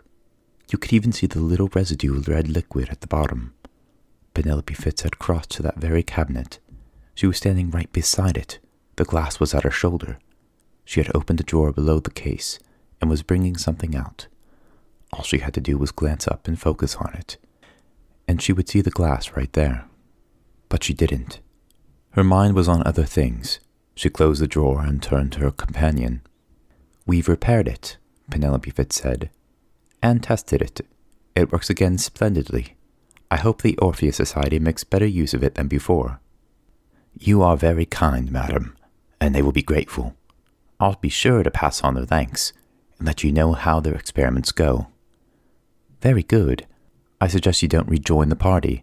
The box will be too noticeable, but you can go out this way." The click-clack of her shoes sounded again, and to my horror I saw that the little door through which we entered the library was not far from me. They would pass right by my hiding place. After an instant's frozen indecision, I acted. I eased off my shoes, first one foot, then the other, then pressed my fingers to the floor and pushed myself up slightly, so that I could shuffle both feet backward. Now I no longer sat, but squatted on the balls of each foot, with my back still flat against the cabinet. With one hand I picked up my shoes, with the other I held my rapier steady, so that it wouldn't knock against anything and make a sound. I did all this faster than it takes to tell. I waited. Up above, Lockwood had turned his head to face the wall. He had become a patch of shadow. The footsteps drew close, and now they passed by, a few feet beyond the cabinet, and I had a sudden waft of Penelope Fitz flowery perfume. The man carried a wooden box under his arm. It was not very big, perhaps 12 inches square and 4 or 6 deep. They paused beside the door, and I glimpsed the box clearly for an instant. Stamped in the center of its lid was an odd little symbol. It was a little like a harp, with 3 strings, bent sides, and a splayed pace. Even in that extreme moment, it made me frown. I had seen that symbol before. Then the woman opened the door for him, and that was my chance to move. With 2 quick shuffles, I was around the corner of the cabinet and hunching down again, so that I was out of sight, when our hostess chose to turn around. The door closed. The man must have departed without words. Penelope Fitz walked past the cabinet and away across the room. Once she had gone by, I shuffled back to my original position. I listened to her cross the library, going at a brisk pace. When she reached the center, she stopped abruptly. I could imagine her looking around. I thought of George, of Lockwood's glass. I squeezed my eyes shut tight. Then the footsteps resumed. There was the briefest swell and ebb of party noise, and the sound of keys turning in the door. I exhaled, properly for the first time. "Nice moves, Luce," Lockwood said, pushing himself up from the balcony. "You were just like a sprightly crab. Where did George go?" "Yes, where was he?" I surveyed the library's emptiness. "Anyone care to help me?" a small voice called from under the reading table. "I'm stuck down here, and I think my bottom's wedged." Back in the conference halls, the party was in full swing. The band played boisterously. The waiters filled glasses at ever greater speed. The guests, dancing with more enthusiasm than talent, were louder and more red-faced than before. We found a quiet place beside a unicorn-shaped chocolate fountain and took in some badly needed drinks. "You should really join a circus, George," Lockwood said. "There are people who'd pay good money to see contortions like that." "That'll be my next career." George took a long swig of punch. Certain parts of me still feel folded. You've got the book. Lockwood patted his jacket pocket. After less than a minute's hasty searching, we discovered the Confessions of Mary Dulac, a thin pamphlet bound in black leather, on a high shelf on the upper level. Safe and sound, he said. George grinned. Good. This has already been a successful night, and we haven't even come to the main event yet. Can we nip somewhere and read it now? Afraid not, Lockwood said. Better drink up. It's 20 to 11. Time to go. Not leaving so soon, Mr. Lockwood. Inspector Barnes materialized dourly at our elbows. It was hard to say what seemed more out of place, the pink cocktail in his hand or the fountain spurting chocolate bubbles at his side. I was hoping for a quick word. To our annoyance, Quill Kipps was lurking behind him, like a slim and baleful shadow. That would be delightful, Lockwood said. Have you enjoyed the party? Kipps here tells me, Barnes said, that you might have uncovered some interesting documents up in Hampstead. What are they, and why haven't you shared them? I've been delighted to do precisely that, Inspector, Lockwood said. But it's been a long day, and we're very wary. Could we visit you in the morning to explain? Not now. Surely you could tell me this evening. It's not really a suitable location. Far too noisy. Tomorrow morning at Scotland Yard would be so much better. We could bring you the documents then, too. Lockwood gave a warm, ingratiating smile. George took a half glance at his watch. You do seem in rather a hurry, Barnes said. His pouched blue eyes appraised us steadily. Just off to bed now, are you? Yes, George here turns into a pumpkin if he's out too late. As you can see, he's well on the way already. So you'll show me these documents tomorrow? We will. All right, but I'll expect you bright and early. No excuses, no no-shows, or I'll come find you myself. Thank you, Mr. Barnes. We very much hope to have good news for you then. That was bad timing, Lockwood said as we crossed the reception area toward the outer doors of Fitz's house. Kipps will know we're up to something tonight. I glanced behind me just in time to see a willowy figure dart behind a pillar. Yeah, he's following us right now. Subtle as ever, growled George. Okay, so we can't just go and pick up the supplies as we discussed. We need to lose him. That means a nightcab. Exiting the building, we hurried down the purple carpet past the smoking lavender fires to the line of cars waiting at the sidewalk. All had the silver grills and ostentatious iron ornaments of the official nightcab service. Behind us, at a discreet distance, came Kipps. When he saw us approach the taxi line, he abandoned attempts at subtlety and joined us at the street. Don't mind me, he said, as we glared at him. I'm going home early too. The next taxi advanced. Portland Row, please, driver, Lockwood said loudly. We got in. The car pulled away. Looking back, we could see Kipps getting in the cab behind. At once, Lockwood leaned forward, spoke to the driver. I'm going to give you 50. I'd like you to drive to Portland Row, as I said. But when you leave Trafalgar Square, I want you to stop as soon as you're around the next corner. Just for a second. We're going to get out, and I don't want the cab behind us to see you do it, okay? The driver blinked at us. What? Are you fugitives? We're agents. Who's tailing you? The police? No, they're agents too. Look, it's difficult to explain. Are you going to do what I asked, or do you want to get out now without the 50? The driver rubbed his nose. If you want, I could wait till he gets really close, then stop so he crashes out onto the sidewalk. Or I could double back and ram him. For 50 I could do those things. No, dropping us off quietly will be fine. All went well. The car purred around the deserted expanse of Trafalgar Square. Kip's taxi had been held up outside Fitz's house by a departing limousine. It was 15, maybe 20 seconds behind us. We turned up Cockspur Street toward Haymarket in Piccadilly, past flashing ghost lamps and smoldering lavender fires. As we rounded the corner of Pall Mall, the taxi slowed. George, Lockwood, and I bundled out and darted under the portico of the nearest building. The taxi roared away. An instant later, the second cab flashed by, with Kipps hunched forward in the back seat, no doubt giving instructions to the driver. We watched the cab speed away into the night. Silence fell in the center of London. We adjusted our rapiers and walked back the way we had come. During the hours of darkness, Charing Cross Station is deserted, but its concourse remains open. We retrieved our work supplies from our lockers where Lockwood and George had left them that afternoon, and changed clothes in the public restrooms. It felt good to get rid of the stupid dress, and particularly the shoes. I couldn't part with the little necklace Lockwood had given me, though. I kept it under my t-shirt and light black jacket. All our clothes were black and as lightweight as possible. Tonight we needed to move fast and not be seen. We walked swiftly east along the embankment, following the Thames. Moonlight lay scattered on the surface like silver scales. The river was a serpent coiling beside us through the city. It was deep at that hour, as Flo had said. The water lapped high on the tide wall, flicking against the stones. With our change of clothes had come a change of mood, and we went in silence for the most part. This was the sharp end of the evening, its dangers very real. I could still sense the repulsive touch of Julius Winkman's hand on mine.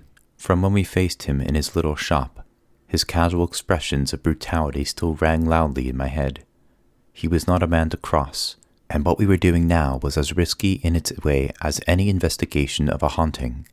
Riskier, perhaps, since we relied on the cooperation of another if our intervention was to succeed. "We're putting a lot of trust in Flo Bones," I said. Lockwood nodded. "Don't worry, she'll be there." We passed the Inns of Temple, where the lawyers worked by day, and under Blackfriars Bridge. Now the riverside path ended abruptly at the side of an enormous brick building, its highest level protruding over the water. This was the start of the old merchant district. Vast, abandoned warehouses stretched away like cliffs along the curl of the river, dark and empty, with pulley arms and gantries jutting out like the broken limbs of trees. We climbed some steps to a cobbled lane beyond the warehouse and continued through the darkness. There were no ghost lamps here, and the air was cold. I sensed visitors in that alley, but the night remained still, and I saw nothing. "Maybe I should come inside too," George said suddenly. "Maybe I need to be in there with you." "We've gone over this," Lockwood said. "We all have our roles. You need to stay outside with Flo. You've got the equipment, George, and I'm relying on you." George grunted. His backpack was very large, even more bulbous than when we had the ghost jar. Lockwood and I carried no bags at all, and our belts were stocked differently. "I just think this is too serious for you to do it alone," George said. "What if you need help containing the mirror? What if Winkman has more than just a couple of enforcers? He might—" "Shut up about it, George," Lockwood said. "It's too late to make a change." We walked on in silence. The lane was a dark cleft between buildings, with a narrow stream of moonlight running down its center. At last, Lockwood slowed. He pointed. Ahead of us, an alley cut across to the left and right. On the right-hand side, we smelled the river. Farther on, the lane continued beside the silent walls of another warehouse. Its nearest windows were boarded up. Far above, steep roofs and chimneys spiked the silver sky. Painted on the brick exterior of the building, impelling in faded letters, were the words, "Rostock Fisheries." Lockwood, George, and I hung back, watching, listening. If this was the place of Winkman's auction, there was precious little sign of it. No lights, no movement. Like so many areas of the city by night, this was a dead zone. We started forward. At once the smell of mud and tidal water became strong. A thin white arm reached out from the shadows of the alley, grasped Lockwood by the coat, and pulled him sideways into the darkness. "Not a step more," a voice hissed. "They're here." Chapter 23. During our discussions with Flo Bones the day before, I had repeatedly found myself doubting that she'd show up at all. It wasn't just that she was crazy, more that she was crazy in such a prickly and solitary way. Lockwood had promised her various generous payoffs for her help, including money, licorice, and her pick of the relic trophies we kept down in the basement, but I still felt that joining us in this hazardous job would be the last thing she wanted to do. And yet, here she was, in all her unwashed glory, leading us down the alley to the dark nook wedged between some trash cans, which, let's face it, rather suited her. "Come in nice and tight," she whispered. "That's it. We don't want them to notice nothing." "Everything on schedule, Flo?" Lockwood asked. He checked his watch. "It's just 11:30. Her white teeth glinted in the shadows. "Yeah, Winkman arrived 15 minutes back. Came in a van and unloaded the merchandise. He's left 2 men outside the main doors. You'd have run into them if he'd walked a few more yards. Now he's gone inside with 3 other men and a kid. They'll be securing the ground floor." "A kid?" I whispered. "You mean his son?" Flo nodded. "Yeah, it was that toad. They'll all bring psychic kids with them tonight. They're adults, ain't they? For this, they need young eyes and ears." She straightened. "If you're going to head with it, Lockie, you'll need to start climbing." "Show us the place then, Flo." We followed as she flitted away along the side of the warehouse. Soon we heard the soft wash and sloop of the Thames, and the cobbles of the alley sloped steeply down to sand and shingle. Here, where the corner of the building rose from the river mud, a thick black iron drain pipe had been bolted to the mossy bricks. Flo pointed upward. "There's the pipe," she said. "See where it runs past that window? I reckon you can get in there." "That window looks too small," I said. "You're looking at the wrong one. I mean the one much farther up, almost out of sight." "Oh, right. It's a way to get in if you don't want them seeing you. They won't be thinking of upstairs." I looked at the teetering drain pipe, zigzagging madly up the wall like a line drawn by an angry toddler. To be honest, I was trying not to think of upstairs either. "Fine," Lockwood said. "We'll manage. What about you, Flo? You've got the boat?" In response, she pointed out to the river, where a long, low black shape listed half in and half out of the water. Waves sloshed gently over the stern. George leaned close. "That's her rowboat," he breathed. "I thought it was a bit of rotten driftwood." "It's almost certainly both." I'd kept my voice down too, but Flo had sharp ears. "What's that?" "This here's little Matilda. I've sculled her safely from Brentford Sewage Works to Dagenham Tannery, and I won't hear a word said against her." Lockwood patted Flo's shoulder, then surreptitiously wiped his hand on the back of his coat. "Quite right. It'll be an honor to sail in her. George, you understand the plan? You create the diversion, then wait with Flo and Matilda. If all goes well, we'll join you, or at least get you the mirror. If things don't work out so smoothly, it's Plan H. We make our ways separately back home." George nodded. "Good luck. You too, Luce. Lockwood, here's your stuff. You'll need the mask and bag." Setting his backpack down on the sand, he brought out a canvas bag, similar to but smaller than the one Flo used. A powerful odor of lavender came from it. 2 black ski masks emerged next. We tucked them into our belts. "Right," Lockwood said. "Set your watches. The action starts in 15 minutes, at 12 sharp. We'll want the diversion at 20 past, before they have a chance to do any kind of deal."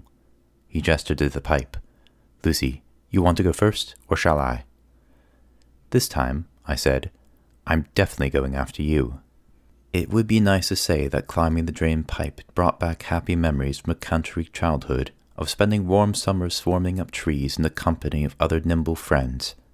Unfortunately, since I never had a head for heights, the tallest thing I'd ever scaled was a jungle gym in the village playground, and I once barked my shin tumbling off that. So the next few minutes, as I inched my way tortuously after Lockwood, were not the happiest of my career. The iron pipe was broad enough for me to lock my arms right around it, and the circular clasp that attached to it the wall made decent hand and footholds. In many ways, it was like scaling a ladder, but it was rusty too, and its flaking paint was prone to stabbing my palms or coming away altogether in sudden shards. A strong wind was blowing up the Thames, whipping my hair into my face and making the pipe shudder, and it was very high. I once made the mistake of looking down, where I saw Flo wading out to her little floating wreck, and George still standing by his backpack, staring up at me.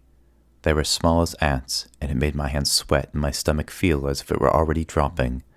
So I gritted my teeth and closed my eyes tight shut as I climbed, and I didn't open them again until the top of my head collided with the heels of Lockwood's boots. He was leaning out above the dreadful drop, prying and tapping with his penknife at a pane of glass in the window at our side. The lead was old and soft, and soon the pane fell inward. Lockwood reached in. He filled it with the metal clasp, cursing at its stiffness. With a final wrench, which made something in the pipe rattle alarmingly, the window swung open.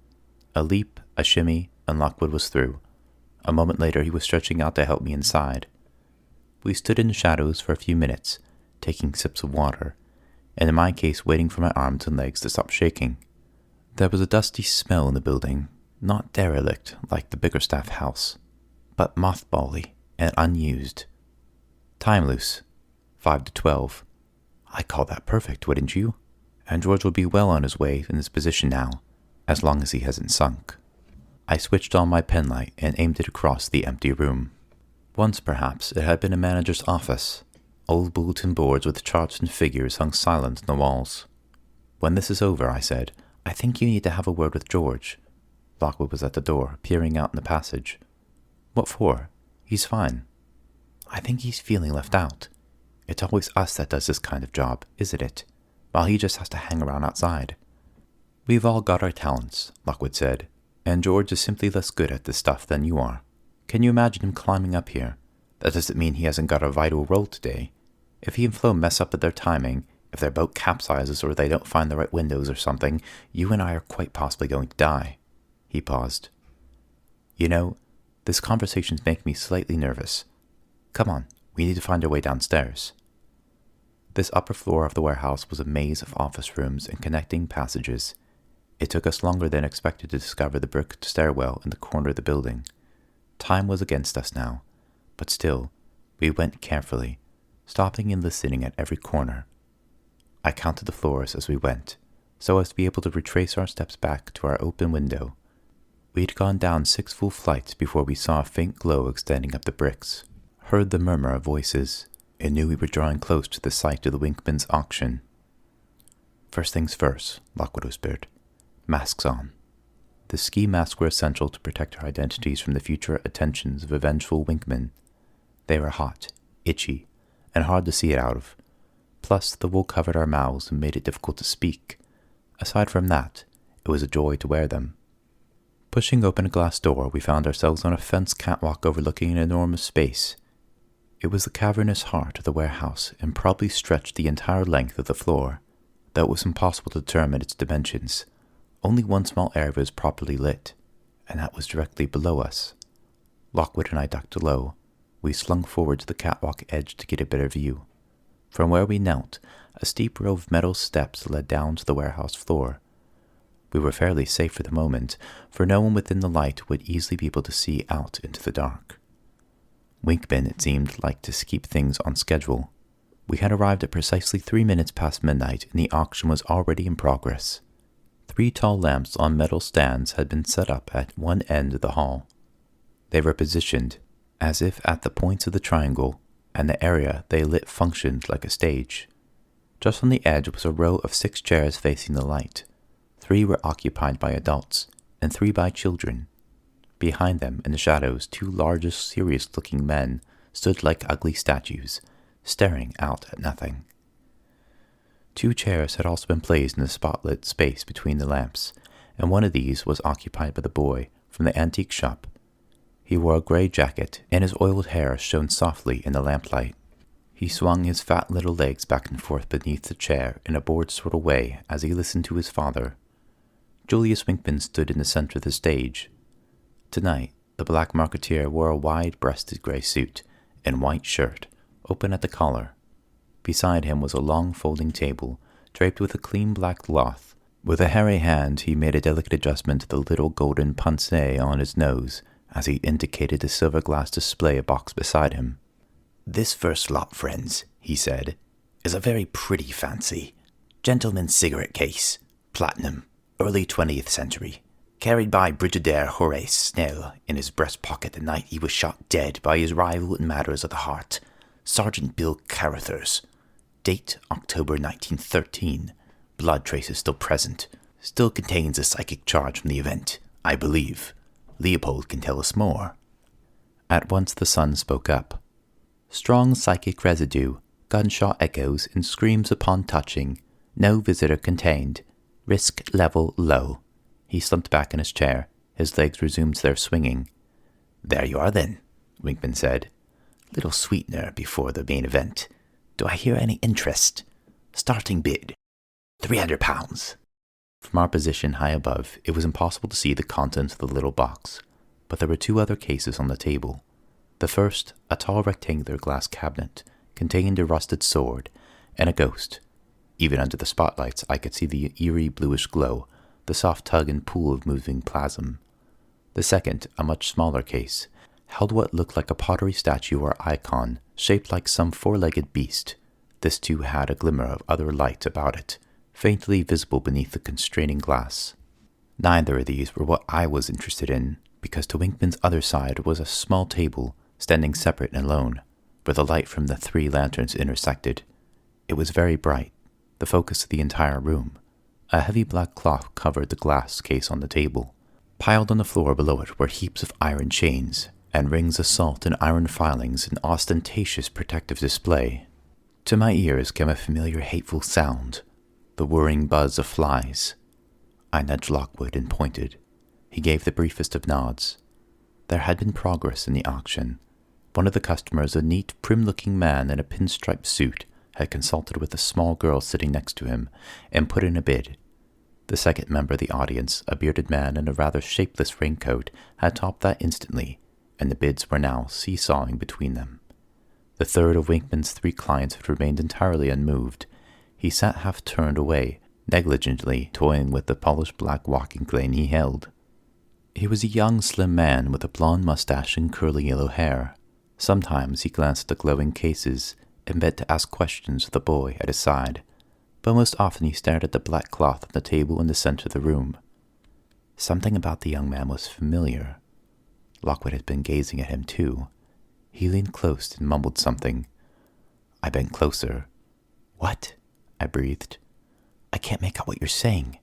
He rolled up the bottom of his mask. "Where did George get these things? Surely he could afford one with a mouth hole." I said, "That man nearest us. He was at the Fitz party.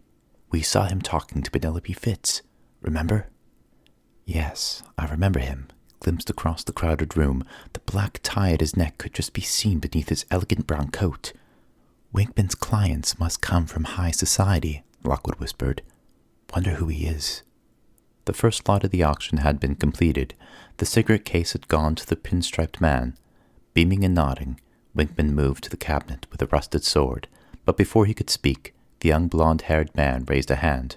He wore light brown gloves, clearly made of lambskin, or the hide of something else small and cute and dead.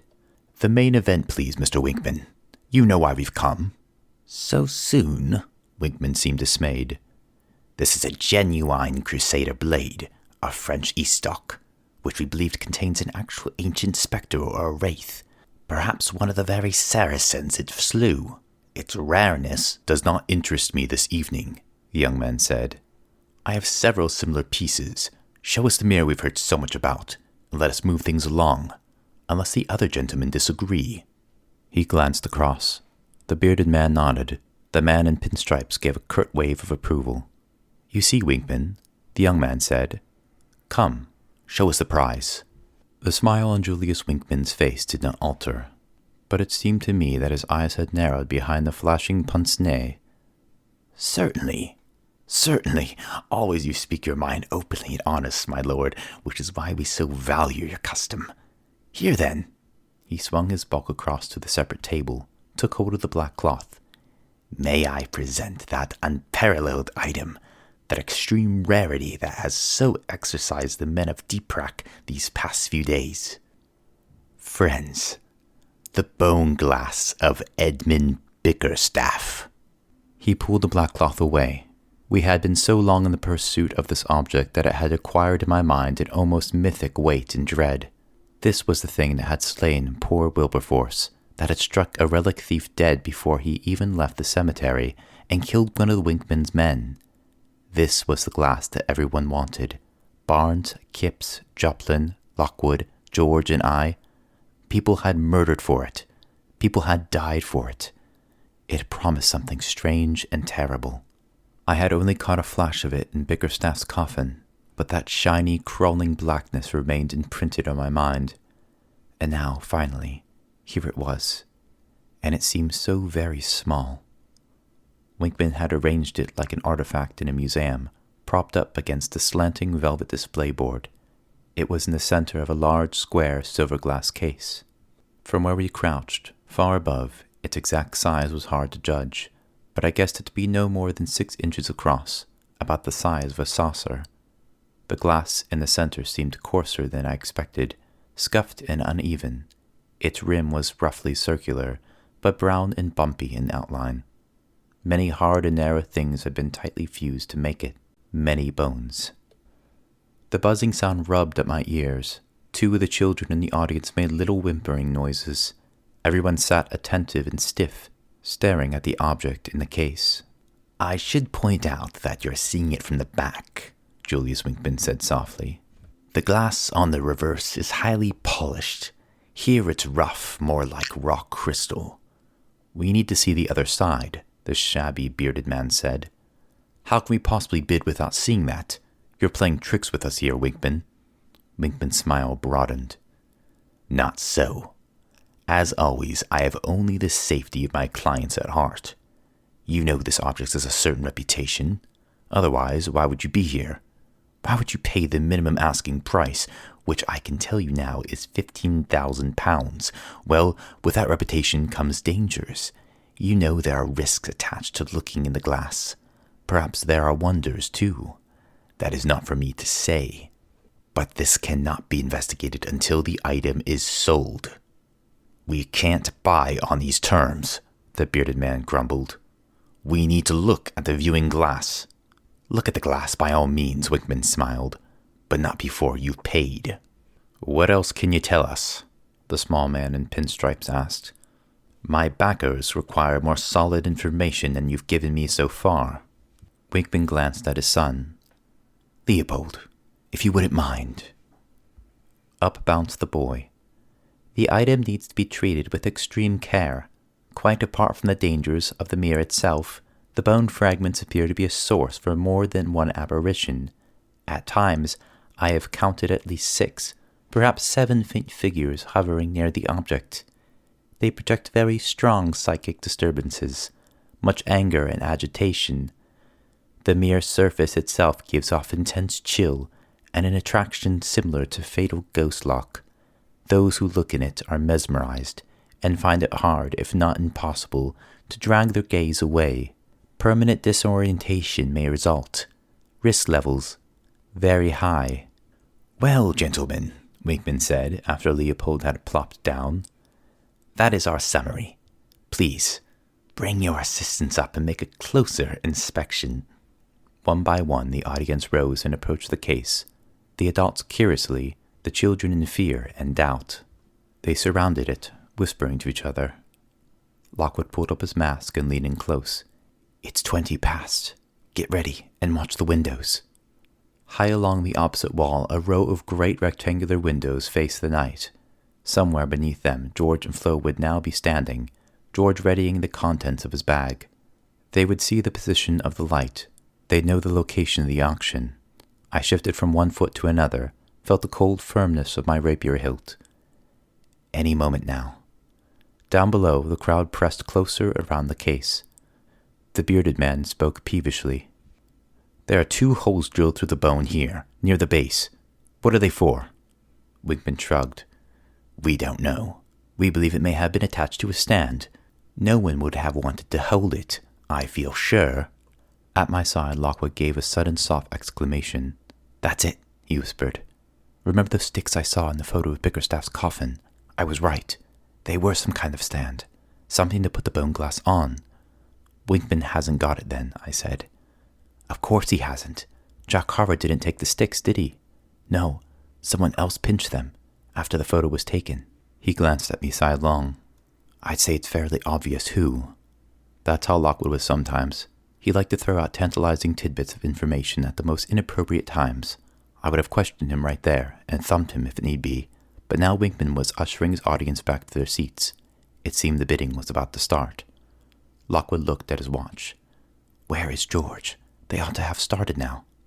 Gentlemen, Winkman said, have you conferred with your psychics? If you have no questions, time is pressing and we must get to the main point of business. As I said, the starting price for this very unique item is... The young man with the blonde mustache had raised his hand again. Wait, I do have a question. Winkman cranked his smile wider. Of course, please. You have mentioned certain supernatural risks. What about the legal ones, rising from the murder of Jack Carver? Word is, Carver got you the glass, and the dagger in the back was what Carver got from you. we're not too particular about your methods, but this seems a little too public for anyone's good. DPRAC is investigating this now, as are some of the agencies." The edges of Winkman's mouth flicked downward, as if a switch had been thrown. "I'd like all you gentlemen to recall the previous business we've done together. Haven't I honored our agreement? Haven't you been satisfied with the items that I've sold? Let me tell you 2 things. First, I didn't commission Carver. He came out of the blue to see me.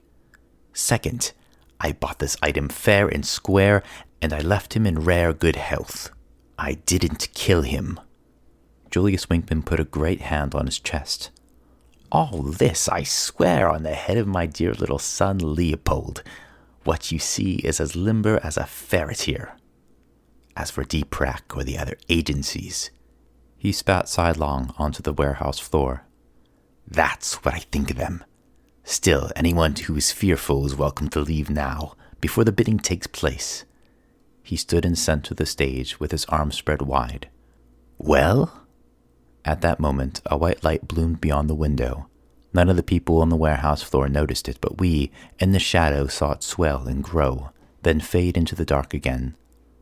"That's our cue," Lockwood whispered. He pulled his mask down. Down below, no one had answered Winkman. The young man had only shrugged. Everyone remained seated. Winkman nodded. "Right. Enough talking. Let's have your starting bids." At once the man with the beard lifted an arm, and the nearest window blew apart in an explosion of incandescent fire. Chapter 24. We'd known the first magnesium flare would explode the moment it hit the glass, and we anticipated it would shatter the pane it struck. What we didn't expect was that the blast would be strong enough to break all the panes in that huge warehouse window, and several in the windows on either side. So the effect was even greater than we had hoped, a wall of glassy shards toppling with the force and power of a melting ice shelf, cutting straight through a pluming cloud of salt iron and white magnesium flames. Even before the shower of fragments burst to powder on the ground, 2 more flares were spinning through the smoke above, looping through the hole the first had blown. And by the time they struck, Lockwood and I were already halfway down the steps, rapiers and flares in hand, hurtling towards the warehouse floor. The noise of the original explosion and the crack of the ruptured glass had deafened us, even through our wool masks. And we'd been expecting it. The effect it had on those directly below, to whom it came as an utter shock, could be seen in the swarm of figures milling within the tumbling silver smoke. The child psychics were out of the chairs and running, screaming into the dark. The guards blundered left and right, protecting their heads against the rain of salt and glass. 2 of Winkman's clients had fallen forward onto their knees as if the end of days had come. The young blond man sat motionless in his seat as if paralyzed with shock. Winkman's son had leaped gibbering to his feet. Winkman himself stared left and right like a bewildered bull, fingers flexing, neck cords straining beneath his skin. He caught sight of us as we clattered down the steps, and his black eyes opened wide. Then George's second and third flares struck the ground, 2 more eruptions of billowing white fire. Winkman was blown sideways. He crashed into the table that held the bone glass and fell heavily to the floor. Behind him, one of the lanterns toppled, smashed, went out. Hot iron particles shot high, looped down in a glimmering red cascade. It was a scene of carnage and confusion. The man in the pinstripes rolled onto his back, shouting, wisps of smoke rising from his suit. Winkman's son had fallen heavily against his chair, breaking it into pieces. The bearded man gave a cry of terror, stumbled to his feet, and fled up the hall. Still the young blond man sat immobile, staring straight ahead. Lockwood and I were almost at the bottom of the steps. We'd calculated on our distraction giving us several seconds' grace, and though George's work had exceeded our wildest hopes, we knew it wouldn't be enough. It was my job to maintain the distraction, while Lockwood snatched the mirror. I readied a 4th flare, lobbed it in the general direction of the flailing guards. Lockwood threw another, only his was directed firmly at the silver glass case. 2 more explosions. One sent the guards scattering, the other shattered the case. Winkman, who'd been attempting to pull himself upright behind the table, disappeared in a blast of silvery fire. Lockwood leaped over the protective chains and plunged into the smoke, trailing a scent of lavender. He had the canvas bag open in one hand. When the silver glass case had broken, the buzzing in my head had instantly grown louder. I looked into the fog and saw Lockwood's silhouette bending over the table, and, above him, shadowy rising forms. Many hollow voices spoke together. "Give us back our bones." Then Lockwood opened the lavender bag and with gloved hands swept the bone glass into it. The buzzing was stilled, the rising forms winked out, the voices were gone. Lockwood turned, burst out the smoke, came running back towards me. Some yards away, the young man with the blonde mustache got up. He reached for his polished cane lying on the floor beside his chair. He twisted the handle sharply, tugged, drew forth a long and slender blade. He tossed the cane behind him and started in our direction. I unclipped another flare, drew back my arm. "Stop, or I'll fire." Winkman had risen up behind the table, his face blackened, his hair blown back, pince-nez askew. Burned salt encrusted his face, his mouth hung open, and his jacket was peppered with smoldering holes.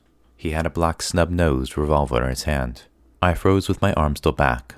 Lockwood halted, facing me, almost alongside. "You think you can run?" Winkman said. "You think you can rob me? I will kill you both." Lockwood slowly raised his hands. He said something quietly at my side. His mask muffled it. I couldn't hear a word. "First we will discover who you are," Winkman said, "and who sent you. We will do this at my leisure. Put down the canister, girl. You are surrounded now." Sure enough, the guards had re-emerged from the shadows. Each also carried a gun. The young man, still immaculate in his soft brown coat, stood by, sword stick glittering in the light. Lockwood spoke again, urgently. Once again, I couldn't hear it. "Put down the flare," Winkman cried. "What was that?" I muttered. "I can't hear you." "Oh, for heaven's sake." Lockwood ripped up the bottom of his mask. "The other case, the one with the ghost. Do it." It was lucky I already had my arm in position. Even so, it wasn't an easy shot. The glowing case with the rusted sword was several feet away, and half blocked by Winkman's head. Probably if I'd thought about it, I'd have missed hitting it 5 times out of 6, but I didn't have time to think. I swiveled slightly, lobbed the canister high, then I ducked down low. At my side, Lockwood is already ducking too, so Winkman's bullets passed somewhere directly over us. Neither of us saw my canister hit the case, but the sound of breaking glass told us at once that my throw had been successful. That and the screams of warning in the room. I jerked my head up, saw a slight alteration in the behavior of our enemies. None of them were any longer focused on us. From the ruins of the broken cabinet, where the sword now lolled at a drunken angle, a faint blue shape had issued, steaming and fizzing in the last flecks of tumbling salt and iron. It was slightly larger than man-sized, and blurry, as if a strong, firm silhouette had been partially dissolved. In places, it was utterly translucent. In the center of its torso, it had no color or definition at all. Around its edges, scraps of detail could be seen, little twists and bumps that suggested clothes, and smoother places resembling dead skin. And up near the top, 2 shining pinpoints of light glittering like frost. These were the eyes. Cold air leaked from the phantasm. It had no visible legs, but flowed toward the men as if on a rolling strip of cloud. The guards panicked. One fired a bullet straight through its body. The other turned and fled across the hall. Winkman picked up a shard of silver glass and sent it whizzing into the ghost. It cut through one outstretched arm with a fizz of plasm. I heard a spectral sigh of disapproval. The young man held his sword stick out, adopted an unguarded posture. Slowly he moved toward the advancing shape. Lockwood and I didn't stop to see more. We were running for the stairs. I reached them first, went clattering up. A scream of rage. Out of the smoke behind Lockwood's shoulder, the Winkman boy came charging, a shattered chair arm in his hand. Lockwood swiped backward with his rapier. The boy howled, clutched at his wrist. His club fell to the floor. Up the stairs 3 at a time. Behind came shouts, curses, the soft sighing of the ghost. I looked back down as we raced along the catwalk. The warehouse floor was almost invisible through the layers of silver smoke. A faint blue shape flexed and darted, seeking to get past the silvered flashing of the sword. Somewhat closer, a great barrel-chested figure was limping swiftly up the steps. Through the glass doors, Lockwood slammed them shut. He shot 2 bolts into position and joined me, careening up the stairwell. We'd climbed several flights when the hammering on the doors began. "We need those bolts to hold a little longer," Lockwood gasped. "We need to be a long way down that drain pipe before they see us, or we'll be sitting ducks." A bang, followed by a vast and tinkling crash, sounded from below. "He shot his way through," I said. "On the upside, that's 1 bullet less for us." "How I love your optimism, Luce. What floor are we on now?" "Oh no, I forgot to count the flights. We needed to go up 6. Well, how many have we done?"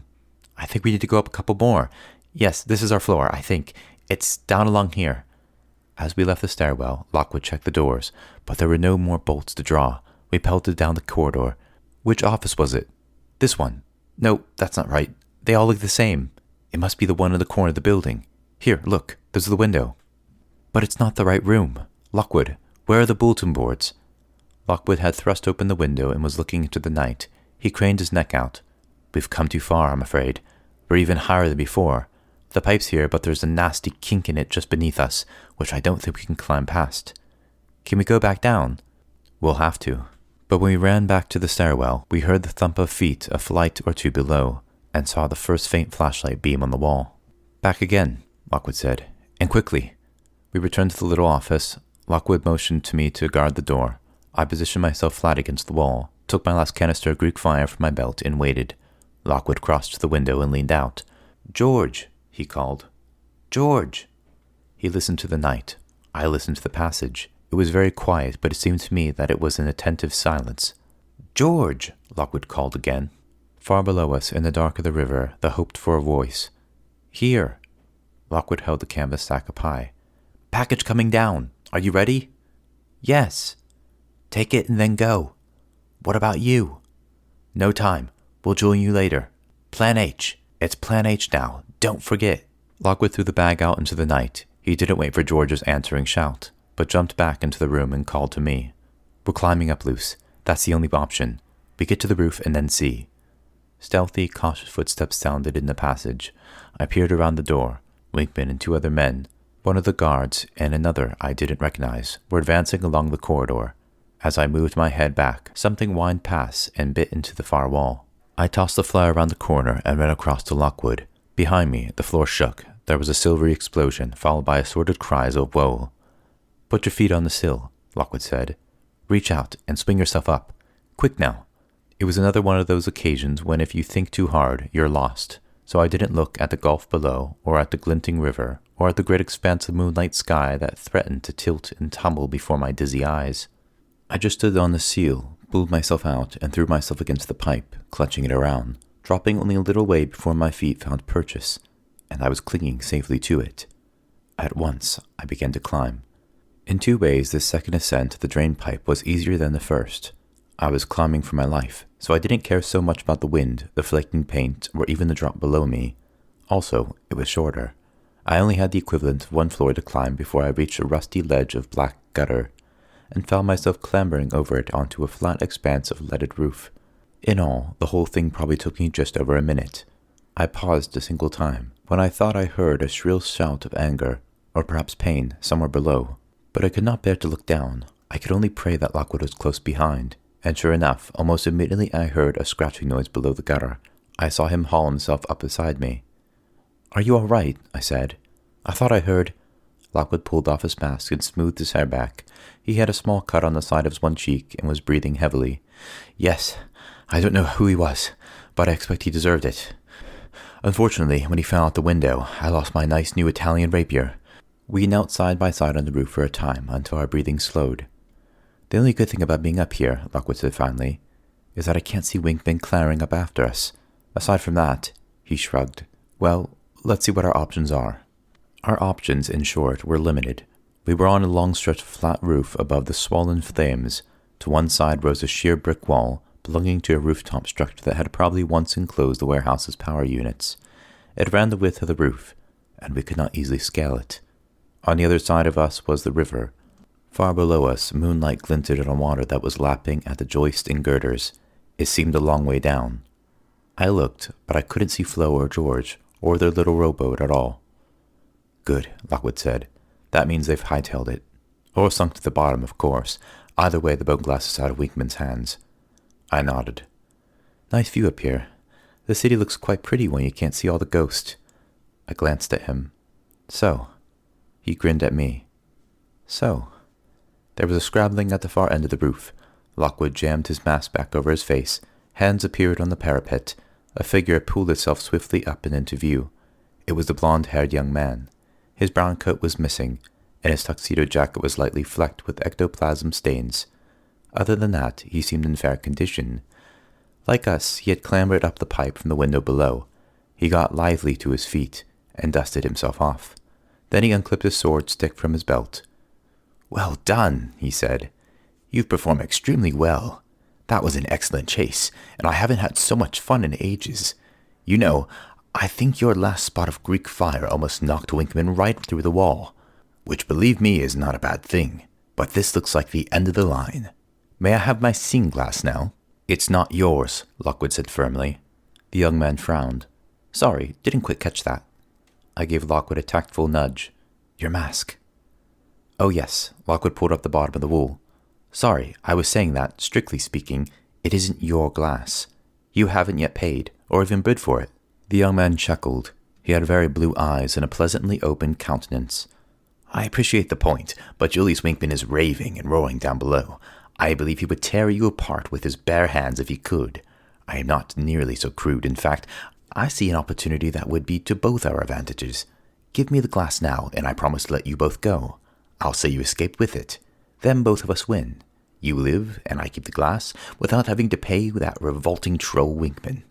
"It's a good offer," Lockwood said, "and very amusing. I almost wish we could agree.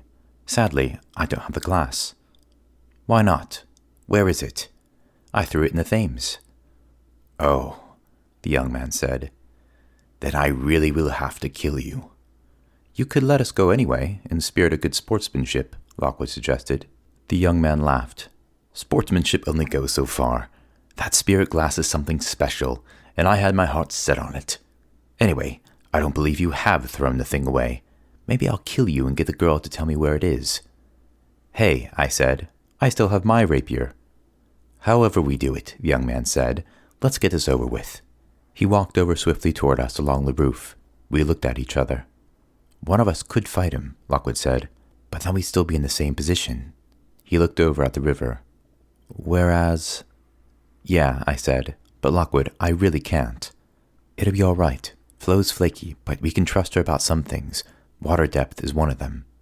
"We make such a bad habit of doing this," I said. "I know, but it's the last time." "Promise?" But we were already running across the bumpy lead, building up as much speed as we could.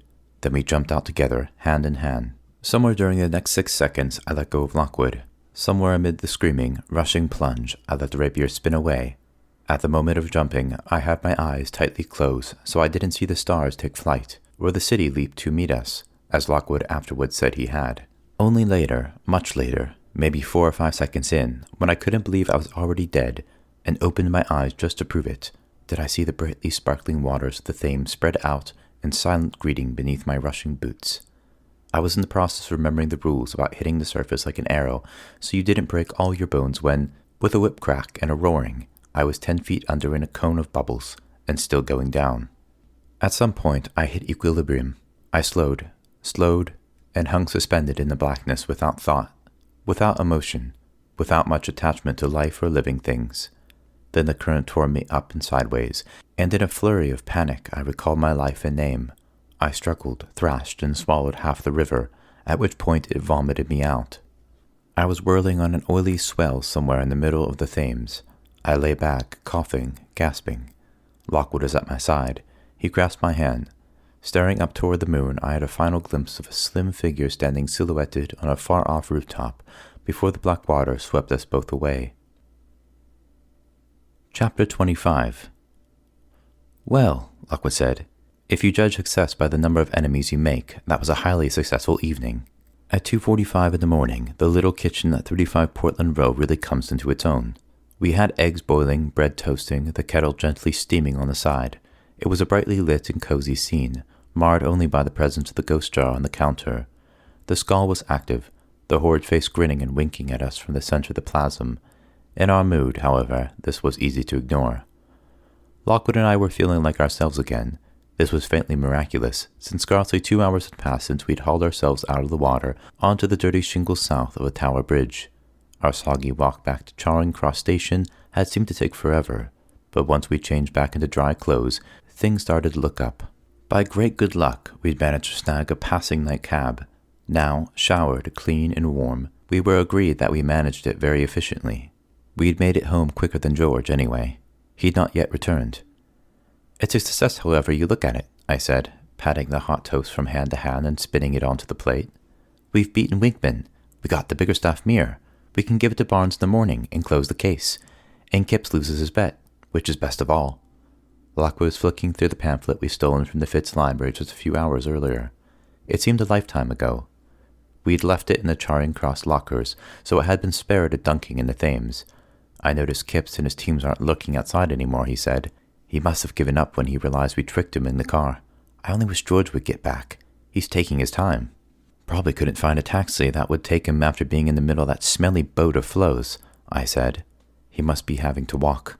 His station lock was empty, so we know he got away safely." "True." Lockwood put down the pamphlet and got up to deal with the eggs. "I was right about these confessions of Mary Dulac, by the way.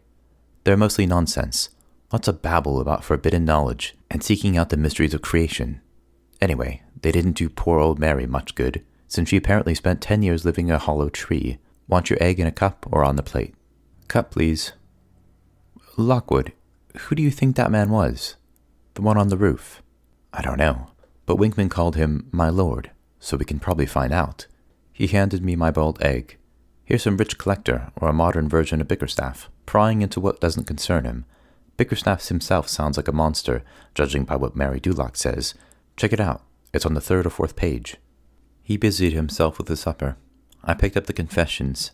Despite the Fitz Library's leather binding, it was very thin, scarcely more than a few pages long. It was more a collection of disjointed paragraphs than anything else. Someone had probably copied selections of the original, removing passages that were tedious or incoherent. As Lockwood had said, there was lots about the unhappy woman's life in the wilderness, and many philosophical rantings about death and the afterlife that I didn't understand.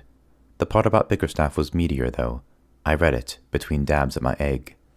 "Who was Bickerstaff, whose cursed shadow hangs over me these past 10 years? Ah, he was a genius, and the wickedest man I've ever knew. Yes, I killed him. Yes, we buried him deep and sealed him up with iron. Yet still I see him in the darkness, whenever I close my eyes. Still I see him before me, swathed in his velvet cloak, performing his dark rituals. Still I see him, coming from his workroom, his butcher's knives all bloody in his hand. Still I hear that terrible voice, that soothing, persuasive instrument that made us all puppets of his will. Ah, fools that we were to follow him. He promised us the world, promised us enlightenment. Yet he led us to ruin in the brink of madness. Because of him, I have lost everything."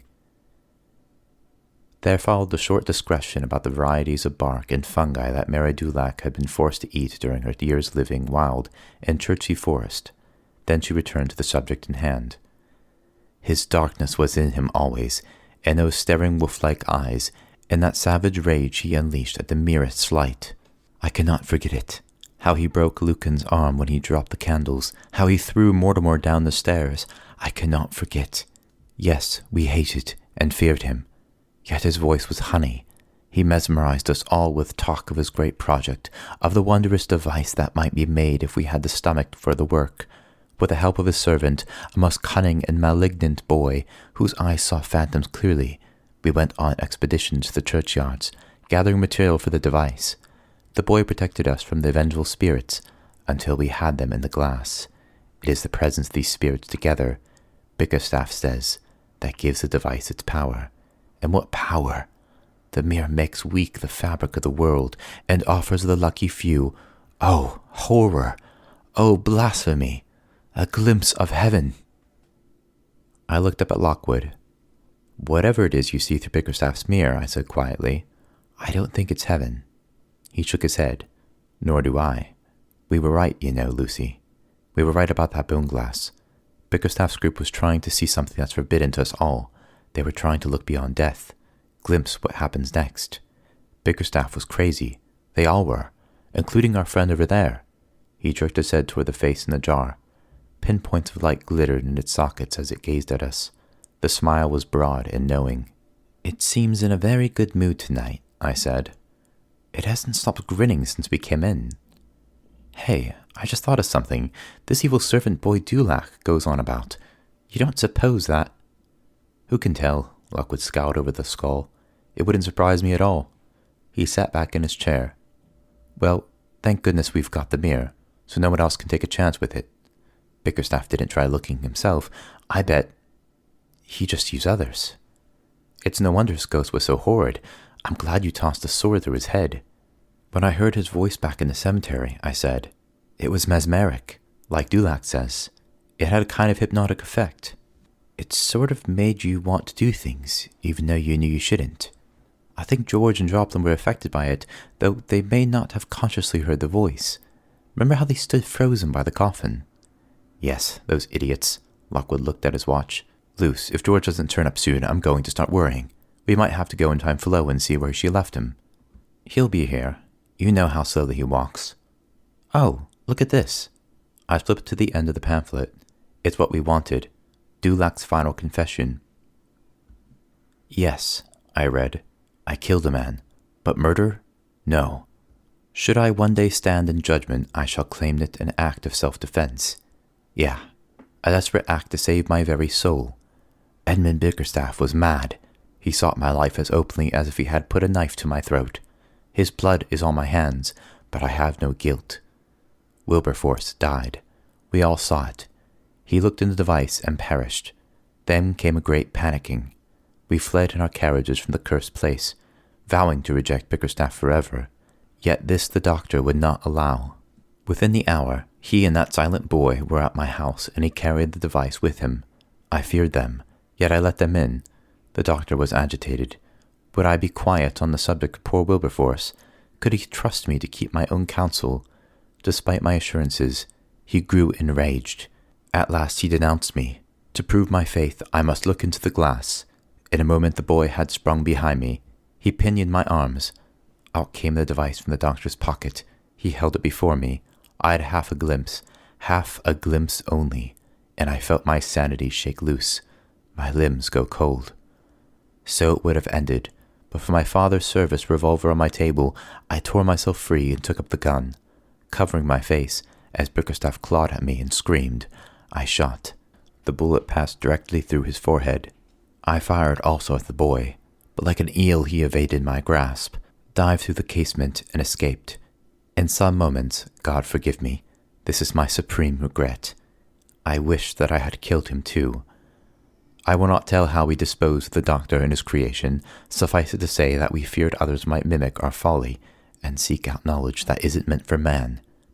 I only trust that we have constrained the device as best we can, and that it may now lie forever undisturbed. I closed the pamphlet and tossed it aside. So that's it, I said. That's how Bickerstaff died. Mary Dulac shot him.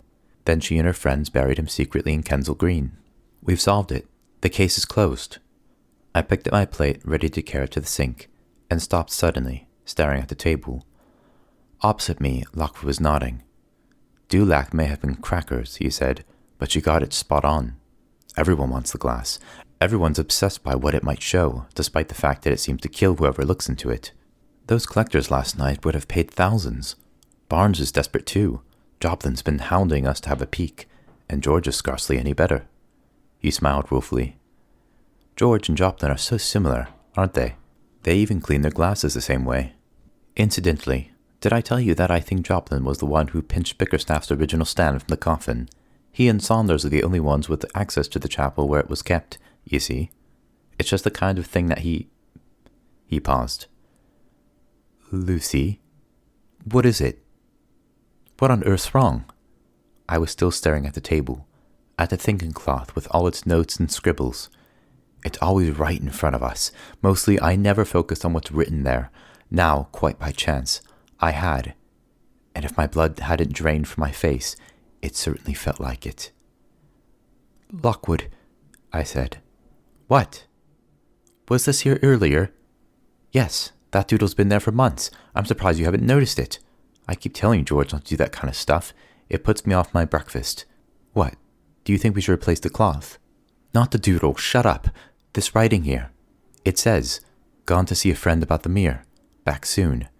Gee. We stared at each other. That must have been written days ago, Lockwood said. When? Lockwood hesitated. Don't know. Look, here's the pen he wrote it with, right next to it. But that would mean... Lockwood blinked at me. Surely not. He wouldn't. A friend, I said.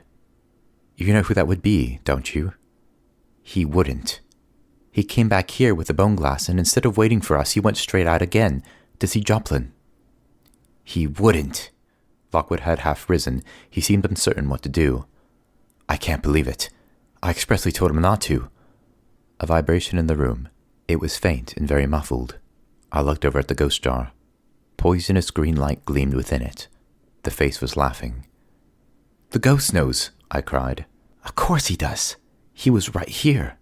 I shoved my chair back, sprang over to the glass. I turned the lever, and at once the foul cackles of the skull burst on my ear. Missing someone? It jeered. Has the penny just dropped? Tell us, I shouted. What have you seen? I've been wondering how long it would take you to figure it out, the voice said. I guess 20 minutes. Must have taken twice that. 2 dim dormice would have sussed it out faster than you. What happened? Where did George go? You know, I think your little George is in a spot of trouble, the skull said gleefully. I think he's off doing something stupid. Well, I won't lose any sleep over it, after all the things he's done to me. I could feel panic rising in my chest, my muscles freezing. I stammered out the ghost words to Lockwood. All at once he was past me and grabbing the ghost jar from the counter. He swung it over and crashed it down upon the table, sending the plates flying. The face rolled against the inside of the jar, the nose pressed flat against the glass. Hey, careful. Watch it with a plasm. Lockwood scraped his fingers back through his hair. Tell it to talk. Say that if it doesn't tell us what it saw George do, You'll what? The ghost said. What can you do to me? I'm dead already. I repeated the words, then flicked the glass with a finger. We know you don't like heat, I snapped. We can make things very uncomfortable for you. Yes, Lockwood added, and we're not talking ovens now. We'll take you to the furnaces in Clerkenwell. So? The ghost sneered. So you destroy me. How will that help you? And how do you know that's not exactly what I desire? Lockwood, when I told him this, opened his mouth and shut it again. The desires and dreams of a ghost are hard to fathom, and he didn't know what to say. But I did. All at once, I knew precisely what that ghost had wanted, what had driven it in life, and what kept driving it in death. I felt it. I knew it as if the longing were my own. There are some advantages to sharing headspace with a phantom. Not many, but a few. I bent my head close to the glass. You like keeping little secrets from us, don't you? Your name, for instance, and who you once were. Well, we don't really care about that.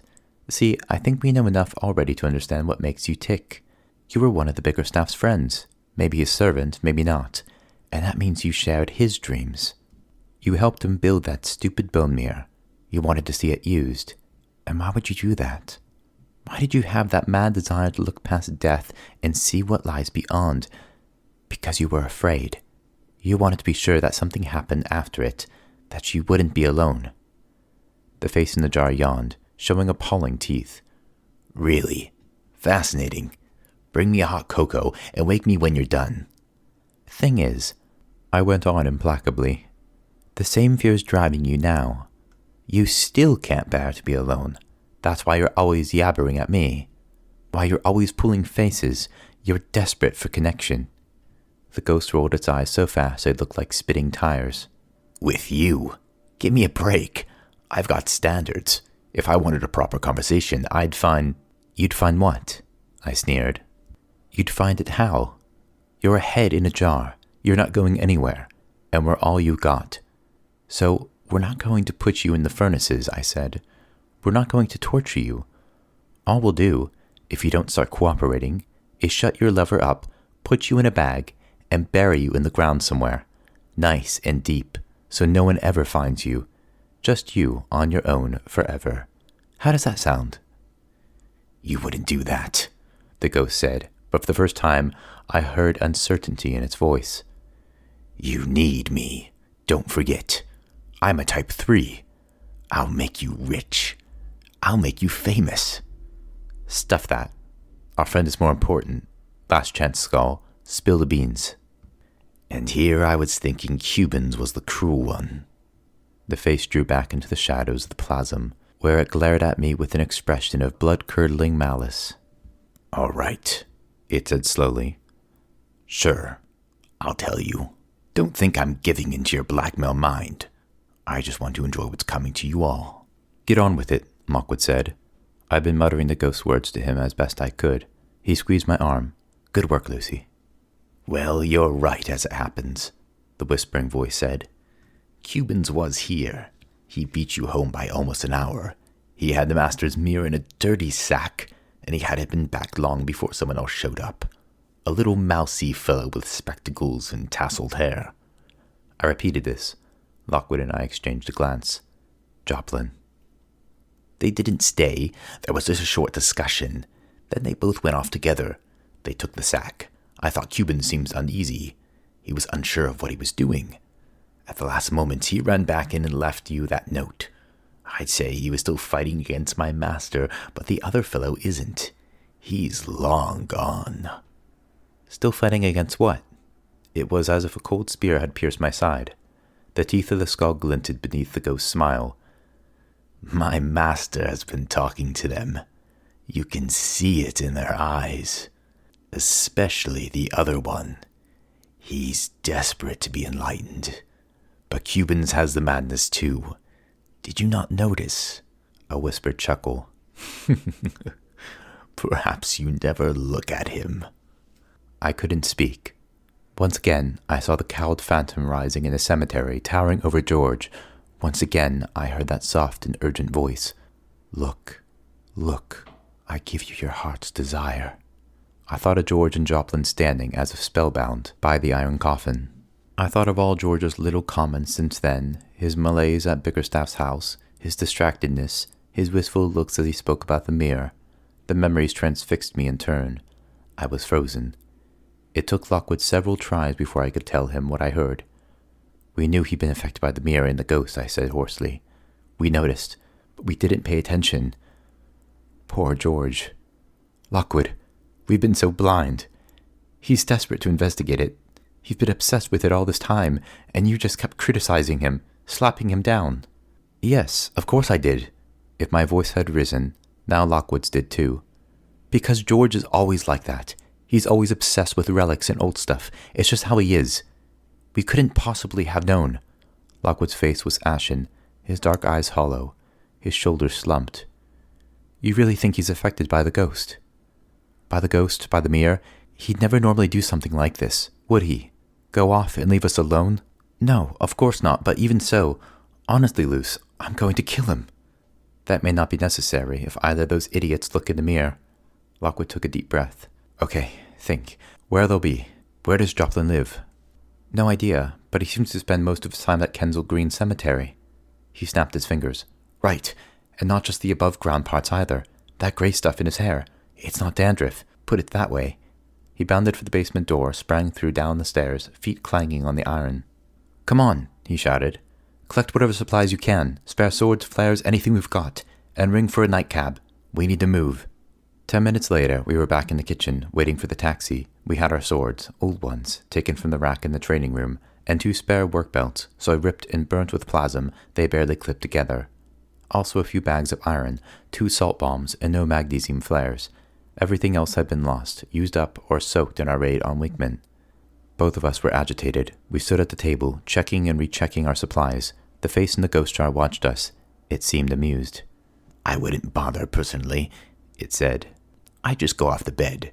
You'll be too late to save him. Shut up, I growled. Lockwood, what were you saying about Joplin just now? About the grey stuff in his hair? You mean... He tapped his fingers impatiently on the counter. It's grave dust, Luce. Grave dust from the catacombs beneath the chapel.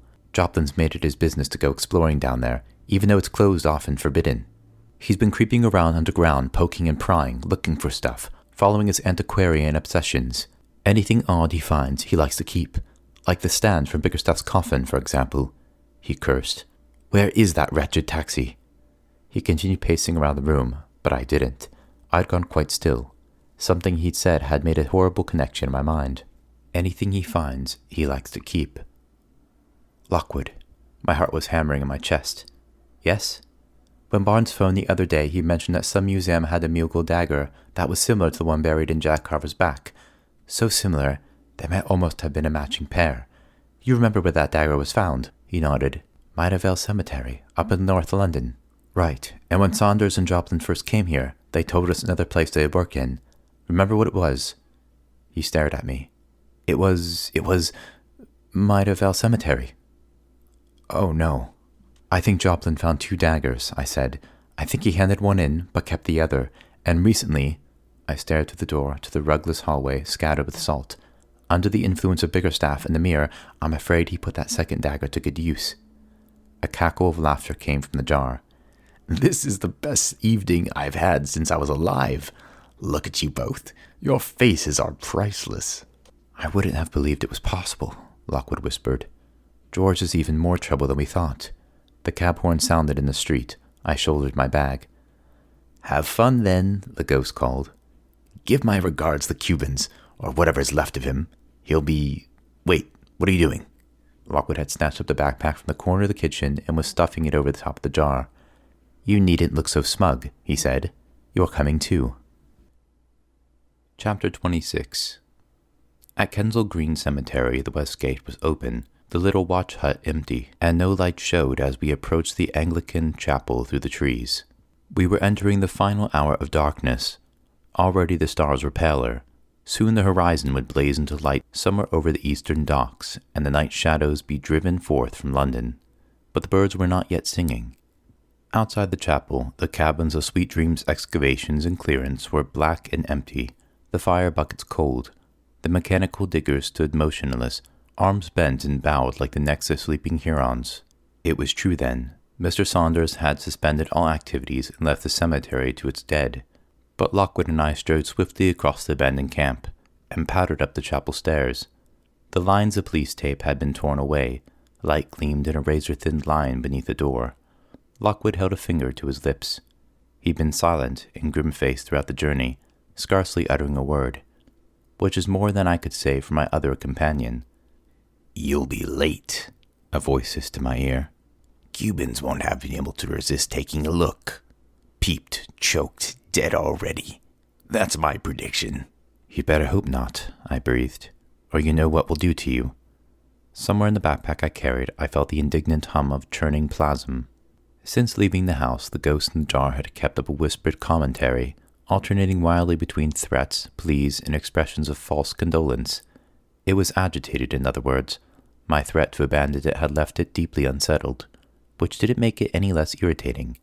I'd have gladly hurled it into a bush, but we didn't have that option. The ghost knew Bickerstaff. The ghost knew the secrets of the mirror. We might need its help right now. Lockwood glared at me for quiet. He reached for a great metal door handle. I readied myself, squinted in preparation for the transition from dark to light. With the sudden fluid moment, he turned it, pushed. The door squealed. Brightness flooded our eyes. We both stepped in. The interior of the chapel was much like we'd last seen it, on the morning after the theft. The desk of Mr. Saunders and Mr. Joplin, strewn with papers, the space heaters, the great black catafalque on its metal plate, the pulpit, the altar and its long, shiny altar rail. All was silent. All was still. There was no one to be found. I listened for the telltale buzzing of the bone glass. Heard nothing. Lockwood touched the nearest heater. Warm, he said. Not hot. He's been here tonight, but not for a while. I was looking at a familiar twisted shape in the near corner, swept aside amid piles of dirty salt and filings. The iron coffin's still here, look, but Bickerstaff's body is gone. My master is near, the ghost whispered suddenly. I feel his presence. Where? I demanded. How do we get to him? How can I tell? It's so hard in this jar. If you let me out, I'll sense far more. Not a chance. Lockwood strode across the wooden door behind the altar rail. He pushed and pulled, but the door remained firm. The padlock's off, he said, and the bolts are open. Someone's locked it from the inside. Are we sure he'll be in the catacombs? I said. It's not the sort of place I'd go. But that's just it. Lockwood jumped back. He was staring wildly around the room. Remember those illustrations in the Bickerstaff papers? The catacombs are exactly the sort of place where idiots like Joplin do hang out. It's a place to find stuff. It gives the right grisly ambience. And crucially, it's private. You're not going to be disturbed down there. He cursed. This is a nightmare. How can we get in? Blind as bats, the ghost said. Always looking, never seeing, even if it's standing straight ahead of you. I gave a snarl, thumping my fist into the side of the backpack. Quiet you, or I'll swear I'll... Then I stopped dead, staring at the big black marble plinth in the middle of the room. The catafalque, the Victorian device for lowering coffins into the catacombs below. I gasped. The catafalque? Didn't Saunders say it was still working? Lockwood slapped his palm against his head. Yes, he did. Of course.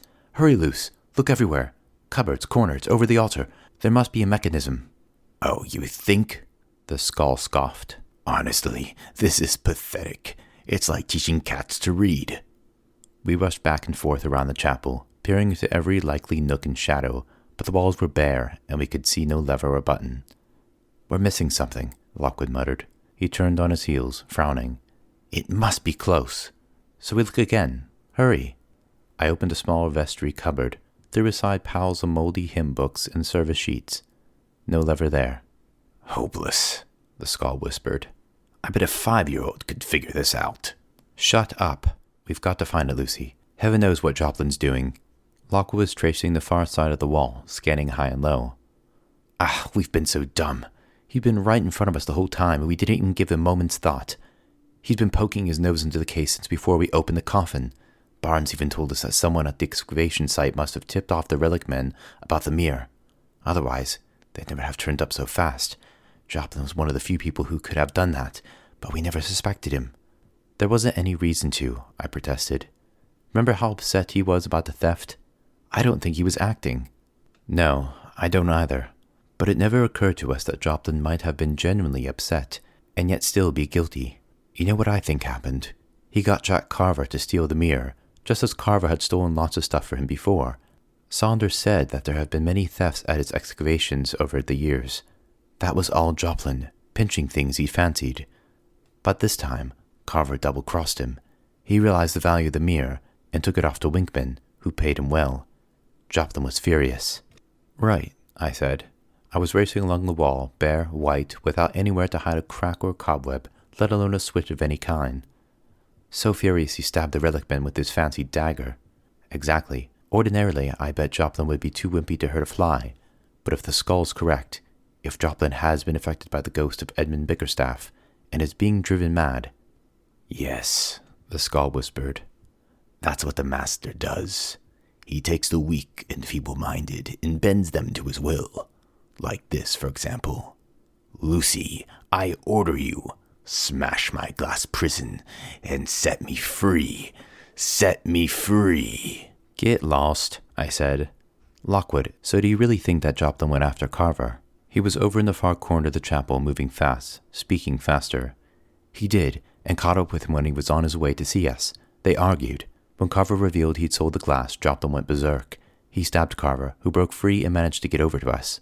Joplin, of course, would have thought he'd lost the glass forever. How wrong he was. Ever since then, we've been searching for it, and kindly keeping him informed. And now George has actually brought him the glass. And Joplin's got his heart's desire, while we can't find our stupid way down. With a cry of frustration, Lockwood kicked the wall with a boot. We'd gone around the entire room without success. He was right. We were stymied. There was no way down. What about outside? I said. There might be another entrance on the grounds. I suppose, though how we'll find him in time, I don't know. All right, Lockwood said. We'll look. Come on. We ran to the doors, opened them, and stopped dead. There on the step, framed against the lightning sky, stood 3 familiar figures in silver-gray jackets. Bobby Vernon, Cat Godwin, Big Ned Shaw, the small, blonde, and menacing members of Quill Kip's team. Not Kip's himself, though. They froze in the act of reaching for the door knocker. We gazed at them. Where's Quill? Cat Godwin snapped. What's going on? What have you done with him? Ned Shaw loomed in close. No nonsense, Dave Lockwood. Speak up right now. Lockwood shook his head.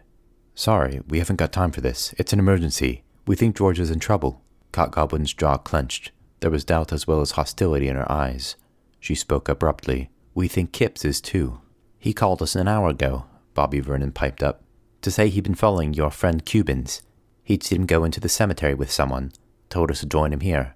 We've been looking everywhere, but there's no sign of him. Still spying on us, was he? I sneered. Shame. Better than skulking around with criminals like you seem to be doing, Godwin spat. All that's irrelevant now, Lockwood said. If Kip's with George, they're both at risk. Cat, Bobby, Ned, We need your help, and you need ours, so let's get on with it. He spoke calmly and authoritatively, and though I saw Ned Shaw's fingers twitch, none of them challenged him. We think they're in the catacombs under the chapel, Lockwood went on. The access doors are locked, and we need to get down. Bobby, you know this sort of thing. Victorian catafalques, used for lowering bodies beneath the church. How are they operated? From above? From below? From above, Vernon said. The minister lowered the coffin during the service. Okay, so there must be a lever. We were right, Luce. So where... He broke off, staring out across the twilight graveyard. Cat, Ned, did you bring anyone else with you? No, Ned Shaw scowled. Why?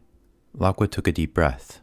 Because, he said slowly, it looks like we've got company. His eyes were better than mine. I hadn't noticed the little movements out among the gravestones, the swift dark shapes flitting up the grassy aisles. They converged upon the excavation camp, and now passed out into the grey open space between the sheds and diggers. A group of men, purposeful and silent, men used to being out at night. They carried sticks and clubs in their hands. Hey, this is exciting, the Skull's voice whispered in my ear. I'm so enjoying this night out. Now I get to see you all killed. We must do this more often. Not friends of yours, then, Lockwood, Cat Godwin said. Acquaintances, perhaps. He looked sidelong at me. Lucy, I think these fellows might have been sent by Winkman. That one on the end was at the auction. I am almost sure. Lord knows how they followed us. But I need you to do something for me now without arguing. Okay? Go back into the chapel, find the lever, go down and get George. I'll follow as soon as I can. Yes, but Lockwood, without arguing would be nice. When he uses that tone, arguing with Lockwood isn't an option. I stepped backward into the chapel. The first men had reached the bottom of the steps. Between them, they possessed a fair combination of features you wouldn't want to see approaching on a dark night. Bald heads and broken noses, bare teeth and low-slung brows. The clubs they held weren't too appealing either. What do we do? Bobby Vernon stammered. Right now, Bobby, Lockwood said, I think you need to draw your sword. He glanced back at me over his shoulder. Lucy, go. Men came rushing up the steps. I slammed the door. From outside came the sound of ringing steel, thuds, and crashing. Someone screamed. I ran into the center of the chapel, stood by the marble catafalque. What had Vernon said? The minister would lower it down. Okay, so where would the minister have been standing? Where on earth would he be? Oh, so tough, the whispering voice said. Shows how often you go to church. And then, all at once, I knew. The pulpit. The plain wooden pulpit. Its top carved in the shape of an open book, standing quiet and forgotten a few feet from the catafalque. I strode across to it, trying to ignore the noises from outside. I stepped up onto its platform, looked down, and saw the hidden shelf cut into the wood just below the top. There on the shelf, the simple metal switch. I pressed it. At first, I thought it had done nothing. Then, smoothly and almost silently, there was only the faintest hum. The catafalque began to sink. The metal plate it rested on was ascending through the floor. I jumped down from the pulpit, ran across, and sprang onto the black stone. Outside the chapel, something heavy thudded against the doors. I did not look up. I drew my rapier and stood ready, feet apart and breathing steadily. Past flagstones, away from light and into darkness, I was carried down into the earth. Don't be frightened. From the backpack, a wicked whispering brushed my ear. You're not alone. You've still got me. A shaft of brick had opened out into realms of solid space, and still I was going down.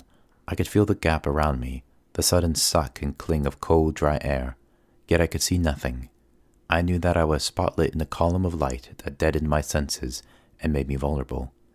Anything could be waiting there, close by, and I would not know it until I landed right beside them. My hackles rose. All my instincts told me I needed to get away. The feeling of danger overwhelmed me. I tensed, ready to jump, and the mechanism stopped. With a hop and a scramble, I was off the catafalque and out of the column of light. Then I forced myself to halt. I went very still. I stood in the dark and listened to the racing of my heart, and beyond that, to the silence of this place. But it was not silent, at least not to my inner senses. From unknown distances came little sounds, soft rustlings and sighings, faint peals of laughter that ended in a sudden sob.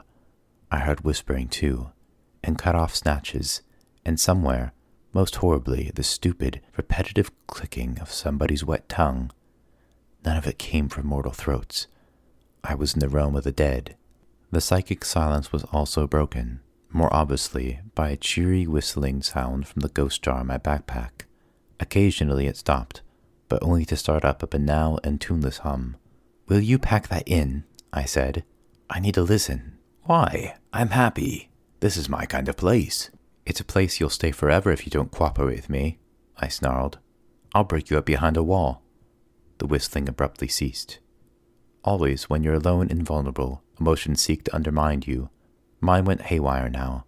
I thought of Lockwood, fighting for his life upstairs. I thought of George, and the haunted, yearning expression on his face after glancing at the mirror 5 nights before. I thought about how easily everything I cared about could be destroyed. I thought of the emptiness of my work belt. I thought of Edmund Bickerstaff's terrible specter rising high against the moon. I compressed those emotions. I boxed them in, and stored them in the cubbyhole in the attic of my mind. Time enough to open that box later. Right now, I had to stay alert, and stay alive. The ground was rough underfoot. I sensed bricks, worn and uneven, loose stones and pebbles, and untold years of dust. On all sides, soft, dry coldness stretched away. I could still see nothing at all. Around the shaft of light, everything was so black, I might have been in a narrow corridor or a massive void. There was no way of telling.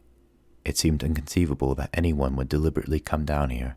Then I caught the faintest whirring, the sound of buzzing flies. Yes, the bone mirror. It was somewhere close.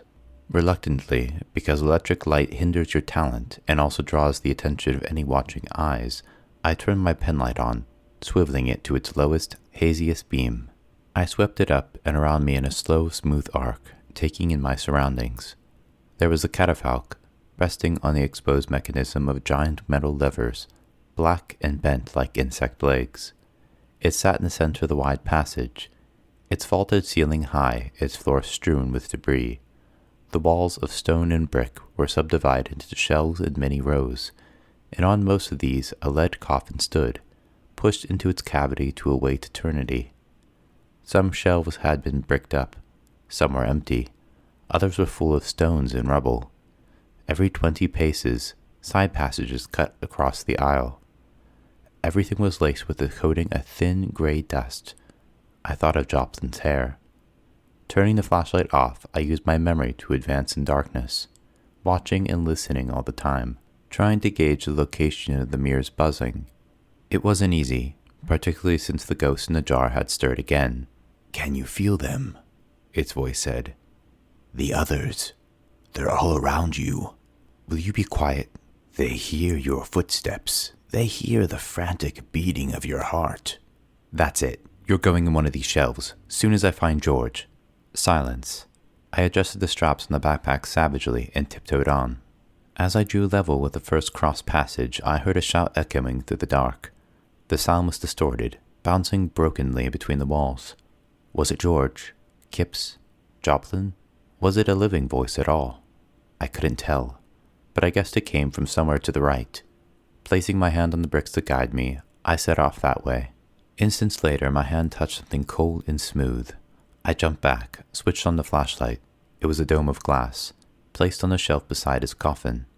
Beneath the smudged dust where my fingers had passed, I saw a display of dried white lilies. For a moment I wondered how long they had sat there in the dark, these memorial flowers, in perpetual bloom. Then I turned off the flashlight, went on again. The passage was long and narrow, and itself crisscrossed with other, nearly identical side routes, all lined with coffins. I stopped at each intersection, then continued on. As much as possible, I went into darkness, hoping to see visitors as easily as they saw me, because visitors were there. Once, at an unknown distance down a passage to the left, I saw a faintly glowing form. It was a young man, wearing a suit with a high, stiff collar. He stood motionless, with his back to me, one of his shoulders much higher than the other. For some reason, I was very glad that he did not turn around. From down another aisle came an urgent tapping. When I looked, I saw one of the lowest shelves aglow with other light, the tapping coming most distinctly from its very small lead coffin. "This is jolly," the skull said. "But these wisps are nothing. My master is here too." Up ahead. Oh, yes. I think you're getting closer. It chuckled softly. Remember that shout just now? Want to bet that was Cubans looking in the bone glass. With difficulty, I swallowed my rage. If the ghost was talkative, perhaps it could give me information. Tell me about the mirror, I said. How many bones did Bickerstaff use to make it? How many ghosts did it take? 7 bones and 7 spirits, if I recall. What do you see if you look into the glass? Oh, I took care never to do that. What about Bickerstaff? Did he ever look himself? He may have been mad, The ghost said simply. But he wasn't stupid. Of course he didn't. The risks were too great. Tell me, don't you think Cubans may be busy dying? Aren't you wasting time?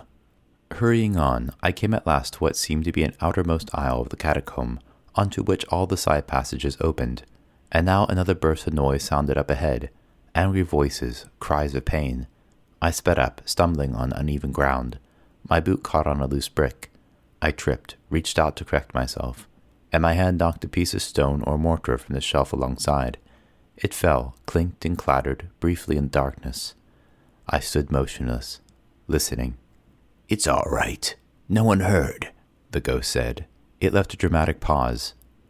Or did they? All seemed still, except for the painful thudding of my pulse.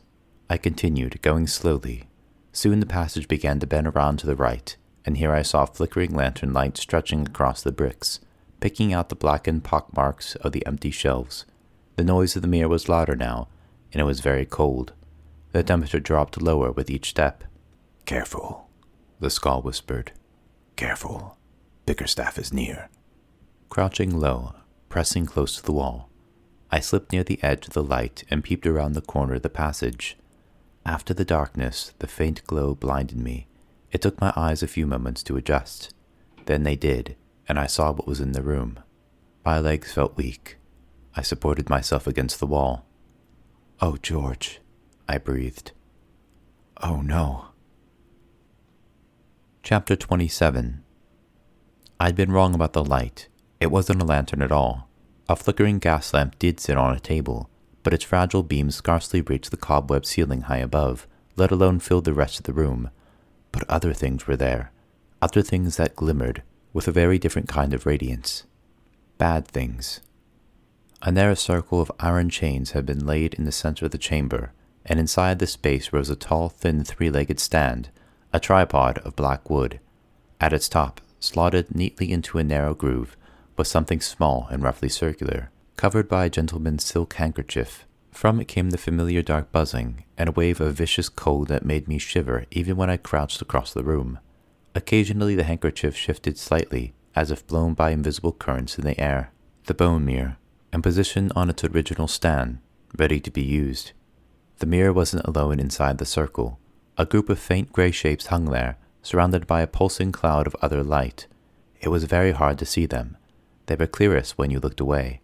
They were human forms, clothed in drapes and shapeless garments, and pressed so close together they actually overlapped. Their faces were blurry and indistinct. Smeared gray blotches replaced the eyes and mouths. Without counting, I knew there were 7 of them, for they were the spirits trapped in the making of the mirror. Their anger and their sorrow beat upon me, and from far off I heard their ceaseless calling. "Our bones," they pleaded. "Give us back our bones." On another occasion, the spirits in the bone glass would have been enough to transfix me with horror. I would have been unable to tear my gaze away. But not today, for in front of the circle was George. He sat on a wooden chair, directly facing the shrouded mirror. His hands had been tightly lashed to the chair back. His head was lowered, slumped against his breast, his glasses at an angle. His eyes were shut. To my extreme relief, he was still alive. His chest heaved up and down. Across the room stood another chair, turned toward George. Here, to my brief surprise, I had almost forgot my encounter with the Fitz team, sat Quill Kipps. Like George, his hands were tied behind him, but he was awake, his hair streaked with cobwebs, his thin face gray with grave dust. His jacket was askew, and his shirt torn at the collar. He looked as if he had a rough time, suffered a few indignities. Mostly, though, he just looked deeply annoyed. His eyes glittered as he gazed around. There was no sign of Albert Joplin anywhere. But there was something else in the little chamber, and, of all the bad things there, this was surely the worst of all. I didn't notice it at first, for it was beyond Kip's, and fainter than the ghost beside the mirror. But then my eyes were drawn to the dark mass lying on the floor, and to the shadow rising high above it. My eyes shook. My mouth went dry. "Master," the skull whispered at my back, and I could feel the thrill and terror quivering in its voice. "The Master is here." The ghost of Edmund Bickerstaff stood at the far end of the room.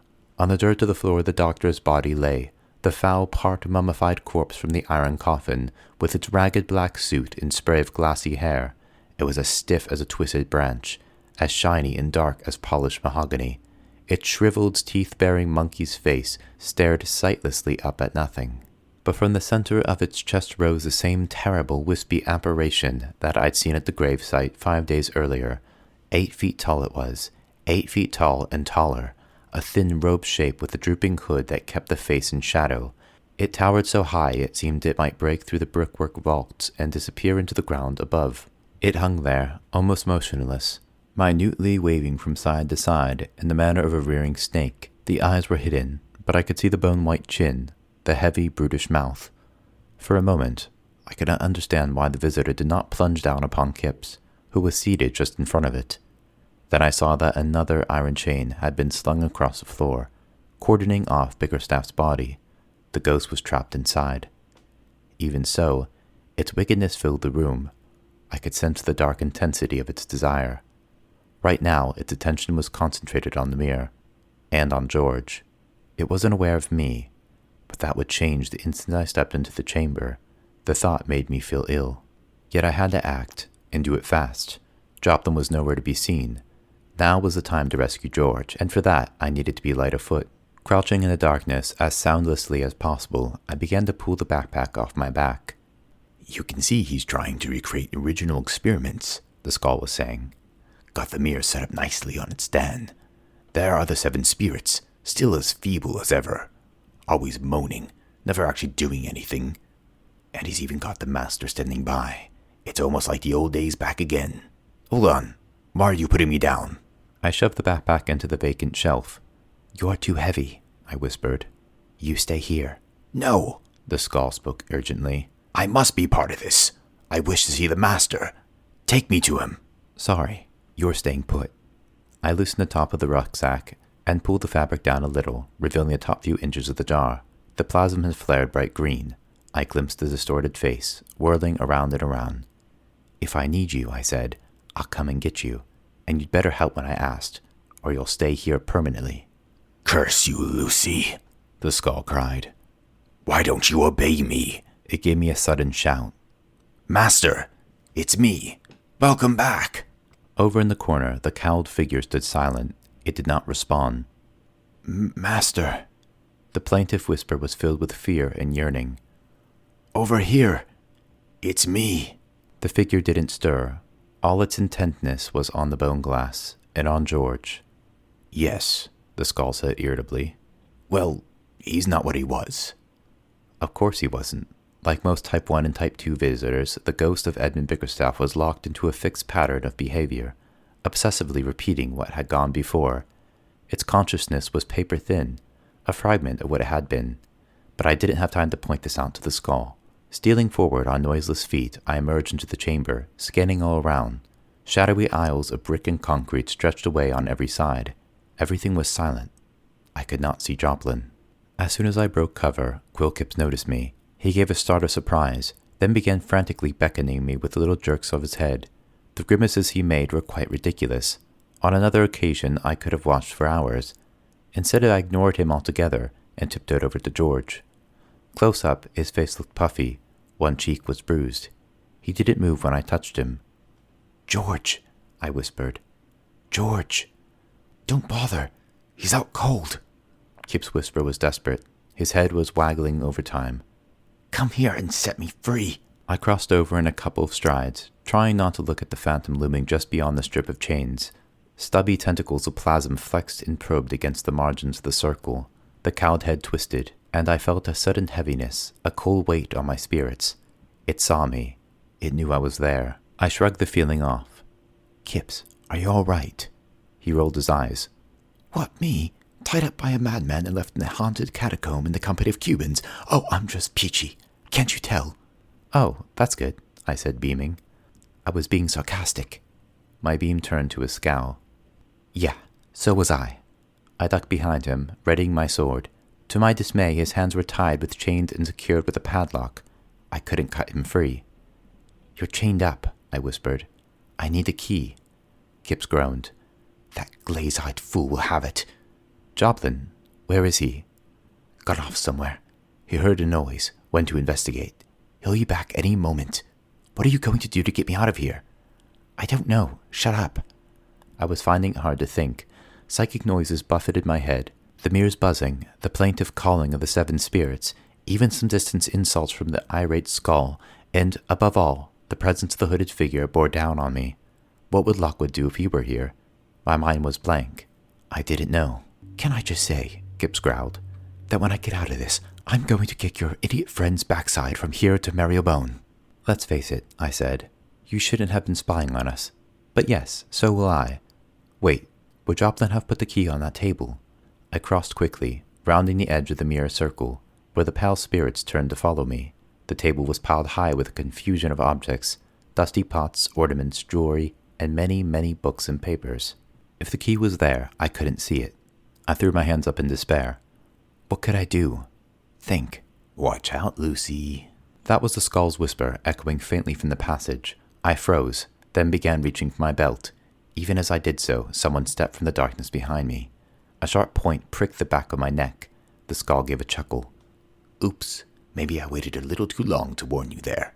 Please don't do anything annoying, Miss Carlyle. It was Albert Joplin's bleeding voice. You feel the knife? Very well. Take off your belt and rapier. I stood frozen, rigid with panic. The knife tip prodded me gently. Quickly, now. I get jumpy when I'm cross. My hand slips. Do as I say. No choice. I unclipped the belt and let it and my rapier drop to the floor. Now, walk back across the Kipps. Don't try anything. I will be right behind you. Slowly, stiffly, I obeyed. In its circle, the hooded phantom moved closer to the iron. I saw the grinning mouth, its snaggle teeth, its hungry eagerness crackled through the room. Kipps was gazing bleakly at me from the chair. Yes, this is just about the efficiency I expect from Lockwood & Company, he said. What next? Lockwood comes in, trips over, and impales himself on his sword? Albert Joplin said, Stand beside Kipps. Put your hands against the back of the chair. Wrists together. Now, I have one more piece of cord, which... No, you do what you're told. I tried to turn. The knife jabbed me, making me cry out in pain. That's better, Joplin said. With a series of quick movements, he bound my hands to the chair. I stood beside Kipps, neck stinging, as Joplin walked away. He looked as rumpled as ever, his jacket laced with grave dust, his hair a storm-tossed crow's nest. He still moved in the same stooped manner, shoulders hunched inward, spindly-legged and pigeon-toed. He was circling back to George. There was a short, stubby knife in one hand, and the other a notebook. A pen was tucked behind one ear. He hummed softly to himself as he went. When he glanced back, I saw that his nose was red and swollen-looking, and he had a bruise on his chin. But it was his eyes that really shocked me. They were dark and sunken. The pupils were very wide. He seemed to be staring intently at something far away. His head was cocked, as if listening. In its circle, the Bickerstaff ghost swayed from side to side. Yes. In a moment.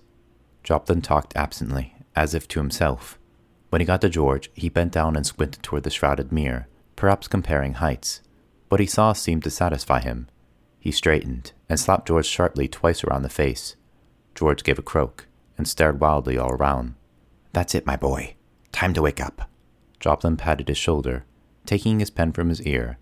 He made a mark in his notebook. We must make haste with our experiment as agreed. Quill Kipps uttered a curse. Agreement, my foot, he muttered. I don't know what Cubans thought he was up to, coming here in the first place, but they had some kind of argument in the church upstairs. One minute they were talking, all at once they were coming to blows. He shook his head. It was pathetic. The worst fight ever. They knocked one another's glasses off and spent half the time crawling around trying to find them. I'm surprised they didn't pull each other's hair. And you didn't go to help George? I said icily. I pulled at my cords. No, they were tight. I could scarcely move my hands. To my lasting regret, Kip said, I did. I'm sorry to say Joplin put that knife to Cuban's throat and forced me to throw down my rapier. When we got down to the catacombs, Cuban's tried to escape, and was knocked out for his trouble. Joplin's been setting up this ridiculous contraption for the last half hour. He's out of his mind. Yes, he is. More than you know. One glance at the mirror, and George had been affected. One brief moment of exposure to Bickerstaff's ghost, and its influence had remained. But how long had Joplin been exposed to it since then? How many nights had it been near the body in the chapel? With the ghost's silent, baleful energies directed upon him, he probably couldn't even see the phantom clearly. He probably didn't know what it was doing to him. Mr. Joplin, I called. Knife in hand, the little archivist was waiting beside George, who was slowly rousing groggily. You're not thinking straight. This experiment will never work. Joplin adjusted his spectacles. No, don't worry. We won't be disturbed. The entrance stairs are locked, and I've shut off the catafalque mechanism from below. No one can get down, unless they want to jump 20 feet into a pitch-black hole. And who would be prepared to do that? There was one person I knew who might, but he was busy up above, and I couldn't rely on him. That's not what I mean, I said. The mirror is deadly, and Bickerstaff's phantom is influencing you. We need to stop this now. Joplin cocked his head to one side. He was gazing toward the circle where the ghost stood. It was as if he hadn't heard. This is a remarkable opportunity, he said thickly. My heart's desire. This mirror is a window on another world. There are marvels there, and George will have the honor of seeing them. It just remains for me to get the pole. With his shuffling, round-shouldered gait, he poodled over to the table. My head reeled. He was using almost the same words as Bickerstaff had, when he forced Wilberforce to look into the mirror all those years before. Behind its chains, the hooded phantom watched Joplin go. Lucy, George called.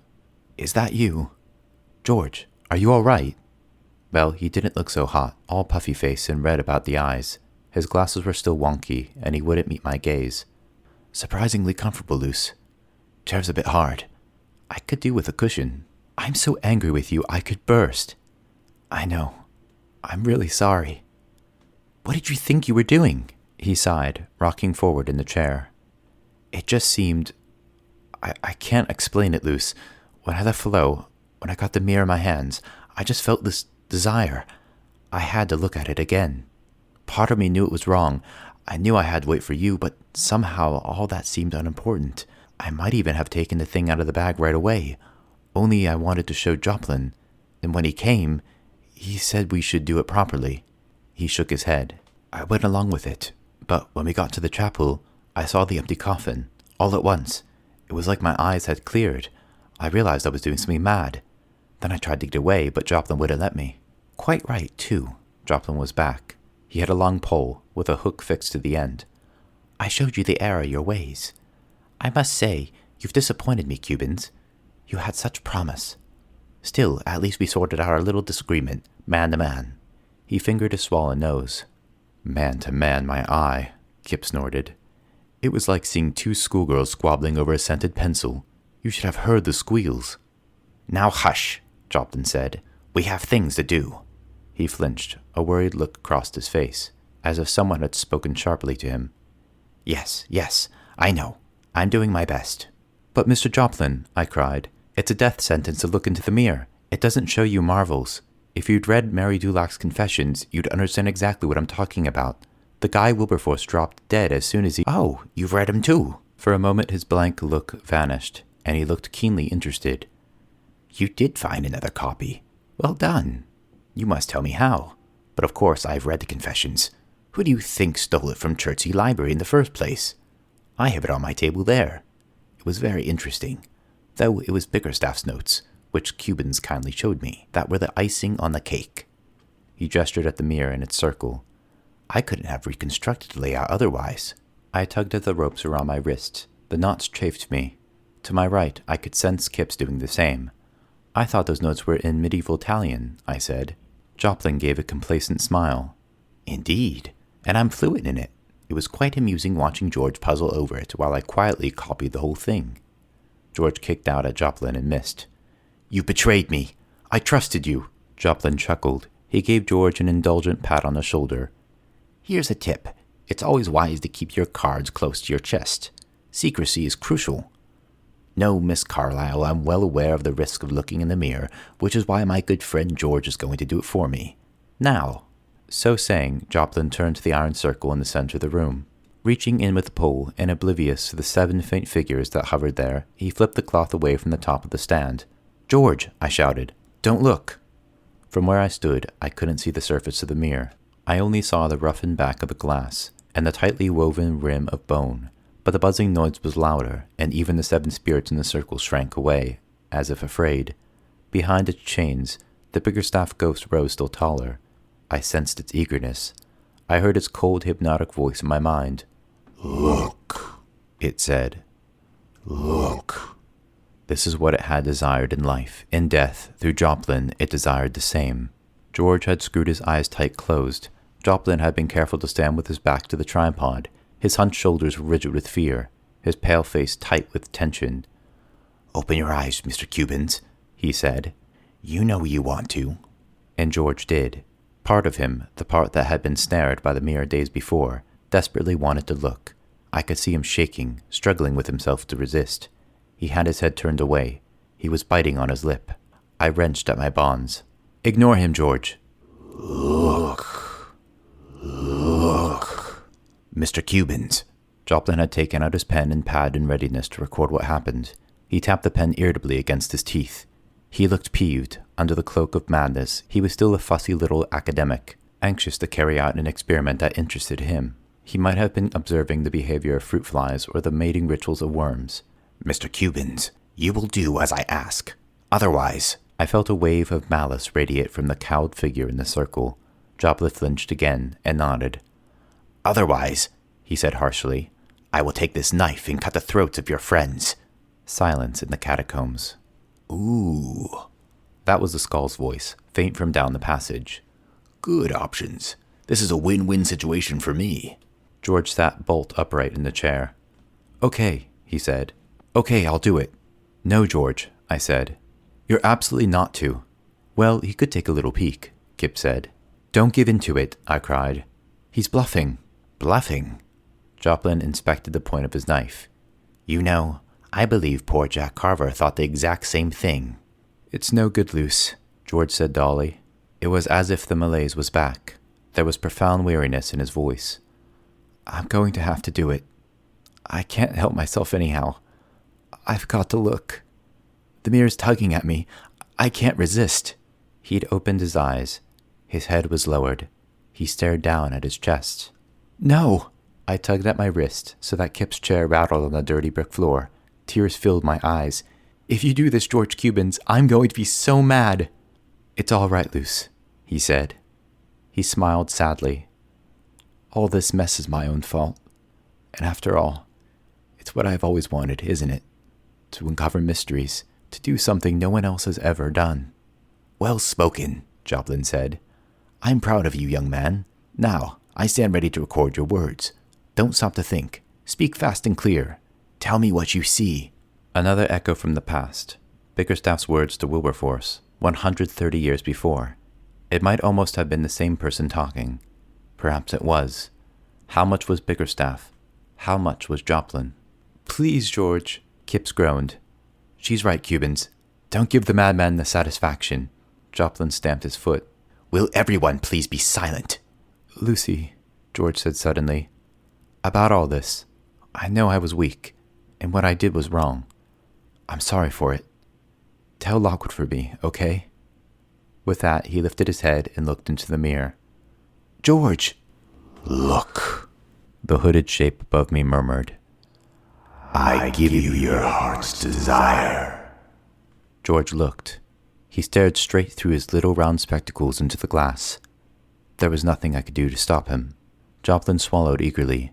His pen hung quivering above the page. "So, tell me, Cubans, what is it that you see?" "George?" "Speak, boy."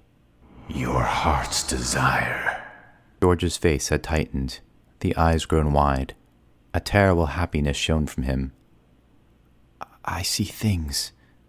Beautiful things." Yes, go on."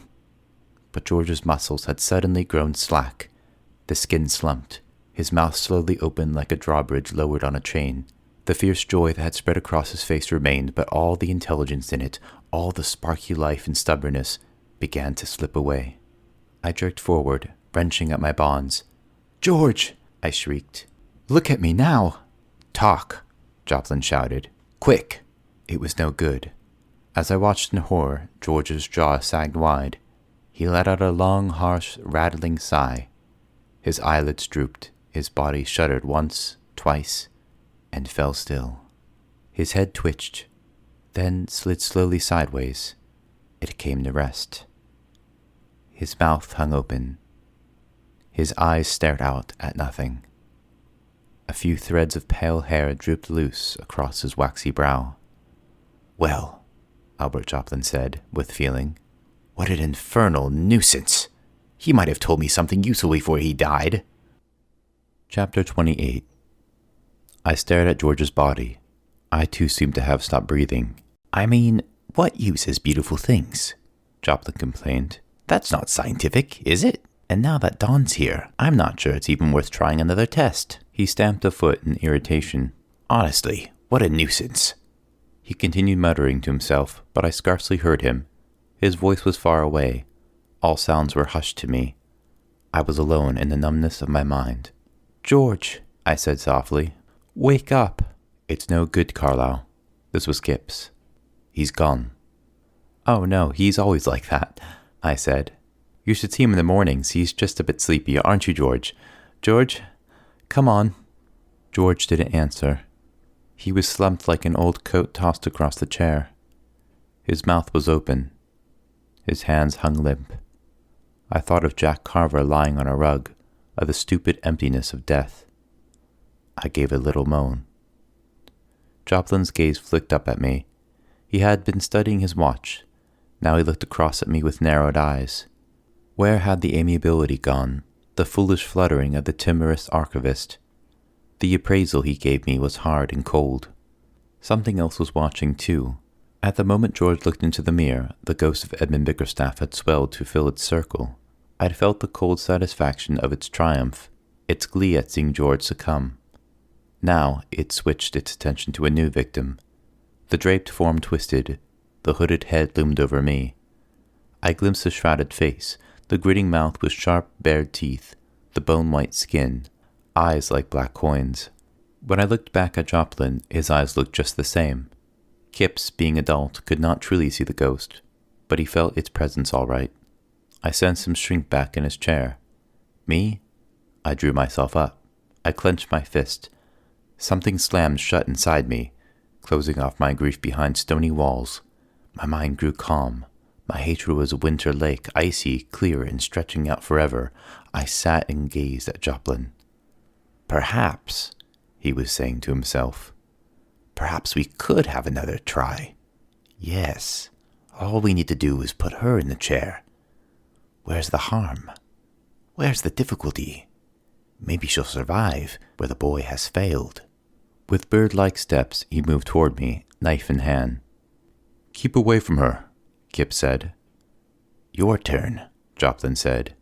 "Will come presently. Meanwhile, be silent, or I'll set the master on you." He did not approach head-on, despite my bound hands. Instead, he walked behind me, knife outstretched. With a single slice, he cut the cords. Once again, the knife was at my neck. I stood silent, massaging my chafed wrist. "Walk to the other chair," Joplin said. I did so, forcing myself to breathe slowly, deliberately calming down. "You'll be making a mistake if you make me look into the mirror," I said. "I talk with ghosts. They talk to me. I can tell you many secrets. There's no use in me dying." "Walk forward. I don't believe you, I'm afraid." "Who has that talent?" "I do. I have a Type 3 with me. Its source is in my bag close by. Bickerstaff is nothing compared to it. Let me show you." Away in the darkness, I could sense the ghost in the jar give a start. "Hey, why bring me into this? He'll be as bad as Cubans. Weird experiments, odd habits. Next thing you know, he'll have me with him in the bath." Joplin had paused. Now the knife's pressure resumed. "I still don't believe you." "Good. But if you have a relic with you, I shall examine it closely later." "Oh, great. Thanks for nothing." It took only a few steps across to George's chair, under the gaze of Bickerstaff's ghost. In a central circle, the 7 spirits of the mirror clustered above the ebony stand. As before, they were quite motionless. Their plaintive voices echoed faintly in the air. The skull had been right. They didn't do much. They seemed quite passive, obsessed only with the fate of their lost bones. But the mirror was another matter. I kept my eyes away from it, but could still see it out of the corner of my eyes. The bone rim gleamed dully, but the glass was a jet black hole. The buzzing noise was fearfully loud. I sensed movement in the glass, a coiling adjustment in its blackness, and with that came a sudden powerful urge to look properly upon it. The desire rose up within me like a scream. I shook the sensation away, but neither could I bear to look at George. I stared fixedly at the ground, fingers digging into my palms. A small push. Joplin thrust me forward, slightly away from him. I glanced back, saw him bending behind the chair, cutting the ropes that bound George's limp hands. I turned, but the knife was up again, warding me off. "Don't try it," Joplin said. He was staring up at me, head lowered, yellow teeth bared. "Pull the body out and sit in a chair." I'm not going to do that. "You haven't any choice." Wrong. I'm going to collect my rapier from where I dropped it. Then, Mr. Joplin, I'm going to kill you. The Bickerstaff ghost in the circle behind Joplin made a sudden urgent movement. As if he had been shoved between the shoulder blades, Joplin stumbled forward. His eyes were voids. With a snarl, he raised the knife and started for me. I readied myself to move, and at that moment George got up from the chair. I screamed. Somewhere behind me I heard Kip's gasp in fear. Joplin made a weird noise somewhere between a wail and a growl. The knife fell from his hand. From the ghost jar in the passage came an indignant curse. "Alive? Oh, that's typical. It was all going so well." Face blank, glasses askew, George jumped forward and grabbed Joplin around the waist. He swung him sideways and with a mighty heave sent him tumbling back over the iron chains. Joplin fell, colliding with the tripod legs. The stand swayed and toppled. The mirror broke loose and went crashing to the ground. George stood upright, brushed the hair away from his eyes, and winked at me. I still stared at him, dumbfounded. "George," I stammered. "How?" "Bit busy," he said. "Ask me later." He flung himself at Joplin. Squealing, thrashing in his panic, the archivist had been fighting clear of the fallen tripod. Above his head the 7 spirits hovered. To my surprise, though he was inside their circle, they made no attempt to touch him. As George drew close, Joplin caught hold of the fallen tripod and swung it frantically. It missed George by miles, slipped out of Joplin's grasp, and clattered away across the floor to strike against the other loop of iron chains, the one surrounding the Bickerstaff ghost. They were dislodged. A small gap opened where the ends had met. At once there was a thump of air, a sudden roaring. A cold breeze burst out across the room, sending clouds of grave dust ballooning away into the catacombs. The chains jerked and rattled as if they were alive. The gap was blown apart. The hooded figure turned its shrouded head to me. It bent and flexed, squeezing thin as smoke as it passed out through the hole. Behind it coiled a growing trail of wispy ectoplasm, looping back to the body on the floor. The shape stretched up, high as the ceiling. It drifted forward. Its robe split apart, 2 arms emerged, white and skinny, with knobby, grasping hands. The Bickerstaff ghost was free. Quill Kipps could sense it. Eyes popping, sinews straining, he jerked and rattled in his chair. "Lucy," he croaked, "help me." There wasn't time to find my rapier. That was over at the table, beyond where George and Joplin were rolling on the floor in a frenzy of slaps and curses. If I went to get it, Kipps would die. But I had no other weapon. Except... I ran toward Kipps, toward the ghost. As I did so, I bent down and grabbed one of the lengths of the iron chain that had been scattered by Joplin's fall. I picked it up, went on without breaking stride. Even as I reached the chair, I was already swinging it in front of me. I met the ghost of Dr. Bickerstaff head on. It was looming over Kipps, arms outstretched as if to swaddle him. 2 see-through hands reached down. With a war cry that was half screech, half gurgle, I spun the chain in a wild circle, slicing through the tips of the bone-white fingers, turning them into fizzing curls of mist. The ghost reared back. I thrust myself between it and the chair, whirling the iron high and low. "Careful!" Kipps ducked frantically as the chain whistled past him. "Not efficient enough for you," I gasped. "Want me to leave?" No, you're doing great." "Gah!" That was the chain passing through his hair. Back across the floor, great quantities of plasm were oozing from the center of the corpse. The ghost grew longer and more serpent-like. Its head and torso were far above me, swinging from side to side, making little darts and feints in an effort to get beyond the chain. The arms jabbed inward, to be cut in two. Instantly they reformed. Showers of plasm fell around us, peppering our clothes. And all the while we fought. The voice of Edmund Bickerstaff was calling my mind, urging me to look, promising me my heart's desire. It was the same old message. He had no other. And though his ghost was very terrible, though its madness and its malice made it strong, I found myself growing ever calmer and more confident. I stood there, dirty, tired, and, because of the plasm, gently steaming, protecting my rival from death. And as I stared at the apparition, I saw that the cowl had drawn back, leaving the doctor's face exposed. Yes, it was hideous and snarling. Yes, the teeth were sharp and the eyes were like black coins, but, with the hood off, it was just a man's face after all.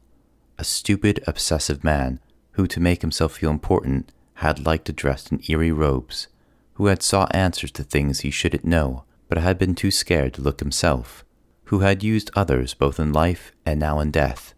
Was his voice hypnotic? Perhaps to some, but not to me. I'd had enough of him. I changed my posture from defense to attack. As the ghost recoiled from a high swing of the iron, I stepped in close, adjusted my arms, and brought the chain up and over my head like a fisherman casting his line. The iron cut straight down to the center of Bickerstaff, from hood to floor, slicing him neatly in two. A sigh, a gasp. The apparition vanished. A thread of plasm whipped across the floor and was sucked back into the body. With a snap of air, it was gone.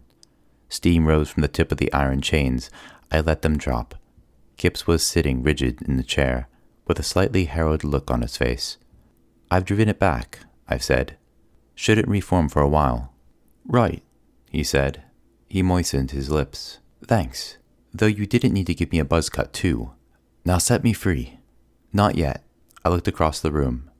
"There's one more thing to finish." While I'd faced the ghost, the fight between George and Joplin had also been resolved. Having rolled and tumbled their way across the chamber, they had ended up in a flailing heap beside a pile of empty coffins. Joplin was on top. With a cry, he tore himself from George's grasp and tottered to his feet. George could not respond, but collapsed, exhausted, against the wall. Joplin's shirt was ripped, his jacket half off. He seemed entirely dazed. Yet still there was only one thing on his mind. He stared back across the floor to where the bone mirror lay, face down. He started staggering toward it. No way. It was time to end this. Even in my weary state, I was faster than the archivist. I walked across. I reached the mirror. 7 figures still hovered above it, faint and mournful. I bent down, picked it up, and then, ignoring the clustering spirits, ignoring Joplin's shout, carried it over to the table. It was icy cold in my hand. The bones felt smooth. They tingled to the touch. The buzzing noise was very loud. I took care to hold the disc with the mirror side down. When I looked up, the group of shapes were all around me, near but also distant. They were focused on the mirror. I felt no threat from them. Their faces were blank and smudged like photos left out in the rain. All around me their faint cry sounded, "Give us back our bones." Okay, I said. "I'll see what I can do." The first thing I did when I got to the table was pick my rapier off the floor. Then I scanned the mess scattered across the tabletop, noting certain tools belonging to Joplin: crowbar, chisel, mallet. I didn't like to think what he had used them for. Joplin had come to the halt on the other side of the table. He had the same look of dull intensity in his eyes. "No," he croaked. "It's mine. Don't." I ignored him. I looked back toward the catacombs, to the passage I had entered from. A faint green glow could just be seen there, a grumpy face peering from my backpack. "Skull," I said. "Now's the time. I have the mirror here. Talk." The faint voice was uneasy. "Talk about what?" "You were there when it was made. Tell me how to destroy it. I want to free these poor trapped spirits here." "Who cares about them? They're useless. Look at them. They could ghost touch you in seconds, yet all they do is float around groaning. They're rubbish. They deserve to be trapped. Now, as for me..." "Speak. Remember what I'll do to you if you don't." Across the table, Joplin suddenly lurched toward me. I raised my rapier and warded him off, but as I did so, my grip on the mirror loosened. It slipped to my other hand and twisted, so that I caught a flash of the jet black glass. Too late. I slammed it face down on the table and squeezed my eyes tight shut. A sudden appalling pain speared through my gut.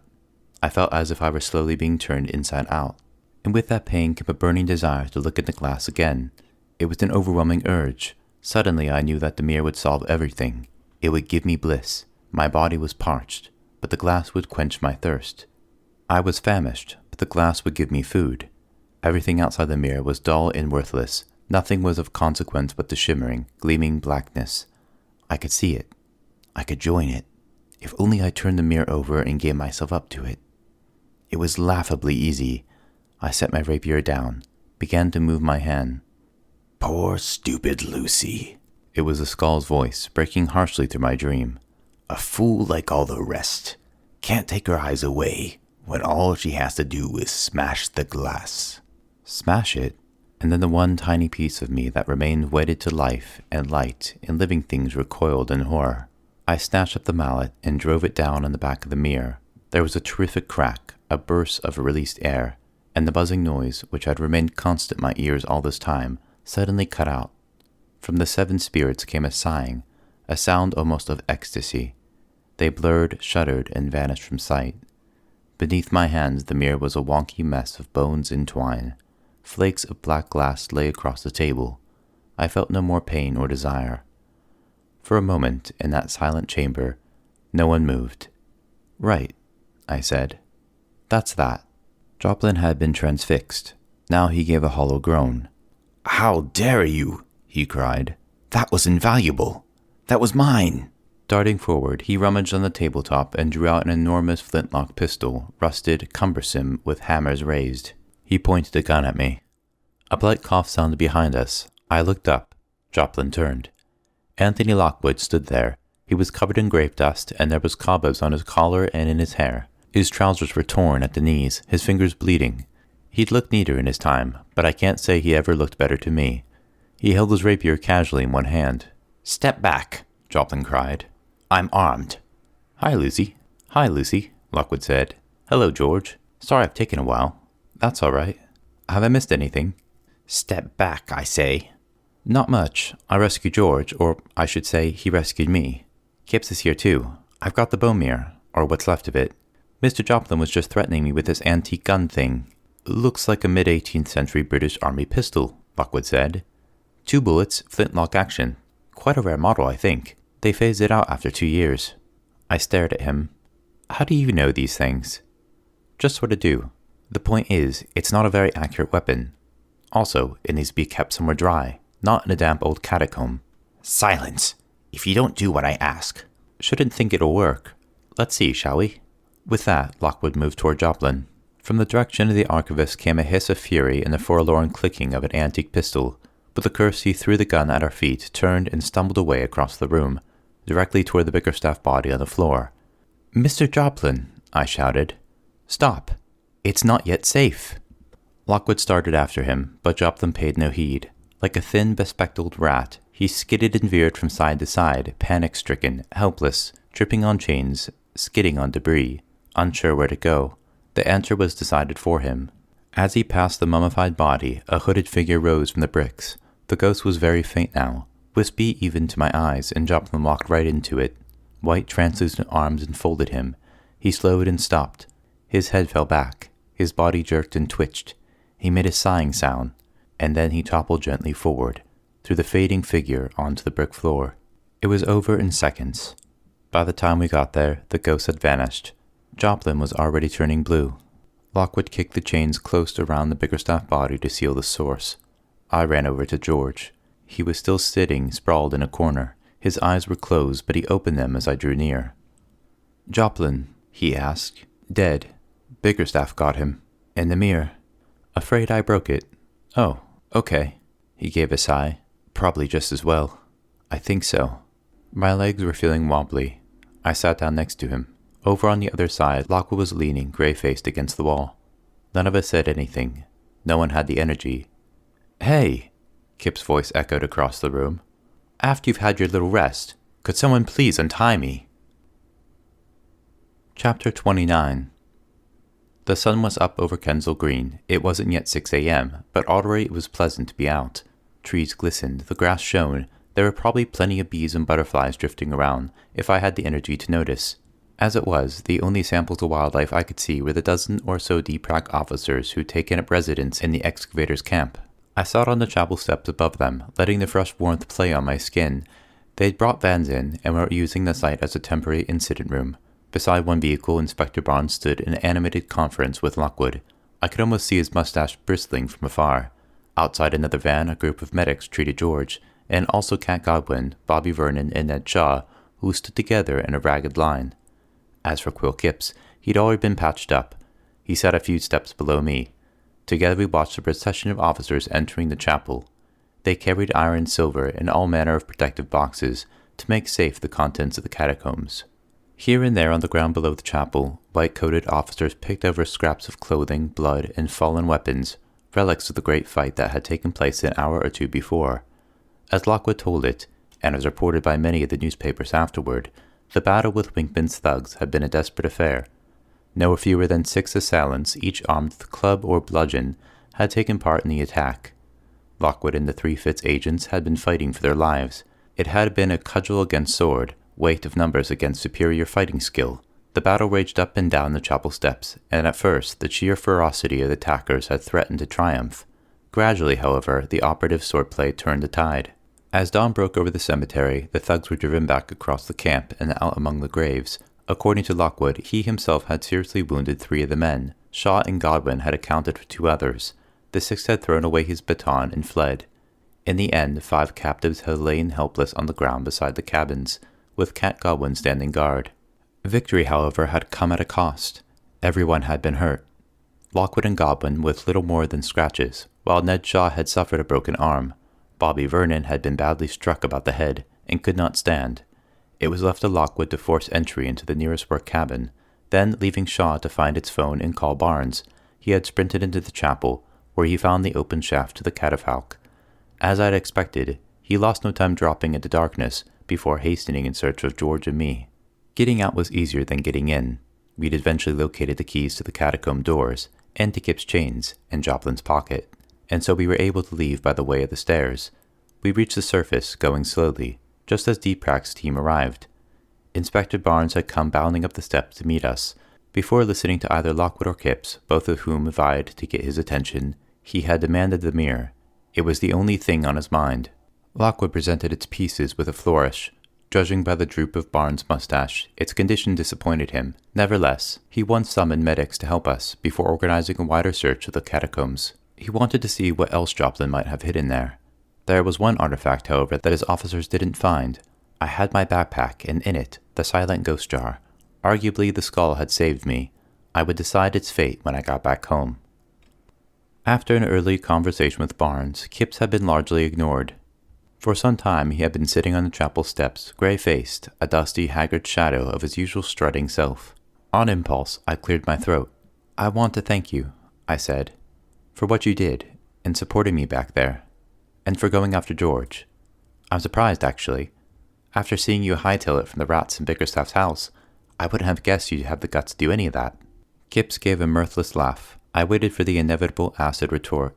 Instead, after a pause, he said quietly, "It's easy to judge me now, but you don't know yet what it's like. The day your talent starts to fade, you'll still sense ghosts, you'll know they're present, but you won't see or hear them properly anymore.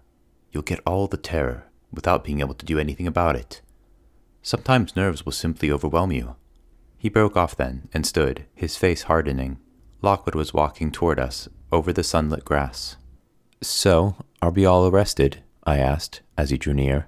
I could think of several reasons why Barnes might be mad with us just now, my smashing the bone glass only being one of them. Lockwood grinned. "Not at all. Why shouldn't Mr. Barnes be pleased? Yes, we broke the mirror. Yes, we killed the main suspect. But the danger to London's over, which is how he sold the case to us in the first place.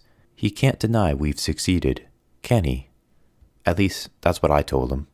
Anyway, he's got the mirror, even if it is broken, and he's got whatever else Joplin stashed in there. Also, the crooks we caught might well testify against Julius Winkman. All in all, he's happy, in a grudging sort of way.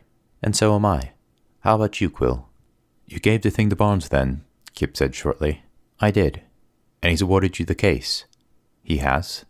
Full commission. Actually, no. Since we did all the legwork, but you and your team were there to help us in our final act, Lockwood said, I suggested we split it 70-30. I hope that's satisfactory.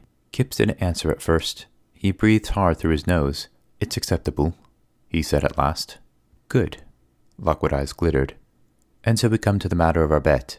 The deal, as I recall, was that whoever lost this case should put an ad in the Times, praising the winners to the skies and doing some general groveling. I think you'll agree that since we located the mirror, we homed it on Joplin, and Barnes has declared us the official winners. Those losers must surely be you and your team. What do you say? Kip bit his lip. His tired eyes searched left and right, hunting for an answer. At last, as forced, tiny and reluctant as an earwig being extracted from a crack, the answer came. All right. Fine, Lockwood said heartily. That's all I wanted to hear. Of course, I can't make you do it, and frankly, I wouldn't even want to after fighting hard alongside your team today. Also, I know how you tried to help George and Lucy, and I won't forget that. So don't worry. The forfeit isn't necessary. The ad? Forget it. It was a silly idea. Conflicting emotions crossed Kip's face. He seemed about to speak. All at once, he gave a single curt nod. He drew himself up, trailing small clouds of gray dust. He stalked off down the steps toward his team. That was a nice gesture, I said, watching him go. And I think it was the right thing to do, but... Lockwood scratched his nose. Yes, I'm not sure he's too grateful. Ah well, what can you do? And here comes George. George's injuries had been treated. Aside from a few bruises and some puffiness around the eyes, he looked in surprisingly good shape. Since he seemed sheepish, he approached on hesitant steps. It was the first time we had been alone with him that morning. If you're going to kill me, he said, do you mind doing it quickly? I'm asleep on my feet here. We all are, Lockwood said. We can do it another time. I'm sorry for causing this trouble. Shouldn't have gone off like that. True. Lockwood cleared his throat. Still, I should probably apologize too. Personally, I said, I'm not apologizing to anyone. At least not until after a nap. I've been snappy with you, George, Lockwood said. I haven't properly taken into account your excellent contributions to the team. And I'm aware that your actions today were almost certainly affected by your exposure to the mirror and to Bickerstaff's ghost. You weren't quite yourself. I understand that. He waited. George said nothing. Just a little opportunity there for you to apologize some more, Lockwood said. I think he's dozing off, I said.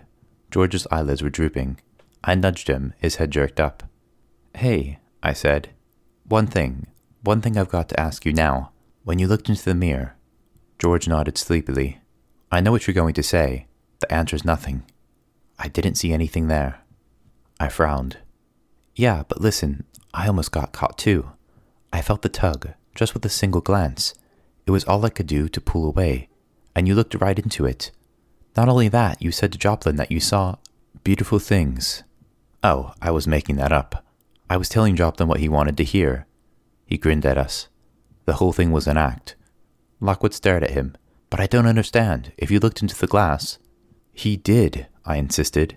I watched him do it. Then how did you survive when Wilberforce and Nettles and everyone else who looked into it ended up dying of fright? For answer, George slowly took off his glasses. He lowered them as if to clean them on his sweater and put his finger up against the lens. He pushed.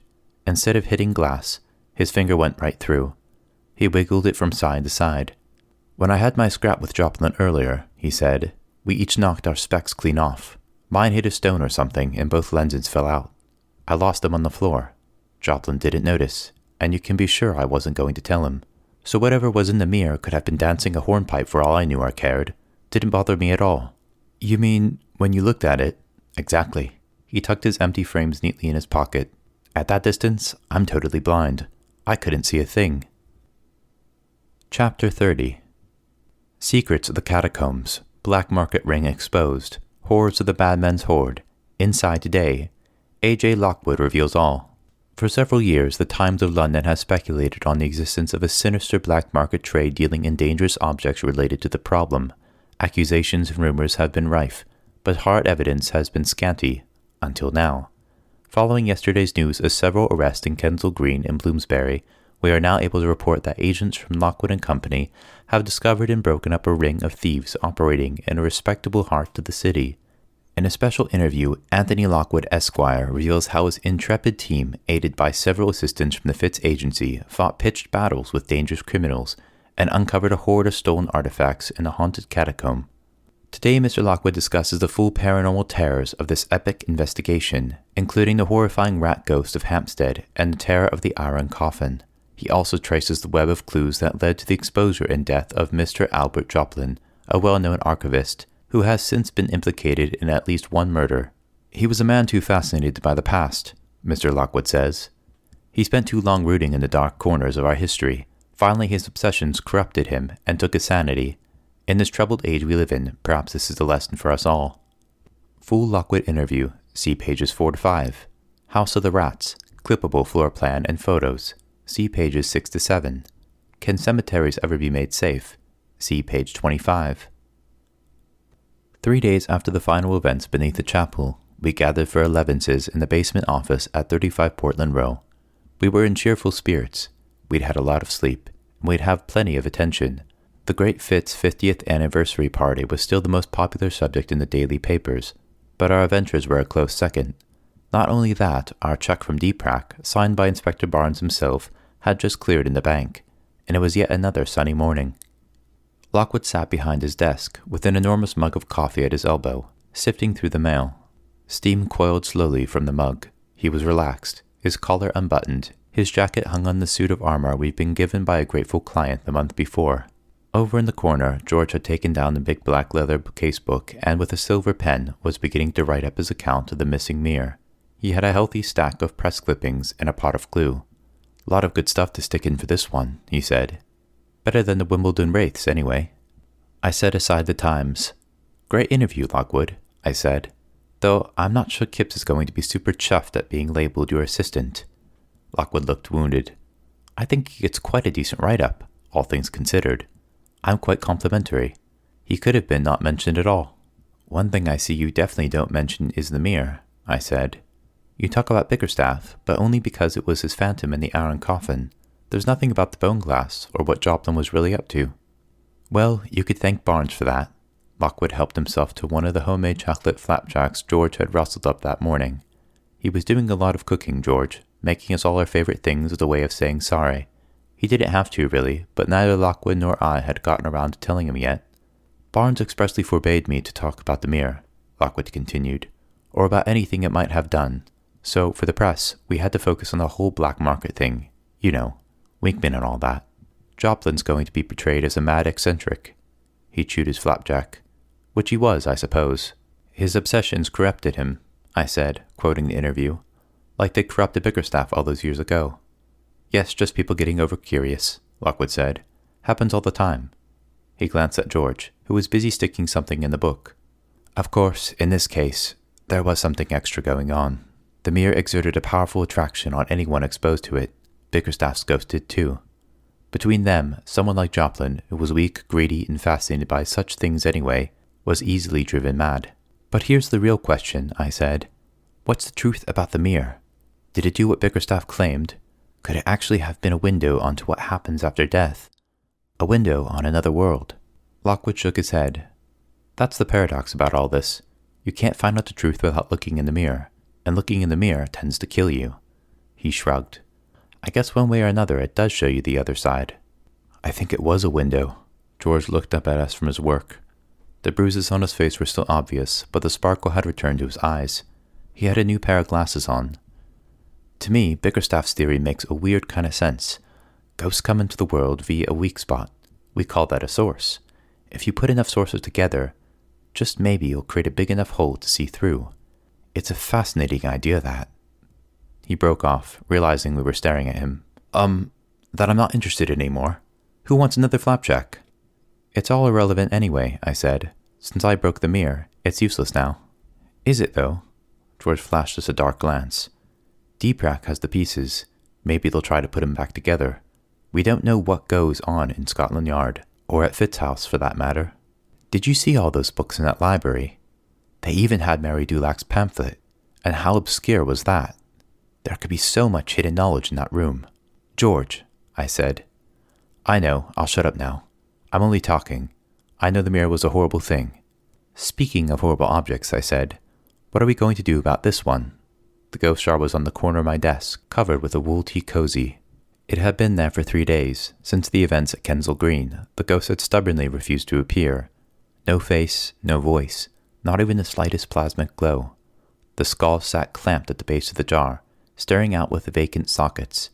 There was no sign of the malignant spirit.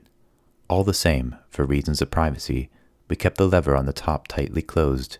Yes, Lockwood said. We need to make a decision about that. It actually helped you in the catacombs, you said. Yeah. I glared at the silent cozy. It was a striped orange one that had been knitted by George's mother and given to Lockwood as a present. It covered the jar quite well. The skull spent half the time cheering because we were all about to die, I said. But on several occasions it did seem to be vaguely helpful. And right at the end, when the mirror had me, and I could feel myself slipping away, it spoke and snapped me out of it. I frowned. Don't know if it really meant to. If it did, it was probably only because all the threats I made. We know what a twisted thing it is, and Hampstead it almost got us killed. So what do we do with it? Lockwood said. It's a Type 3, George put in. He spoke almost apologetically. I know I shouldn't say this, but it's too important to be destroyed. Lockwood sat back in his chair. It's up to Lucy. She's the one most affected by it. George is right. The skull may yet be valuable, and we had big ideas about revealing it to the world. But is it truly worth the hassle and the risk? I pulled the cozy up and stared into the jar for a moment. If I'm honest, I said, the last thing I'd want now is to tell anyone about my connection with this ghost. What would happen? It would be like with Bickerstaff's mirror, only worse. Everyone would go crazy. Deepak would take me off and do endless experiments, trying to find out stuff from the skull. It would be hell. I'd never get any peace. So if you don't mind, can we keep it quiet for now? Of course we can, Lockwood said. No problem. As for destroying it, I went on, I'm not sure that we should. When I was in the catacombs, I heard the voices of the spirits trapped inside the mirror. They weren't wicked, just very sad. They weren't talking to me like the skull does, but they communicated with me even so. That's why I broke the thing. It's what they wanted. What I'm saying is, I'm getting better at understanding my talent. I think it may be getting stronger. And I've definitely never had a strong connection with any other spirit as I had with this skull. So, for better or for worse, even though it's a nasty, conniving, deceitful thing that mixes truth and lies in everything it says, I think we have to keep it here. For a moment. Maybe it'll be properly useful to us all one day. After my little speech, we were quiet for a time. George took up his pen. I did some paperwork. Lockwood sat staring at the window, deep in thought. There's a picture here of that warehouse where Julius Winkman held his auction, George said, holding up a clipping. You didn't tell me that the roof was that high. Yep, I said. Our jump was even scarier than Flobone's boat. What time is Flo coming over this evening, Lockwood? 6. I still think it's a bit dangerous inviting her to dinner, but we owe her lots of favors. We'd better get in a ton of licorice, too. By the way, did I tell you I found out how Winkman's men traced us? Winkman had an informer working at Deepak. When Lucy and I got caught at his shop the first time, he made inquiries and learned which agents had been put on the case. So after the auction, he already had a good idea who we were. He sent men after us, and they tailed us to the cemetery. It's not very nice to think that Winkman knows our names, George said. Hopefully he'll be a bit too busy to worry about that for a while. There is one other thing, I said. It had been at the back of my mind for days, but only now, in the calm and dappled sunlight, did it find space to come forward. When we were in the Fitzblack library and we saw Penelope Fitz talking with that man, she gave him something. A box. I don't know if either of you saw. Not me, Lockwood said. My head was turned away. I was contorted into an impossibly small space under the table, George said. You don't want to know what I was looking at. Well, I've no idea what was in the box, I went on. But it had a symbol printed on the outside. George, you remember those goggles you pinched from Fairfax at Combe Hall? I not only remember, George ferreted in a particularly messy corner of his desk. I have them here. He held up the goggles, thick and rubbery, with crystal eyepieces. We'd studied them a bit over recent months, but we'd been unable to make much of them. Look at your desk, I chided. You are so like Joplin. Yes, there. See the little harp design on the lens? That symbol was stamped on Miss Fitz's box, too. Lockwood and George regarded it. Curious. It's not a logo of any company I know, Lockwood said.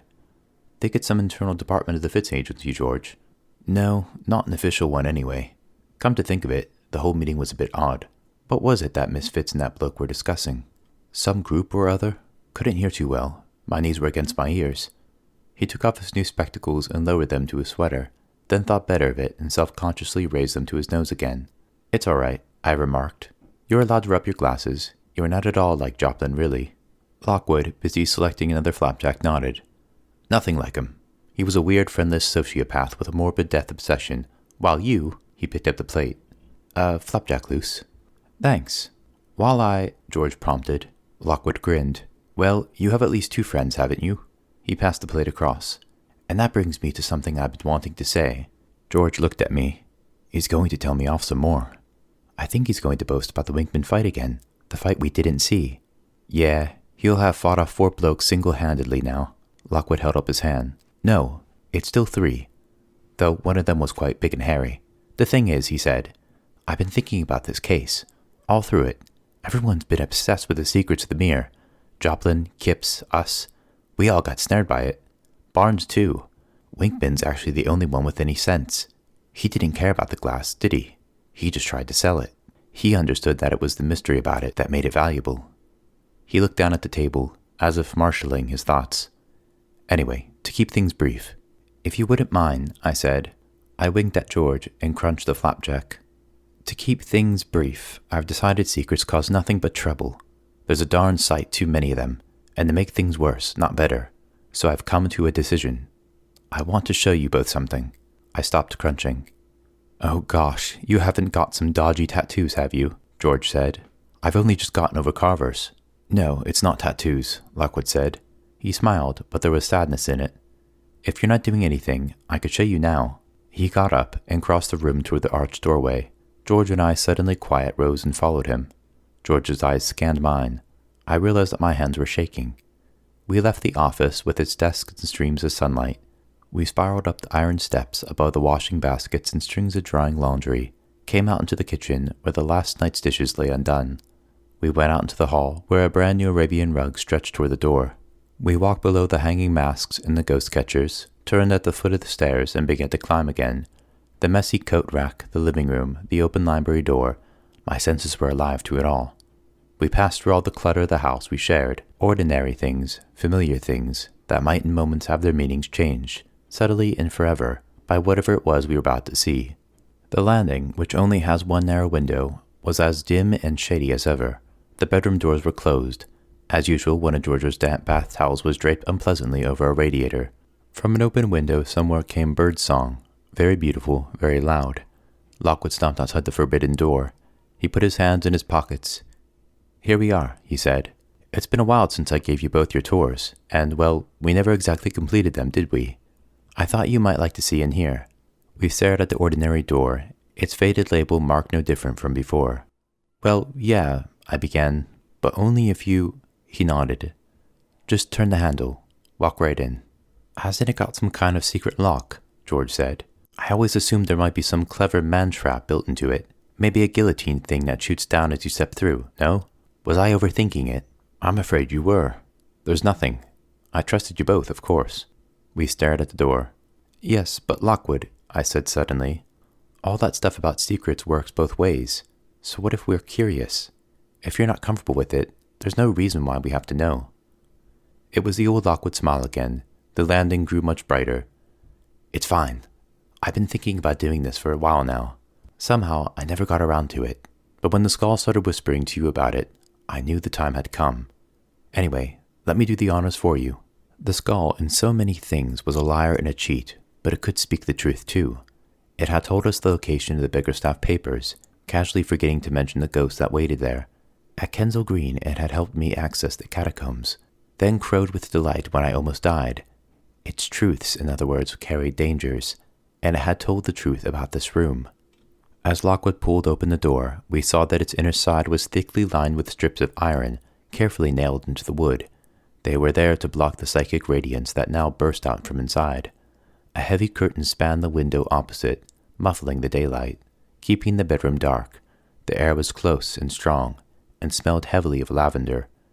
At first, it was difficult to make out anything at all, but as George and I stood there in the doorway, we began to see the glint of silver charms hanging on the walls.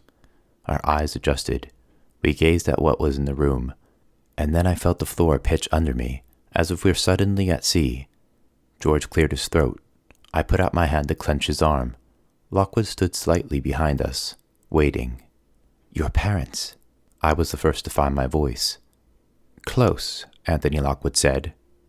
"My sister."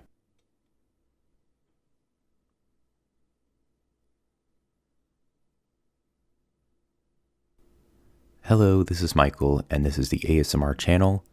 I just want to make a super quick message to thank you all for all the love you gave me on the first Lockwood and Company book.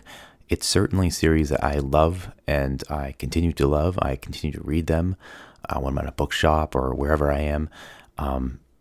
It's truly something I actually really love is this book series, Lockwood and Company. I really enjoyed the Netflix series, and I don't want to make this message long. I just want to simply say thank you.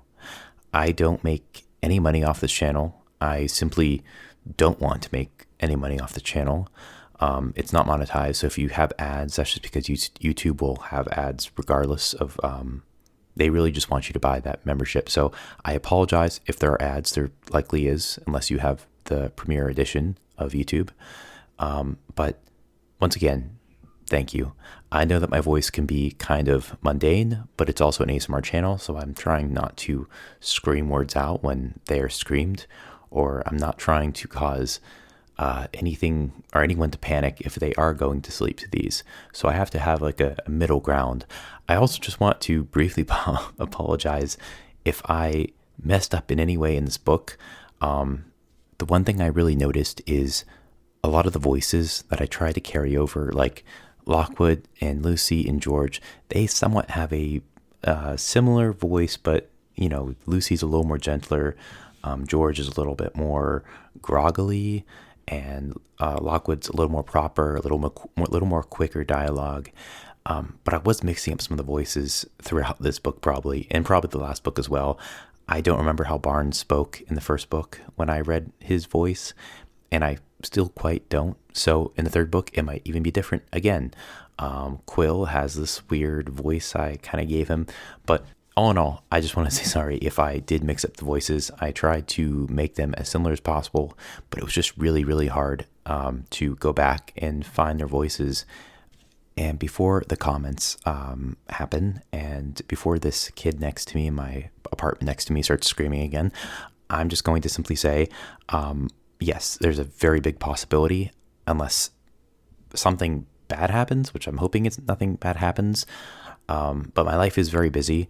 But I do plan and intend on recording the third book and hopefully even the fourth and fifth book. I just love Lockwood and Company that much, and I would never want anyone to miss out on what's going to happen, especially when the Netflix series has been canceled. So, yes, you can be rest assured I will work on that, hopefully. I'm not sure if I'm going to work on the next book soon. I'm just going to try to get this one out right now. So right now I'm going to go in the editing stage, but you don't have to know that. Thank you so much for watching, and I will see you later.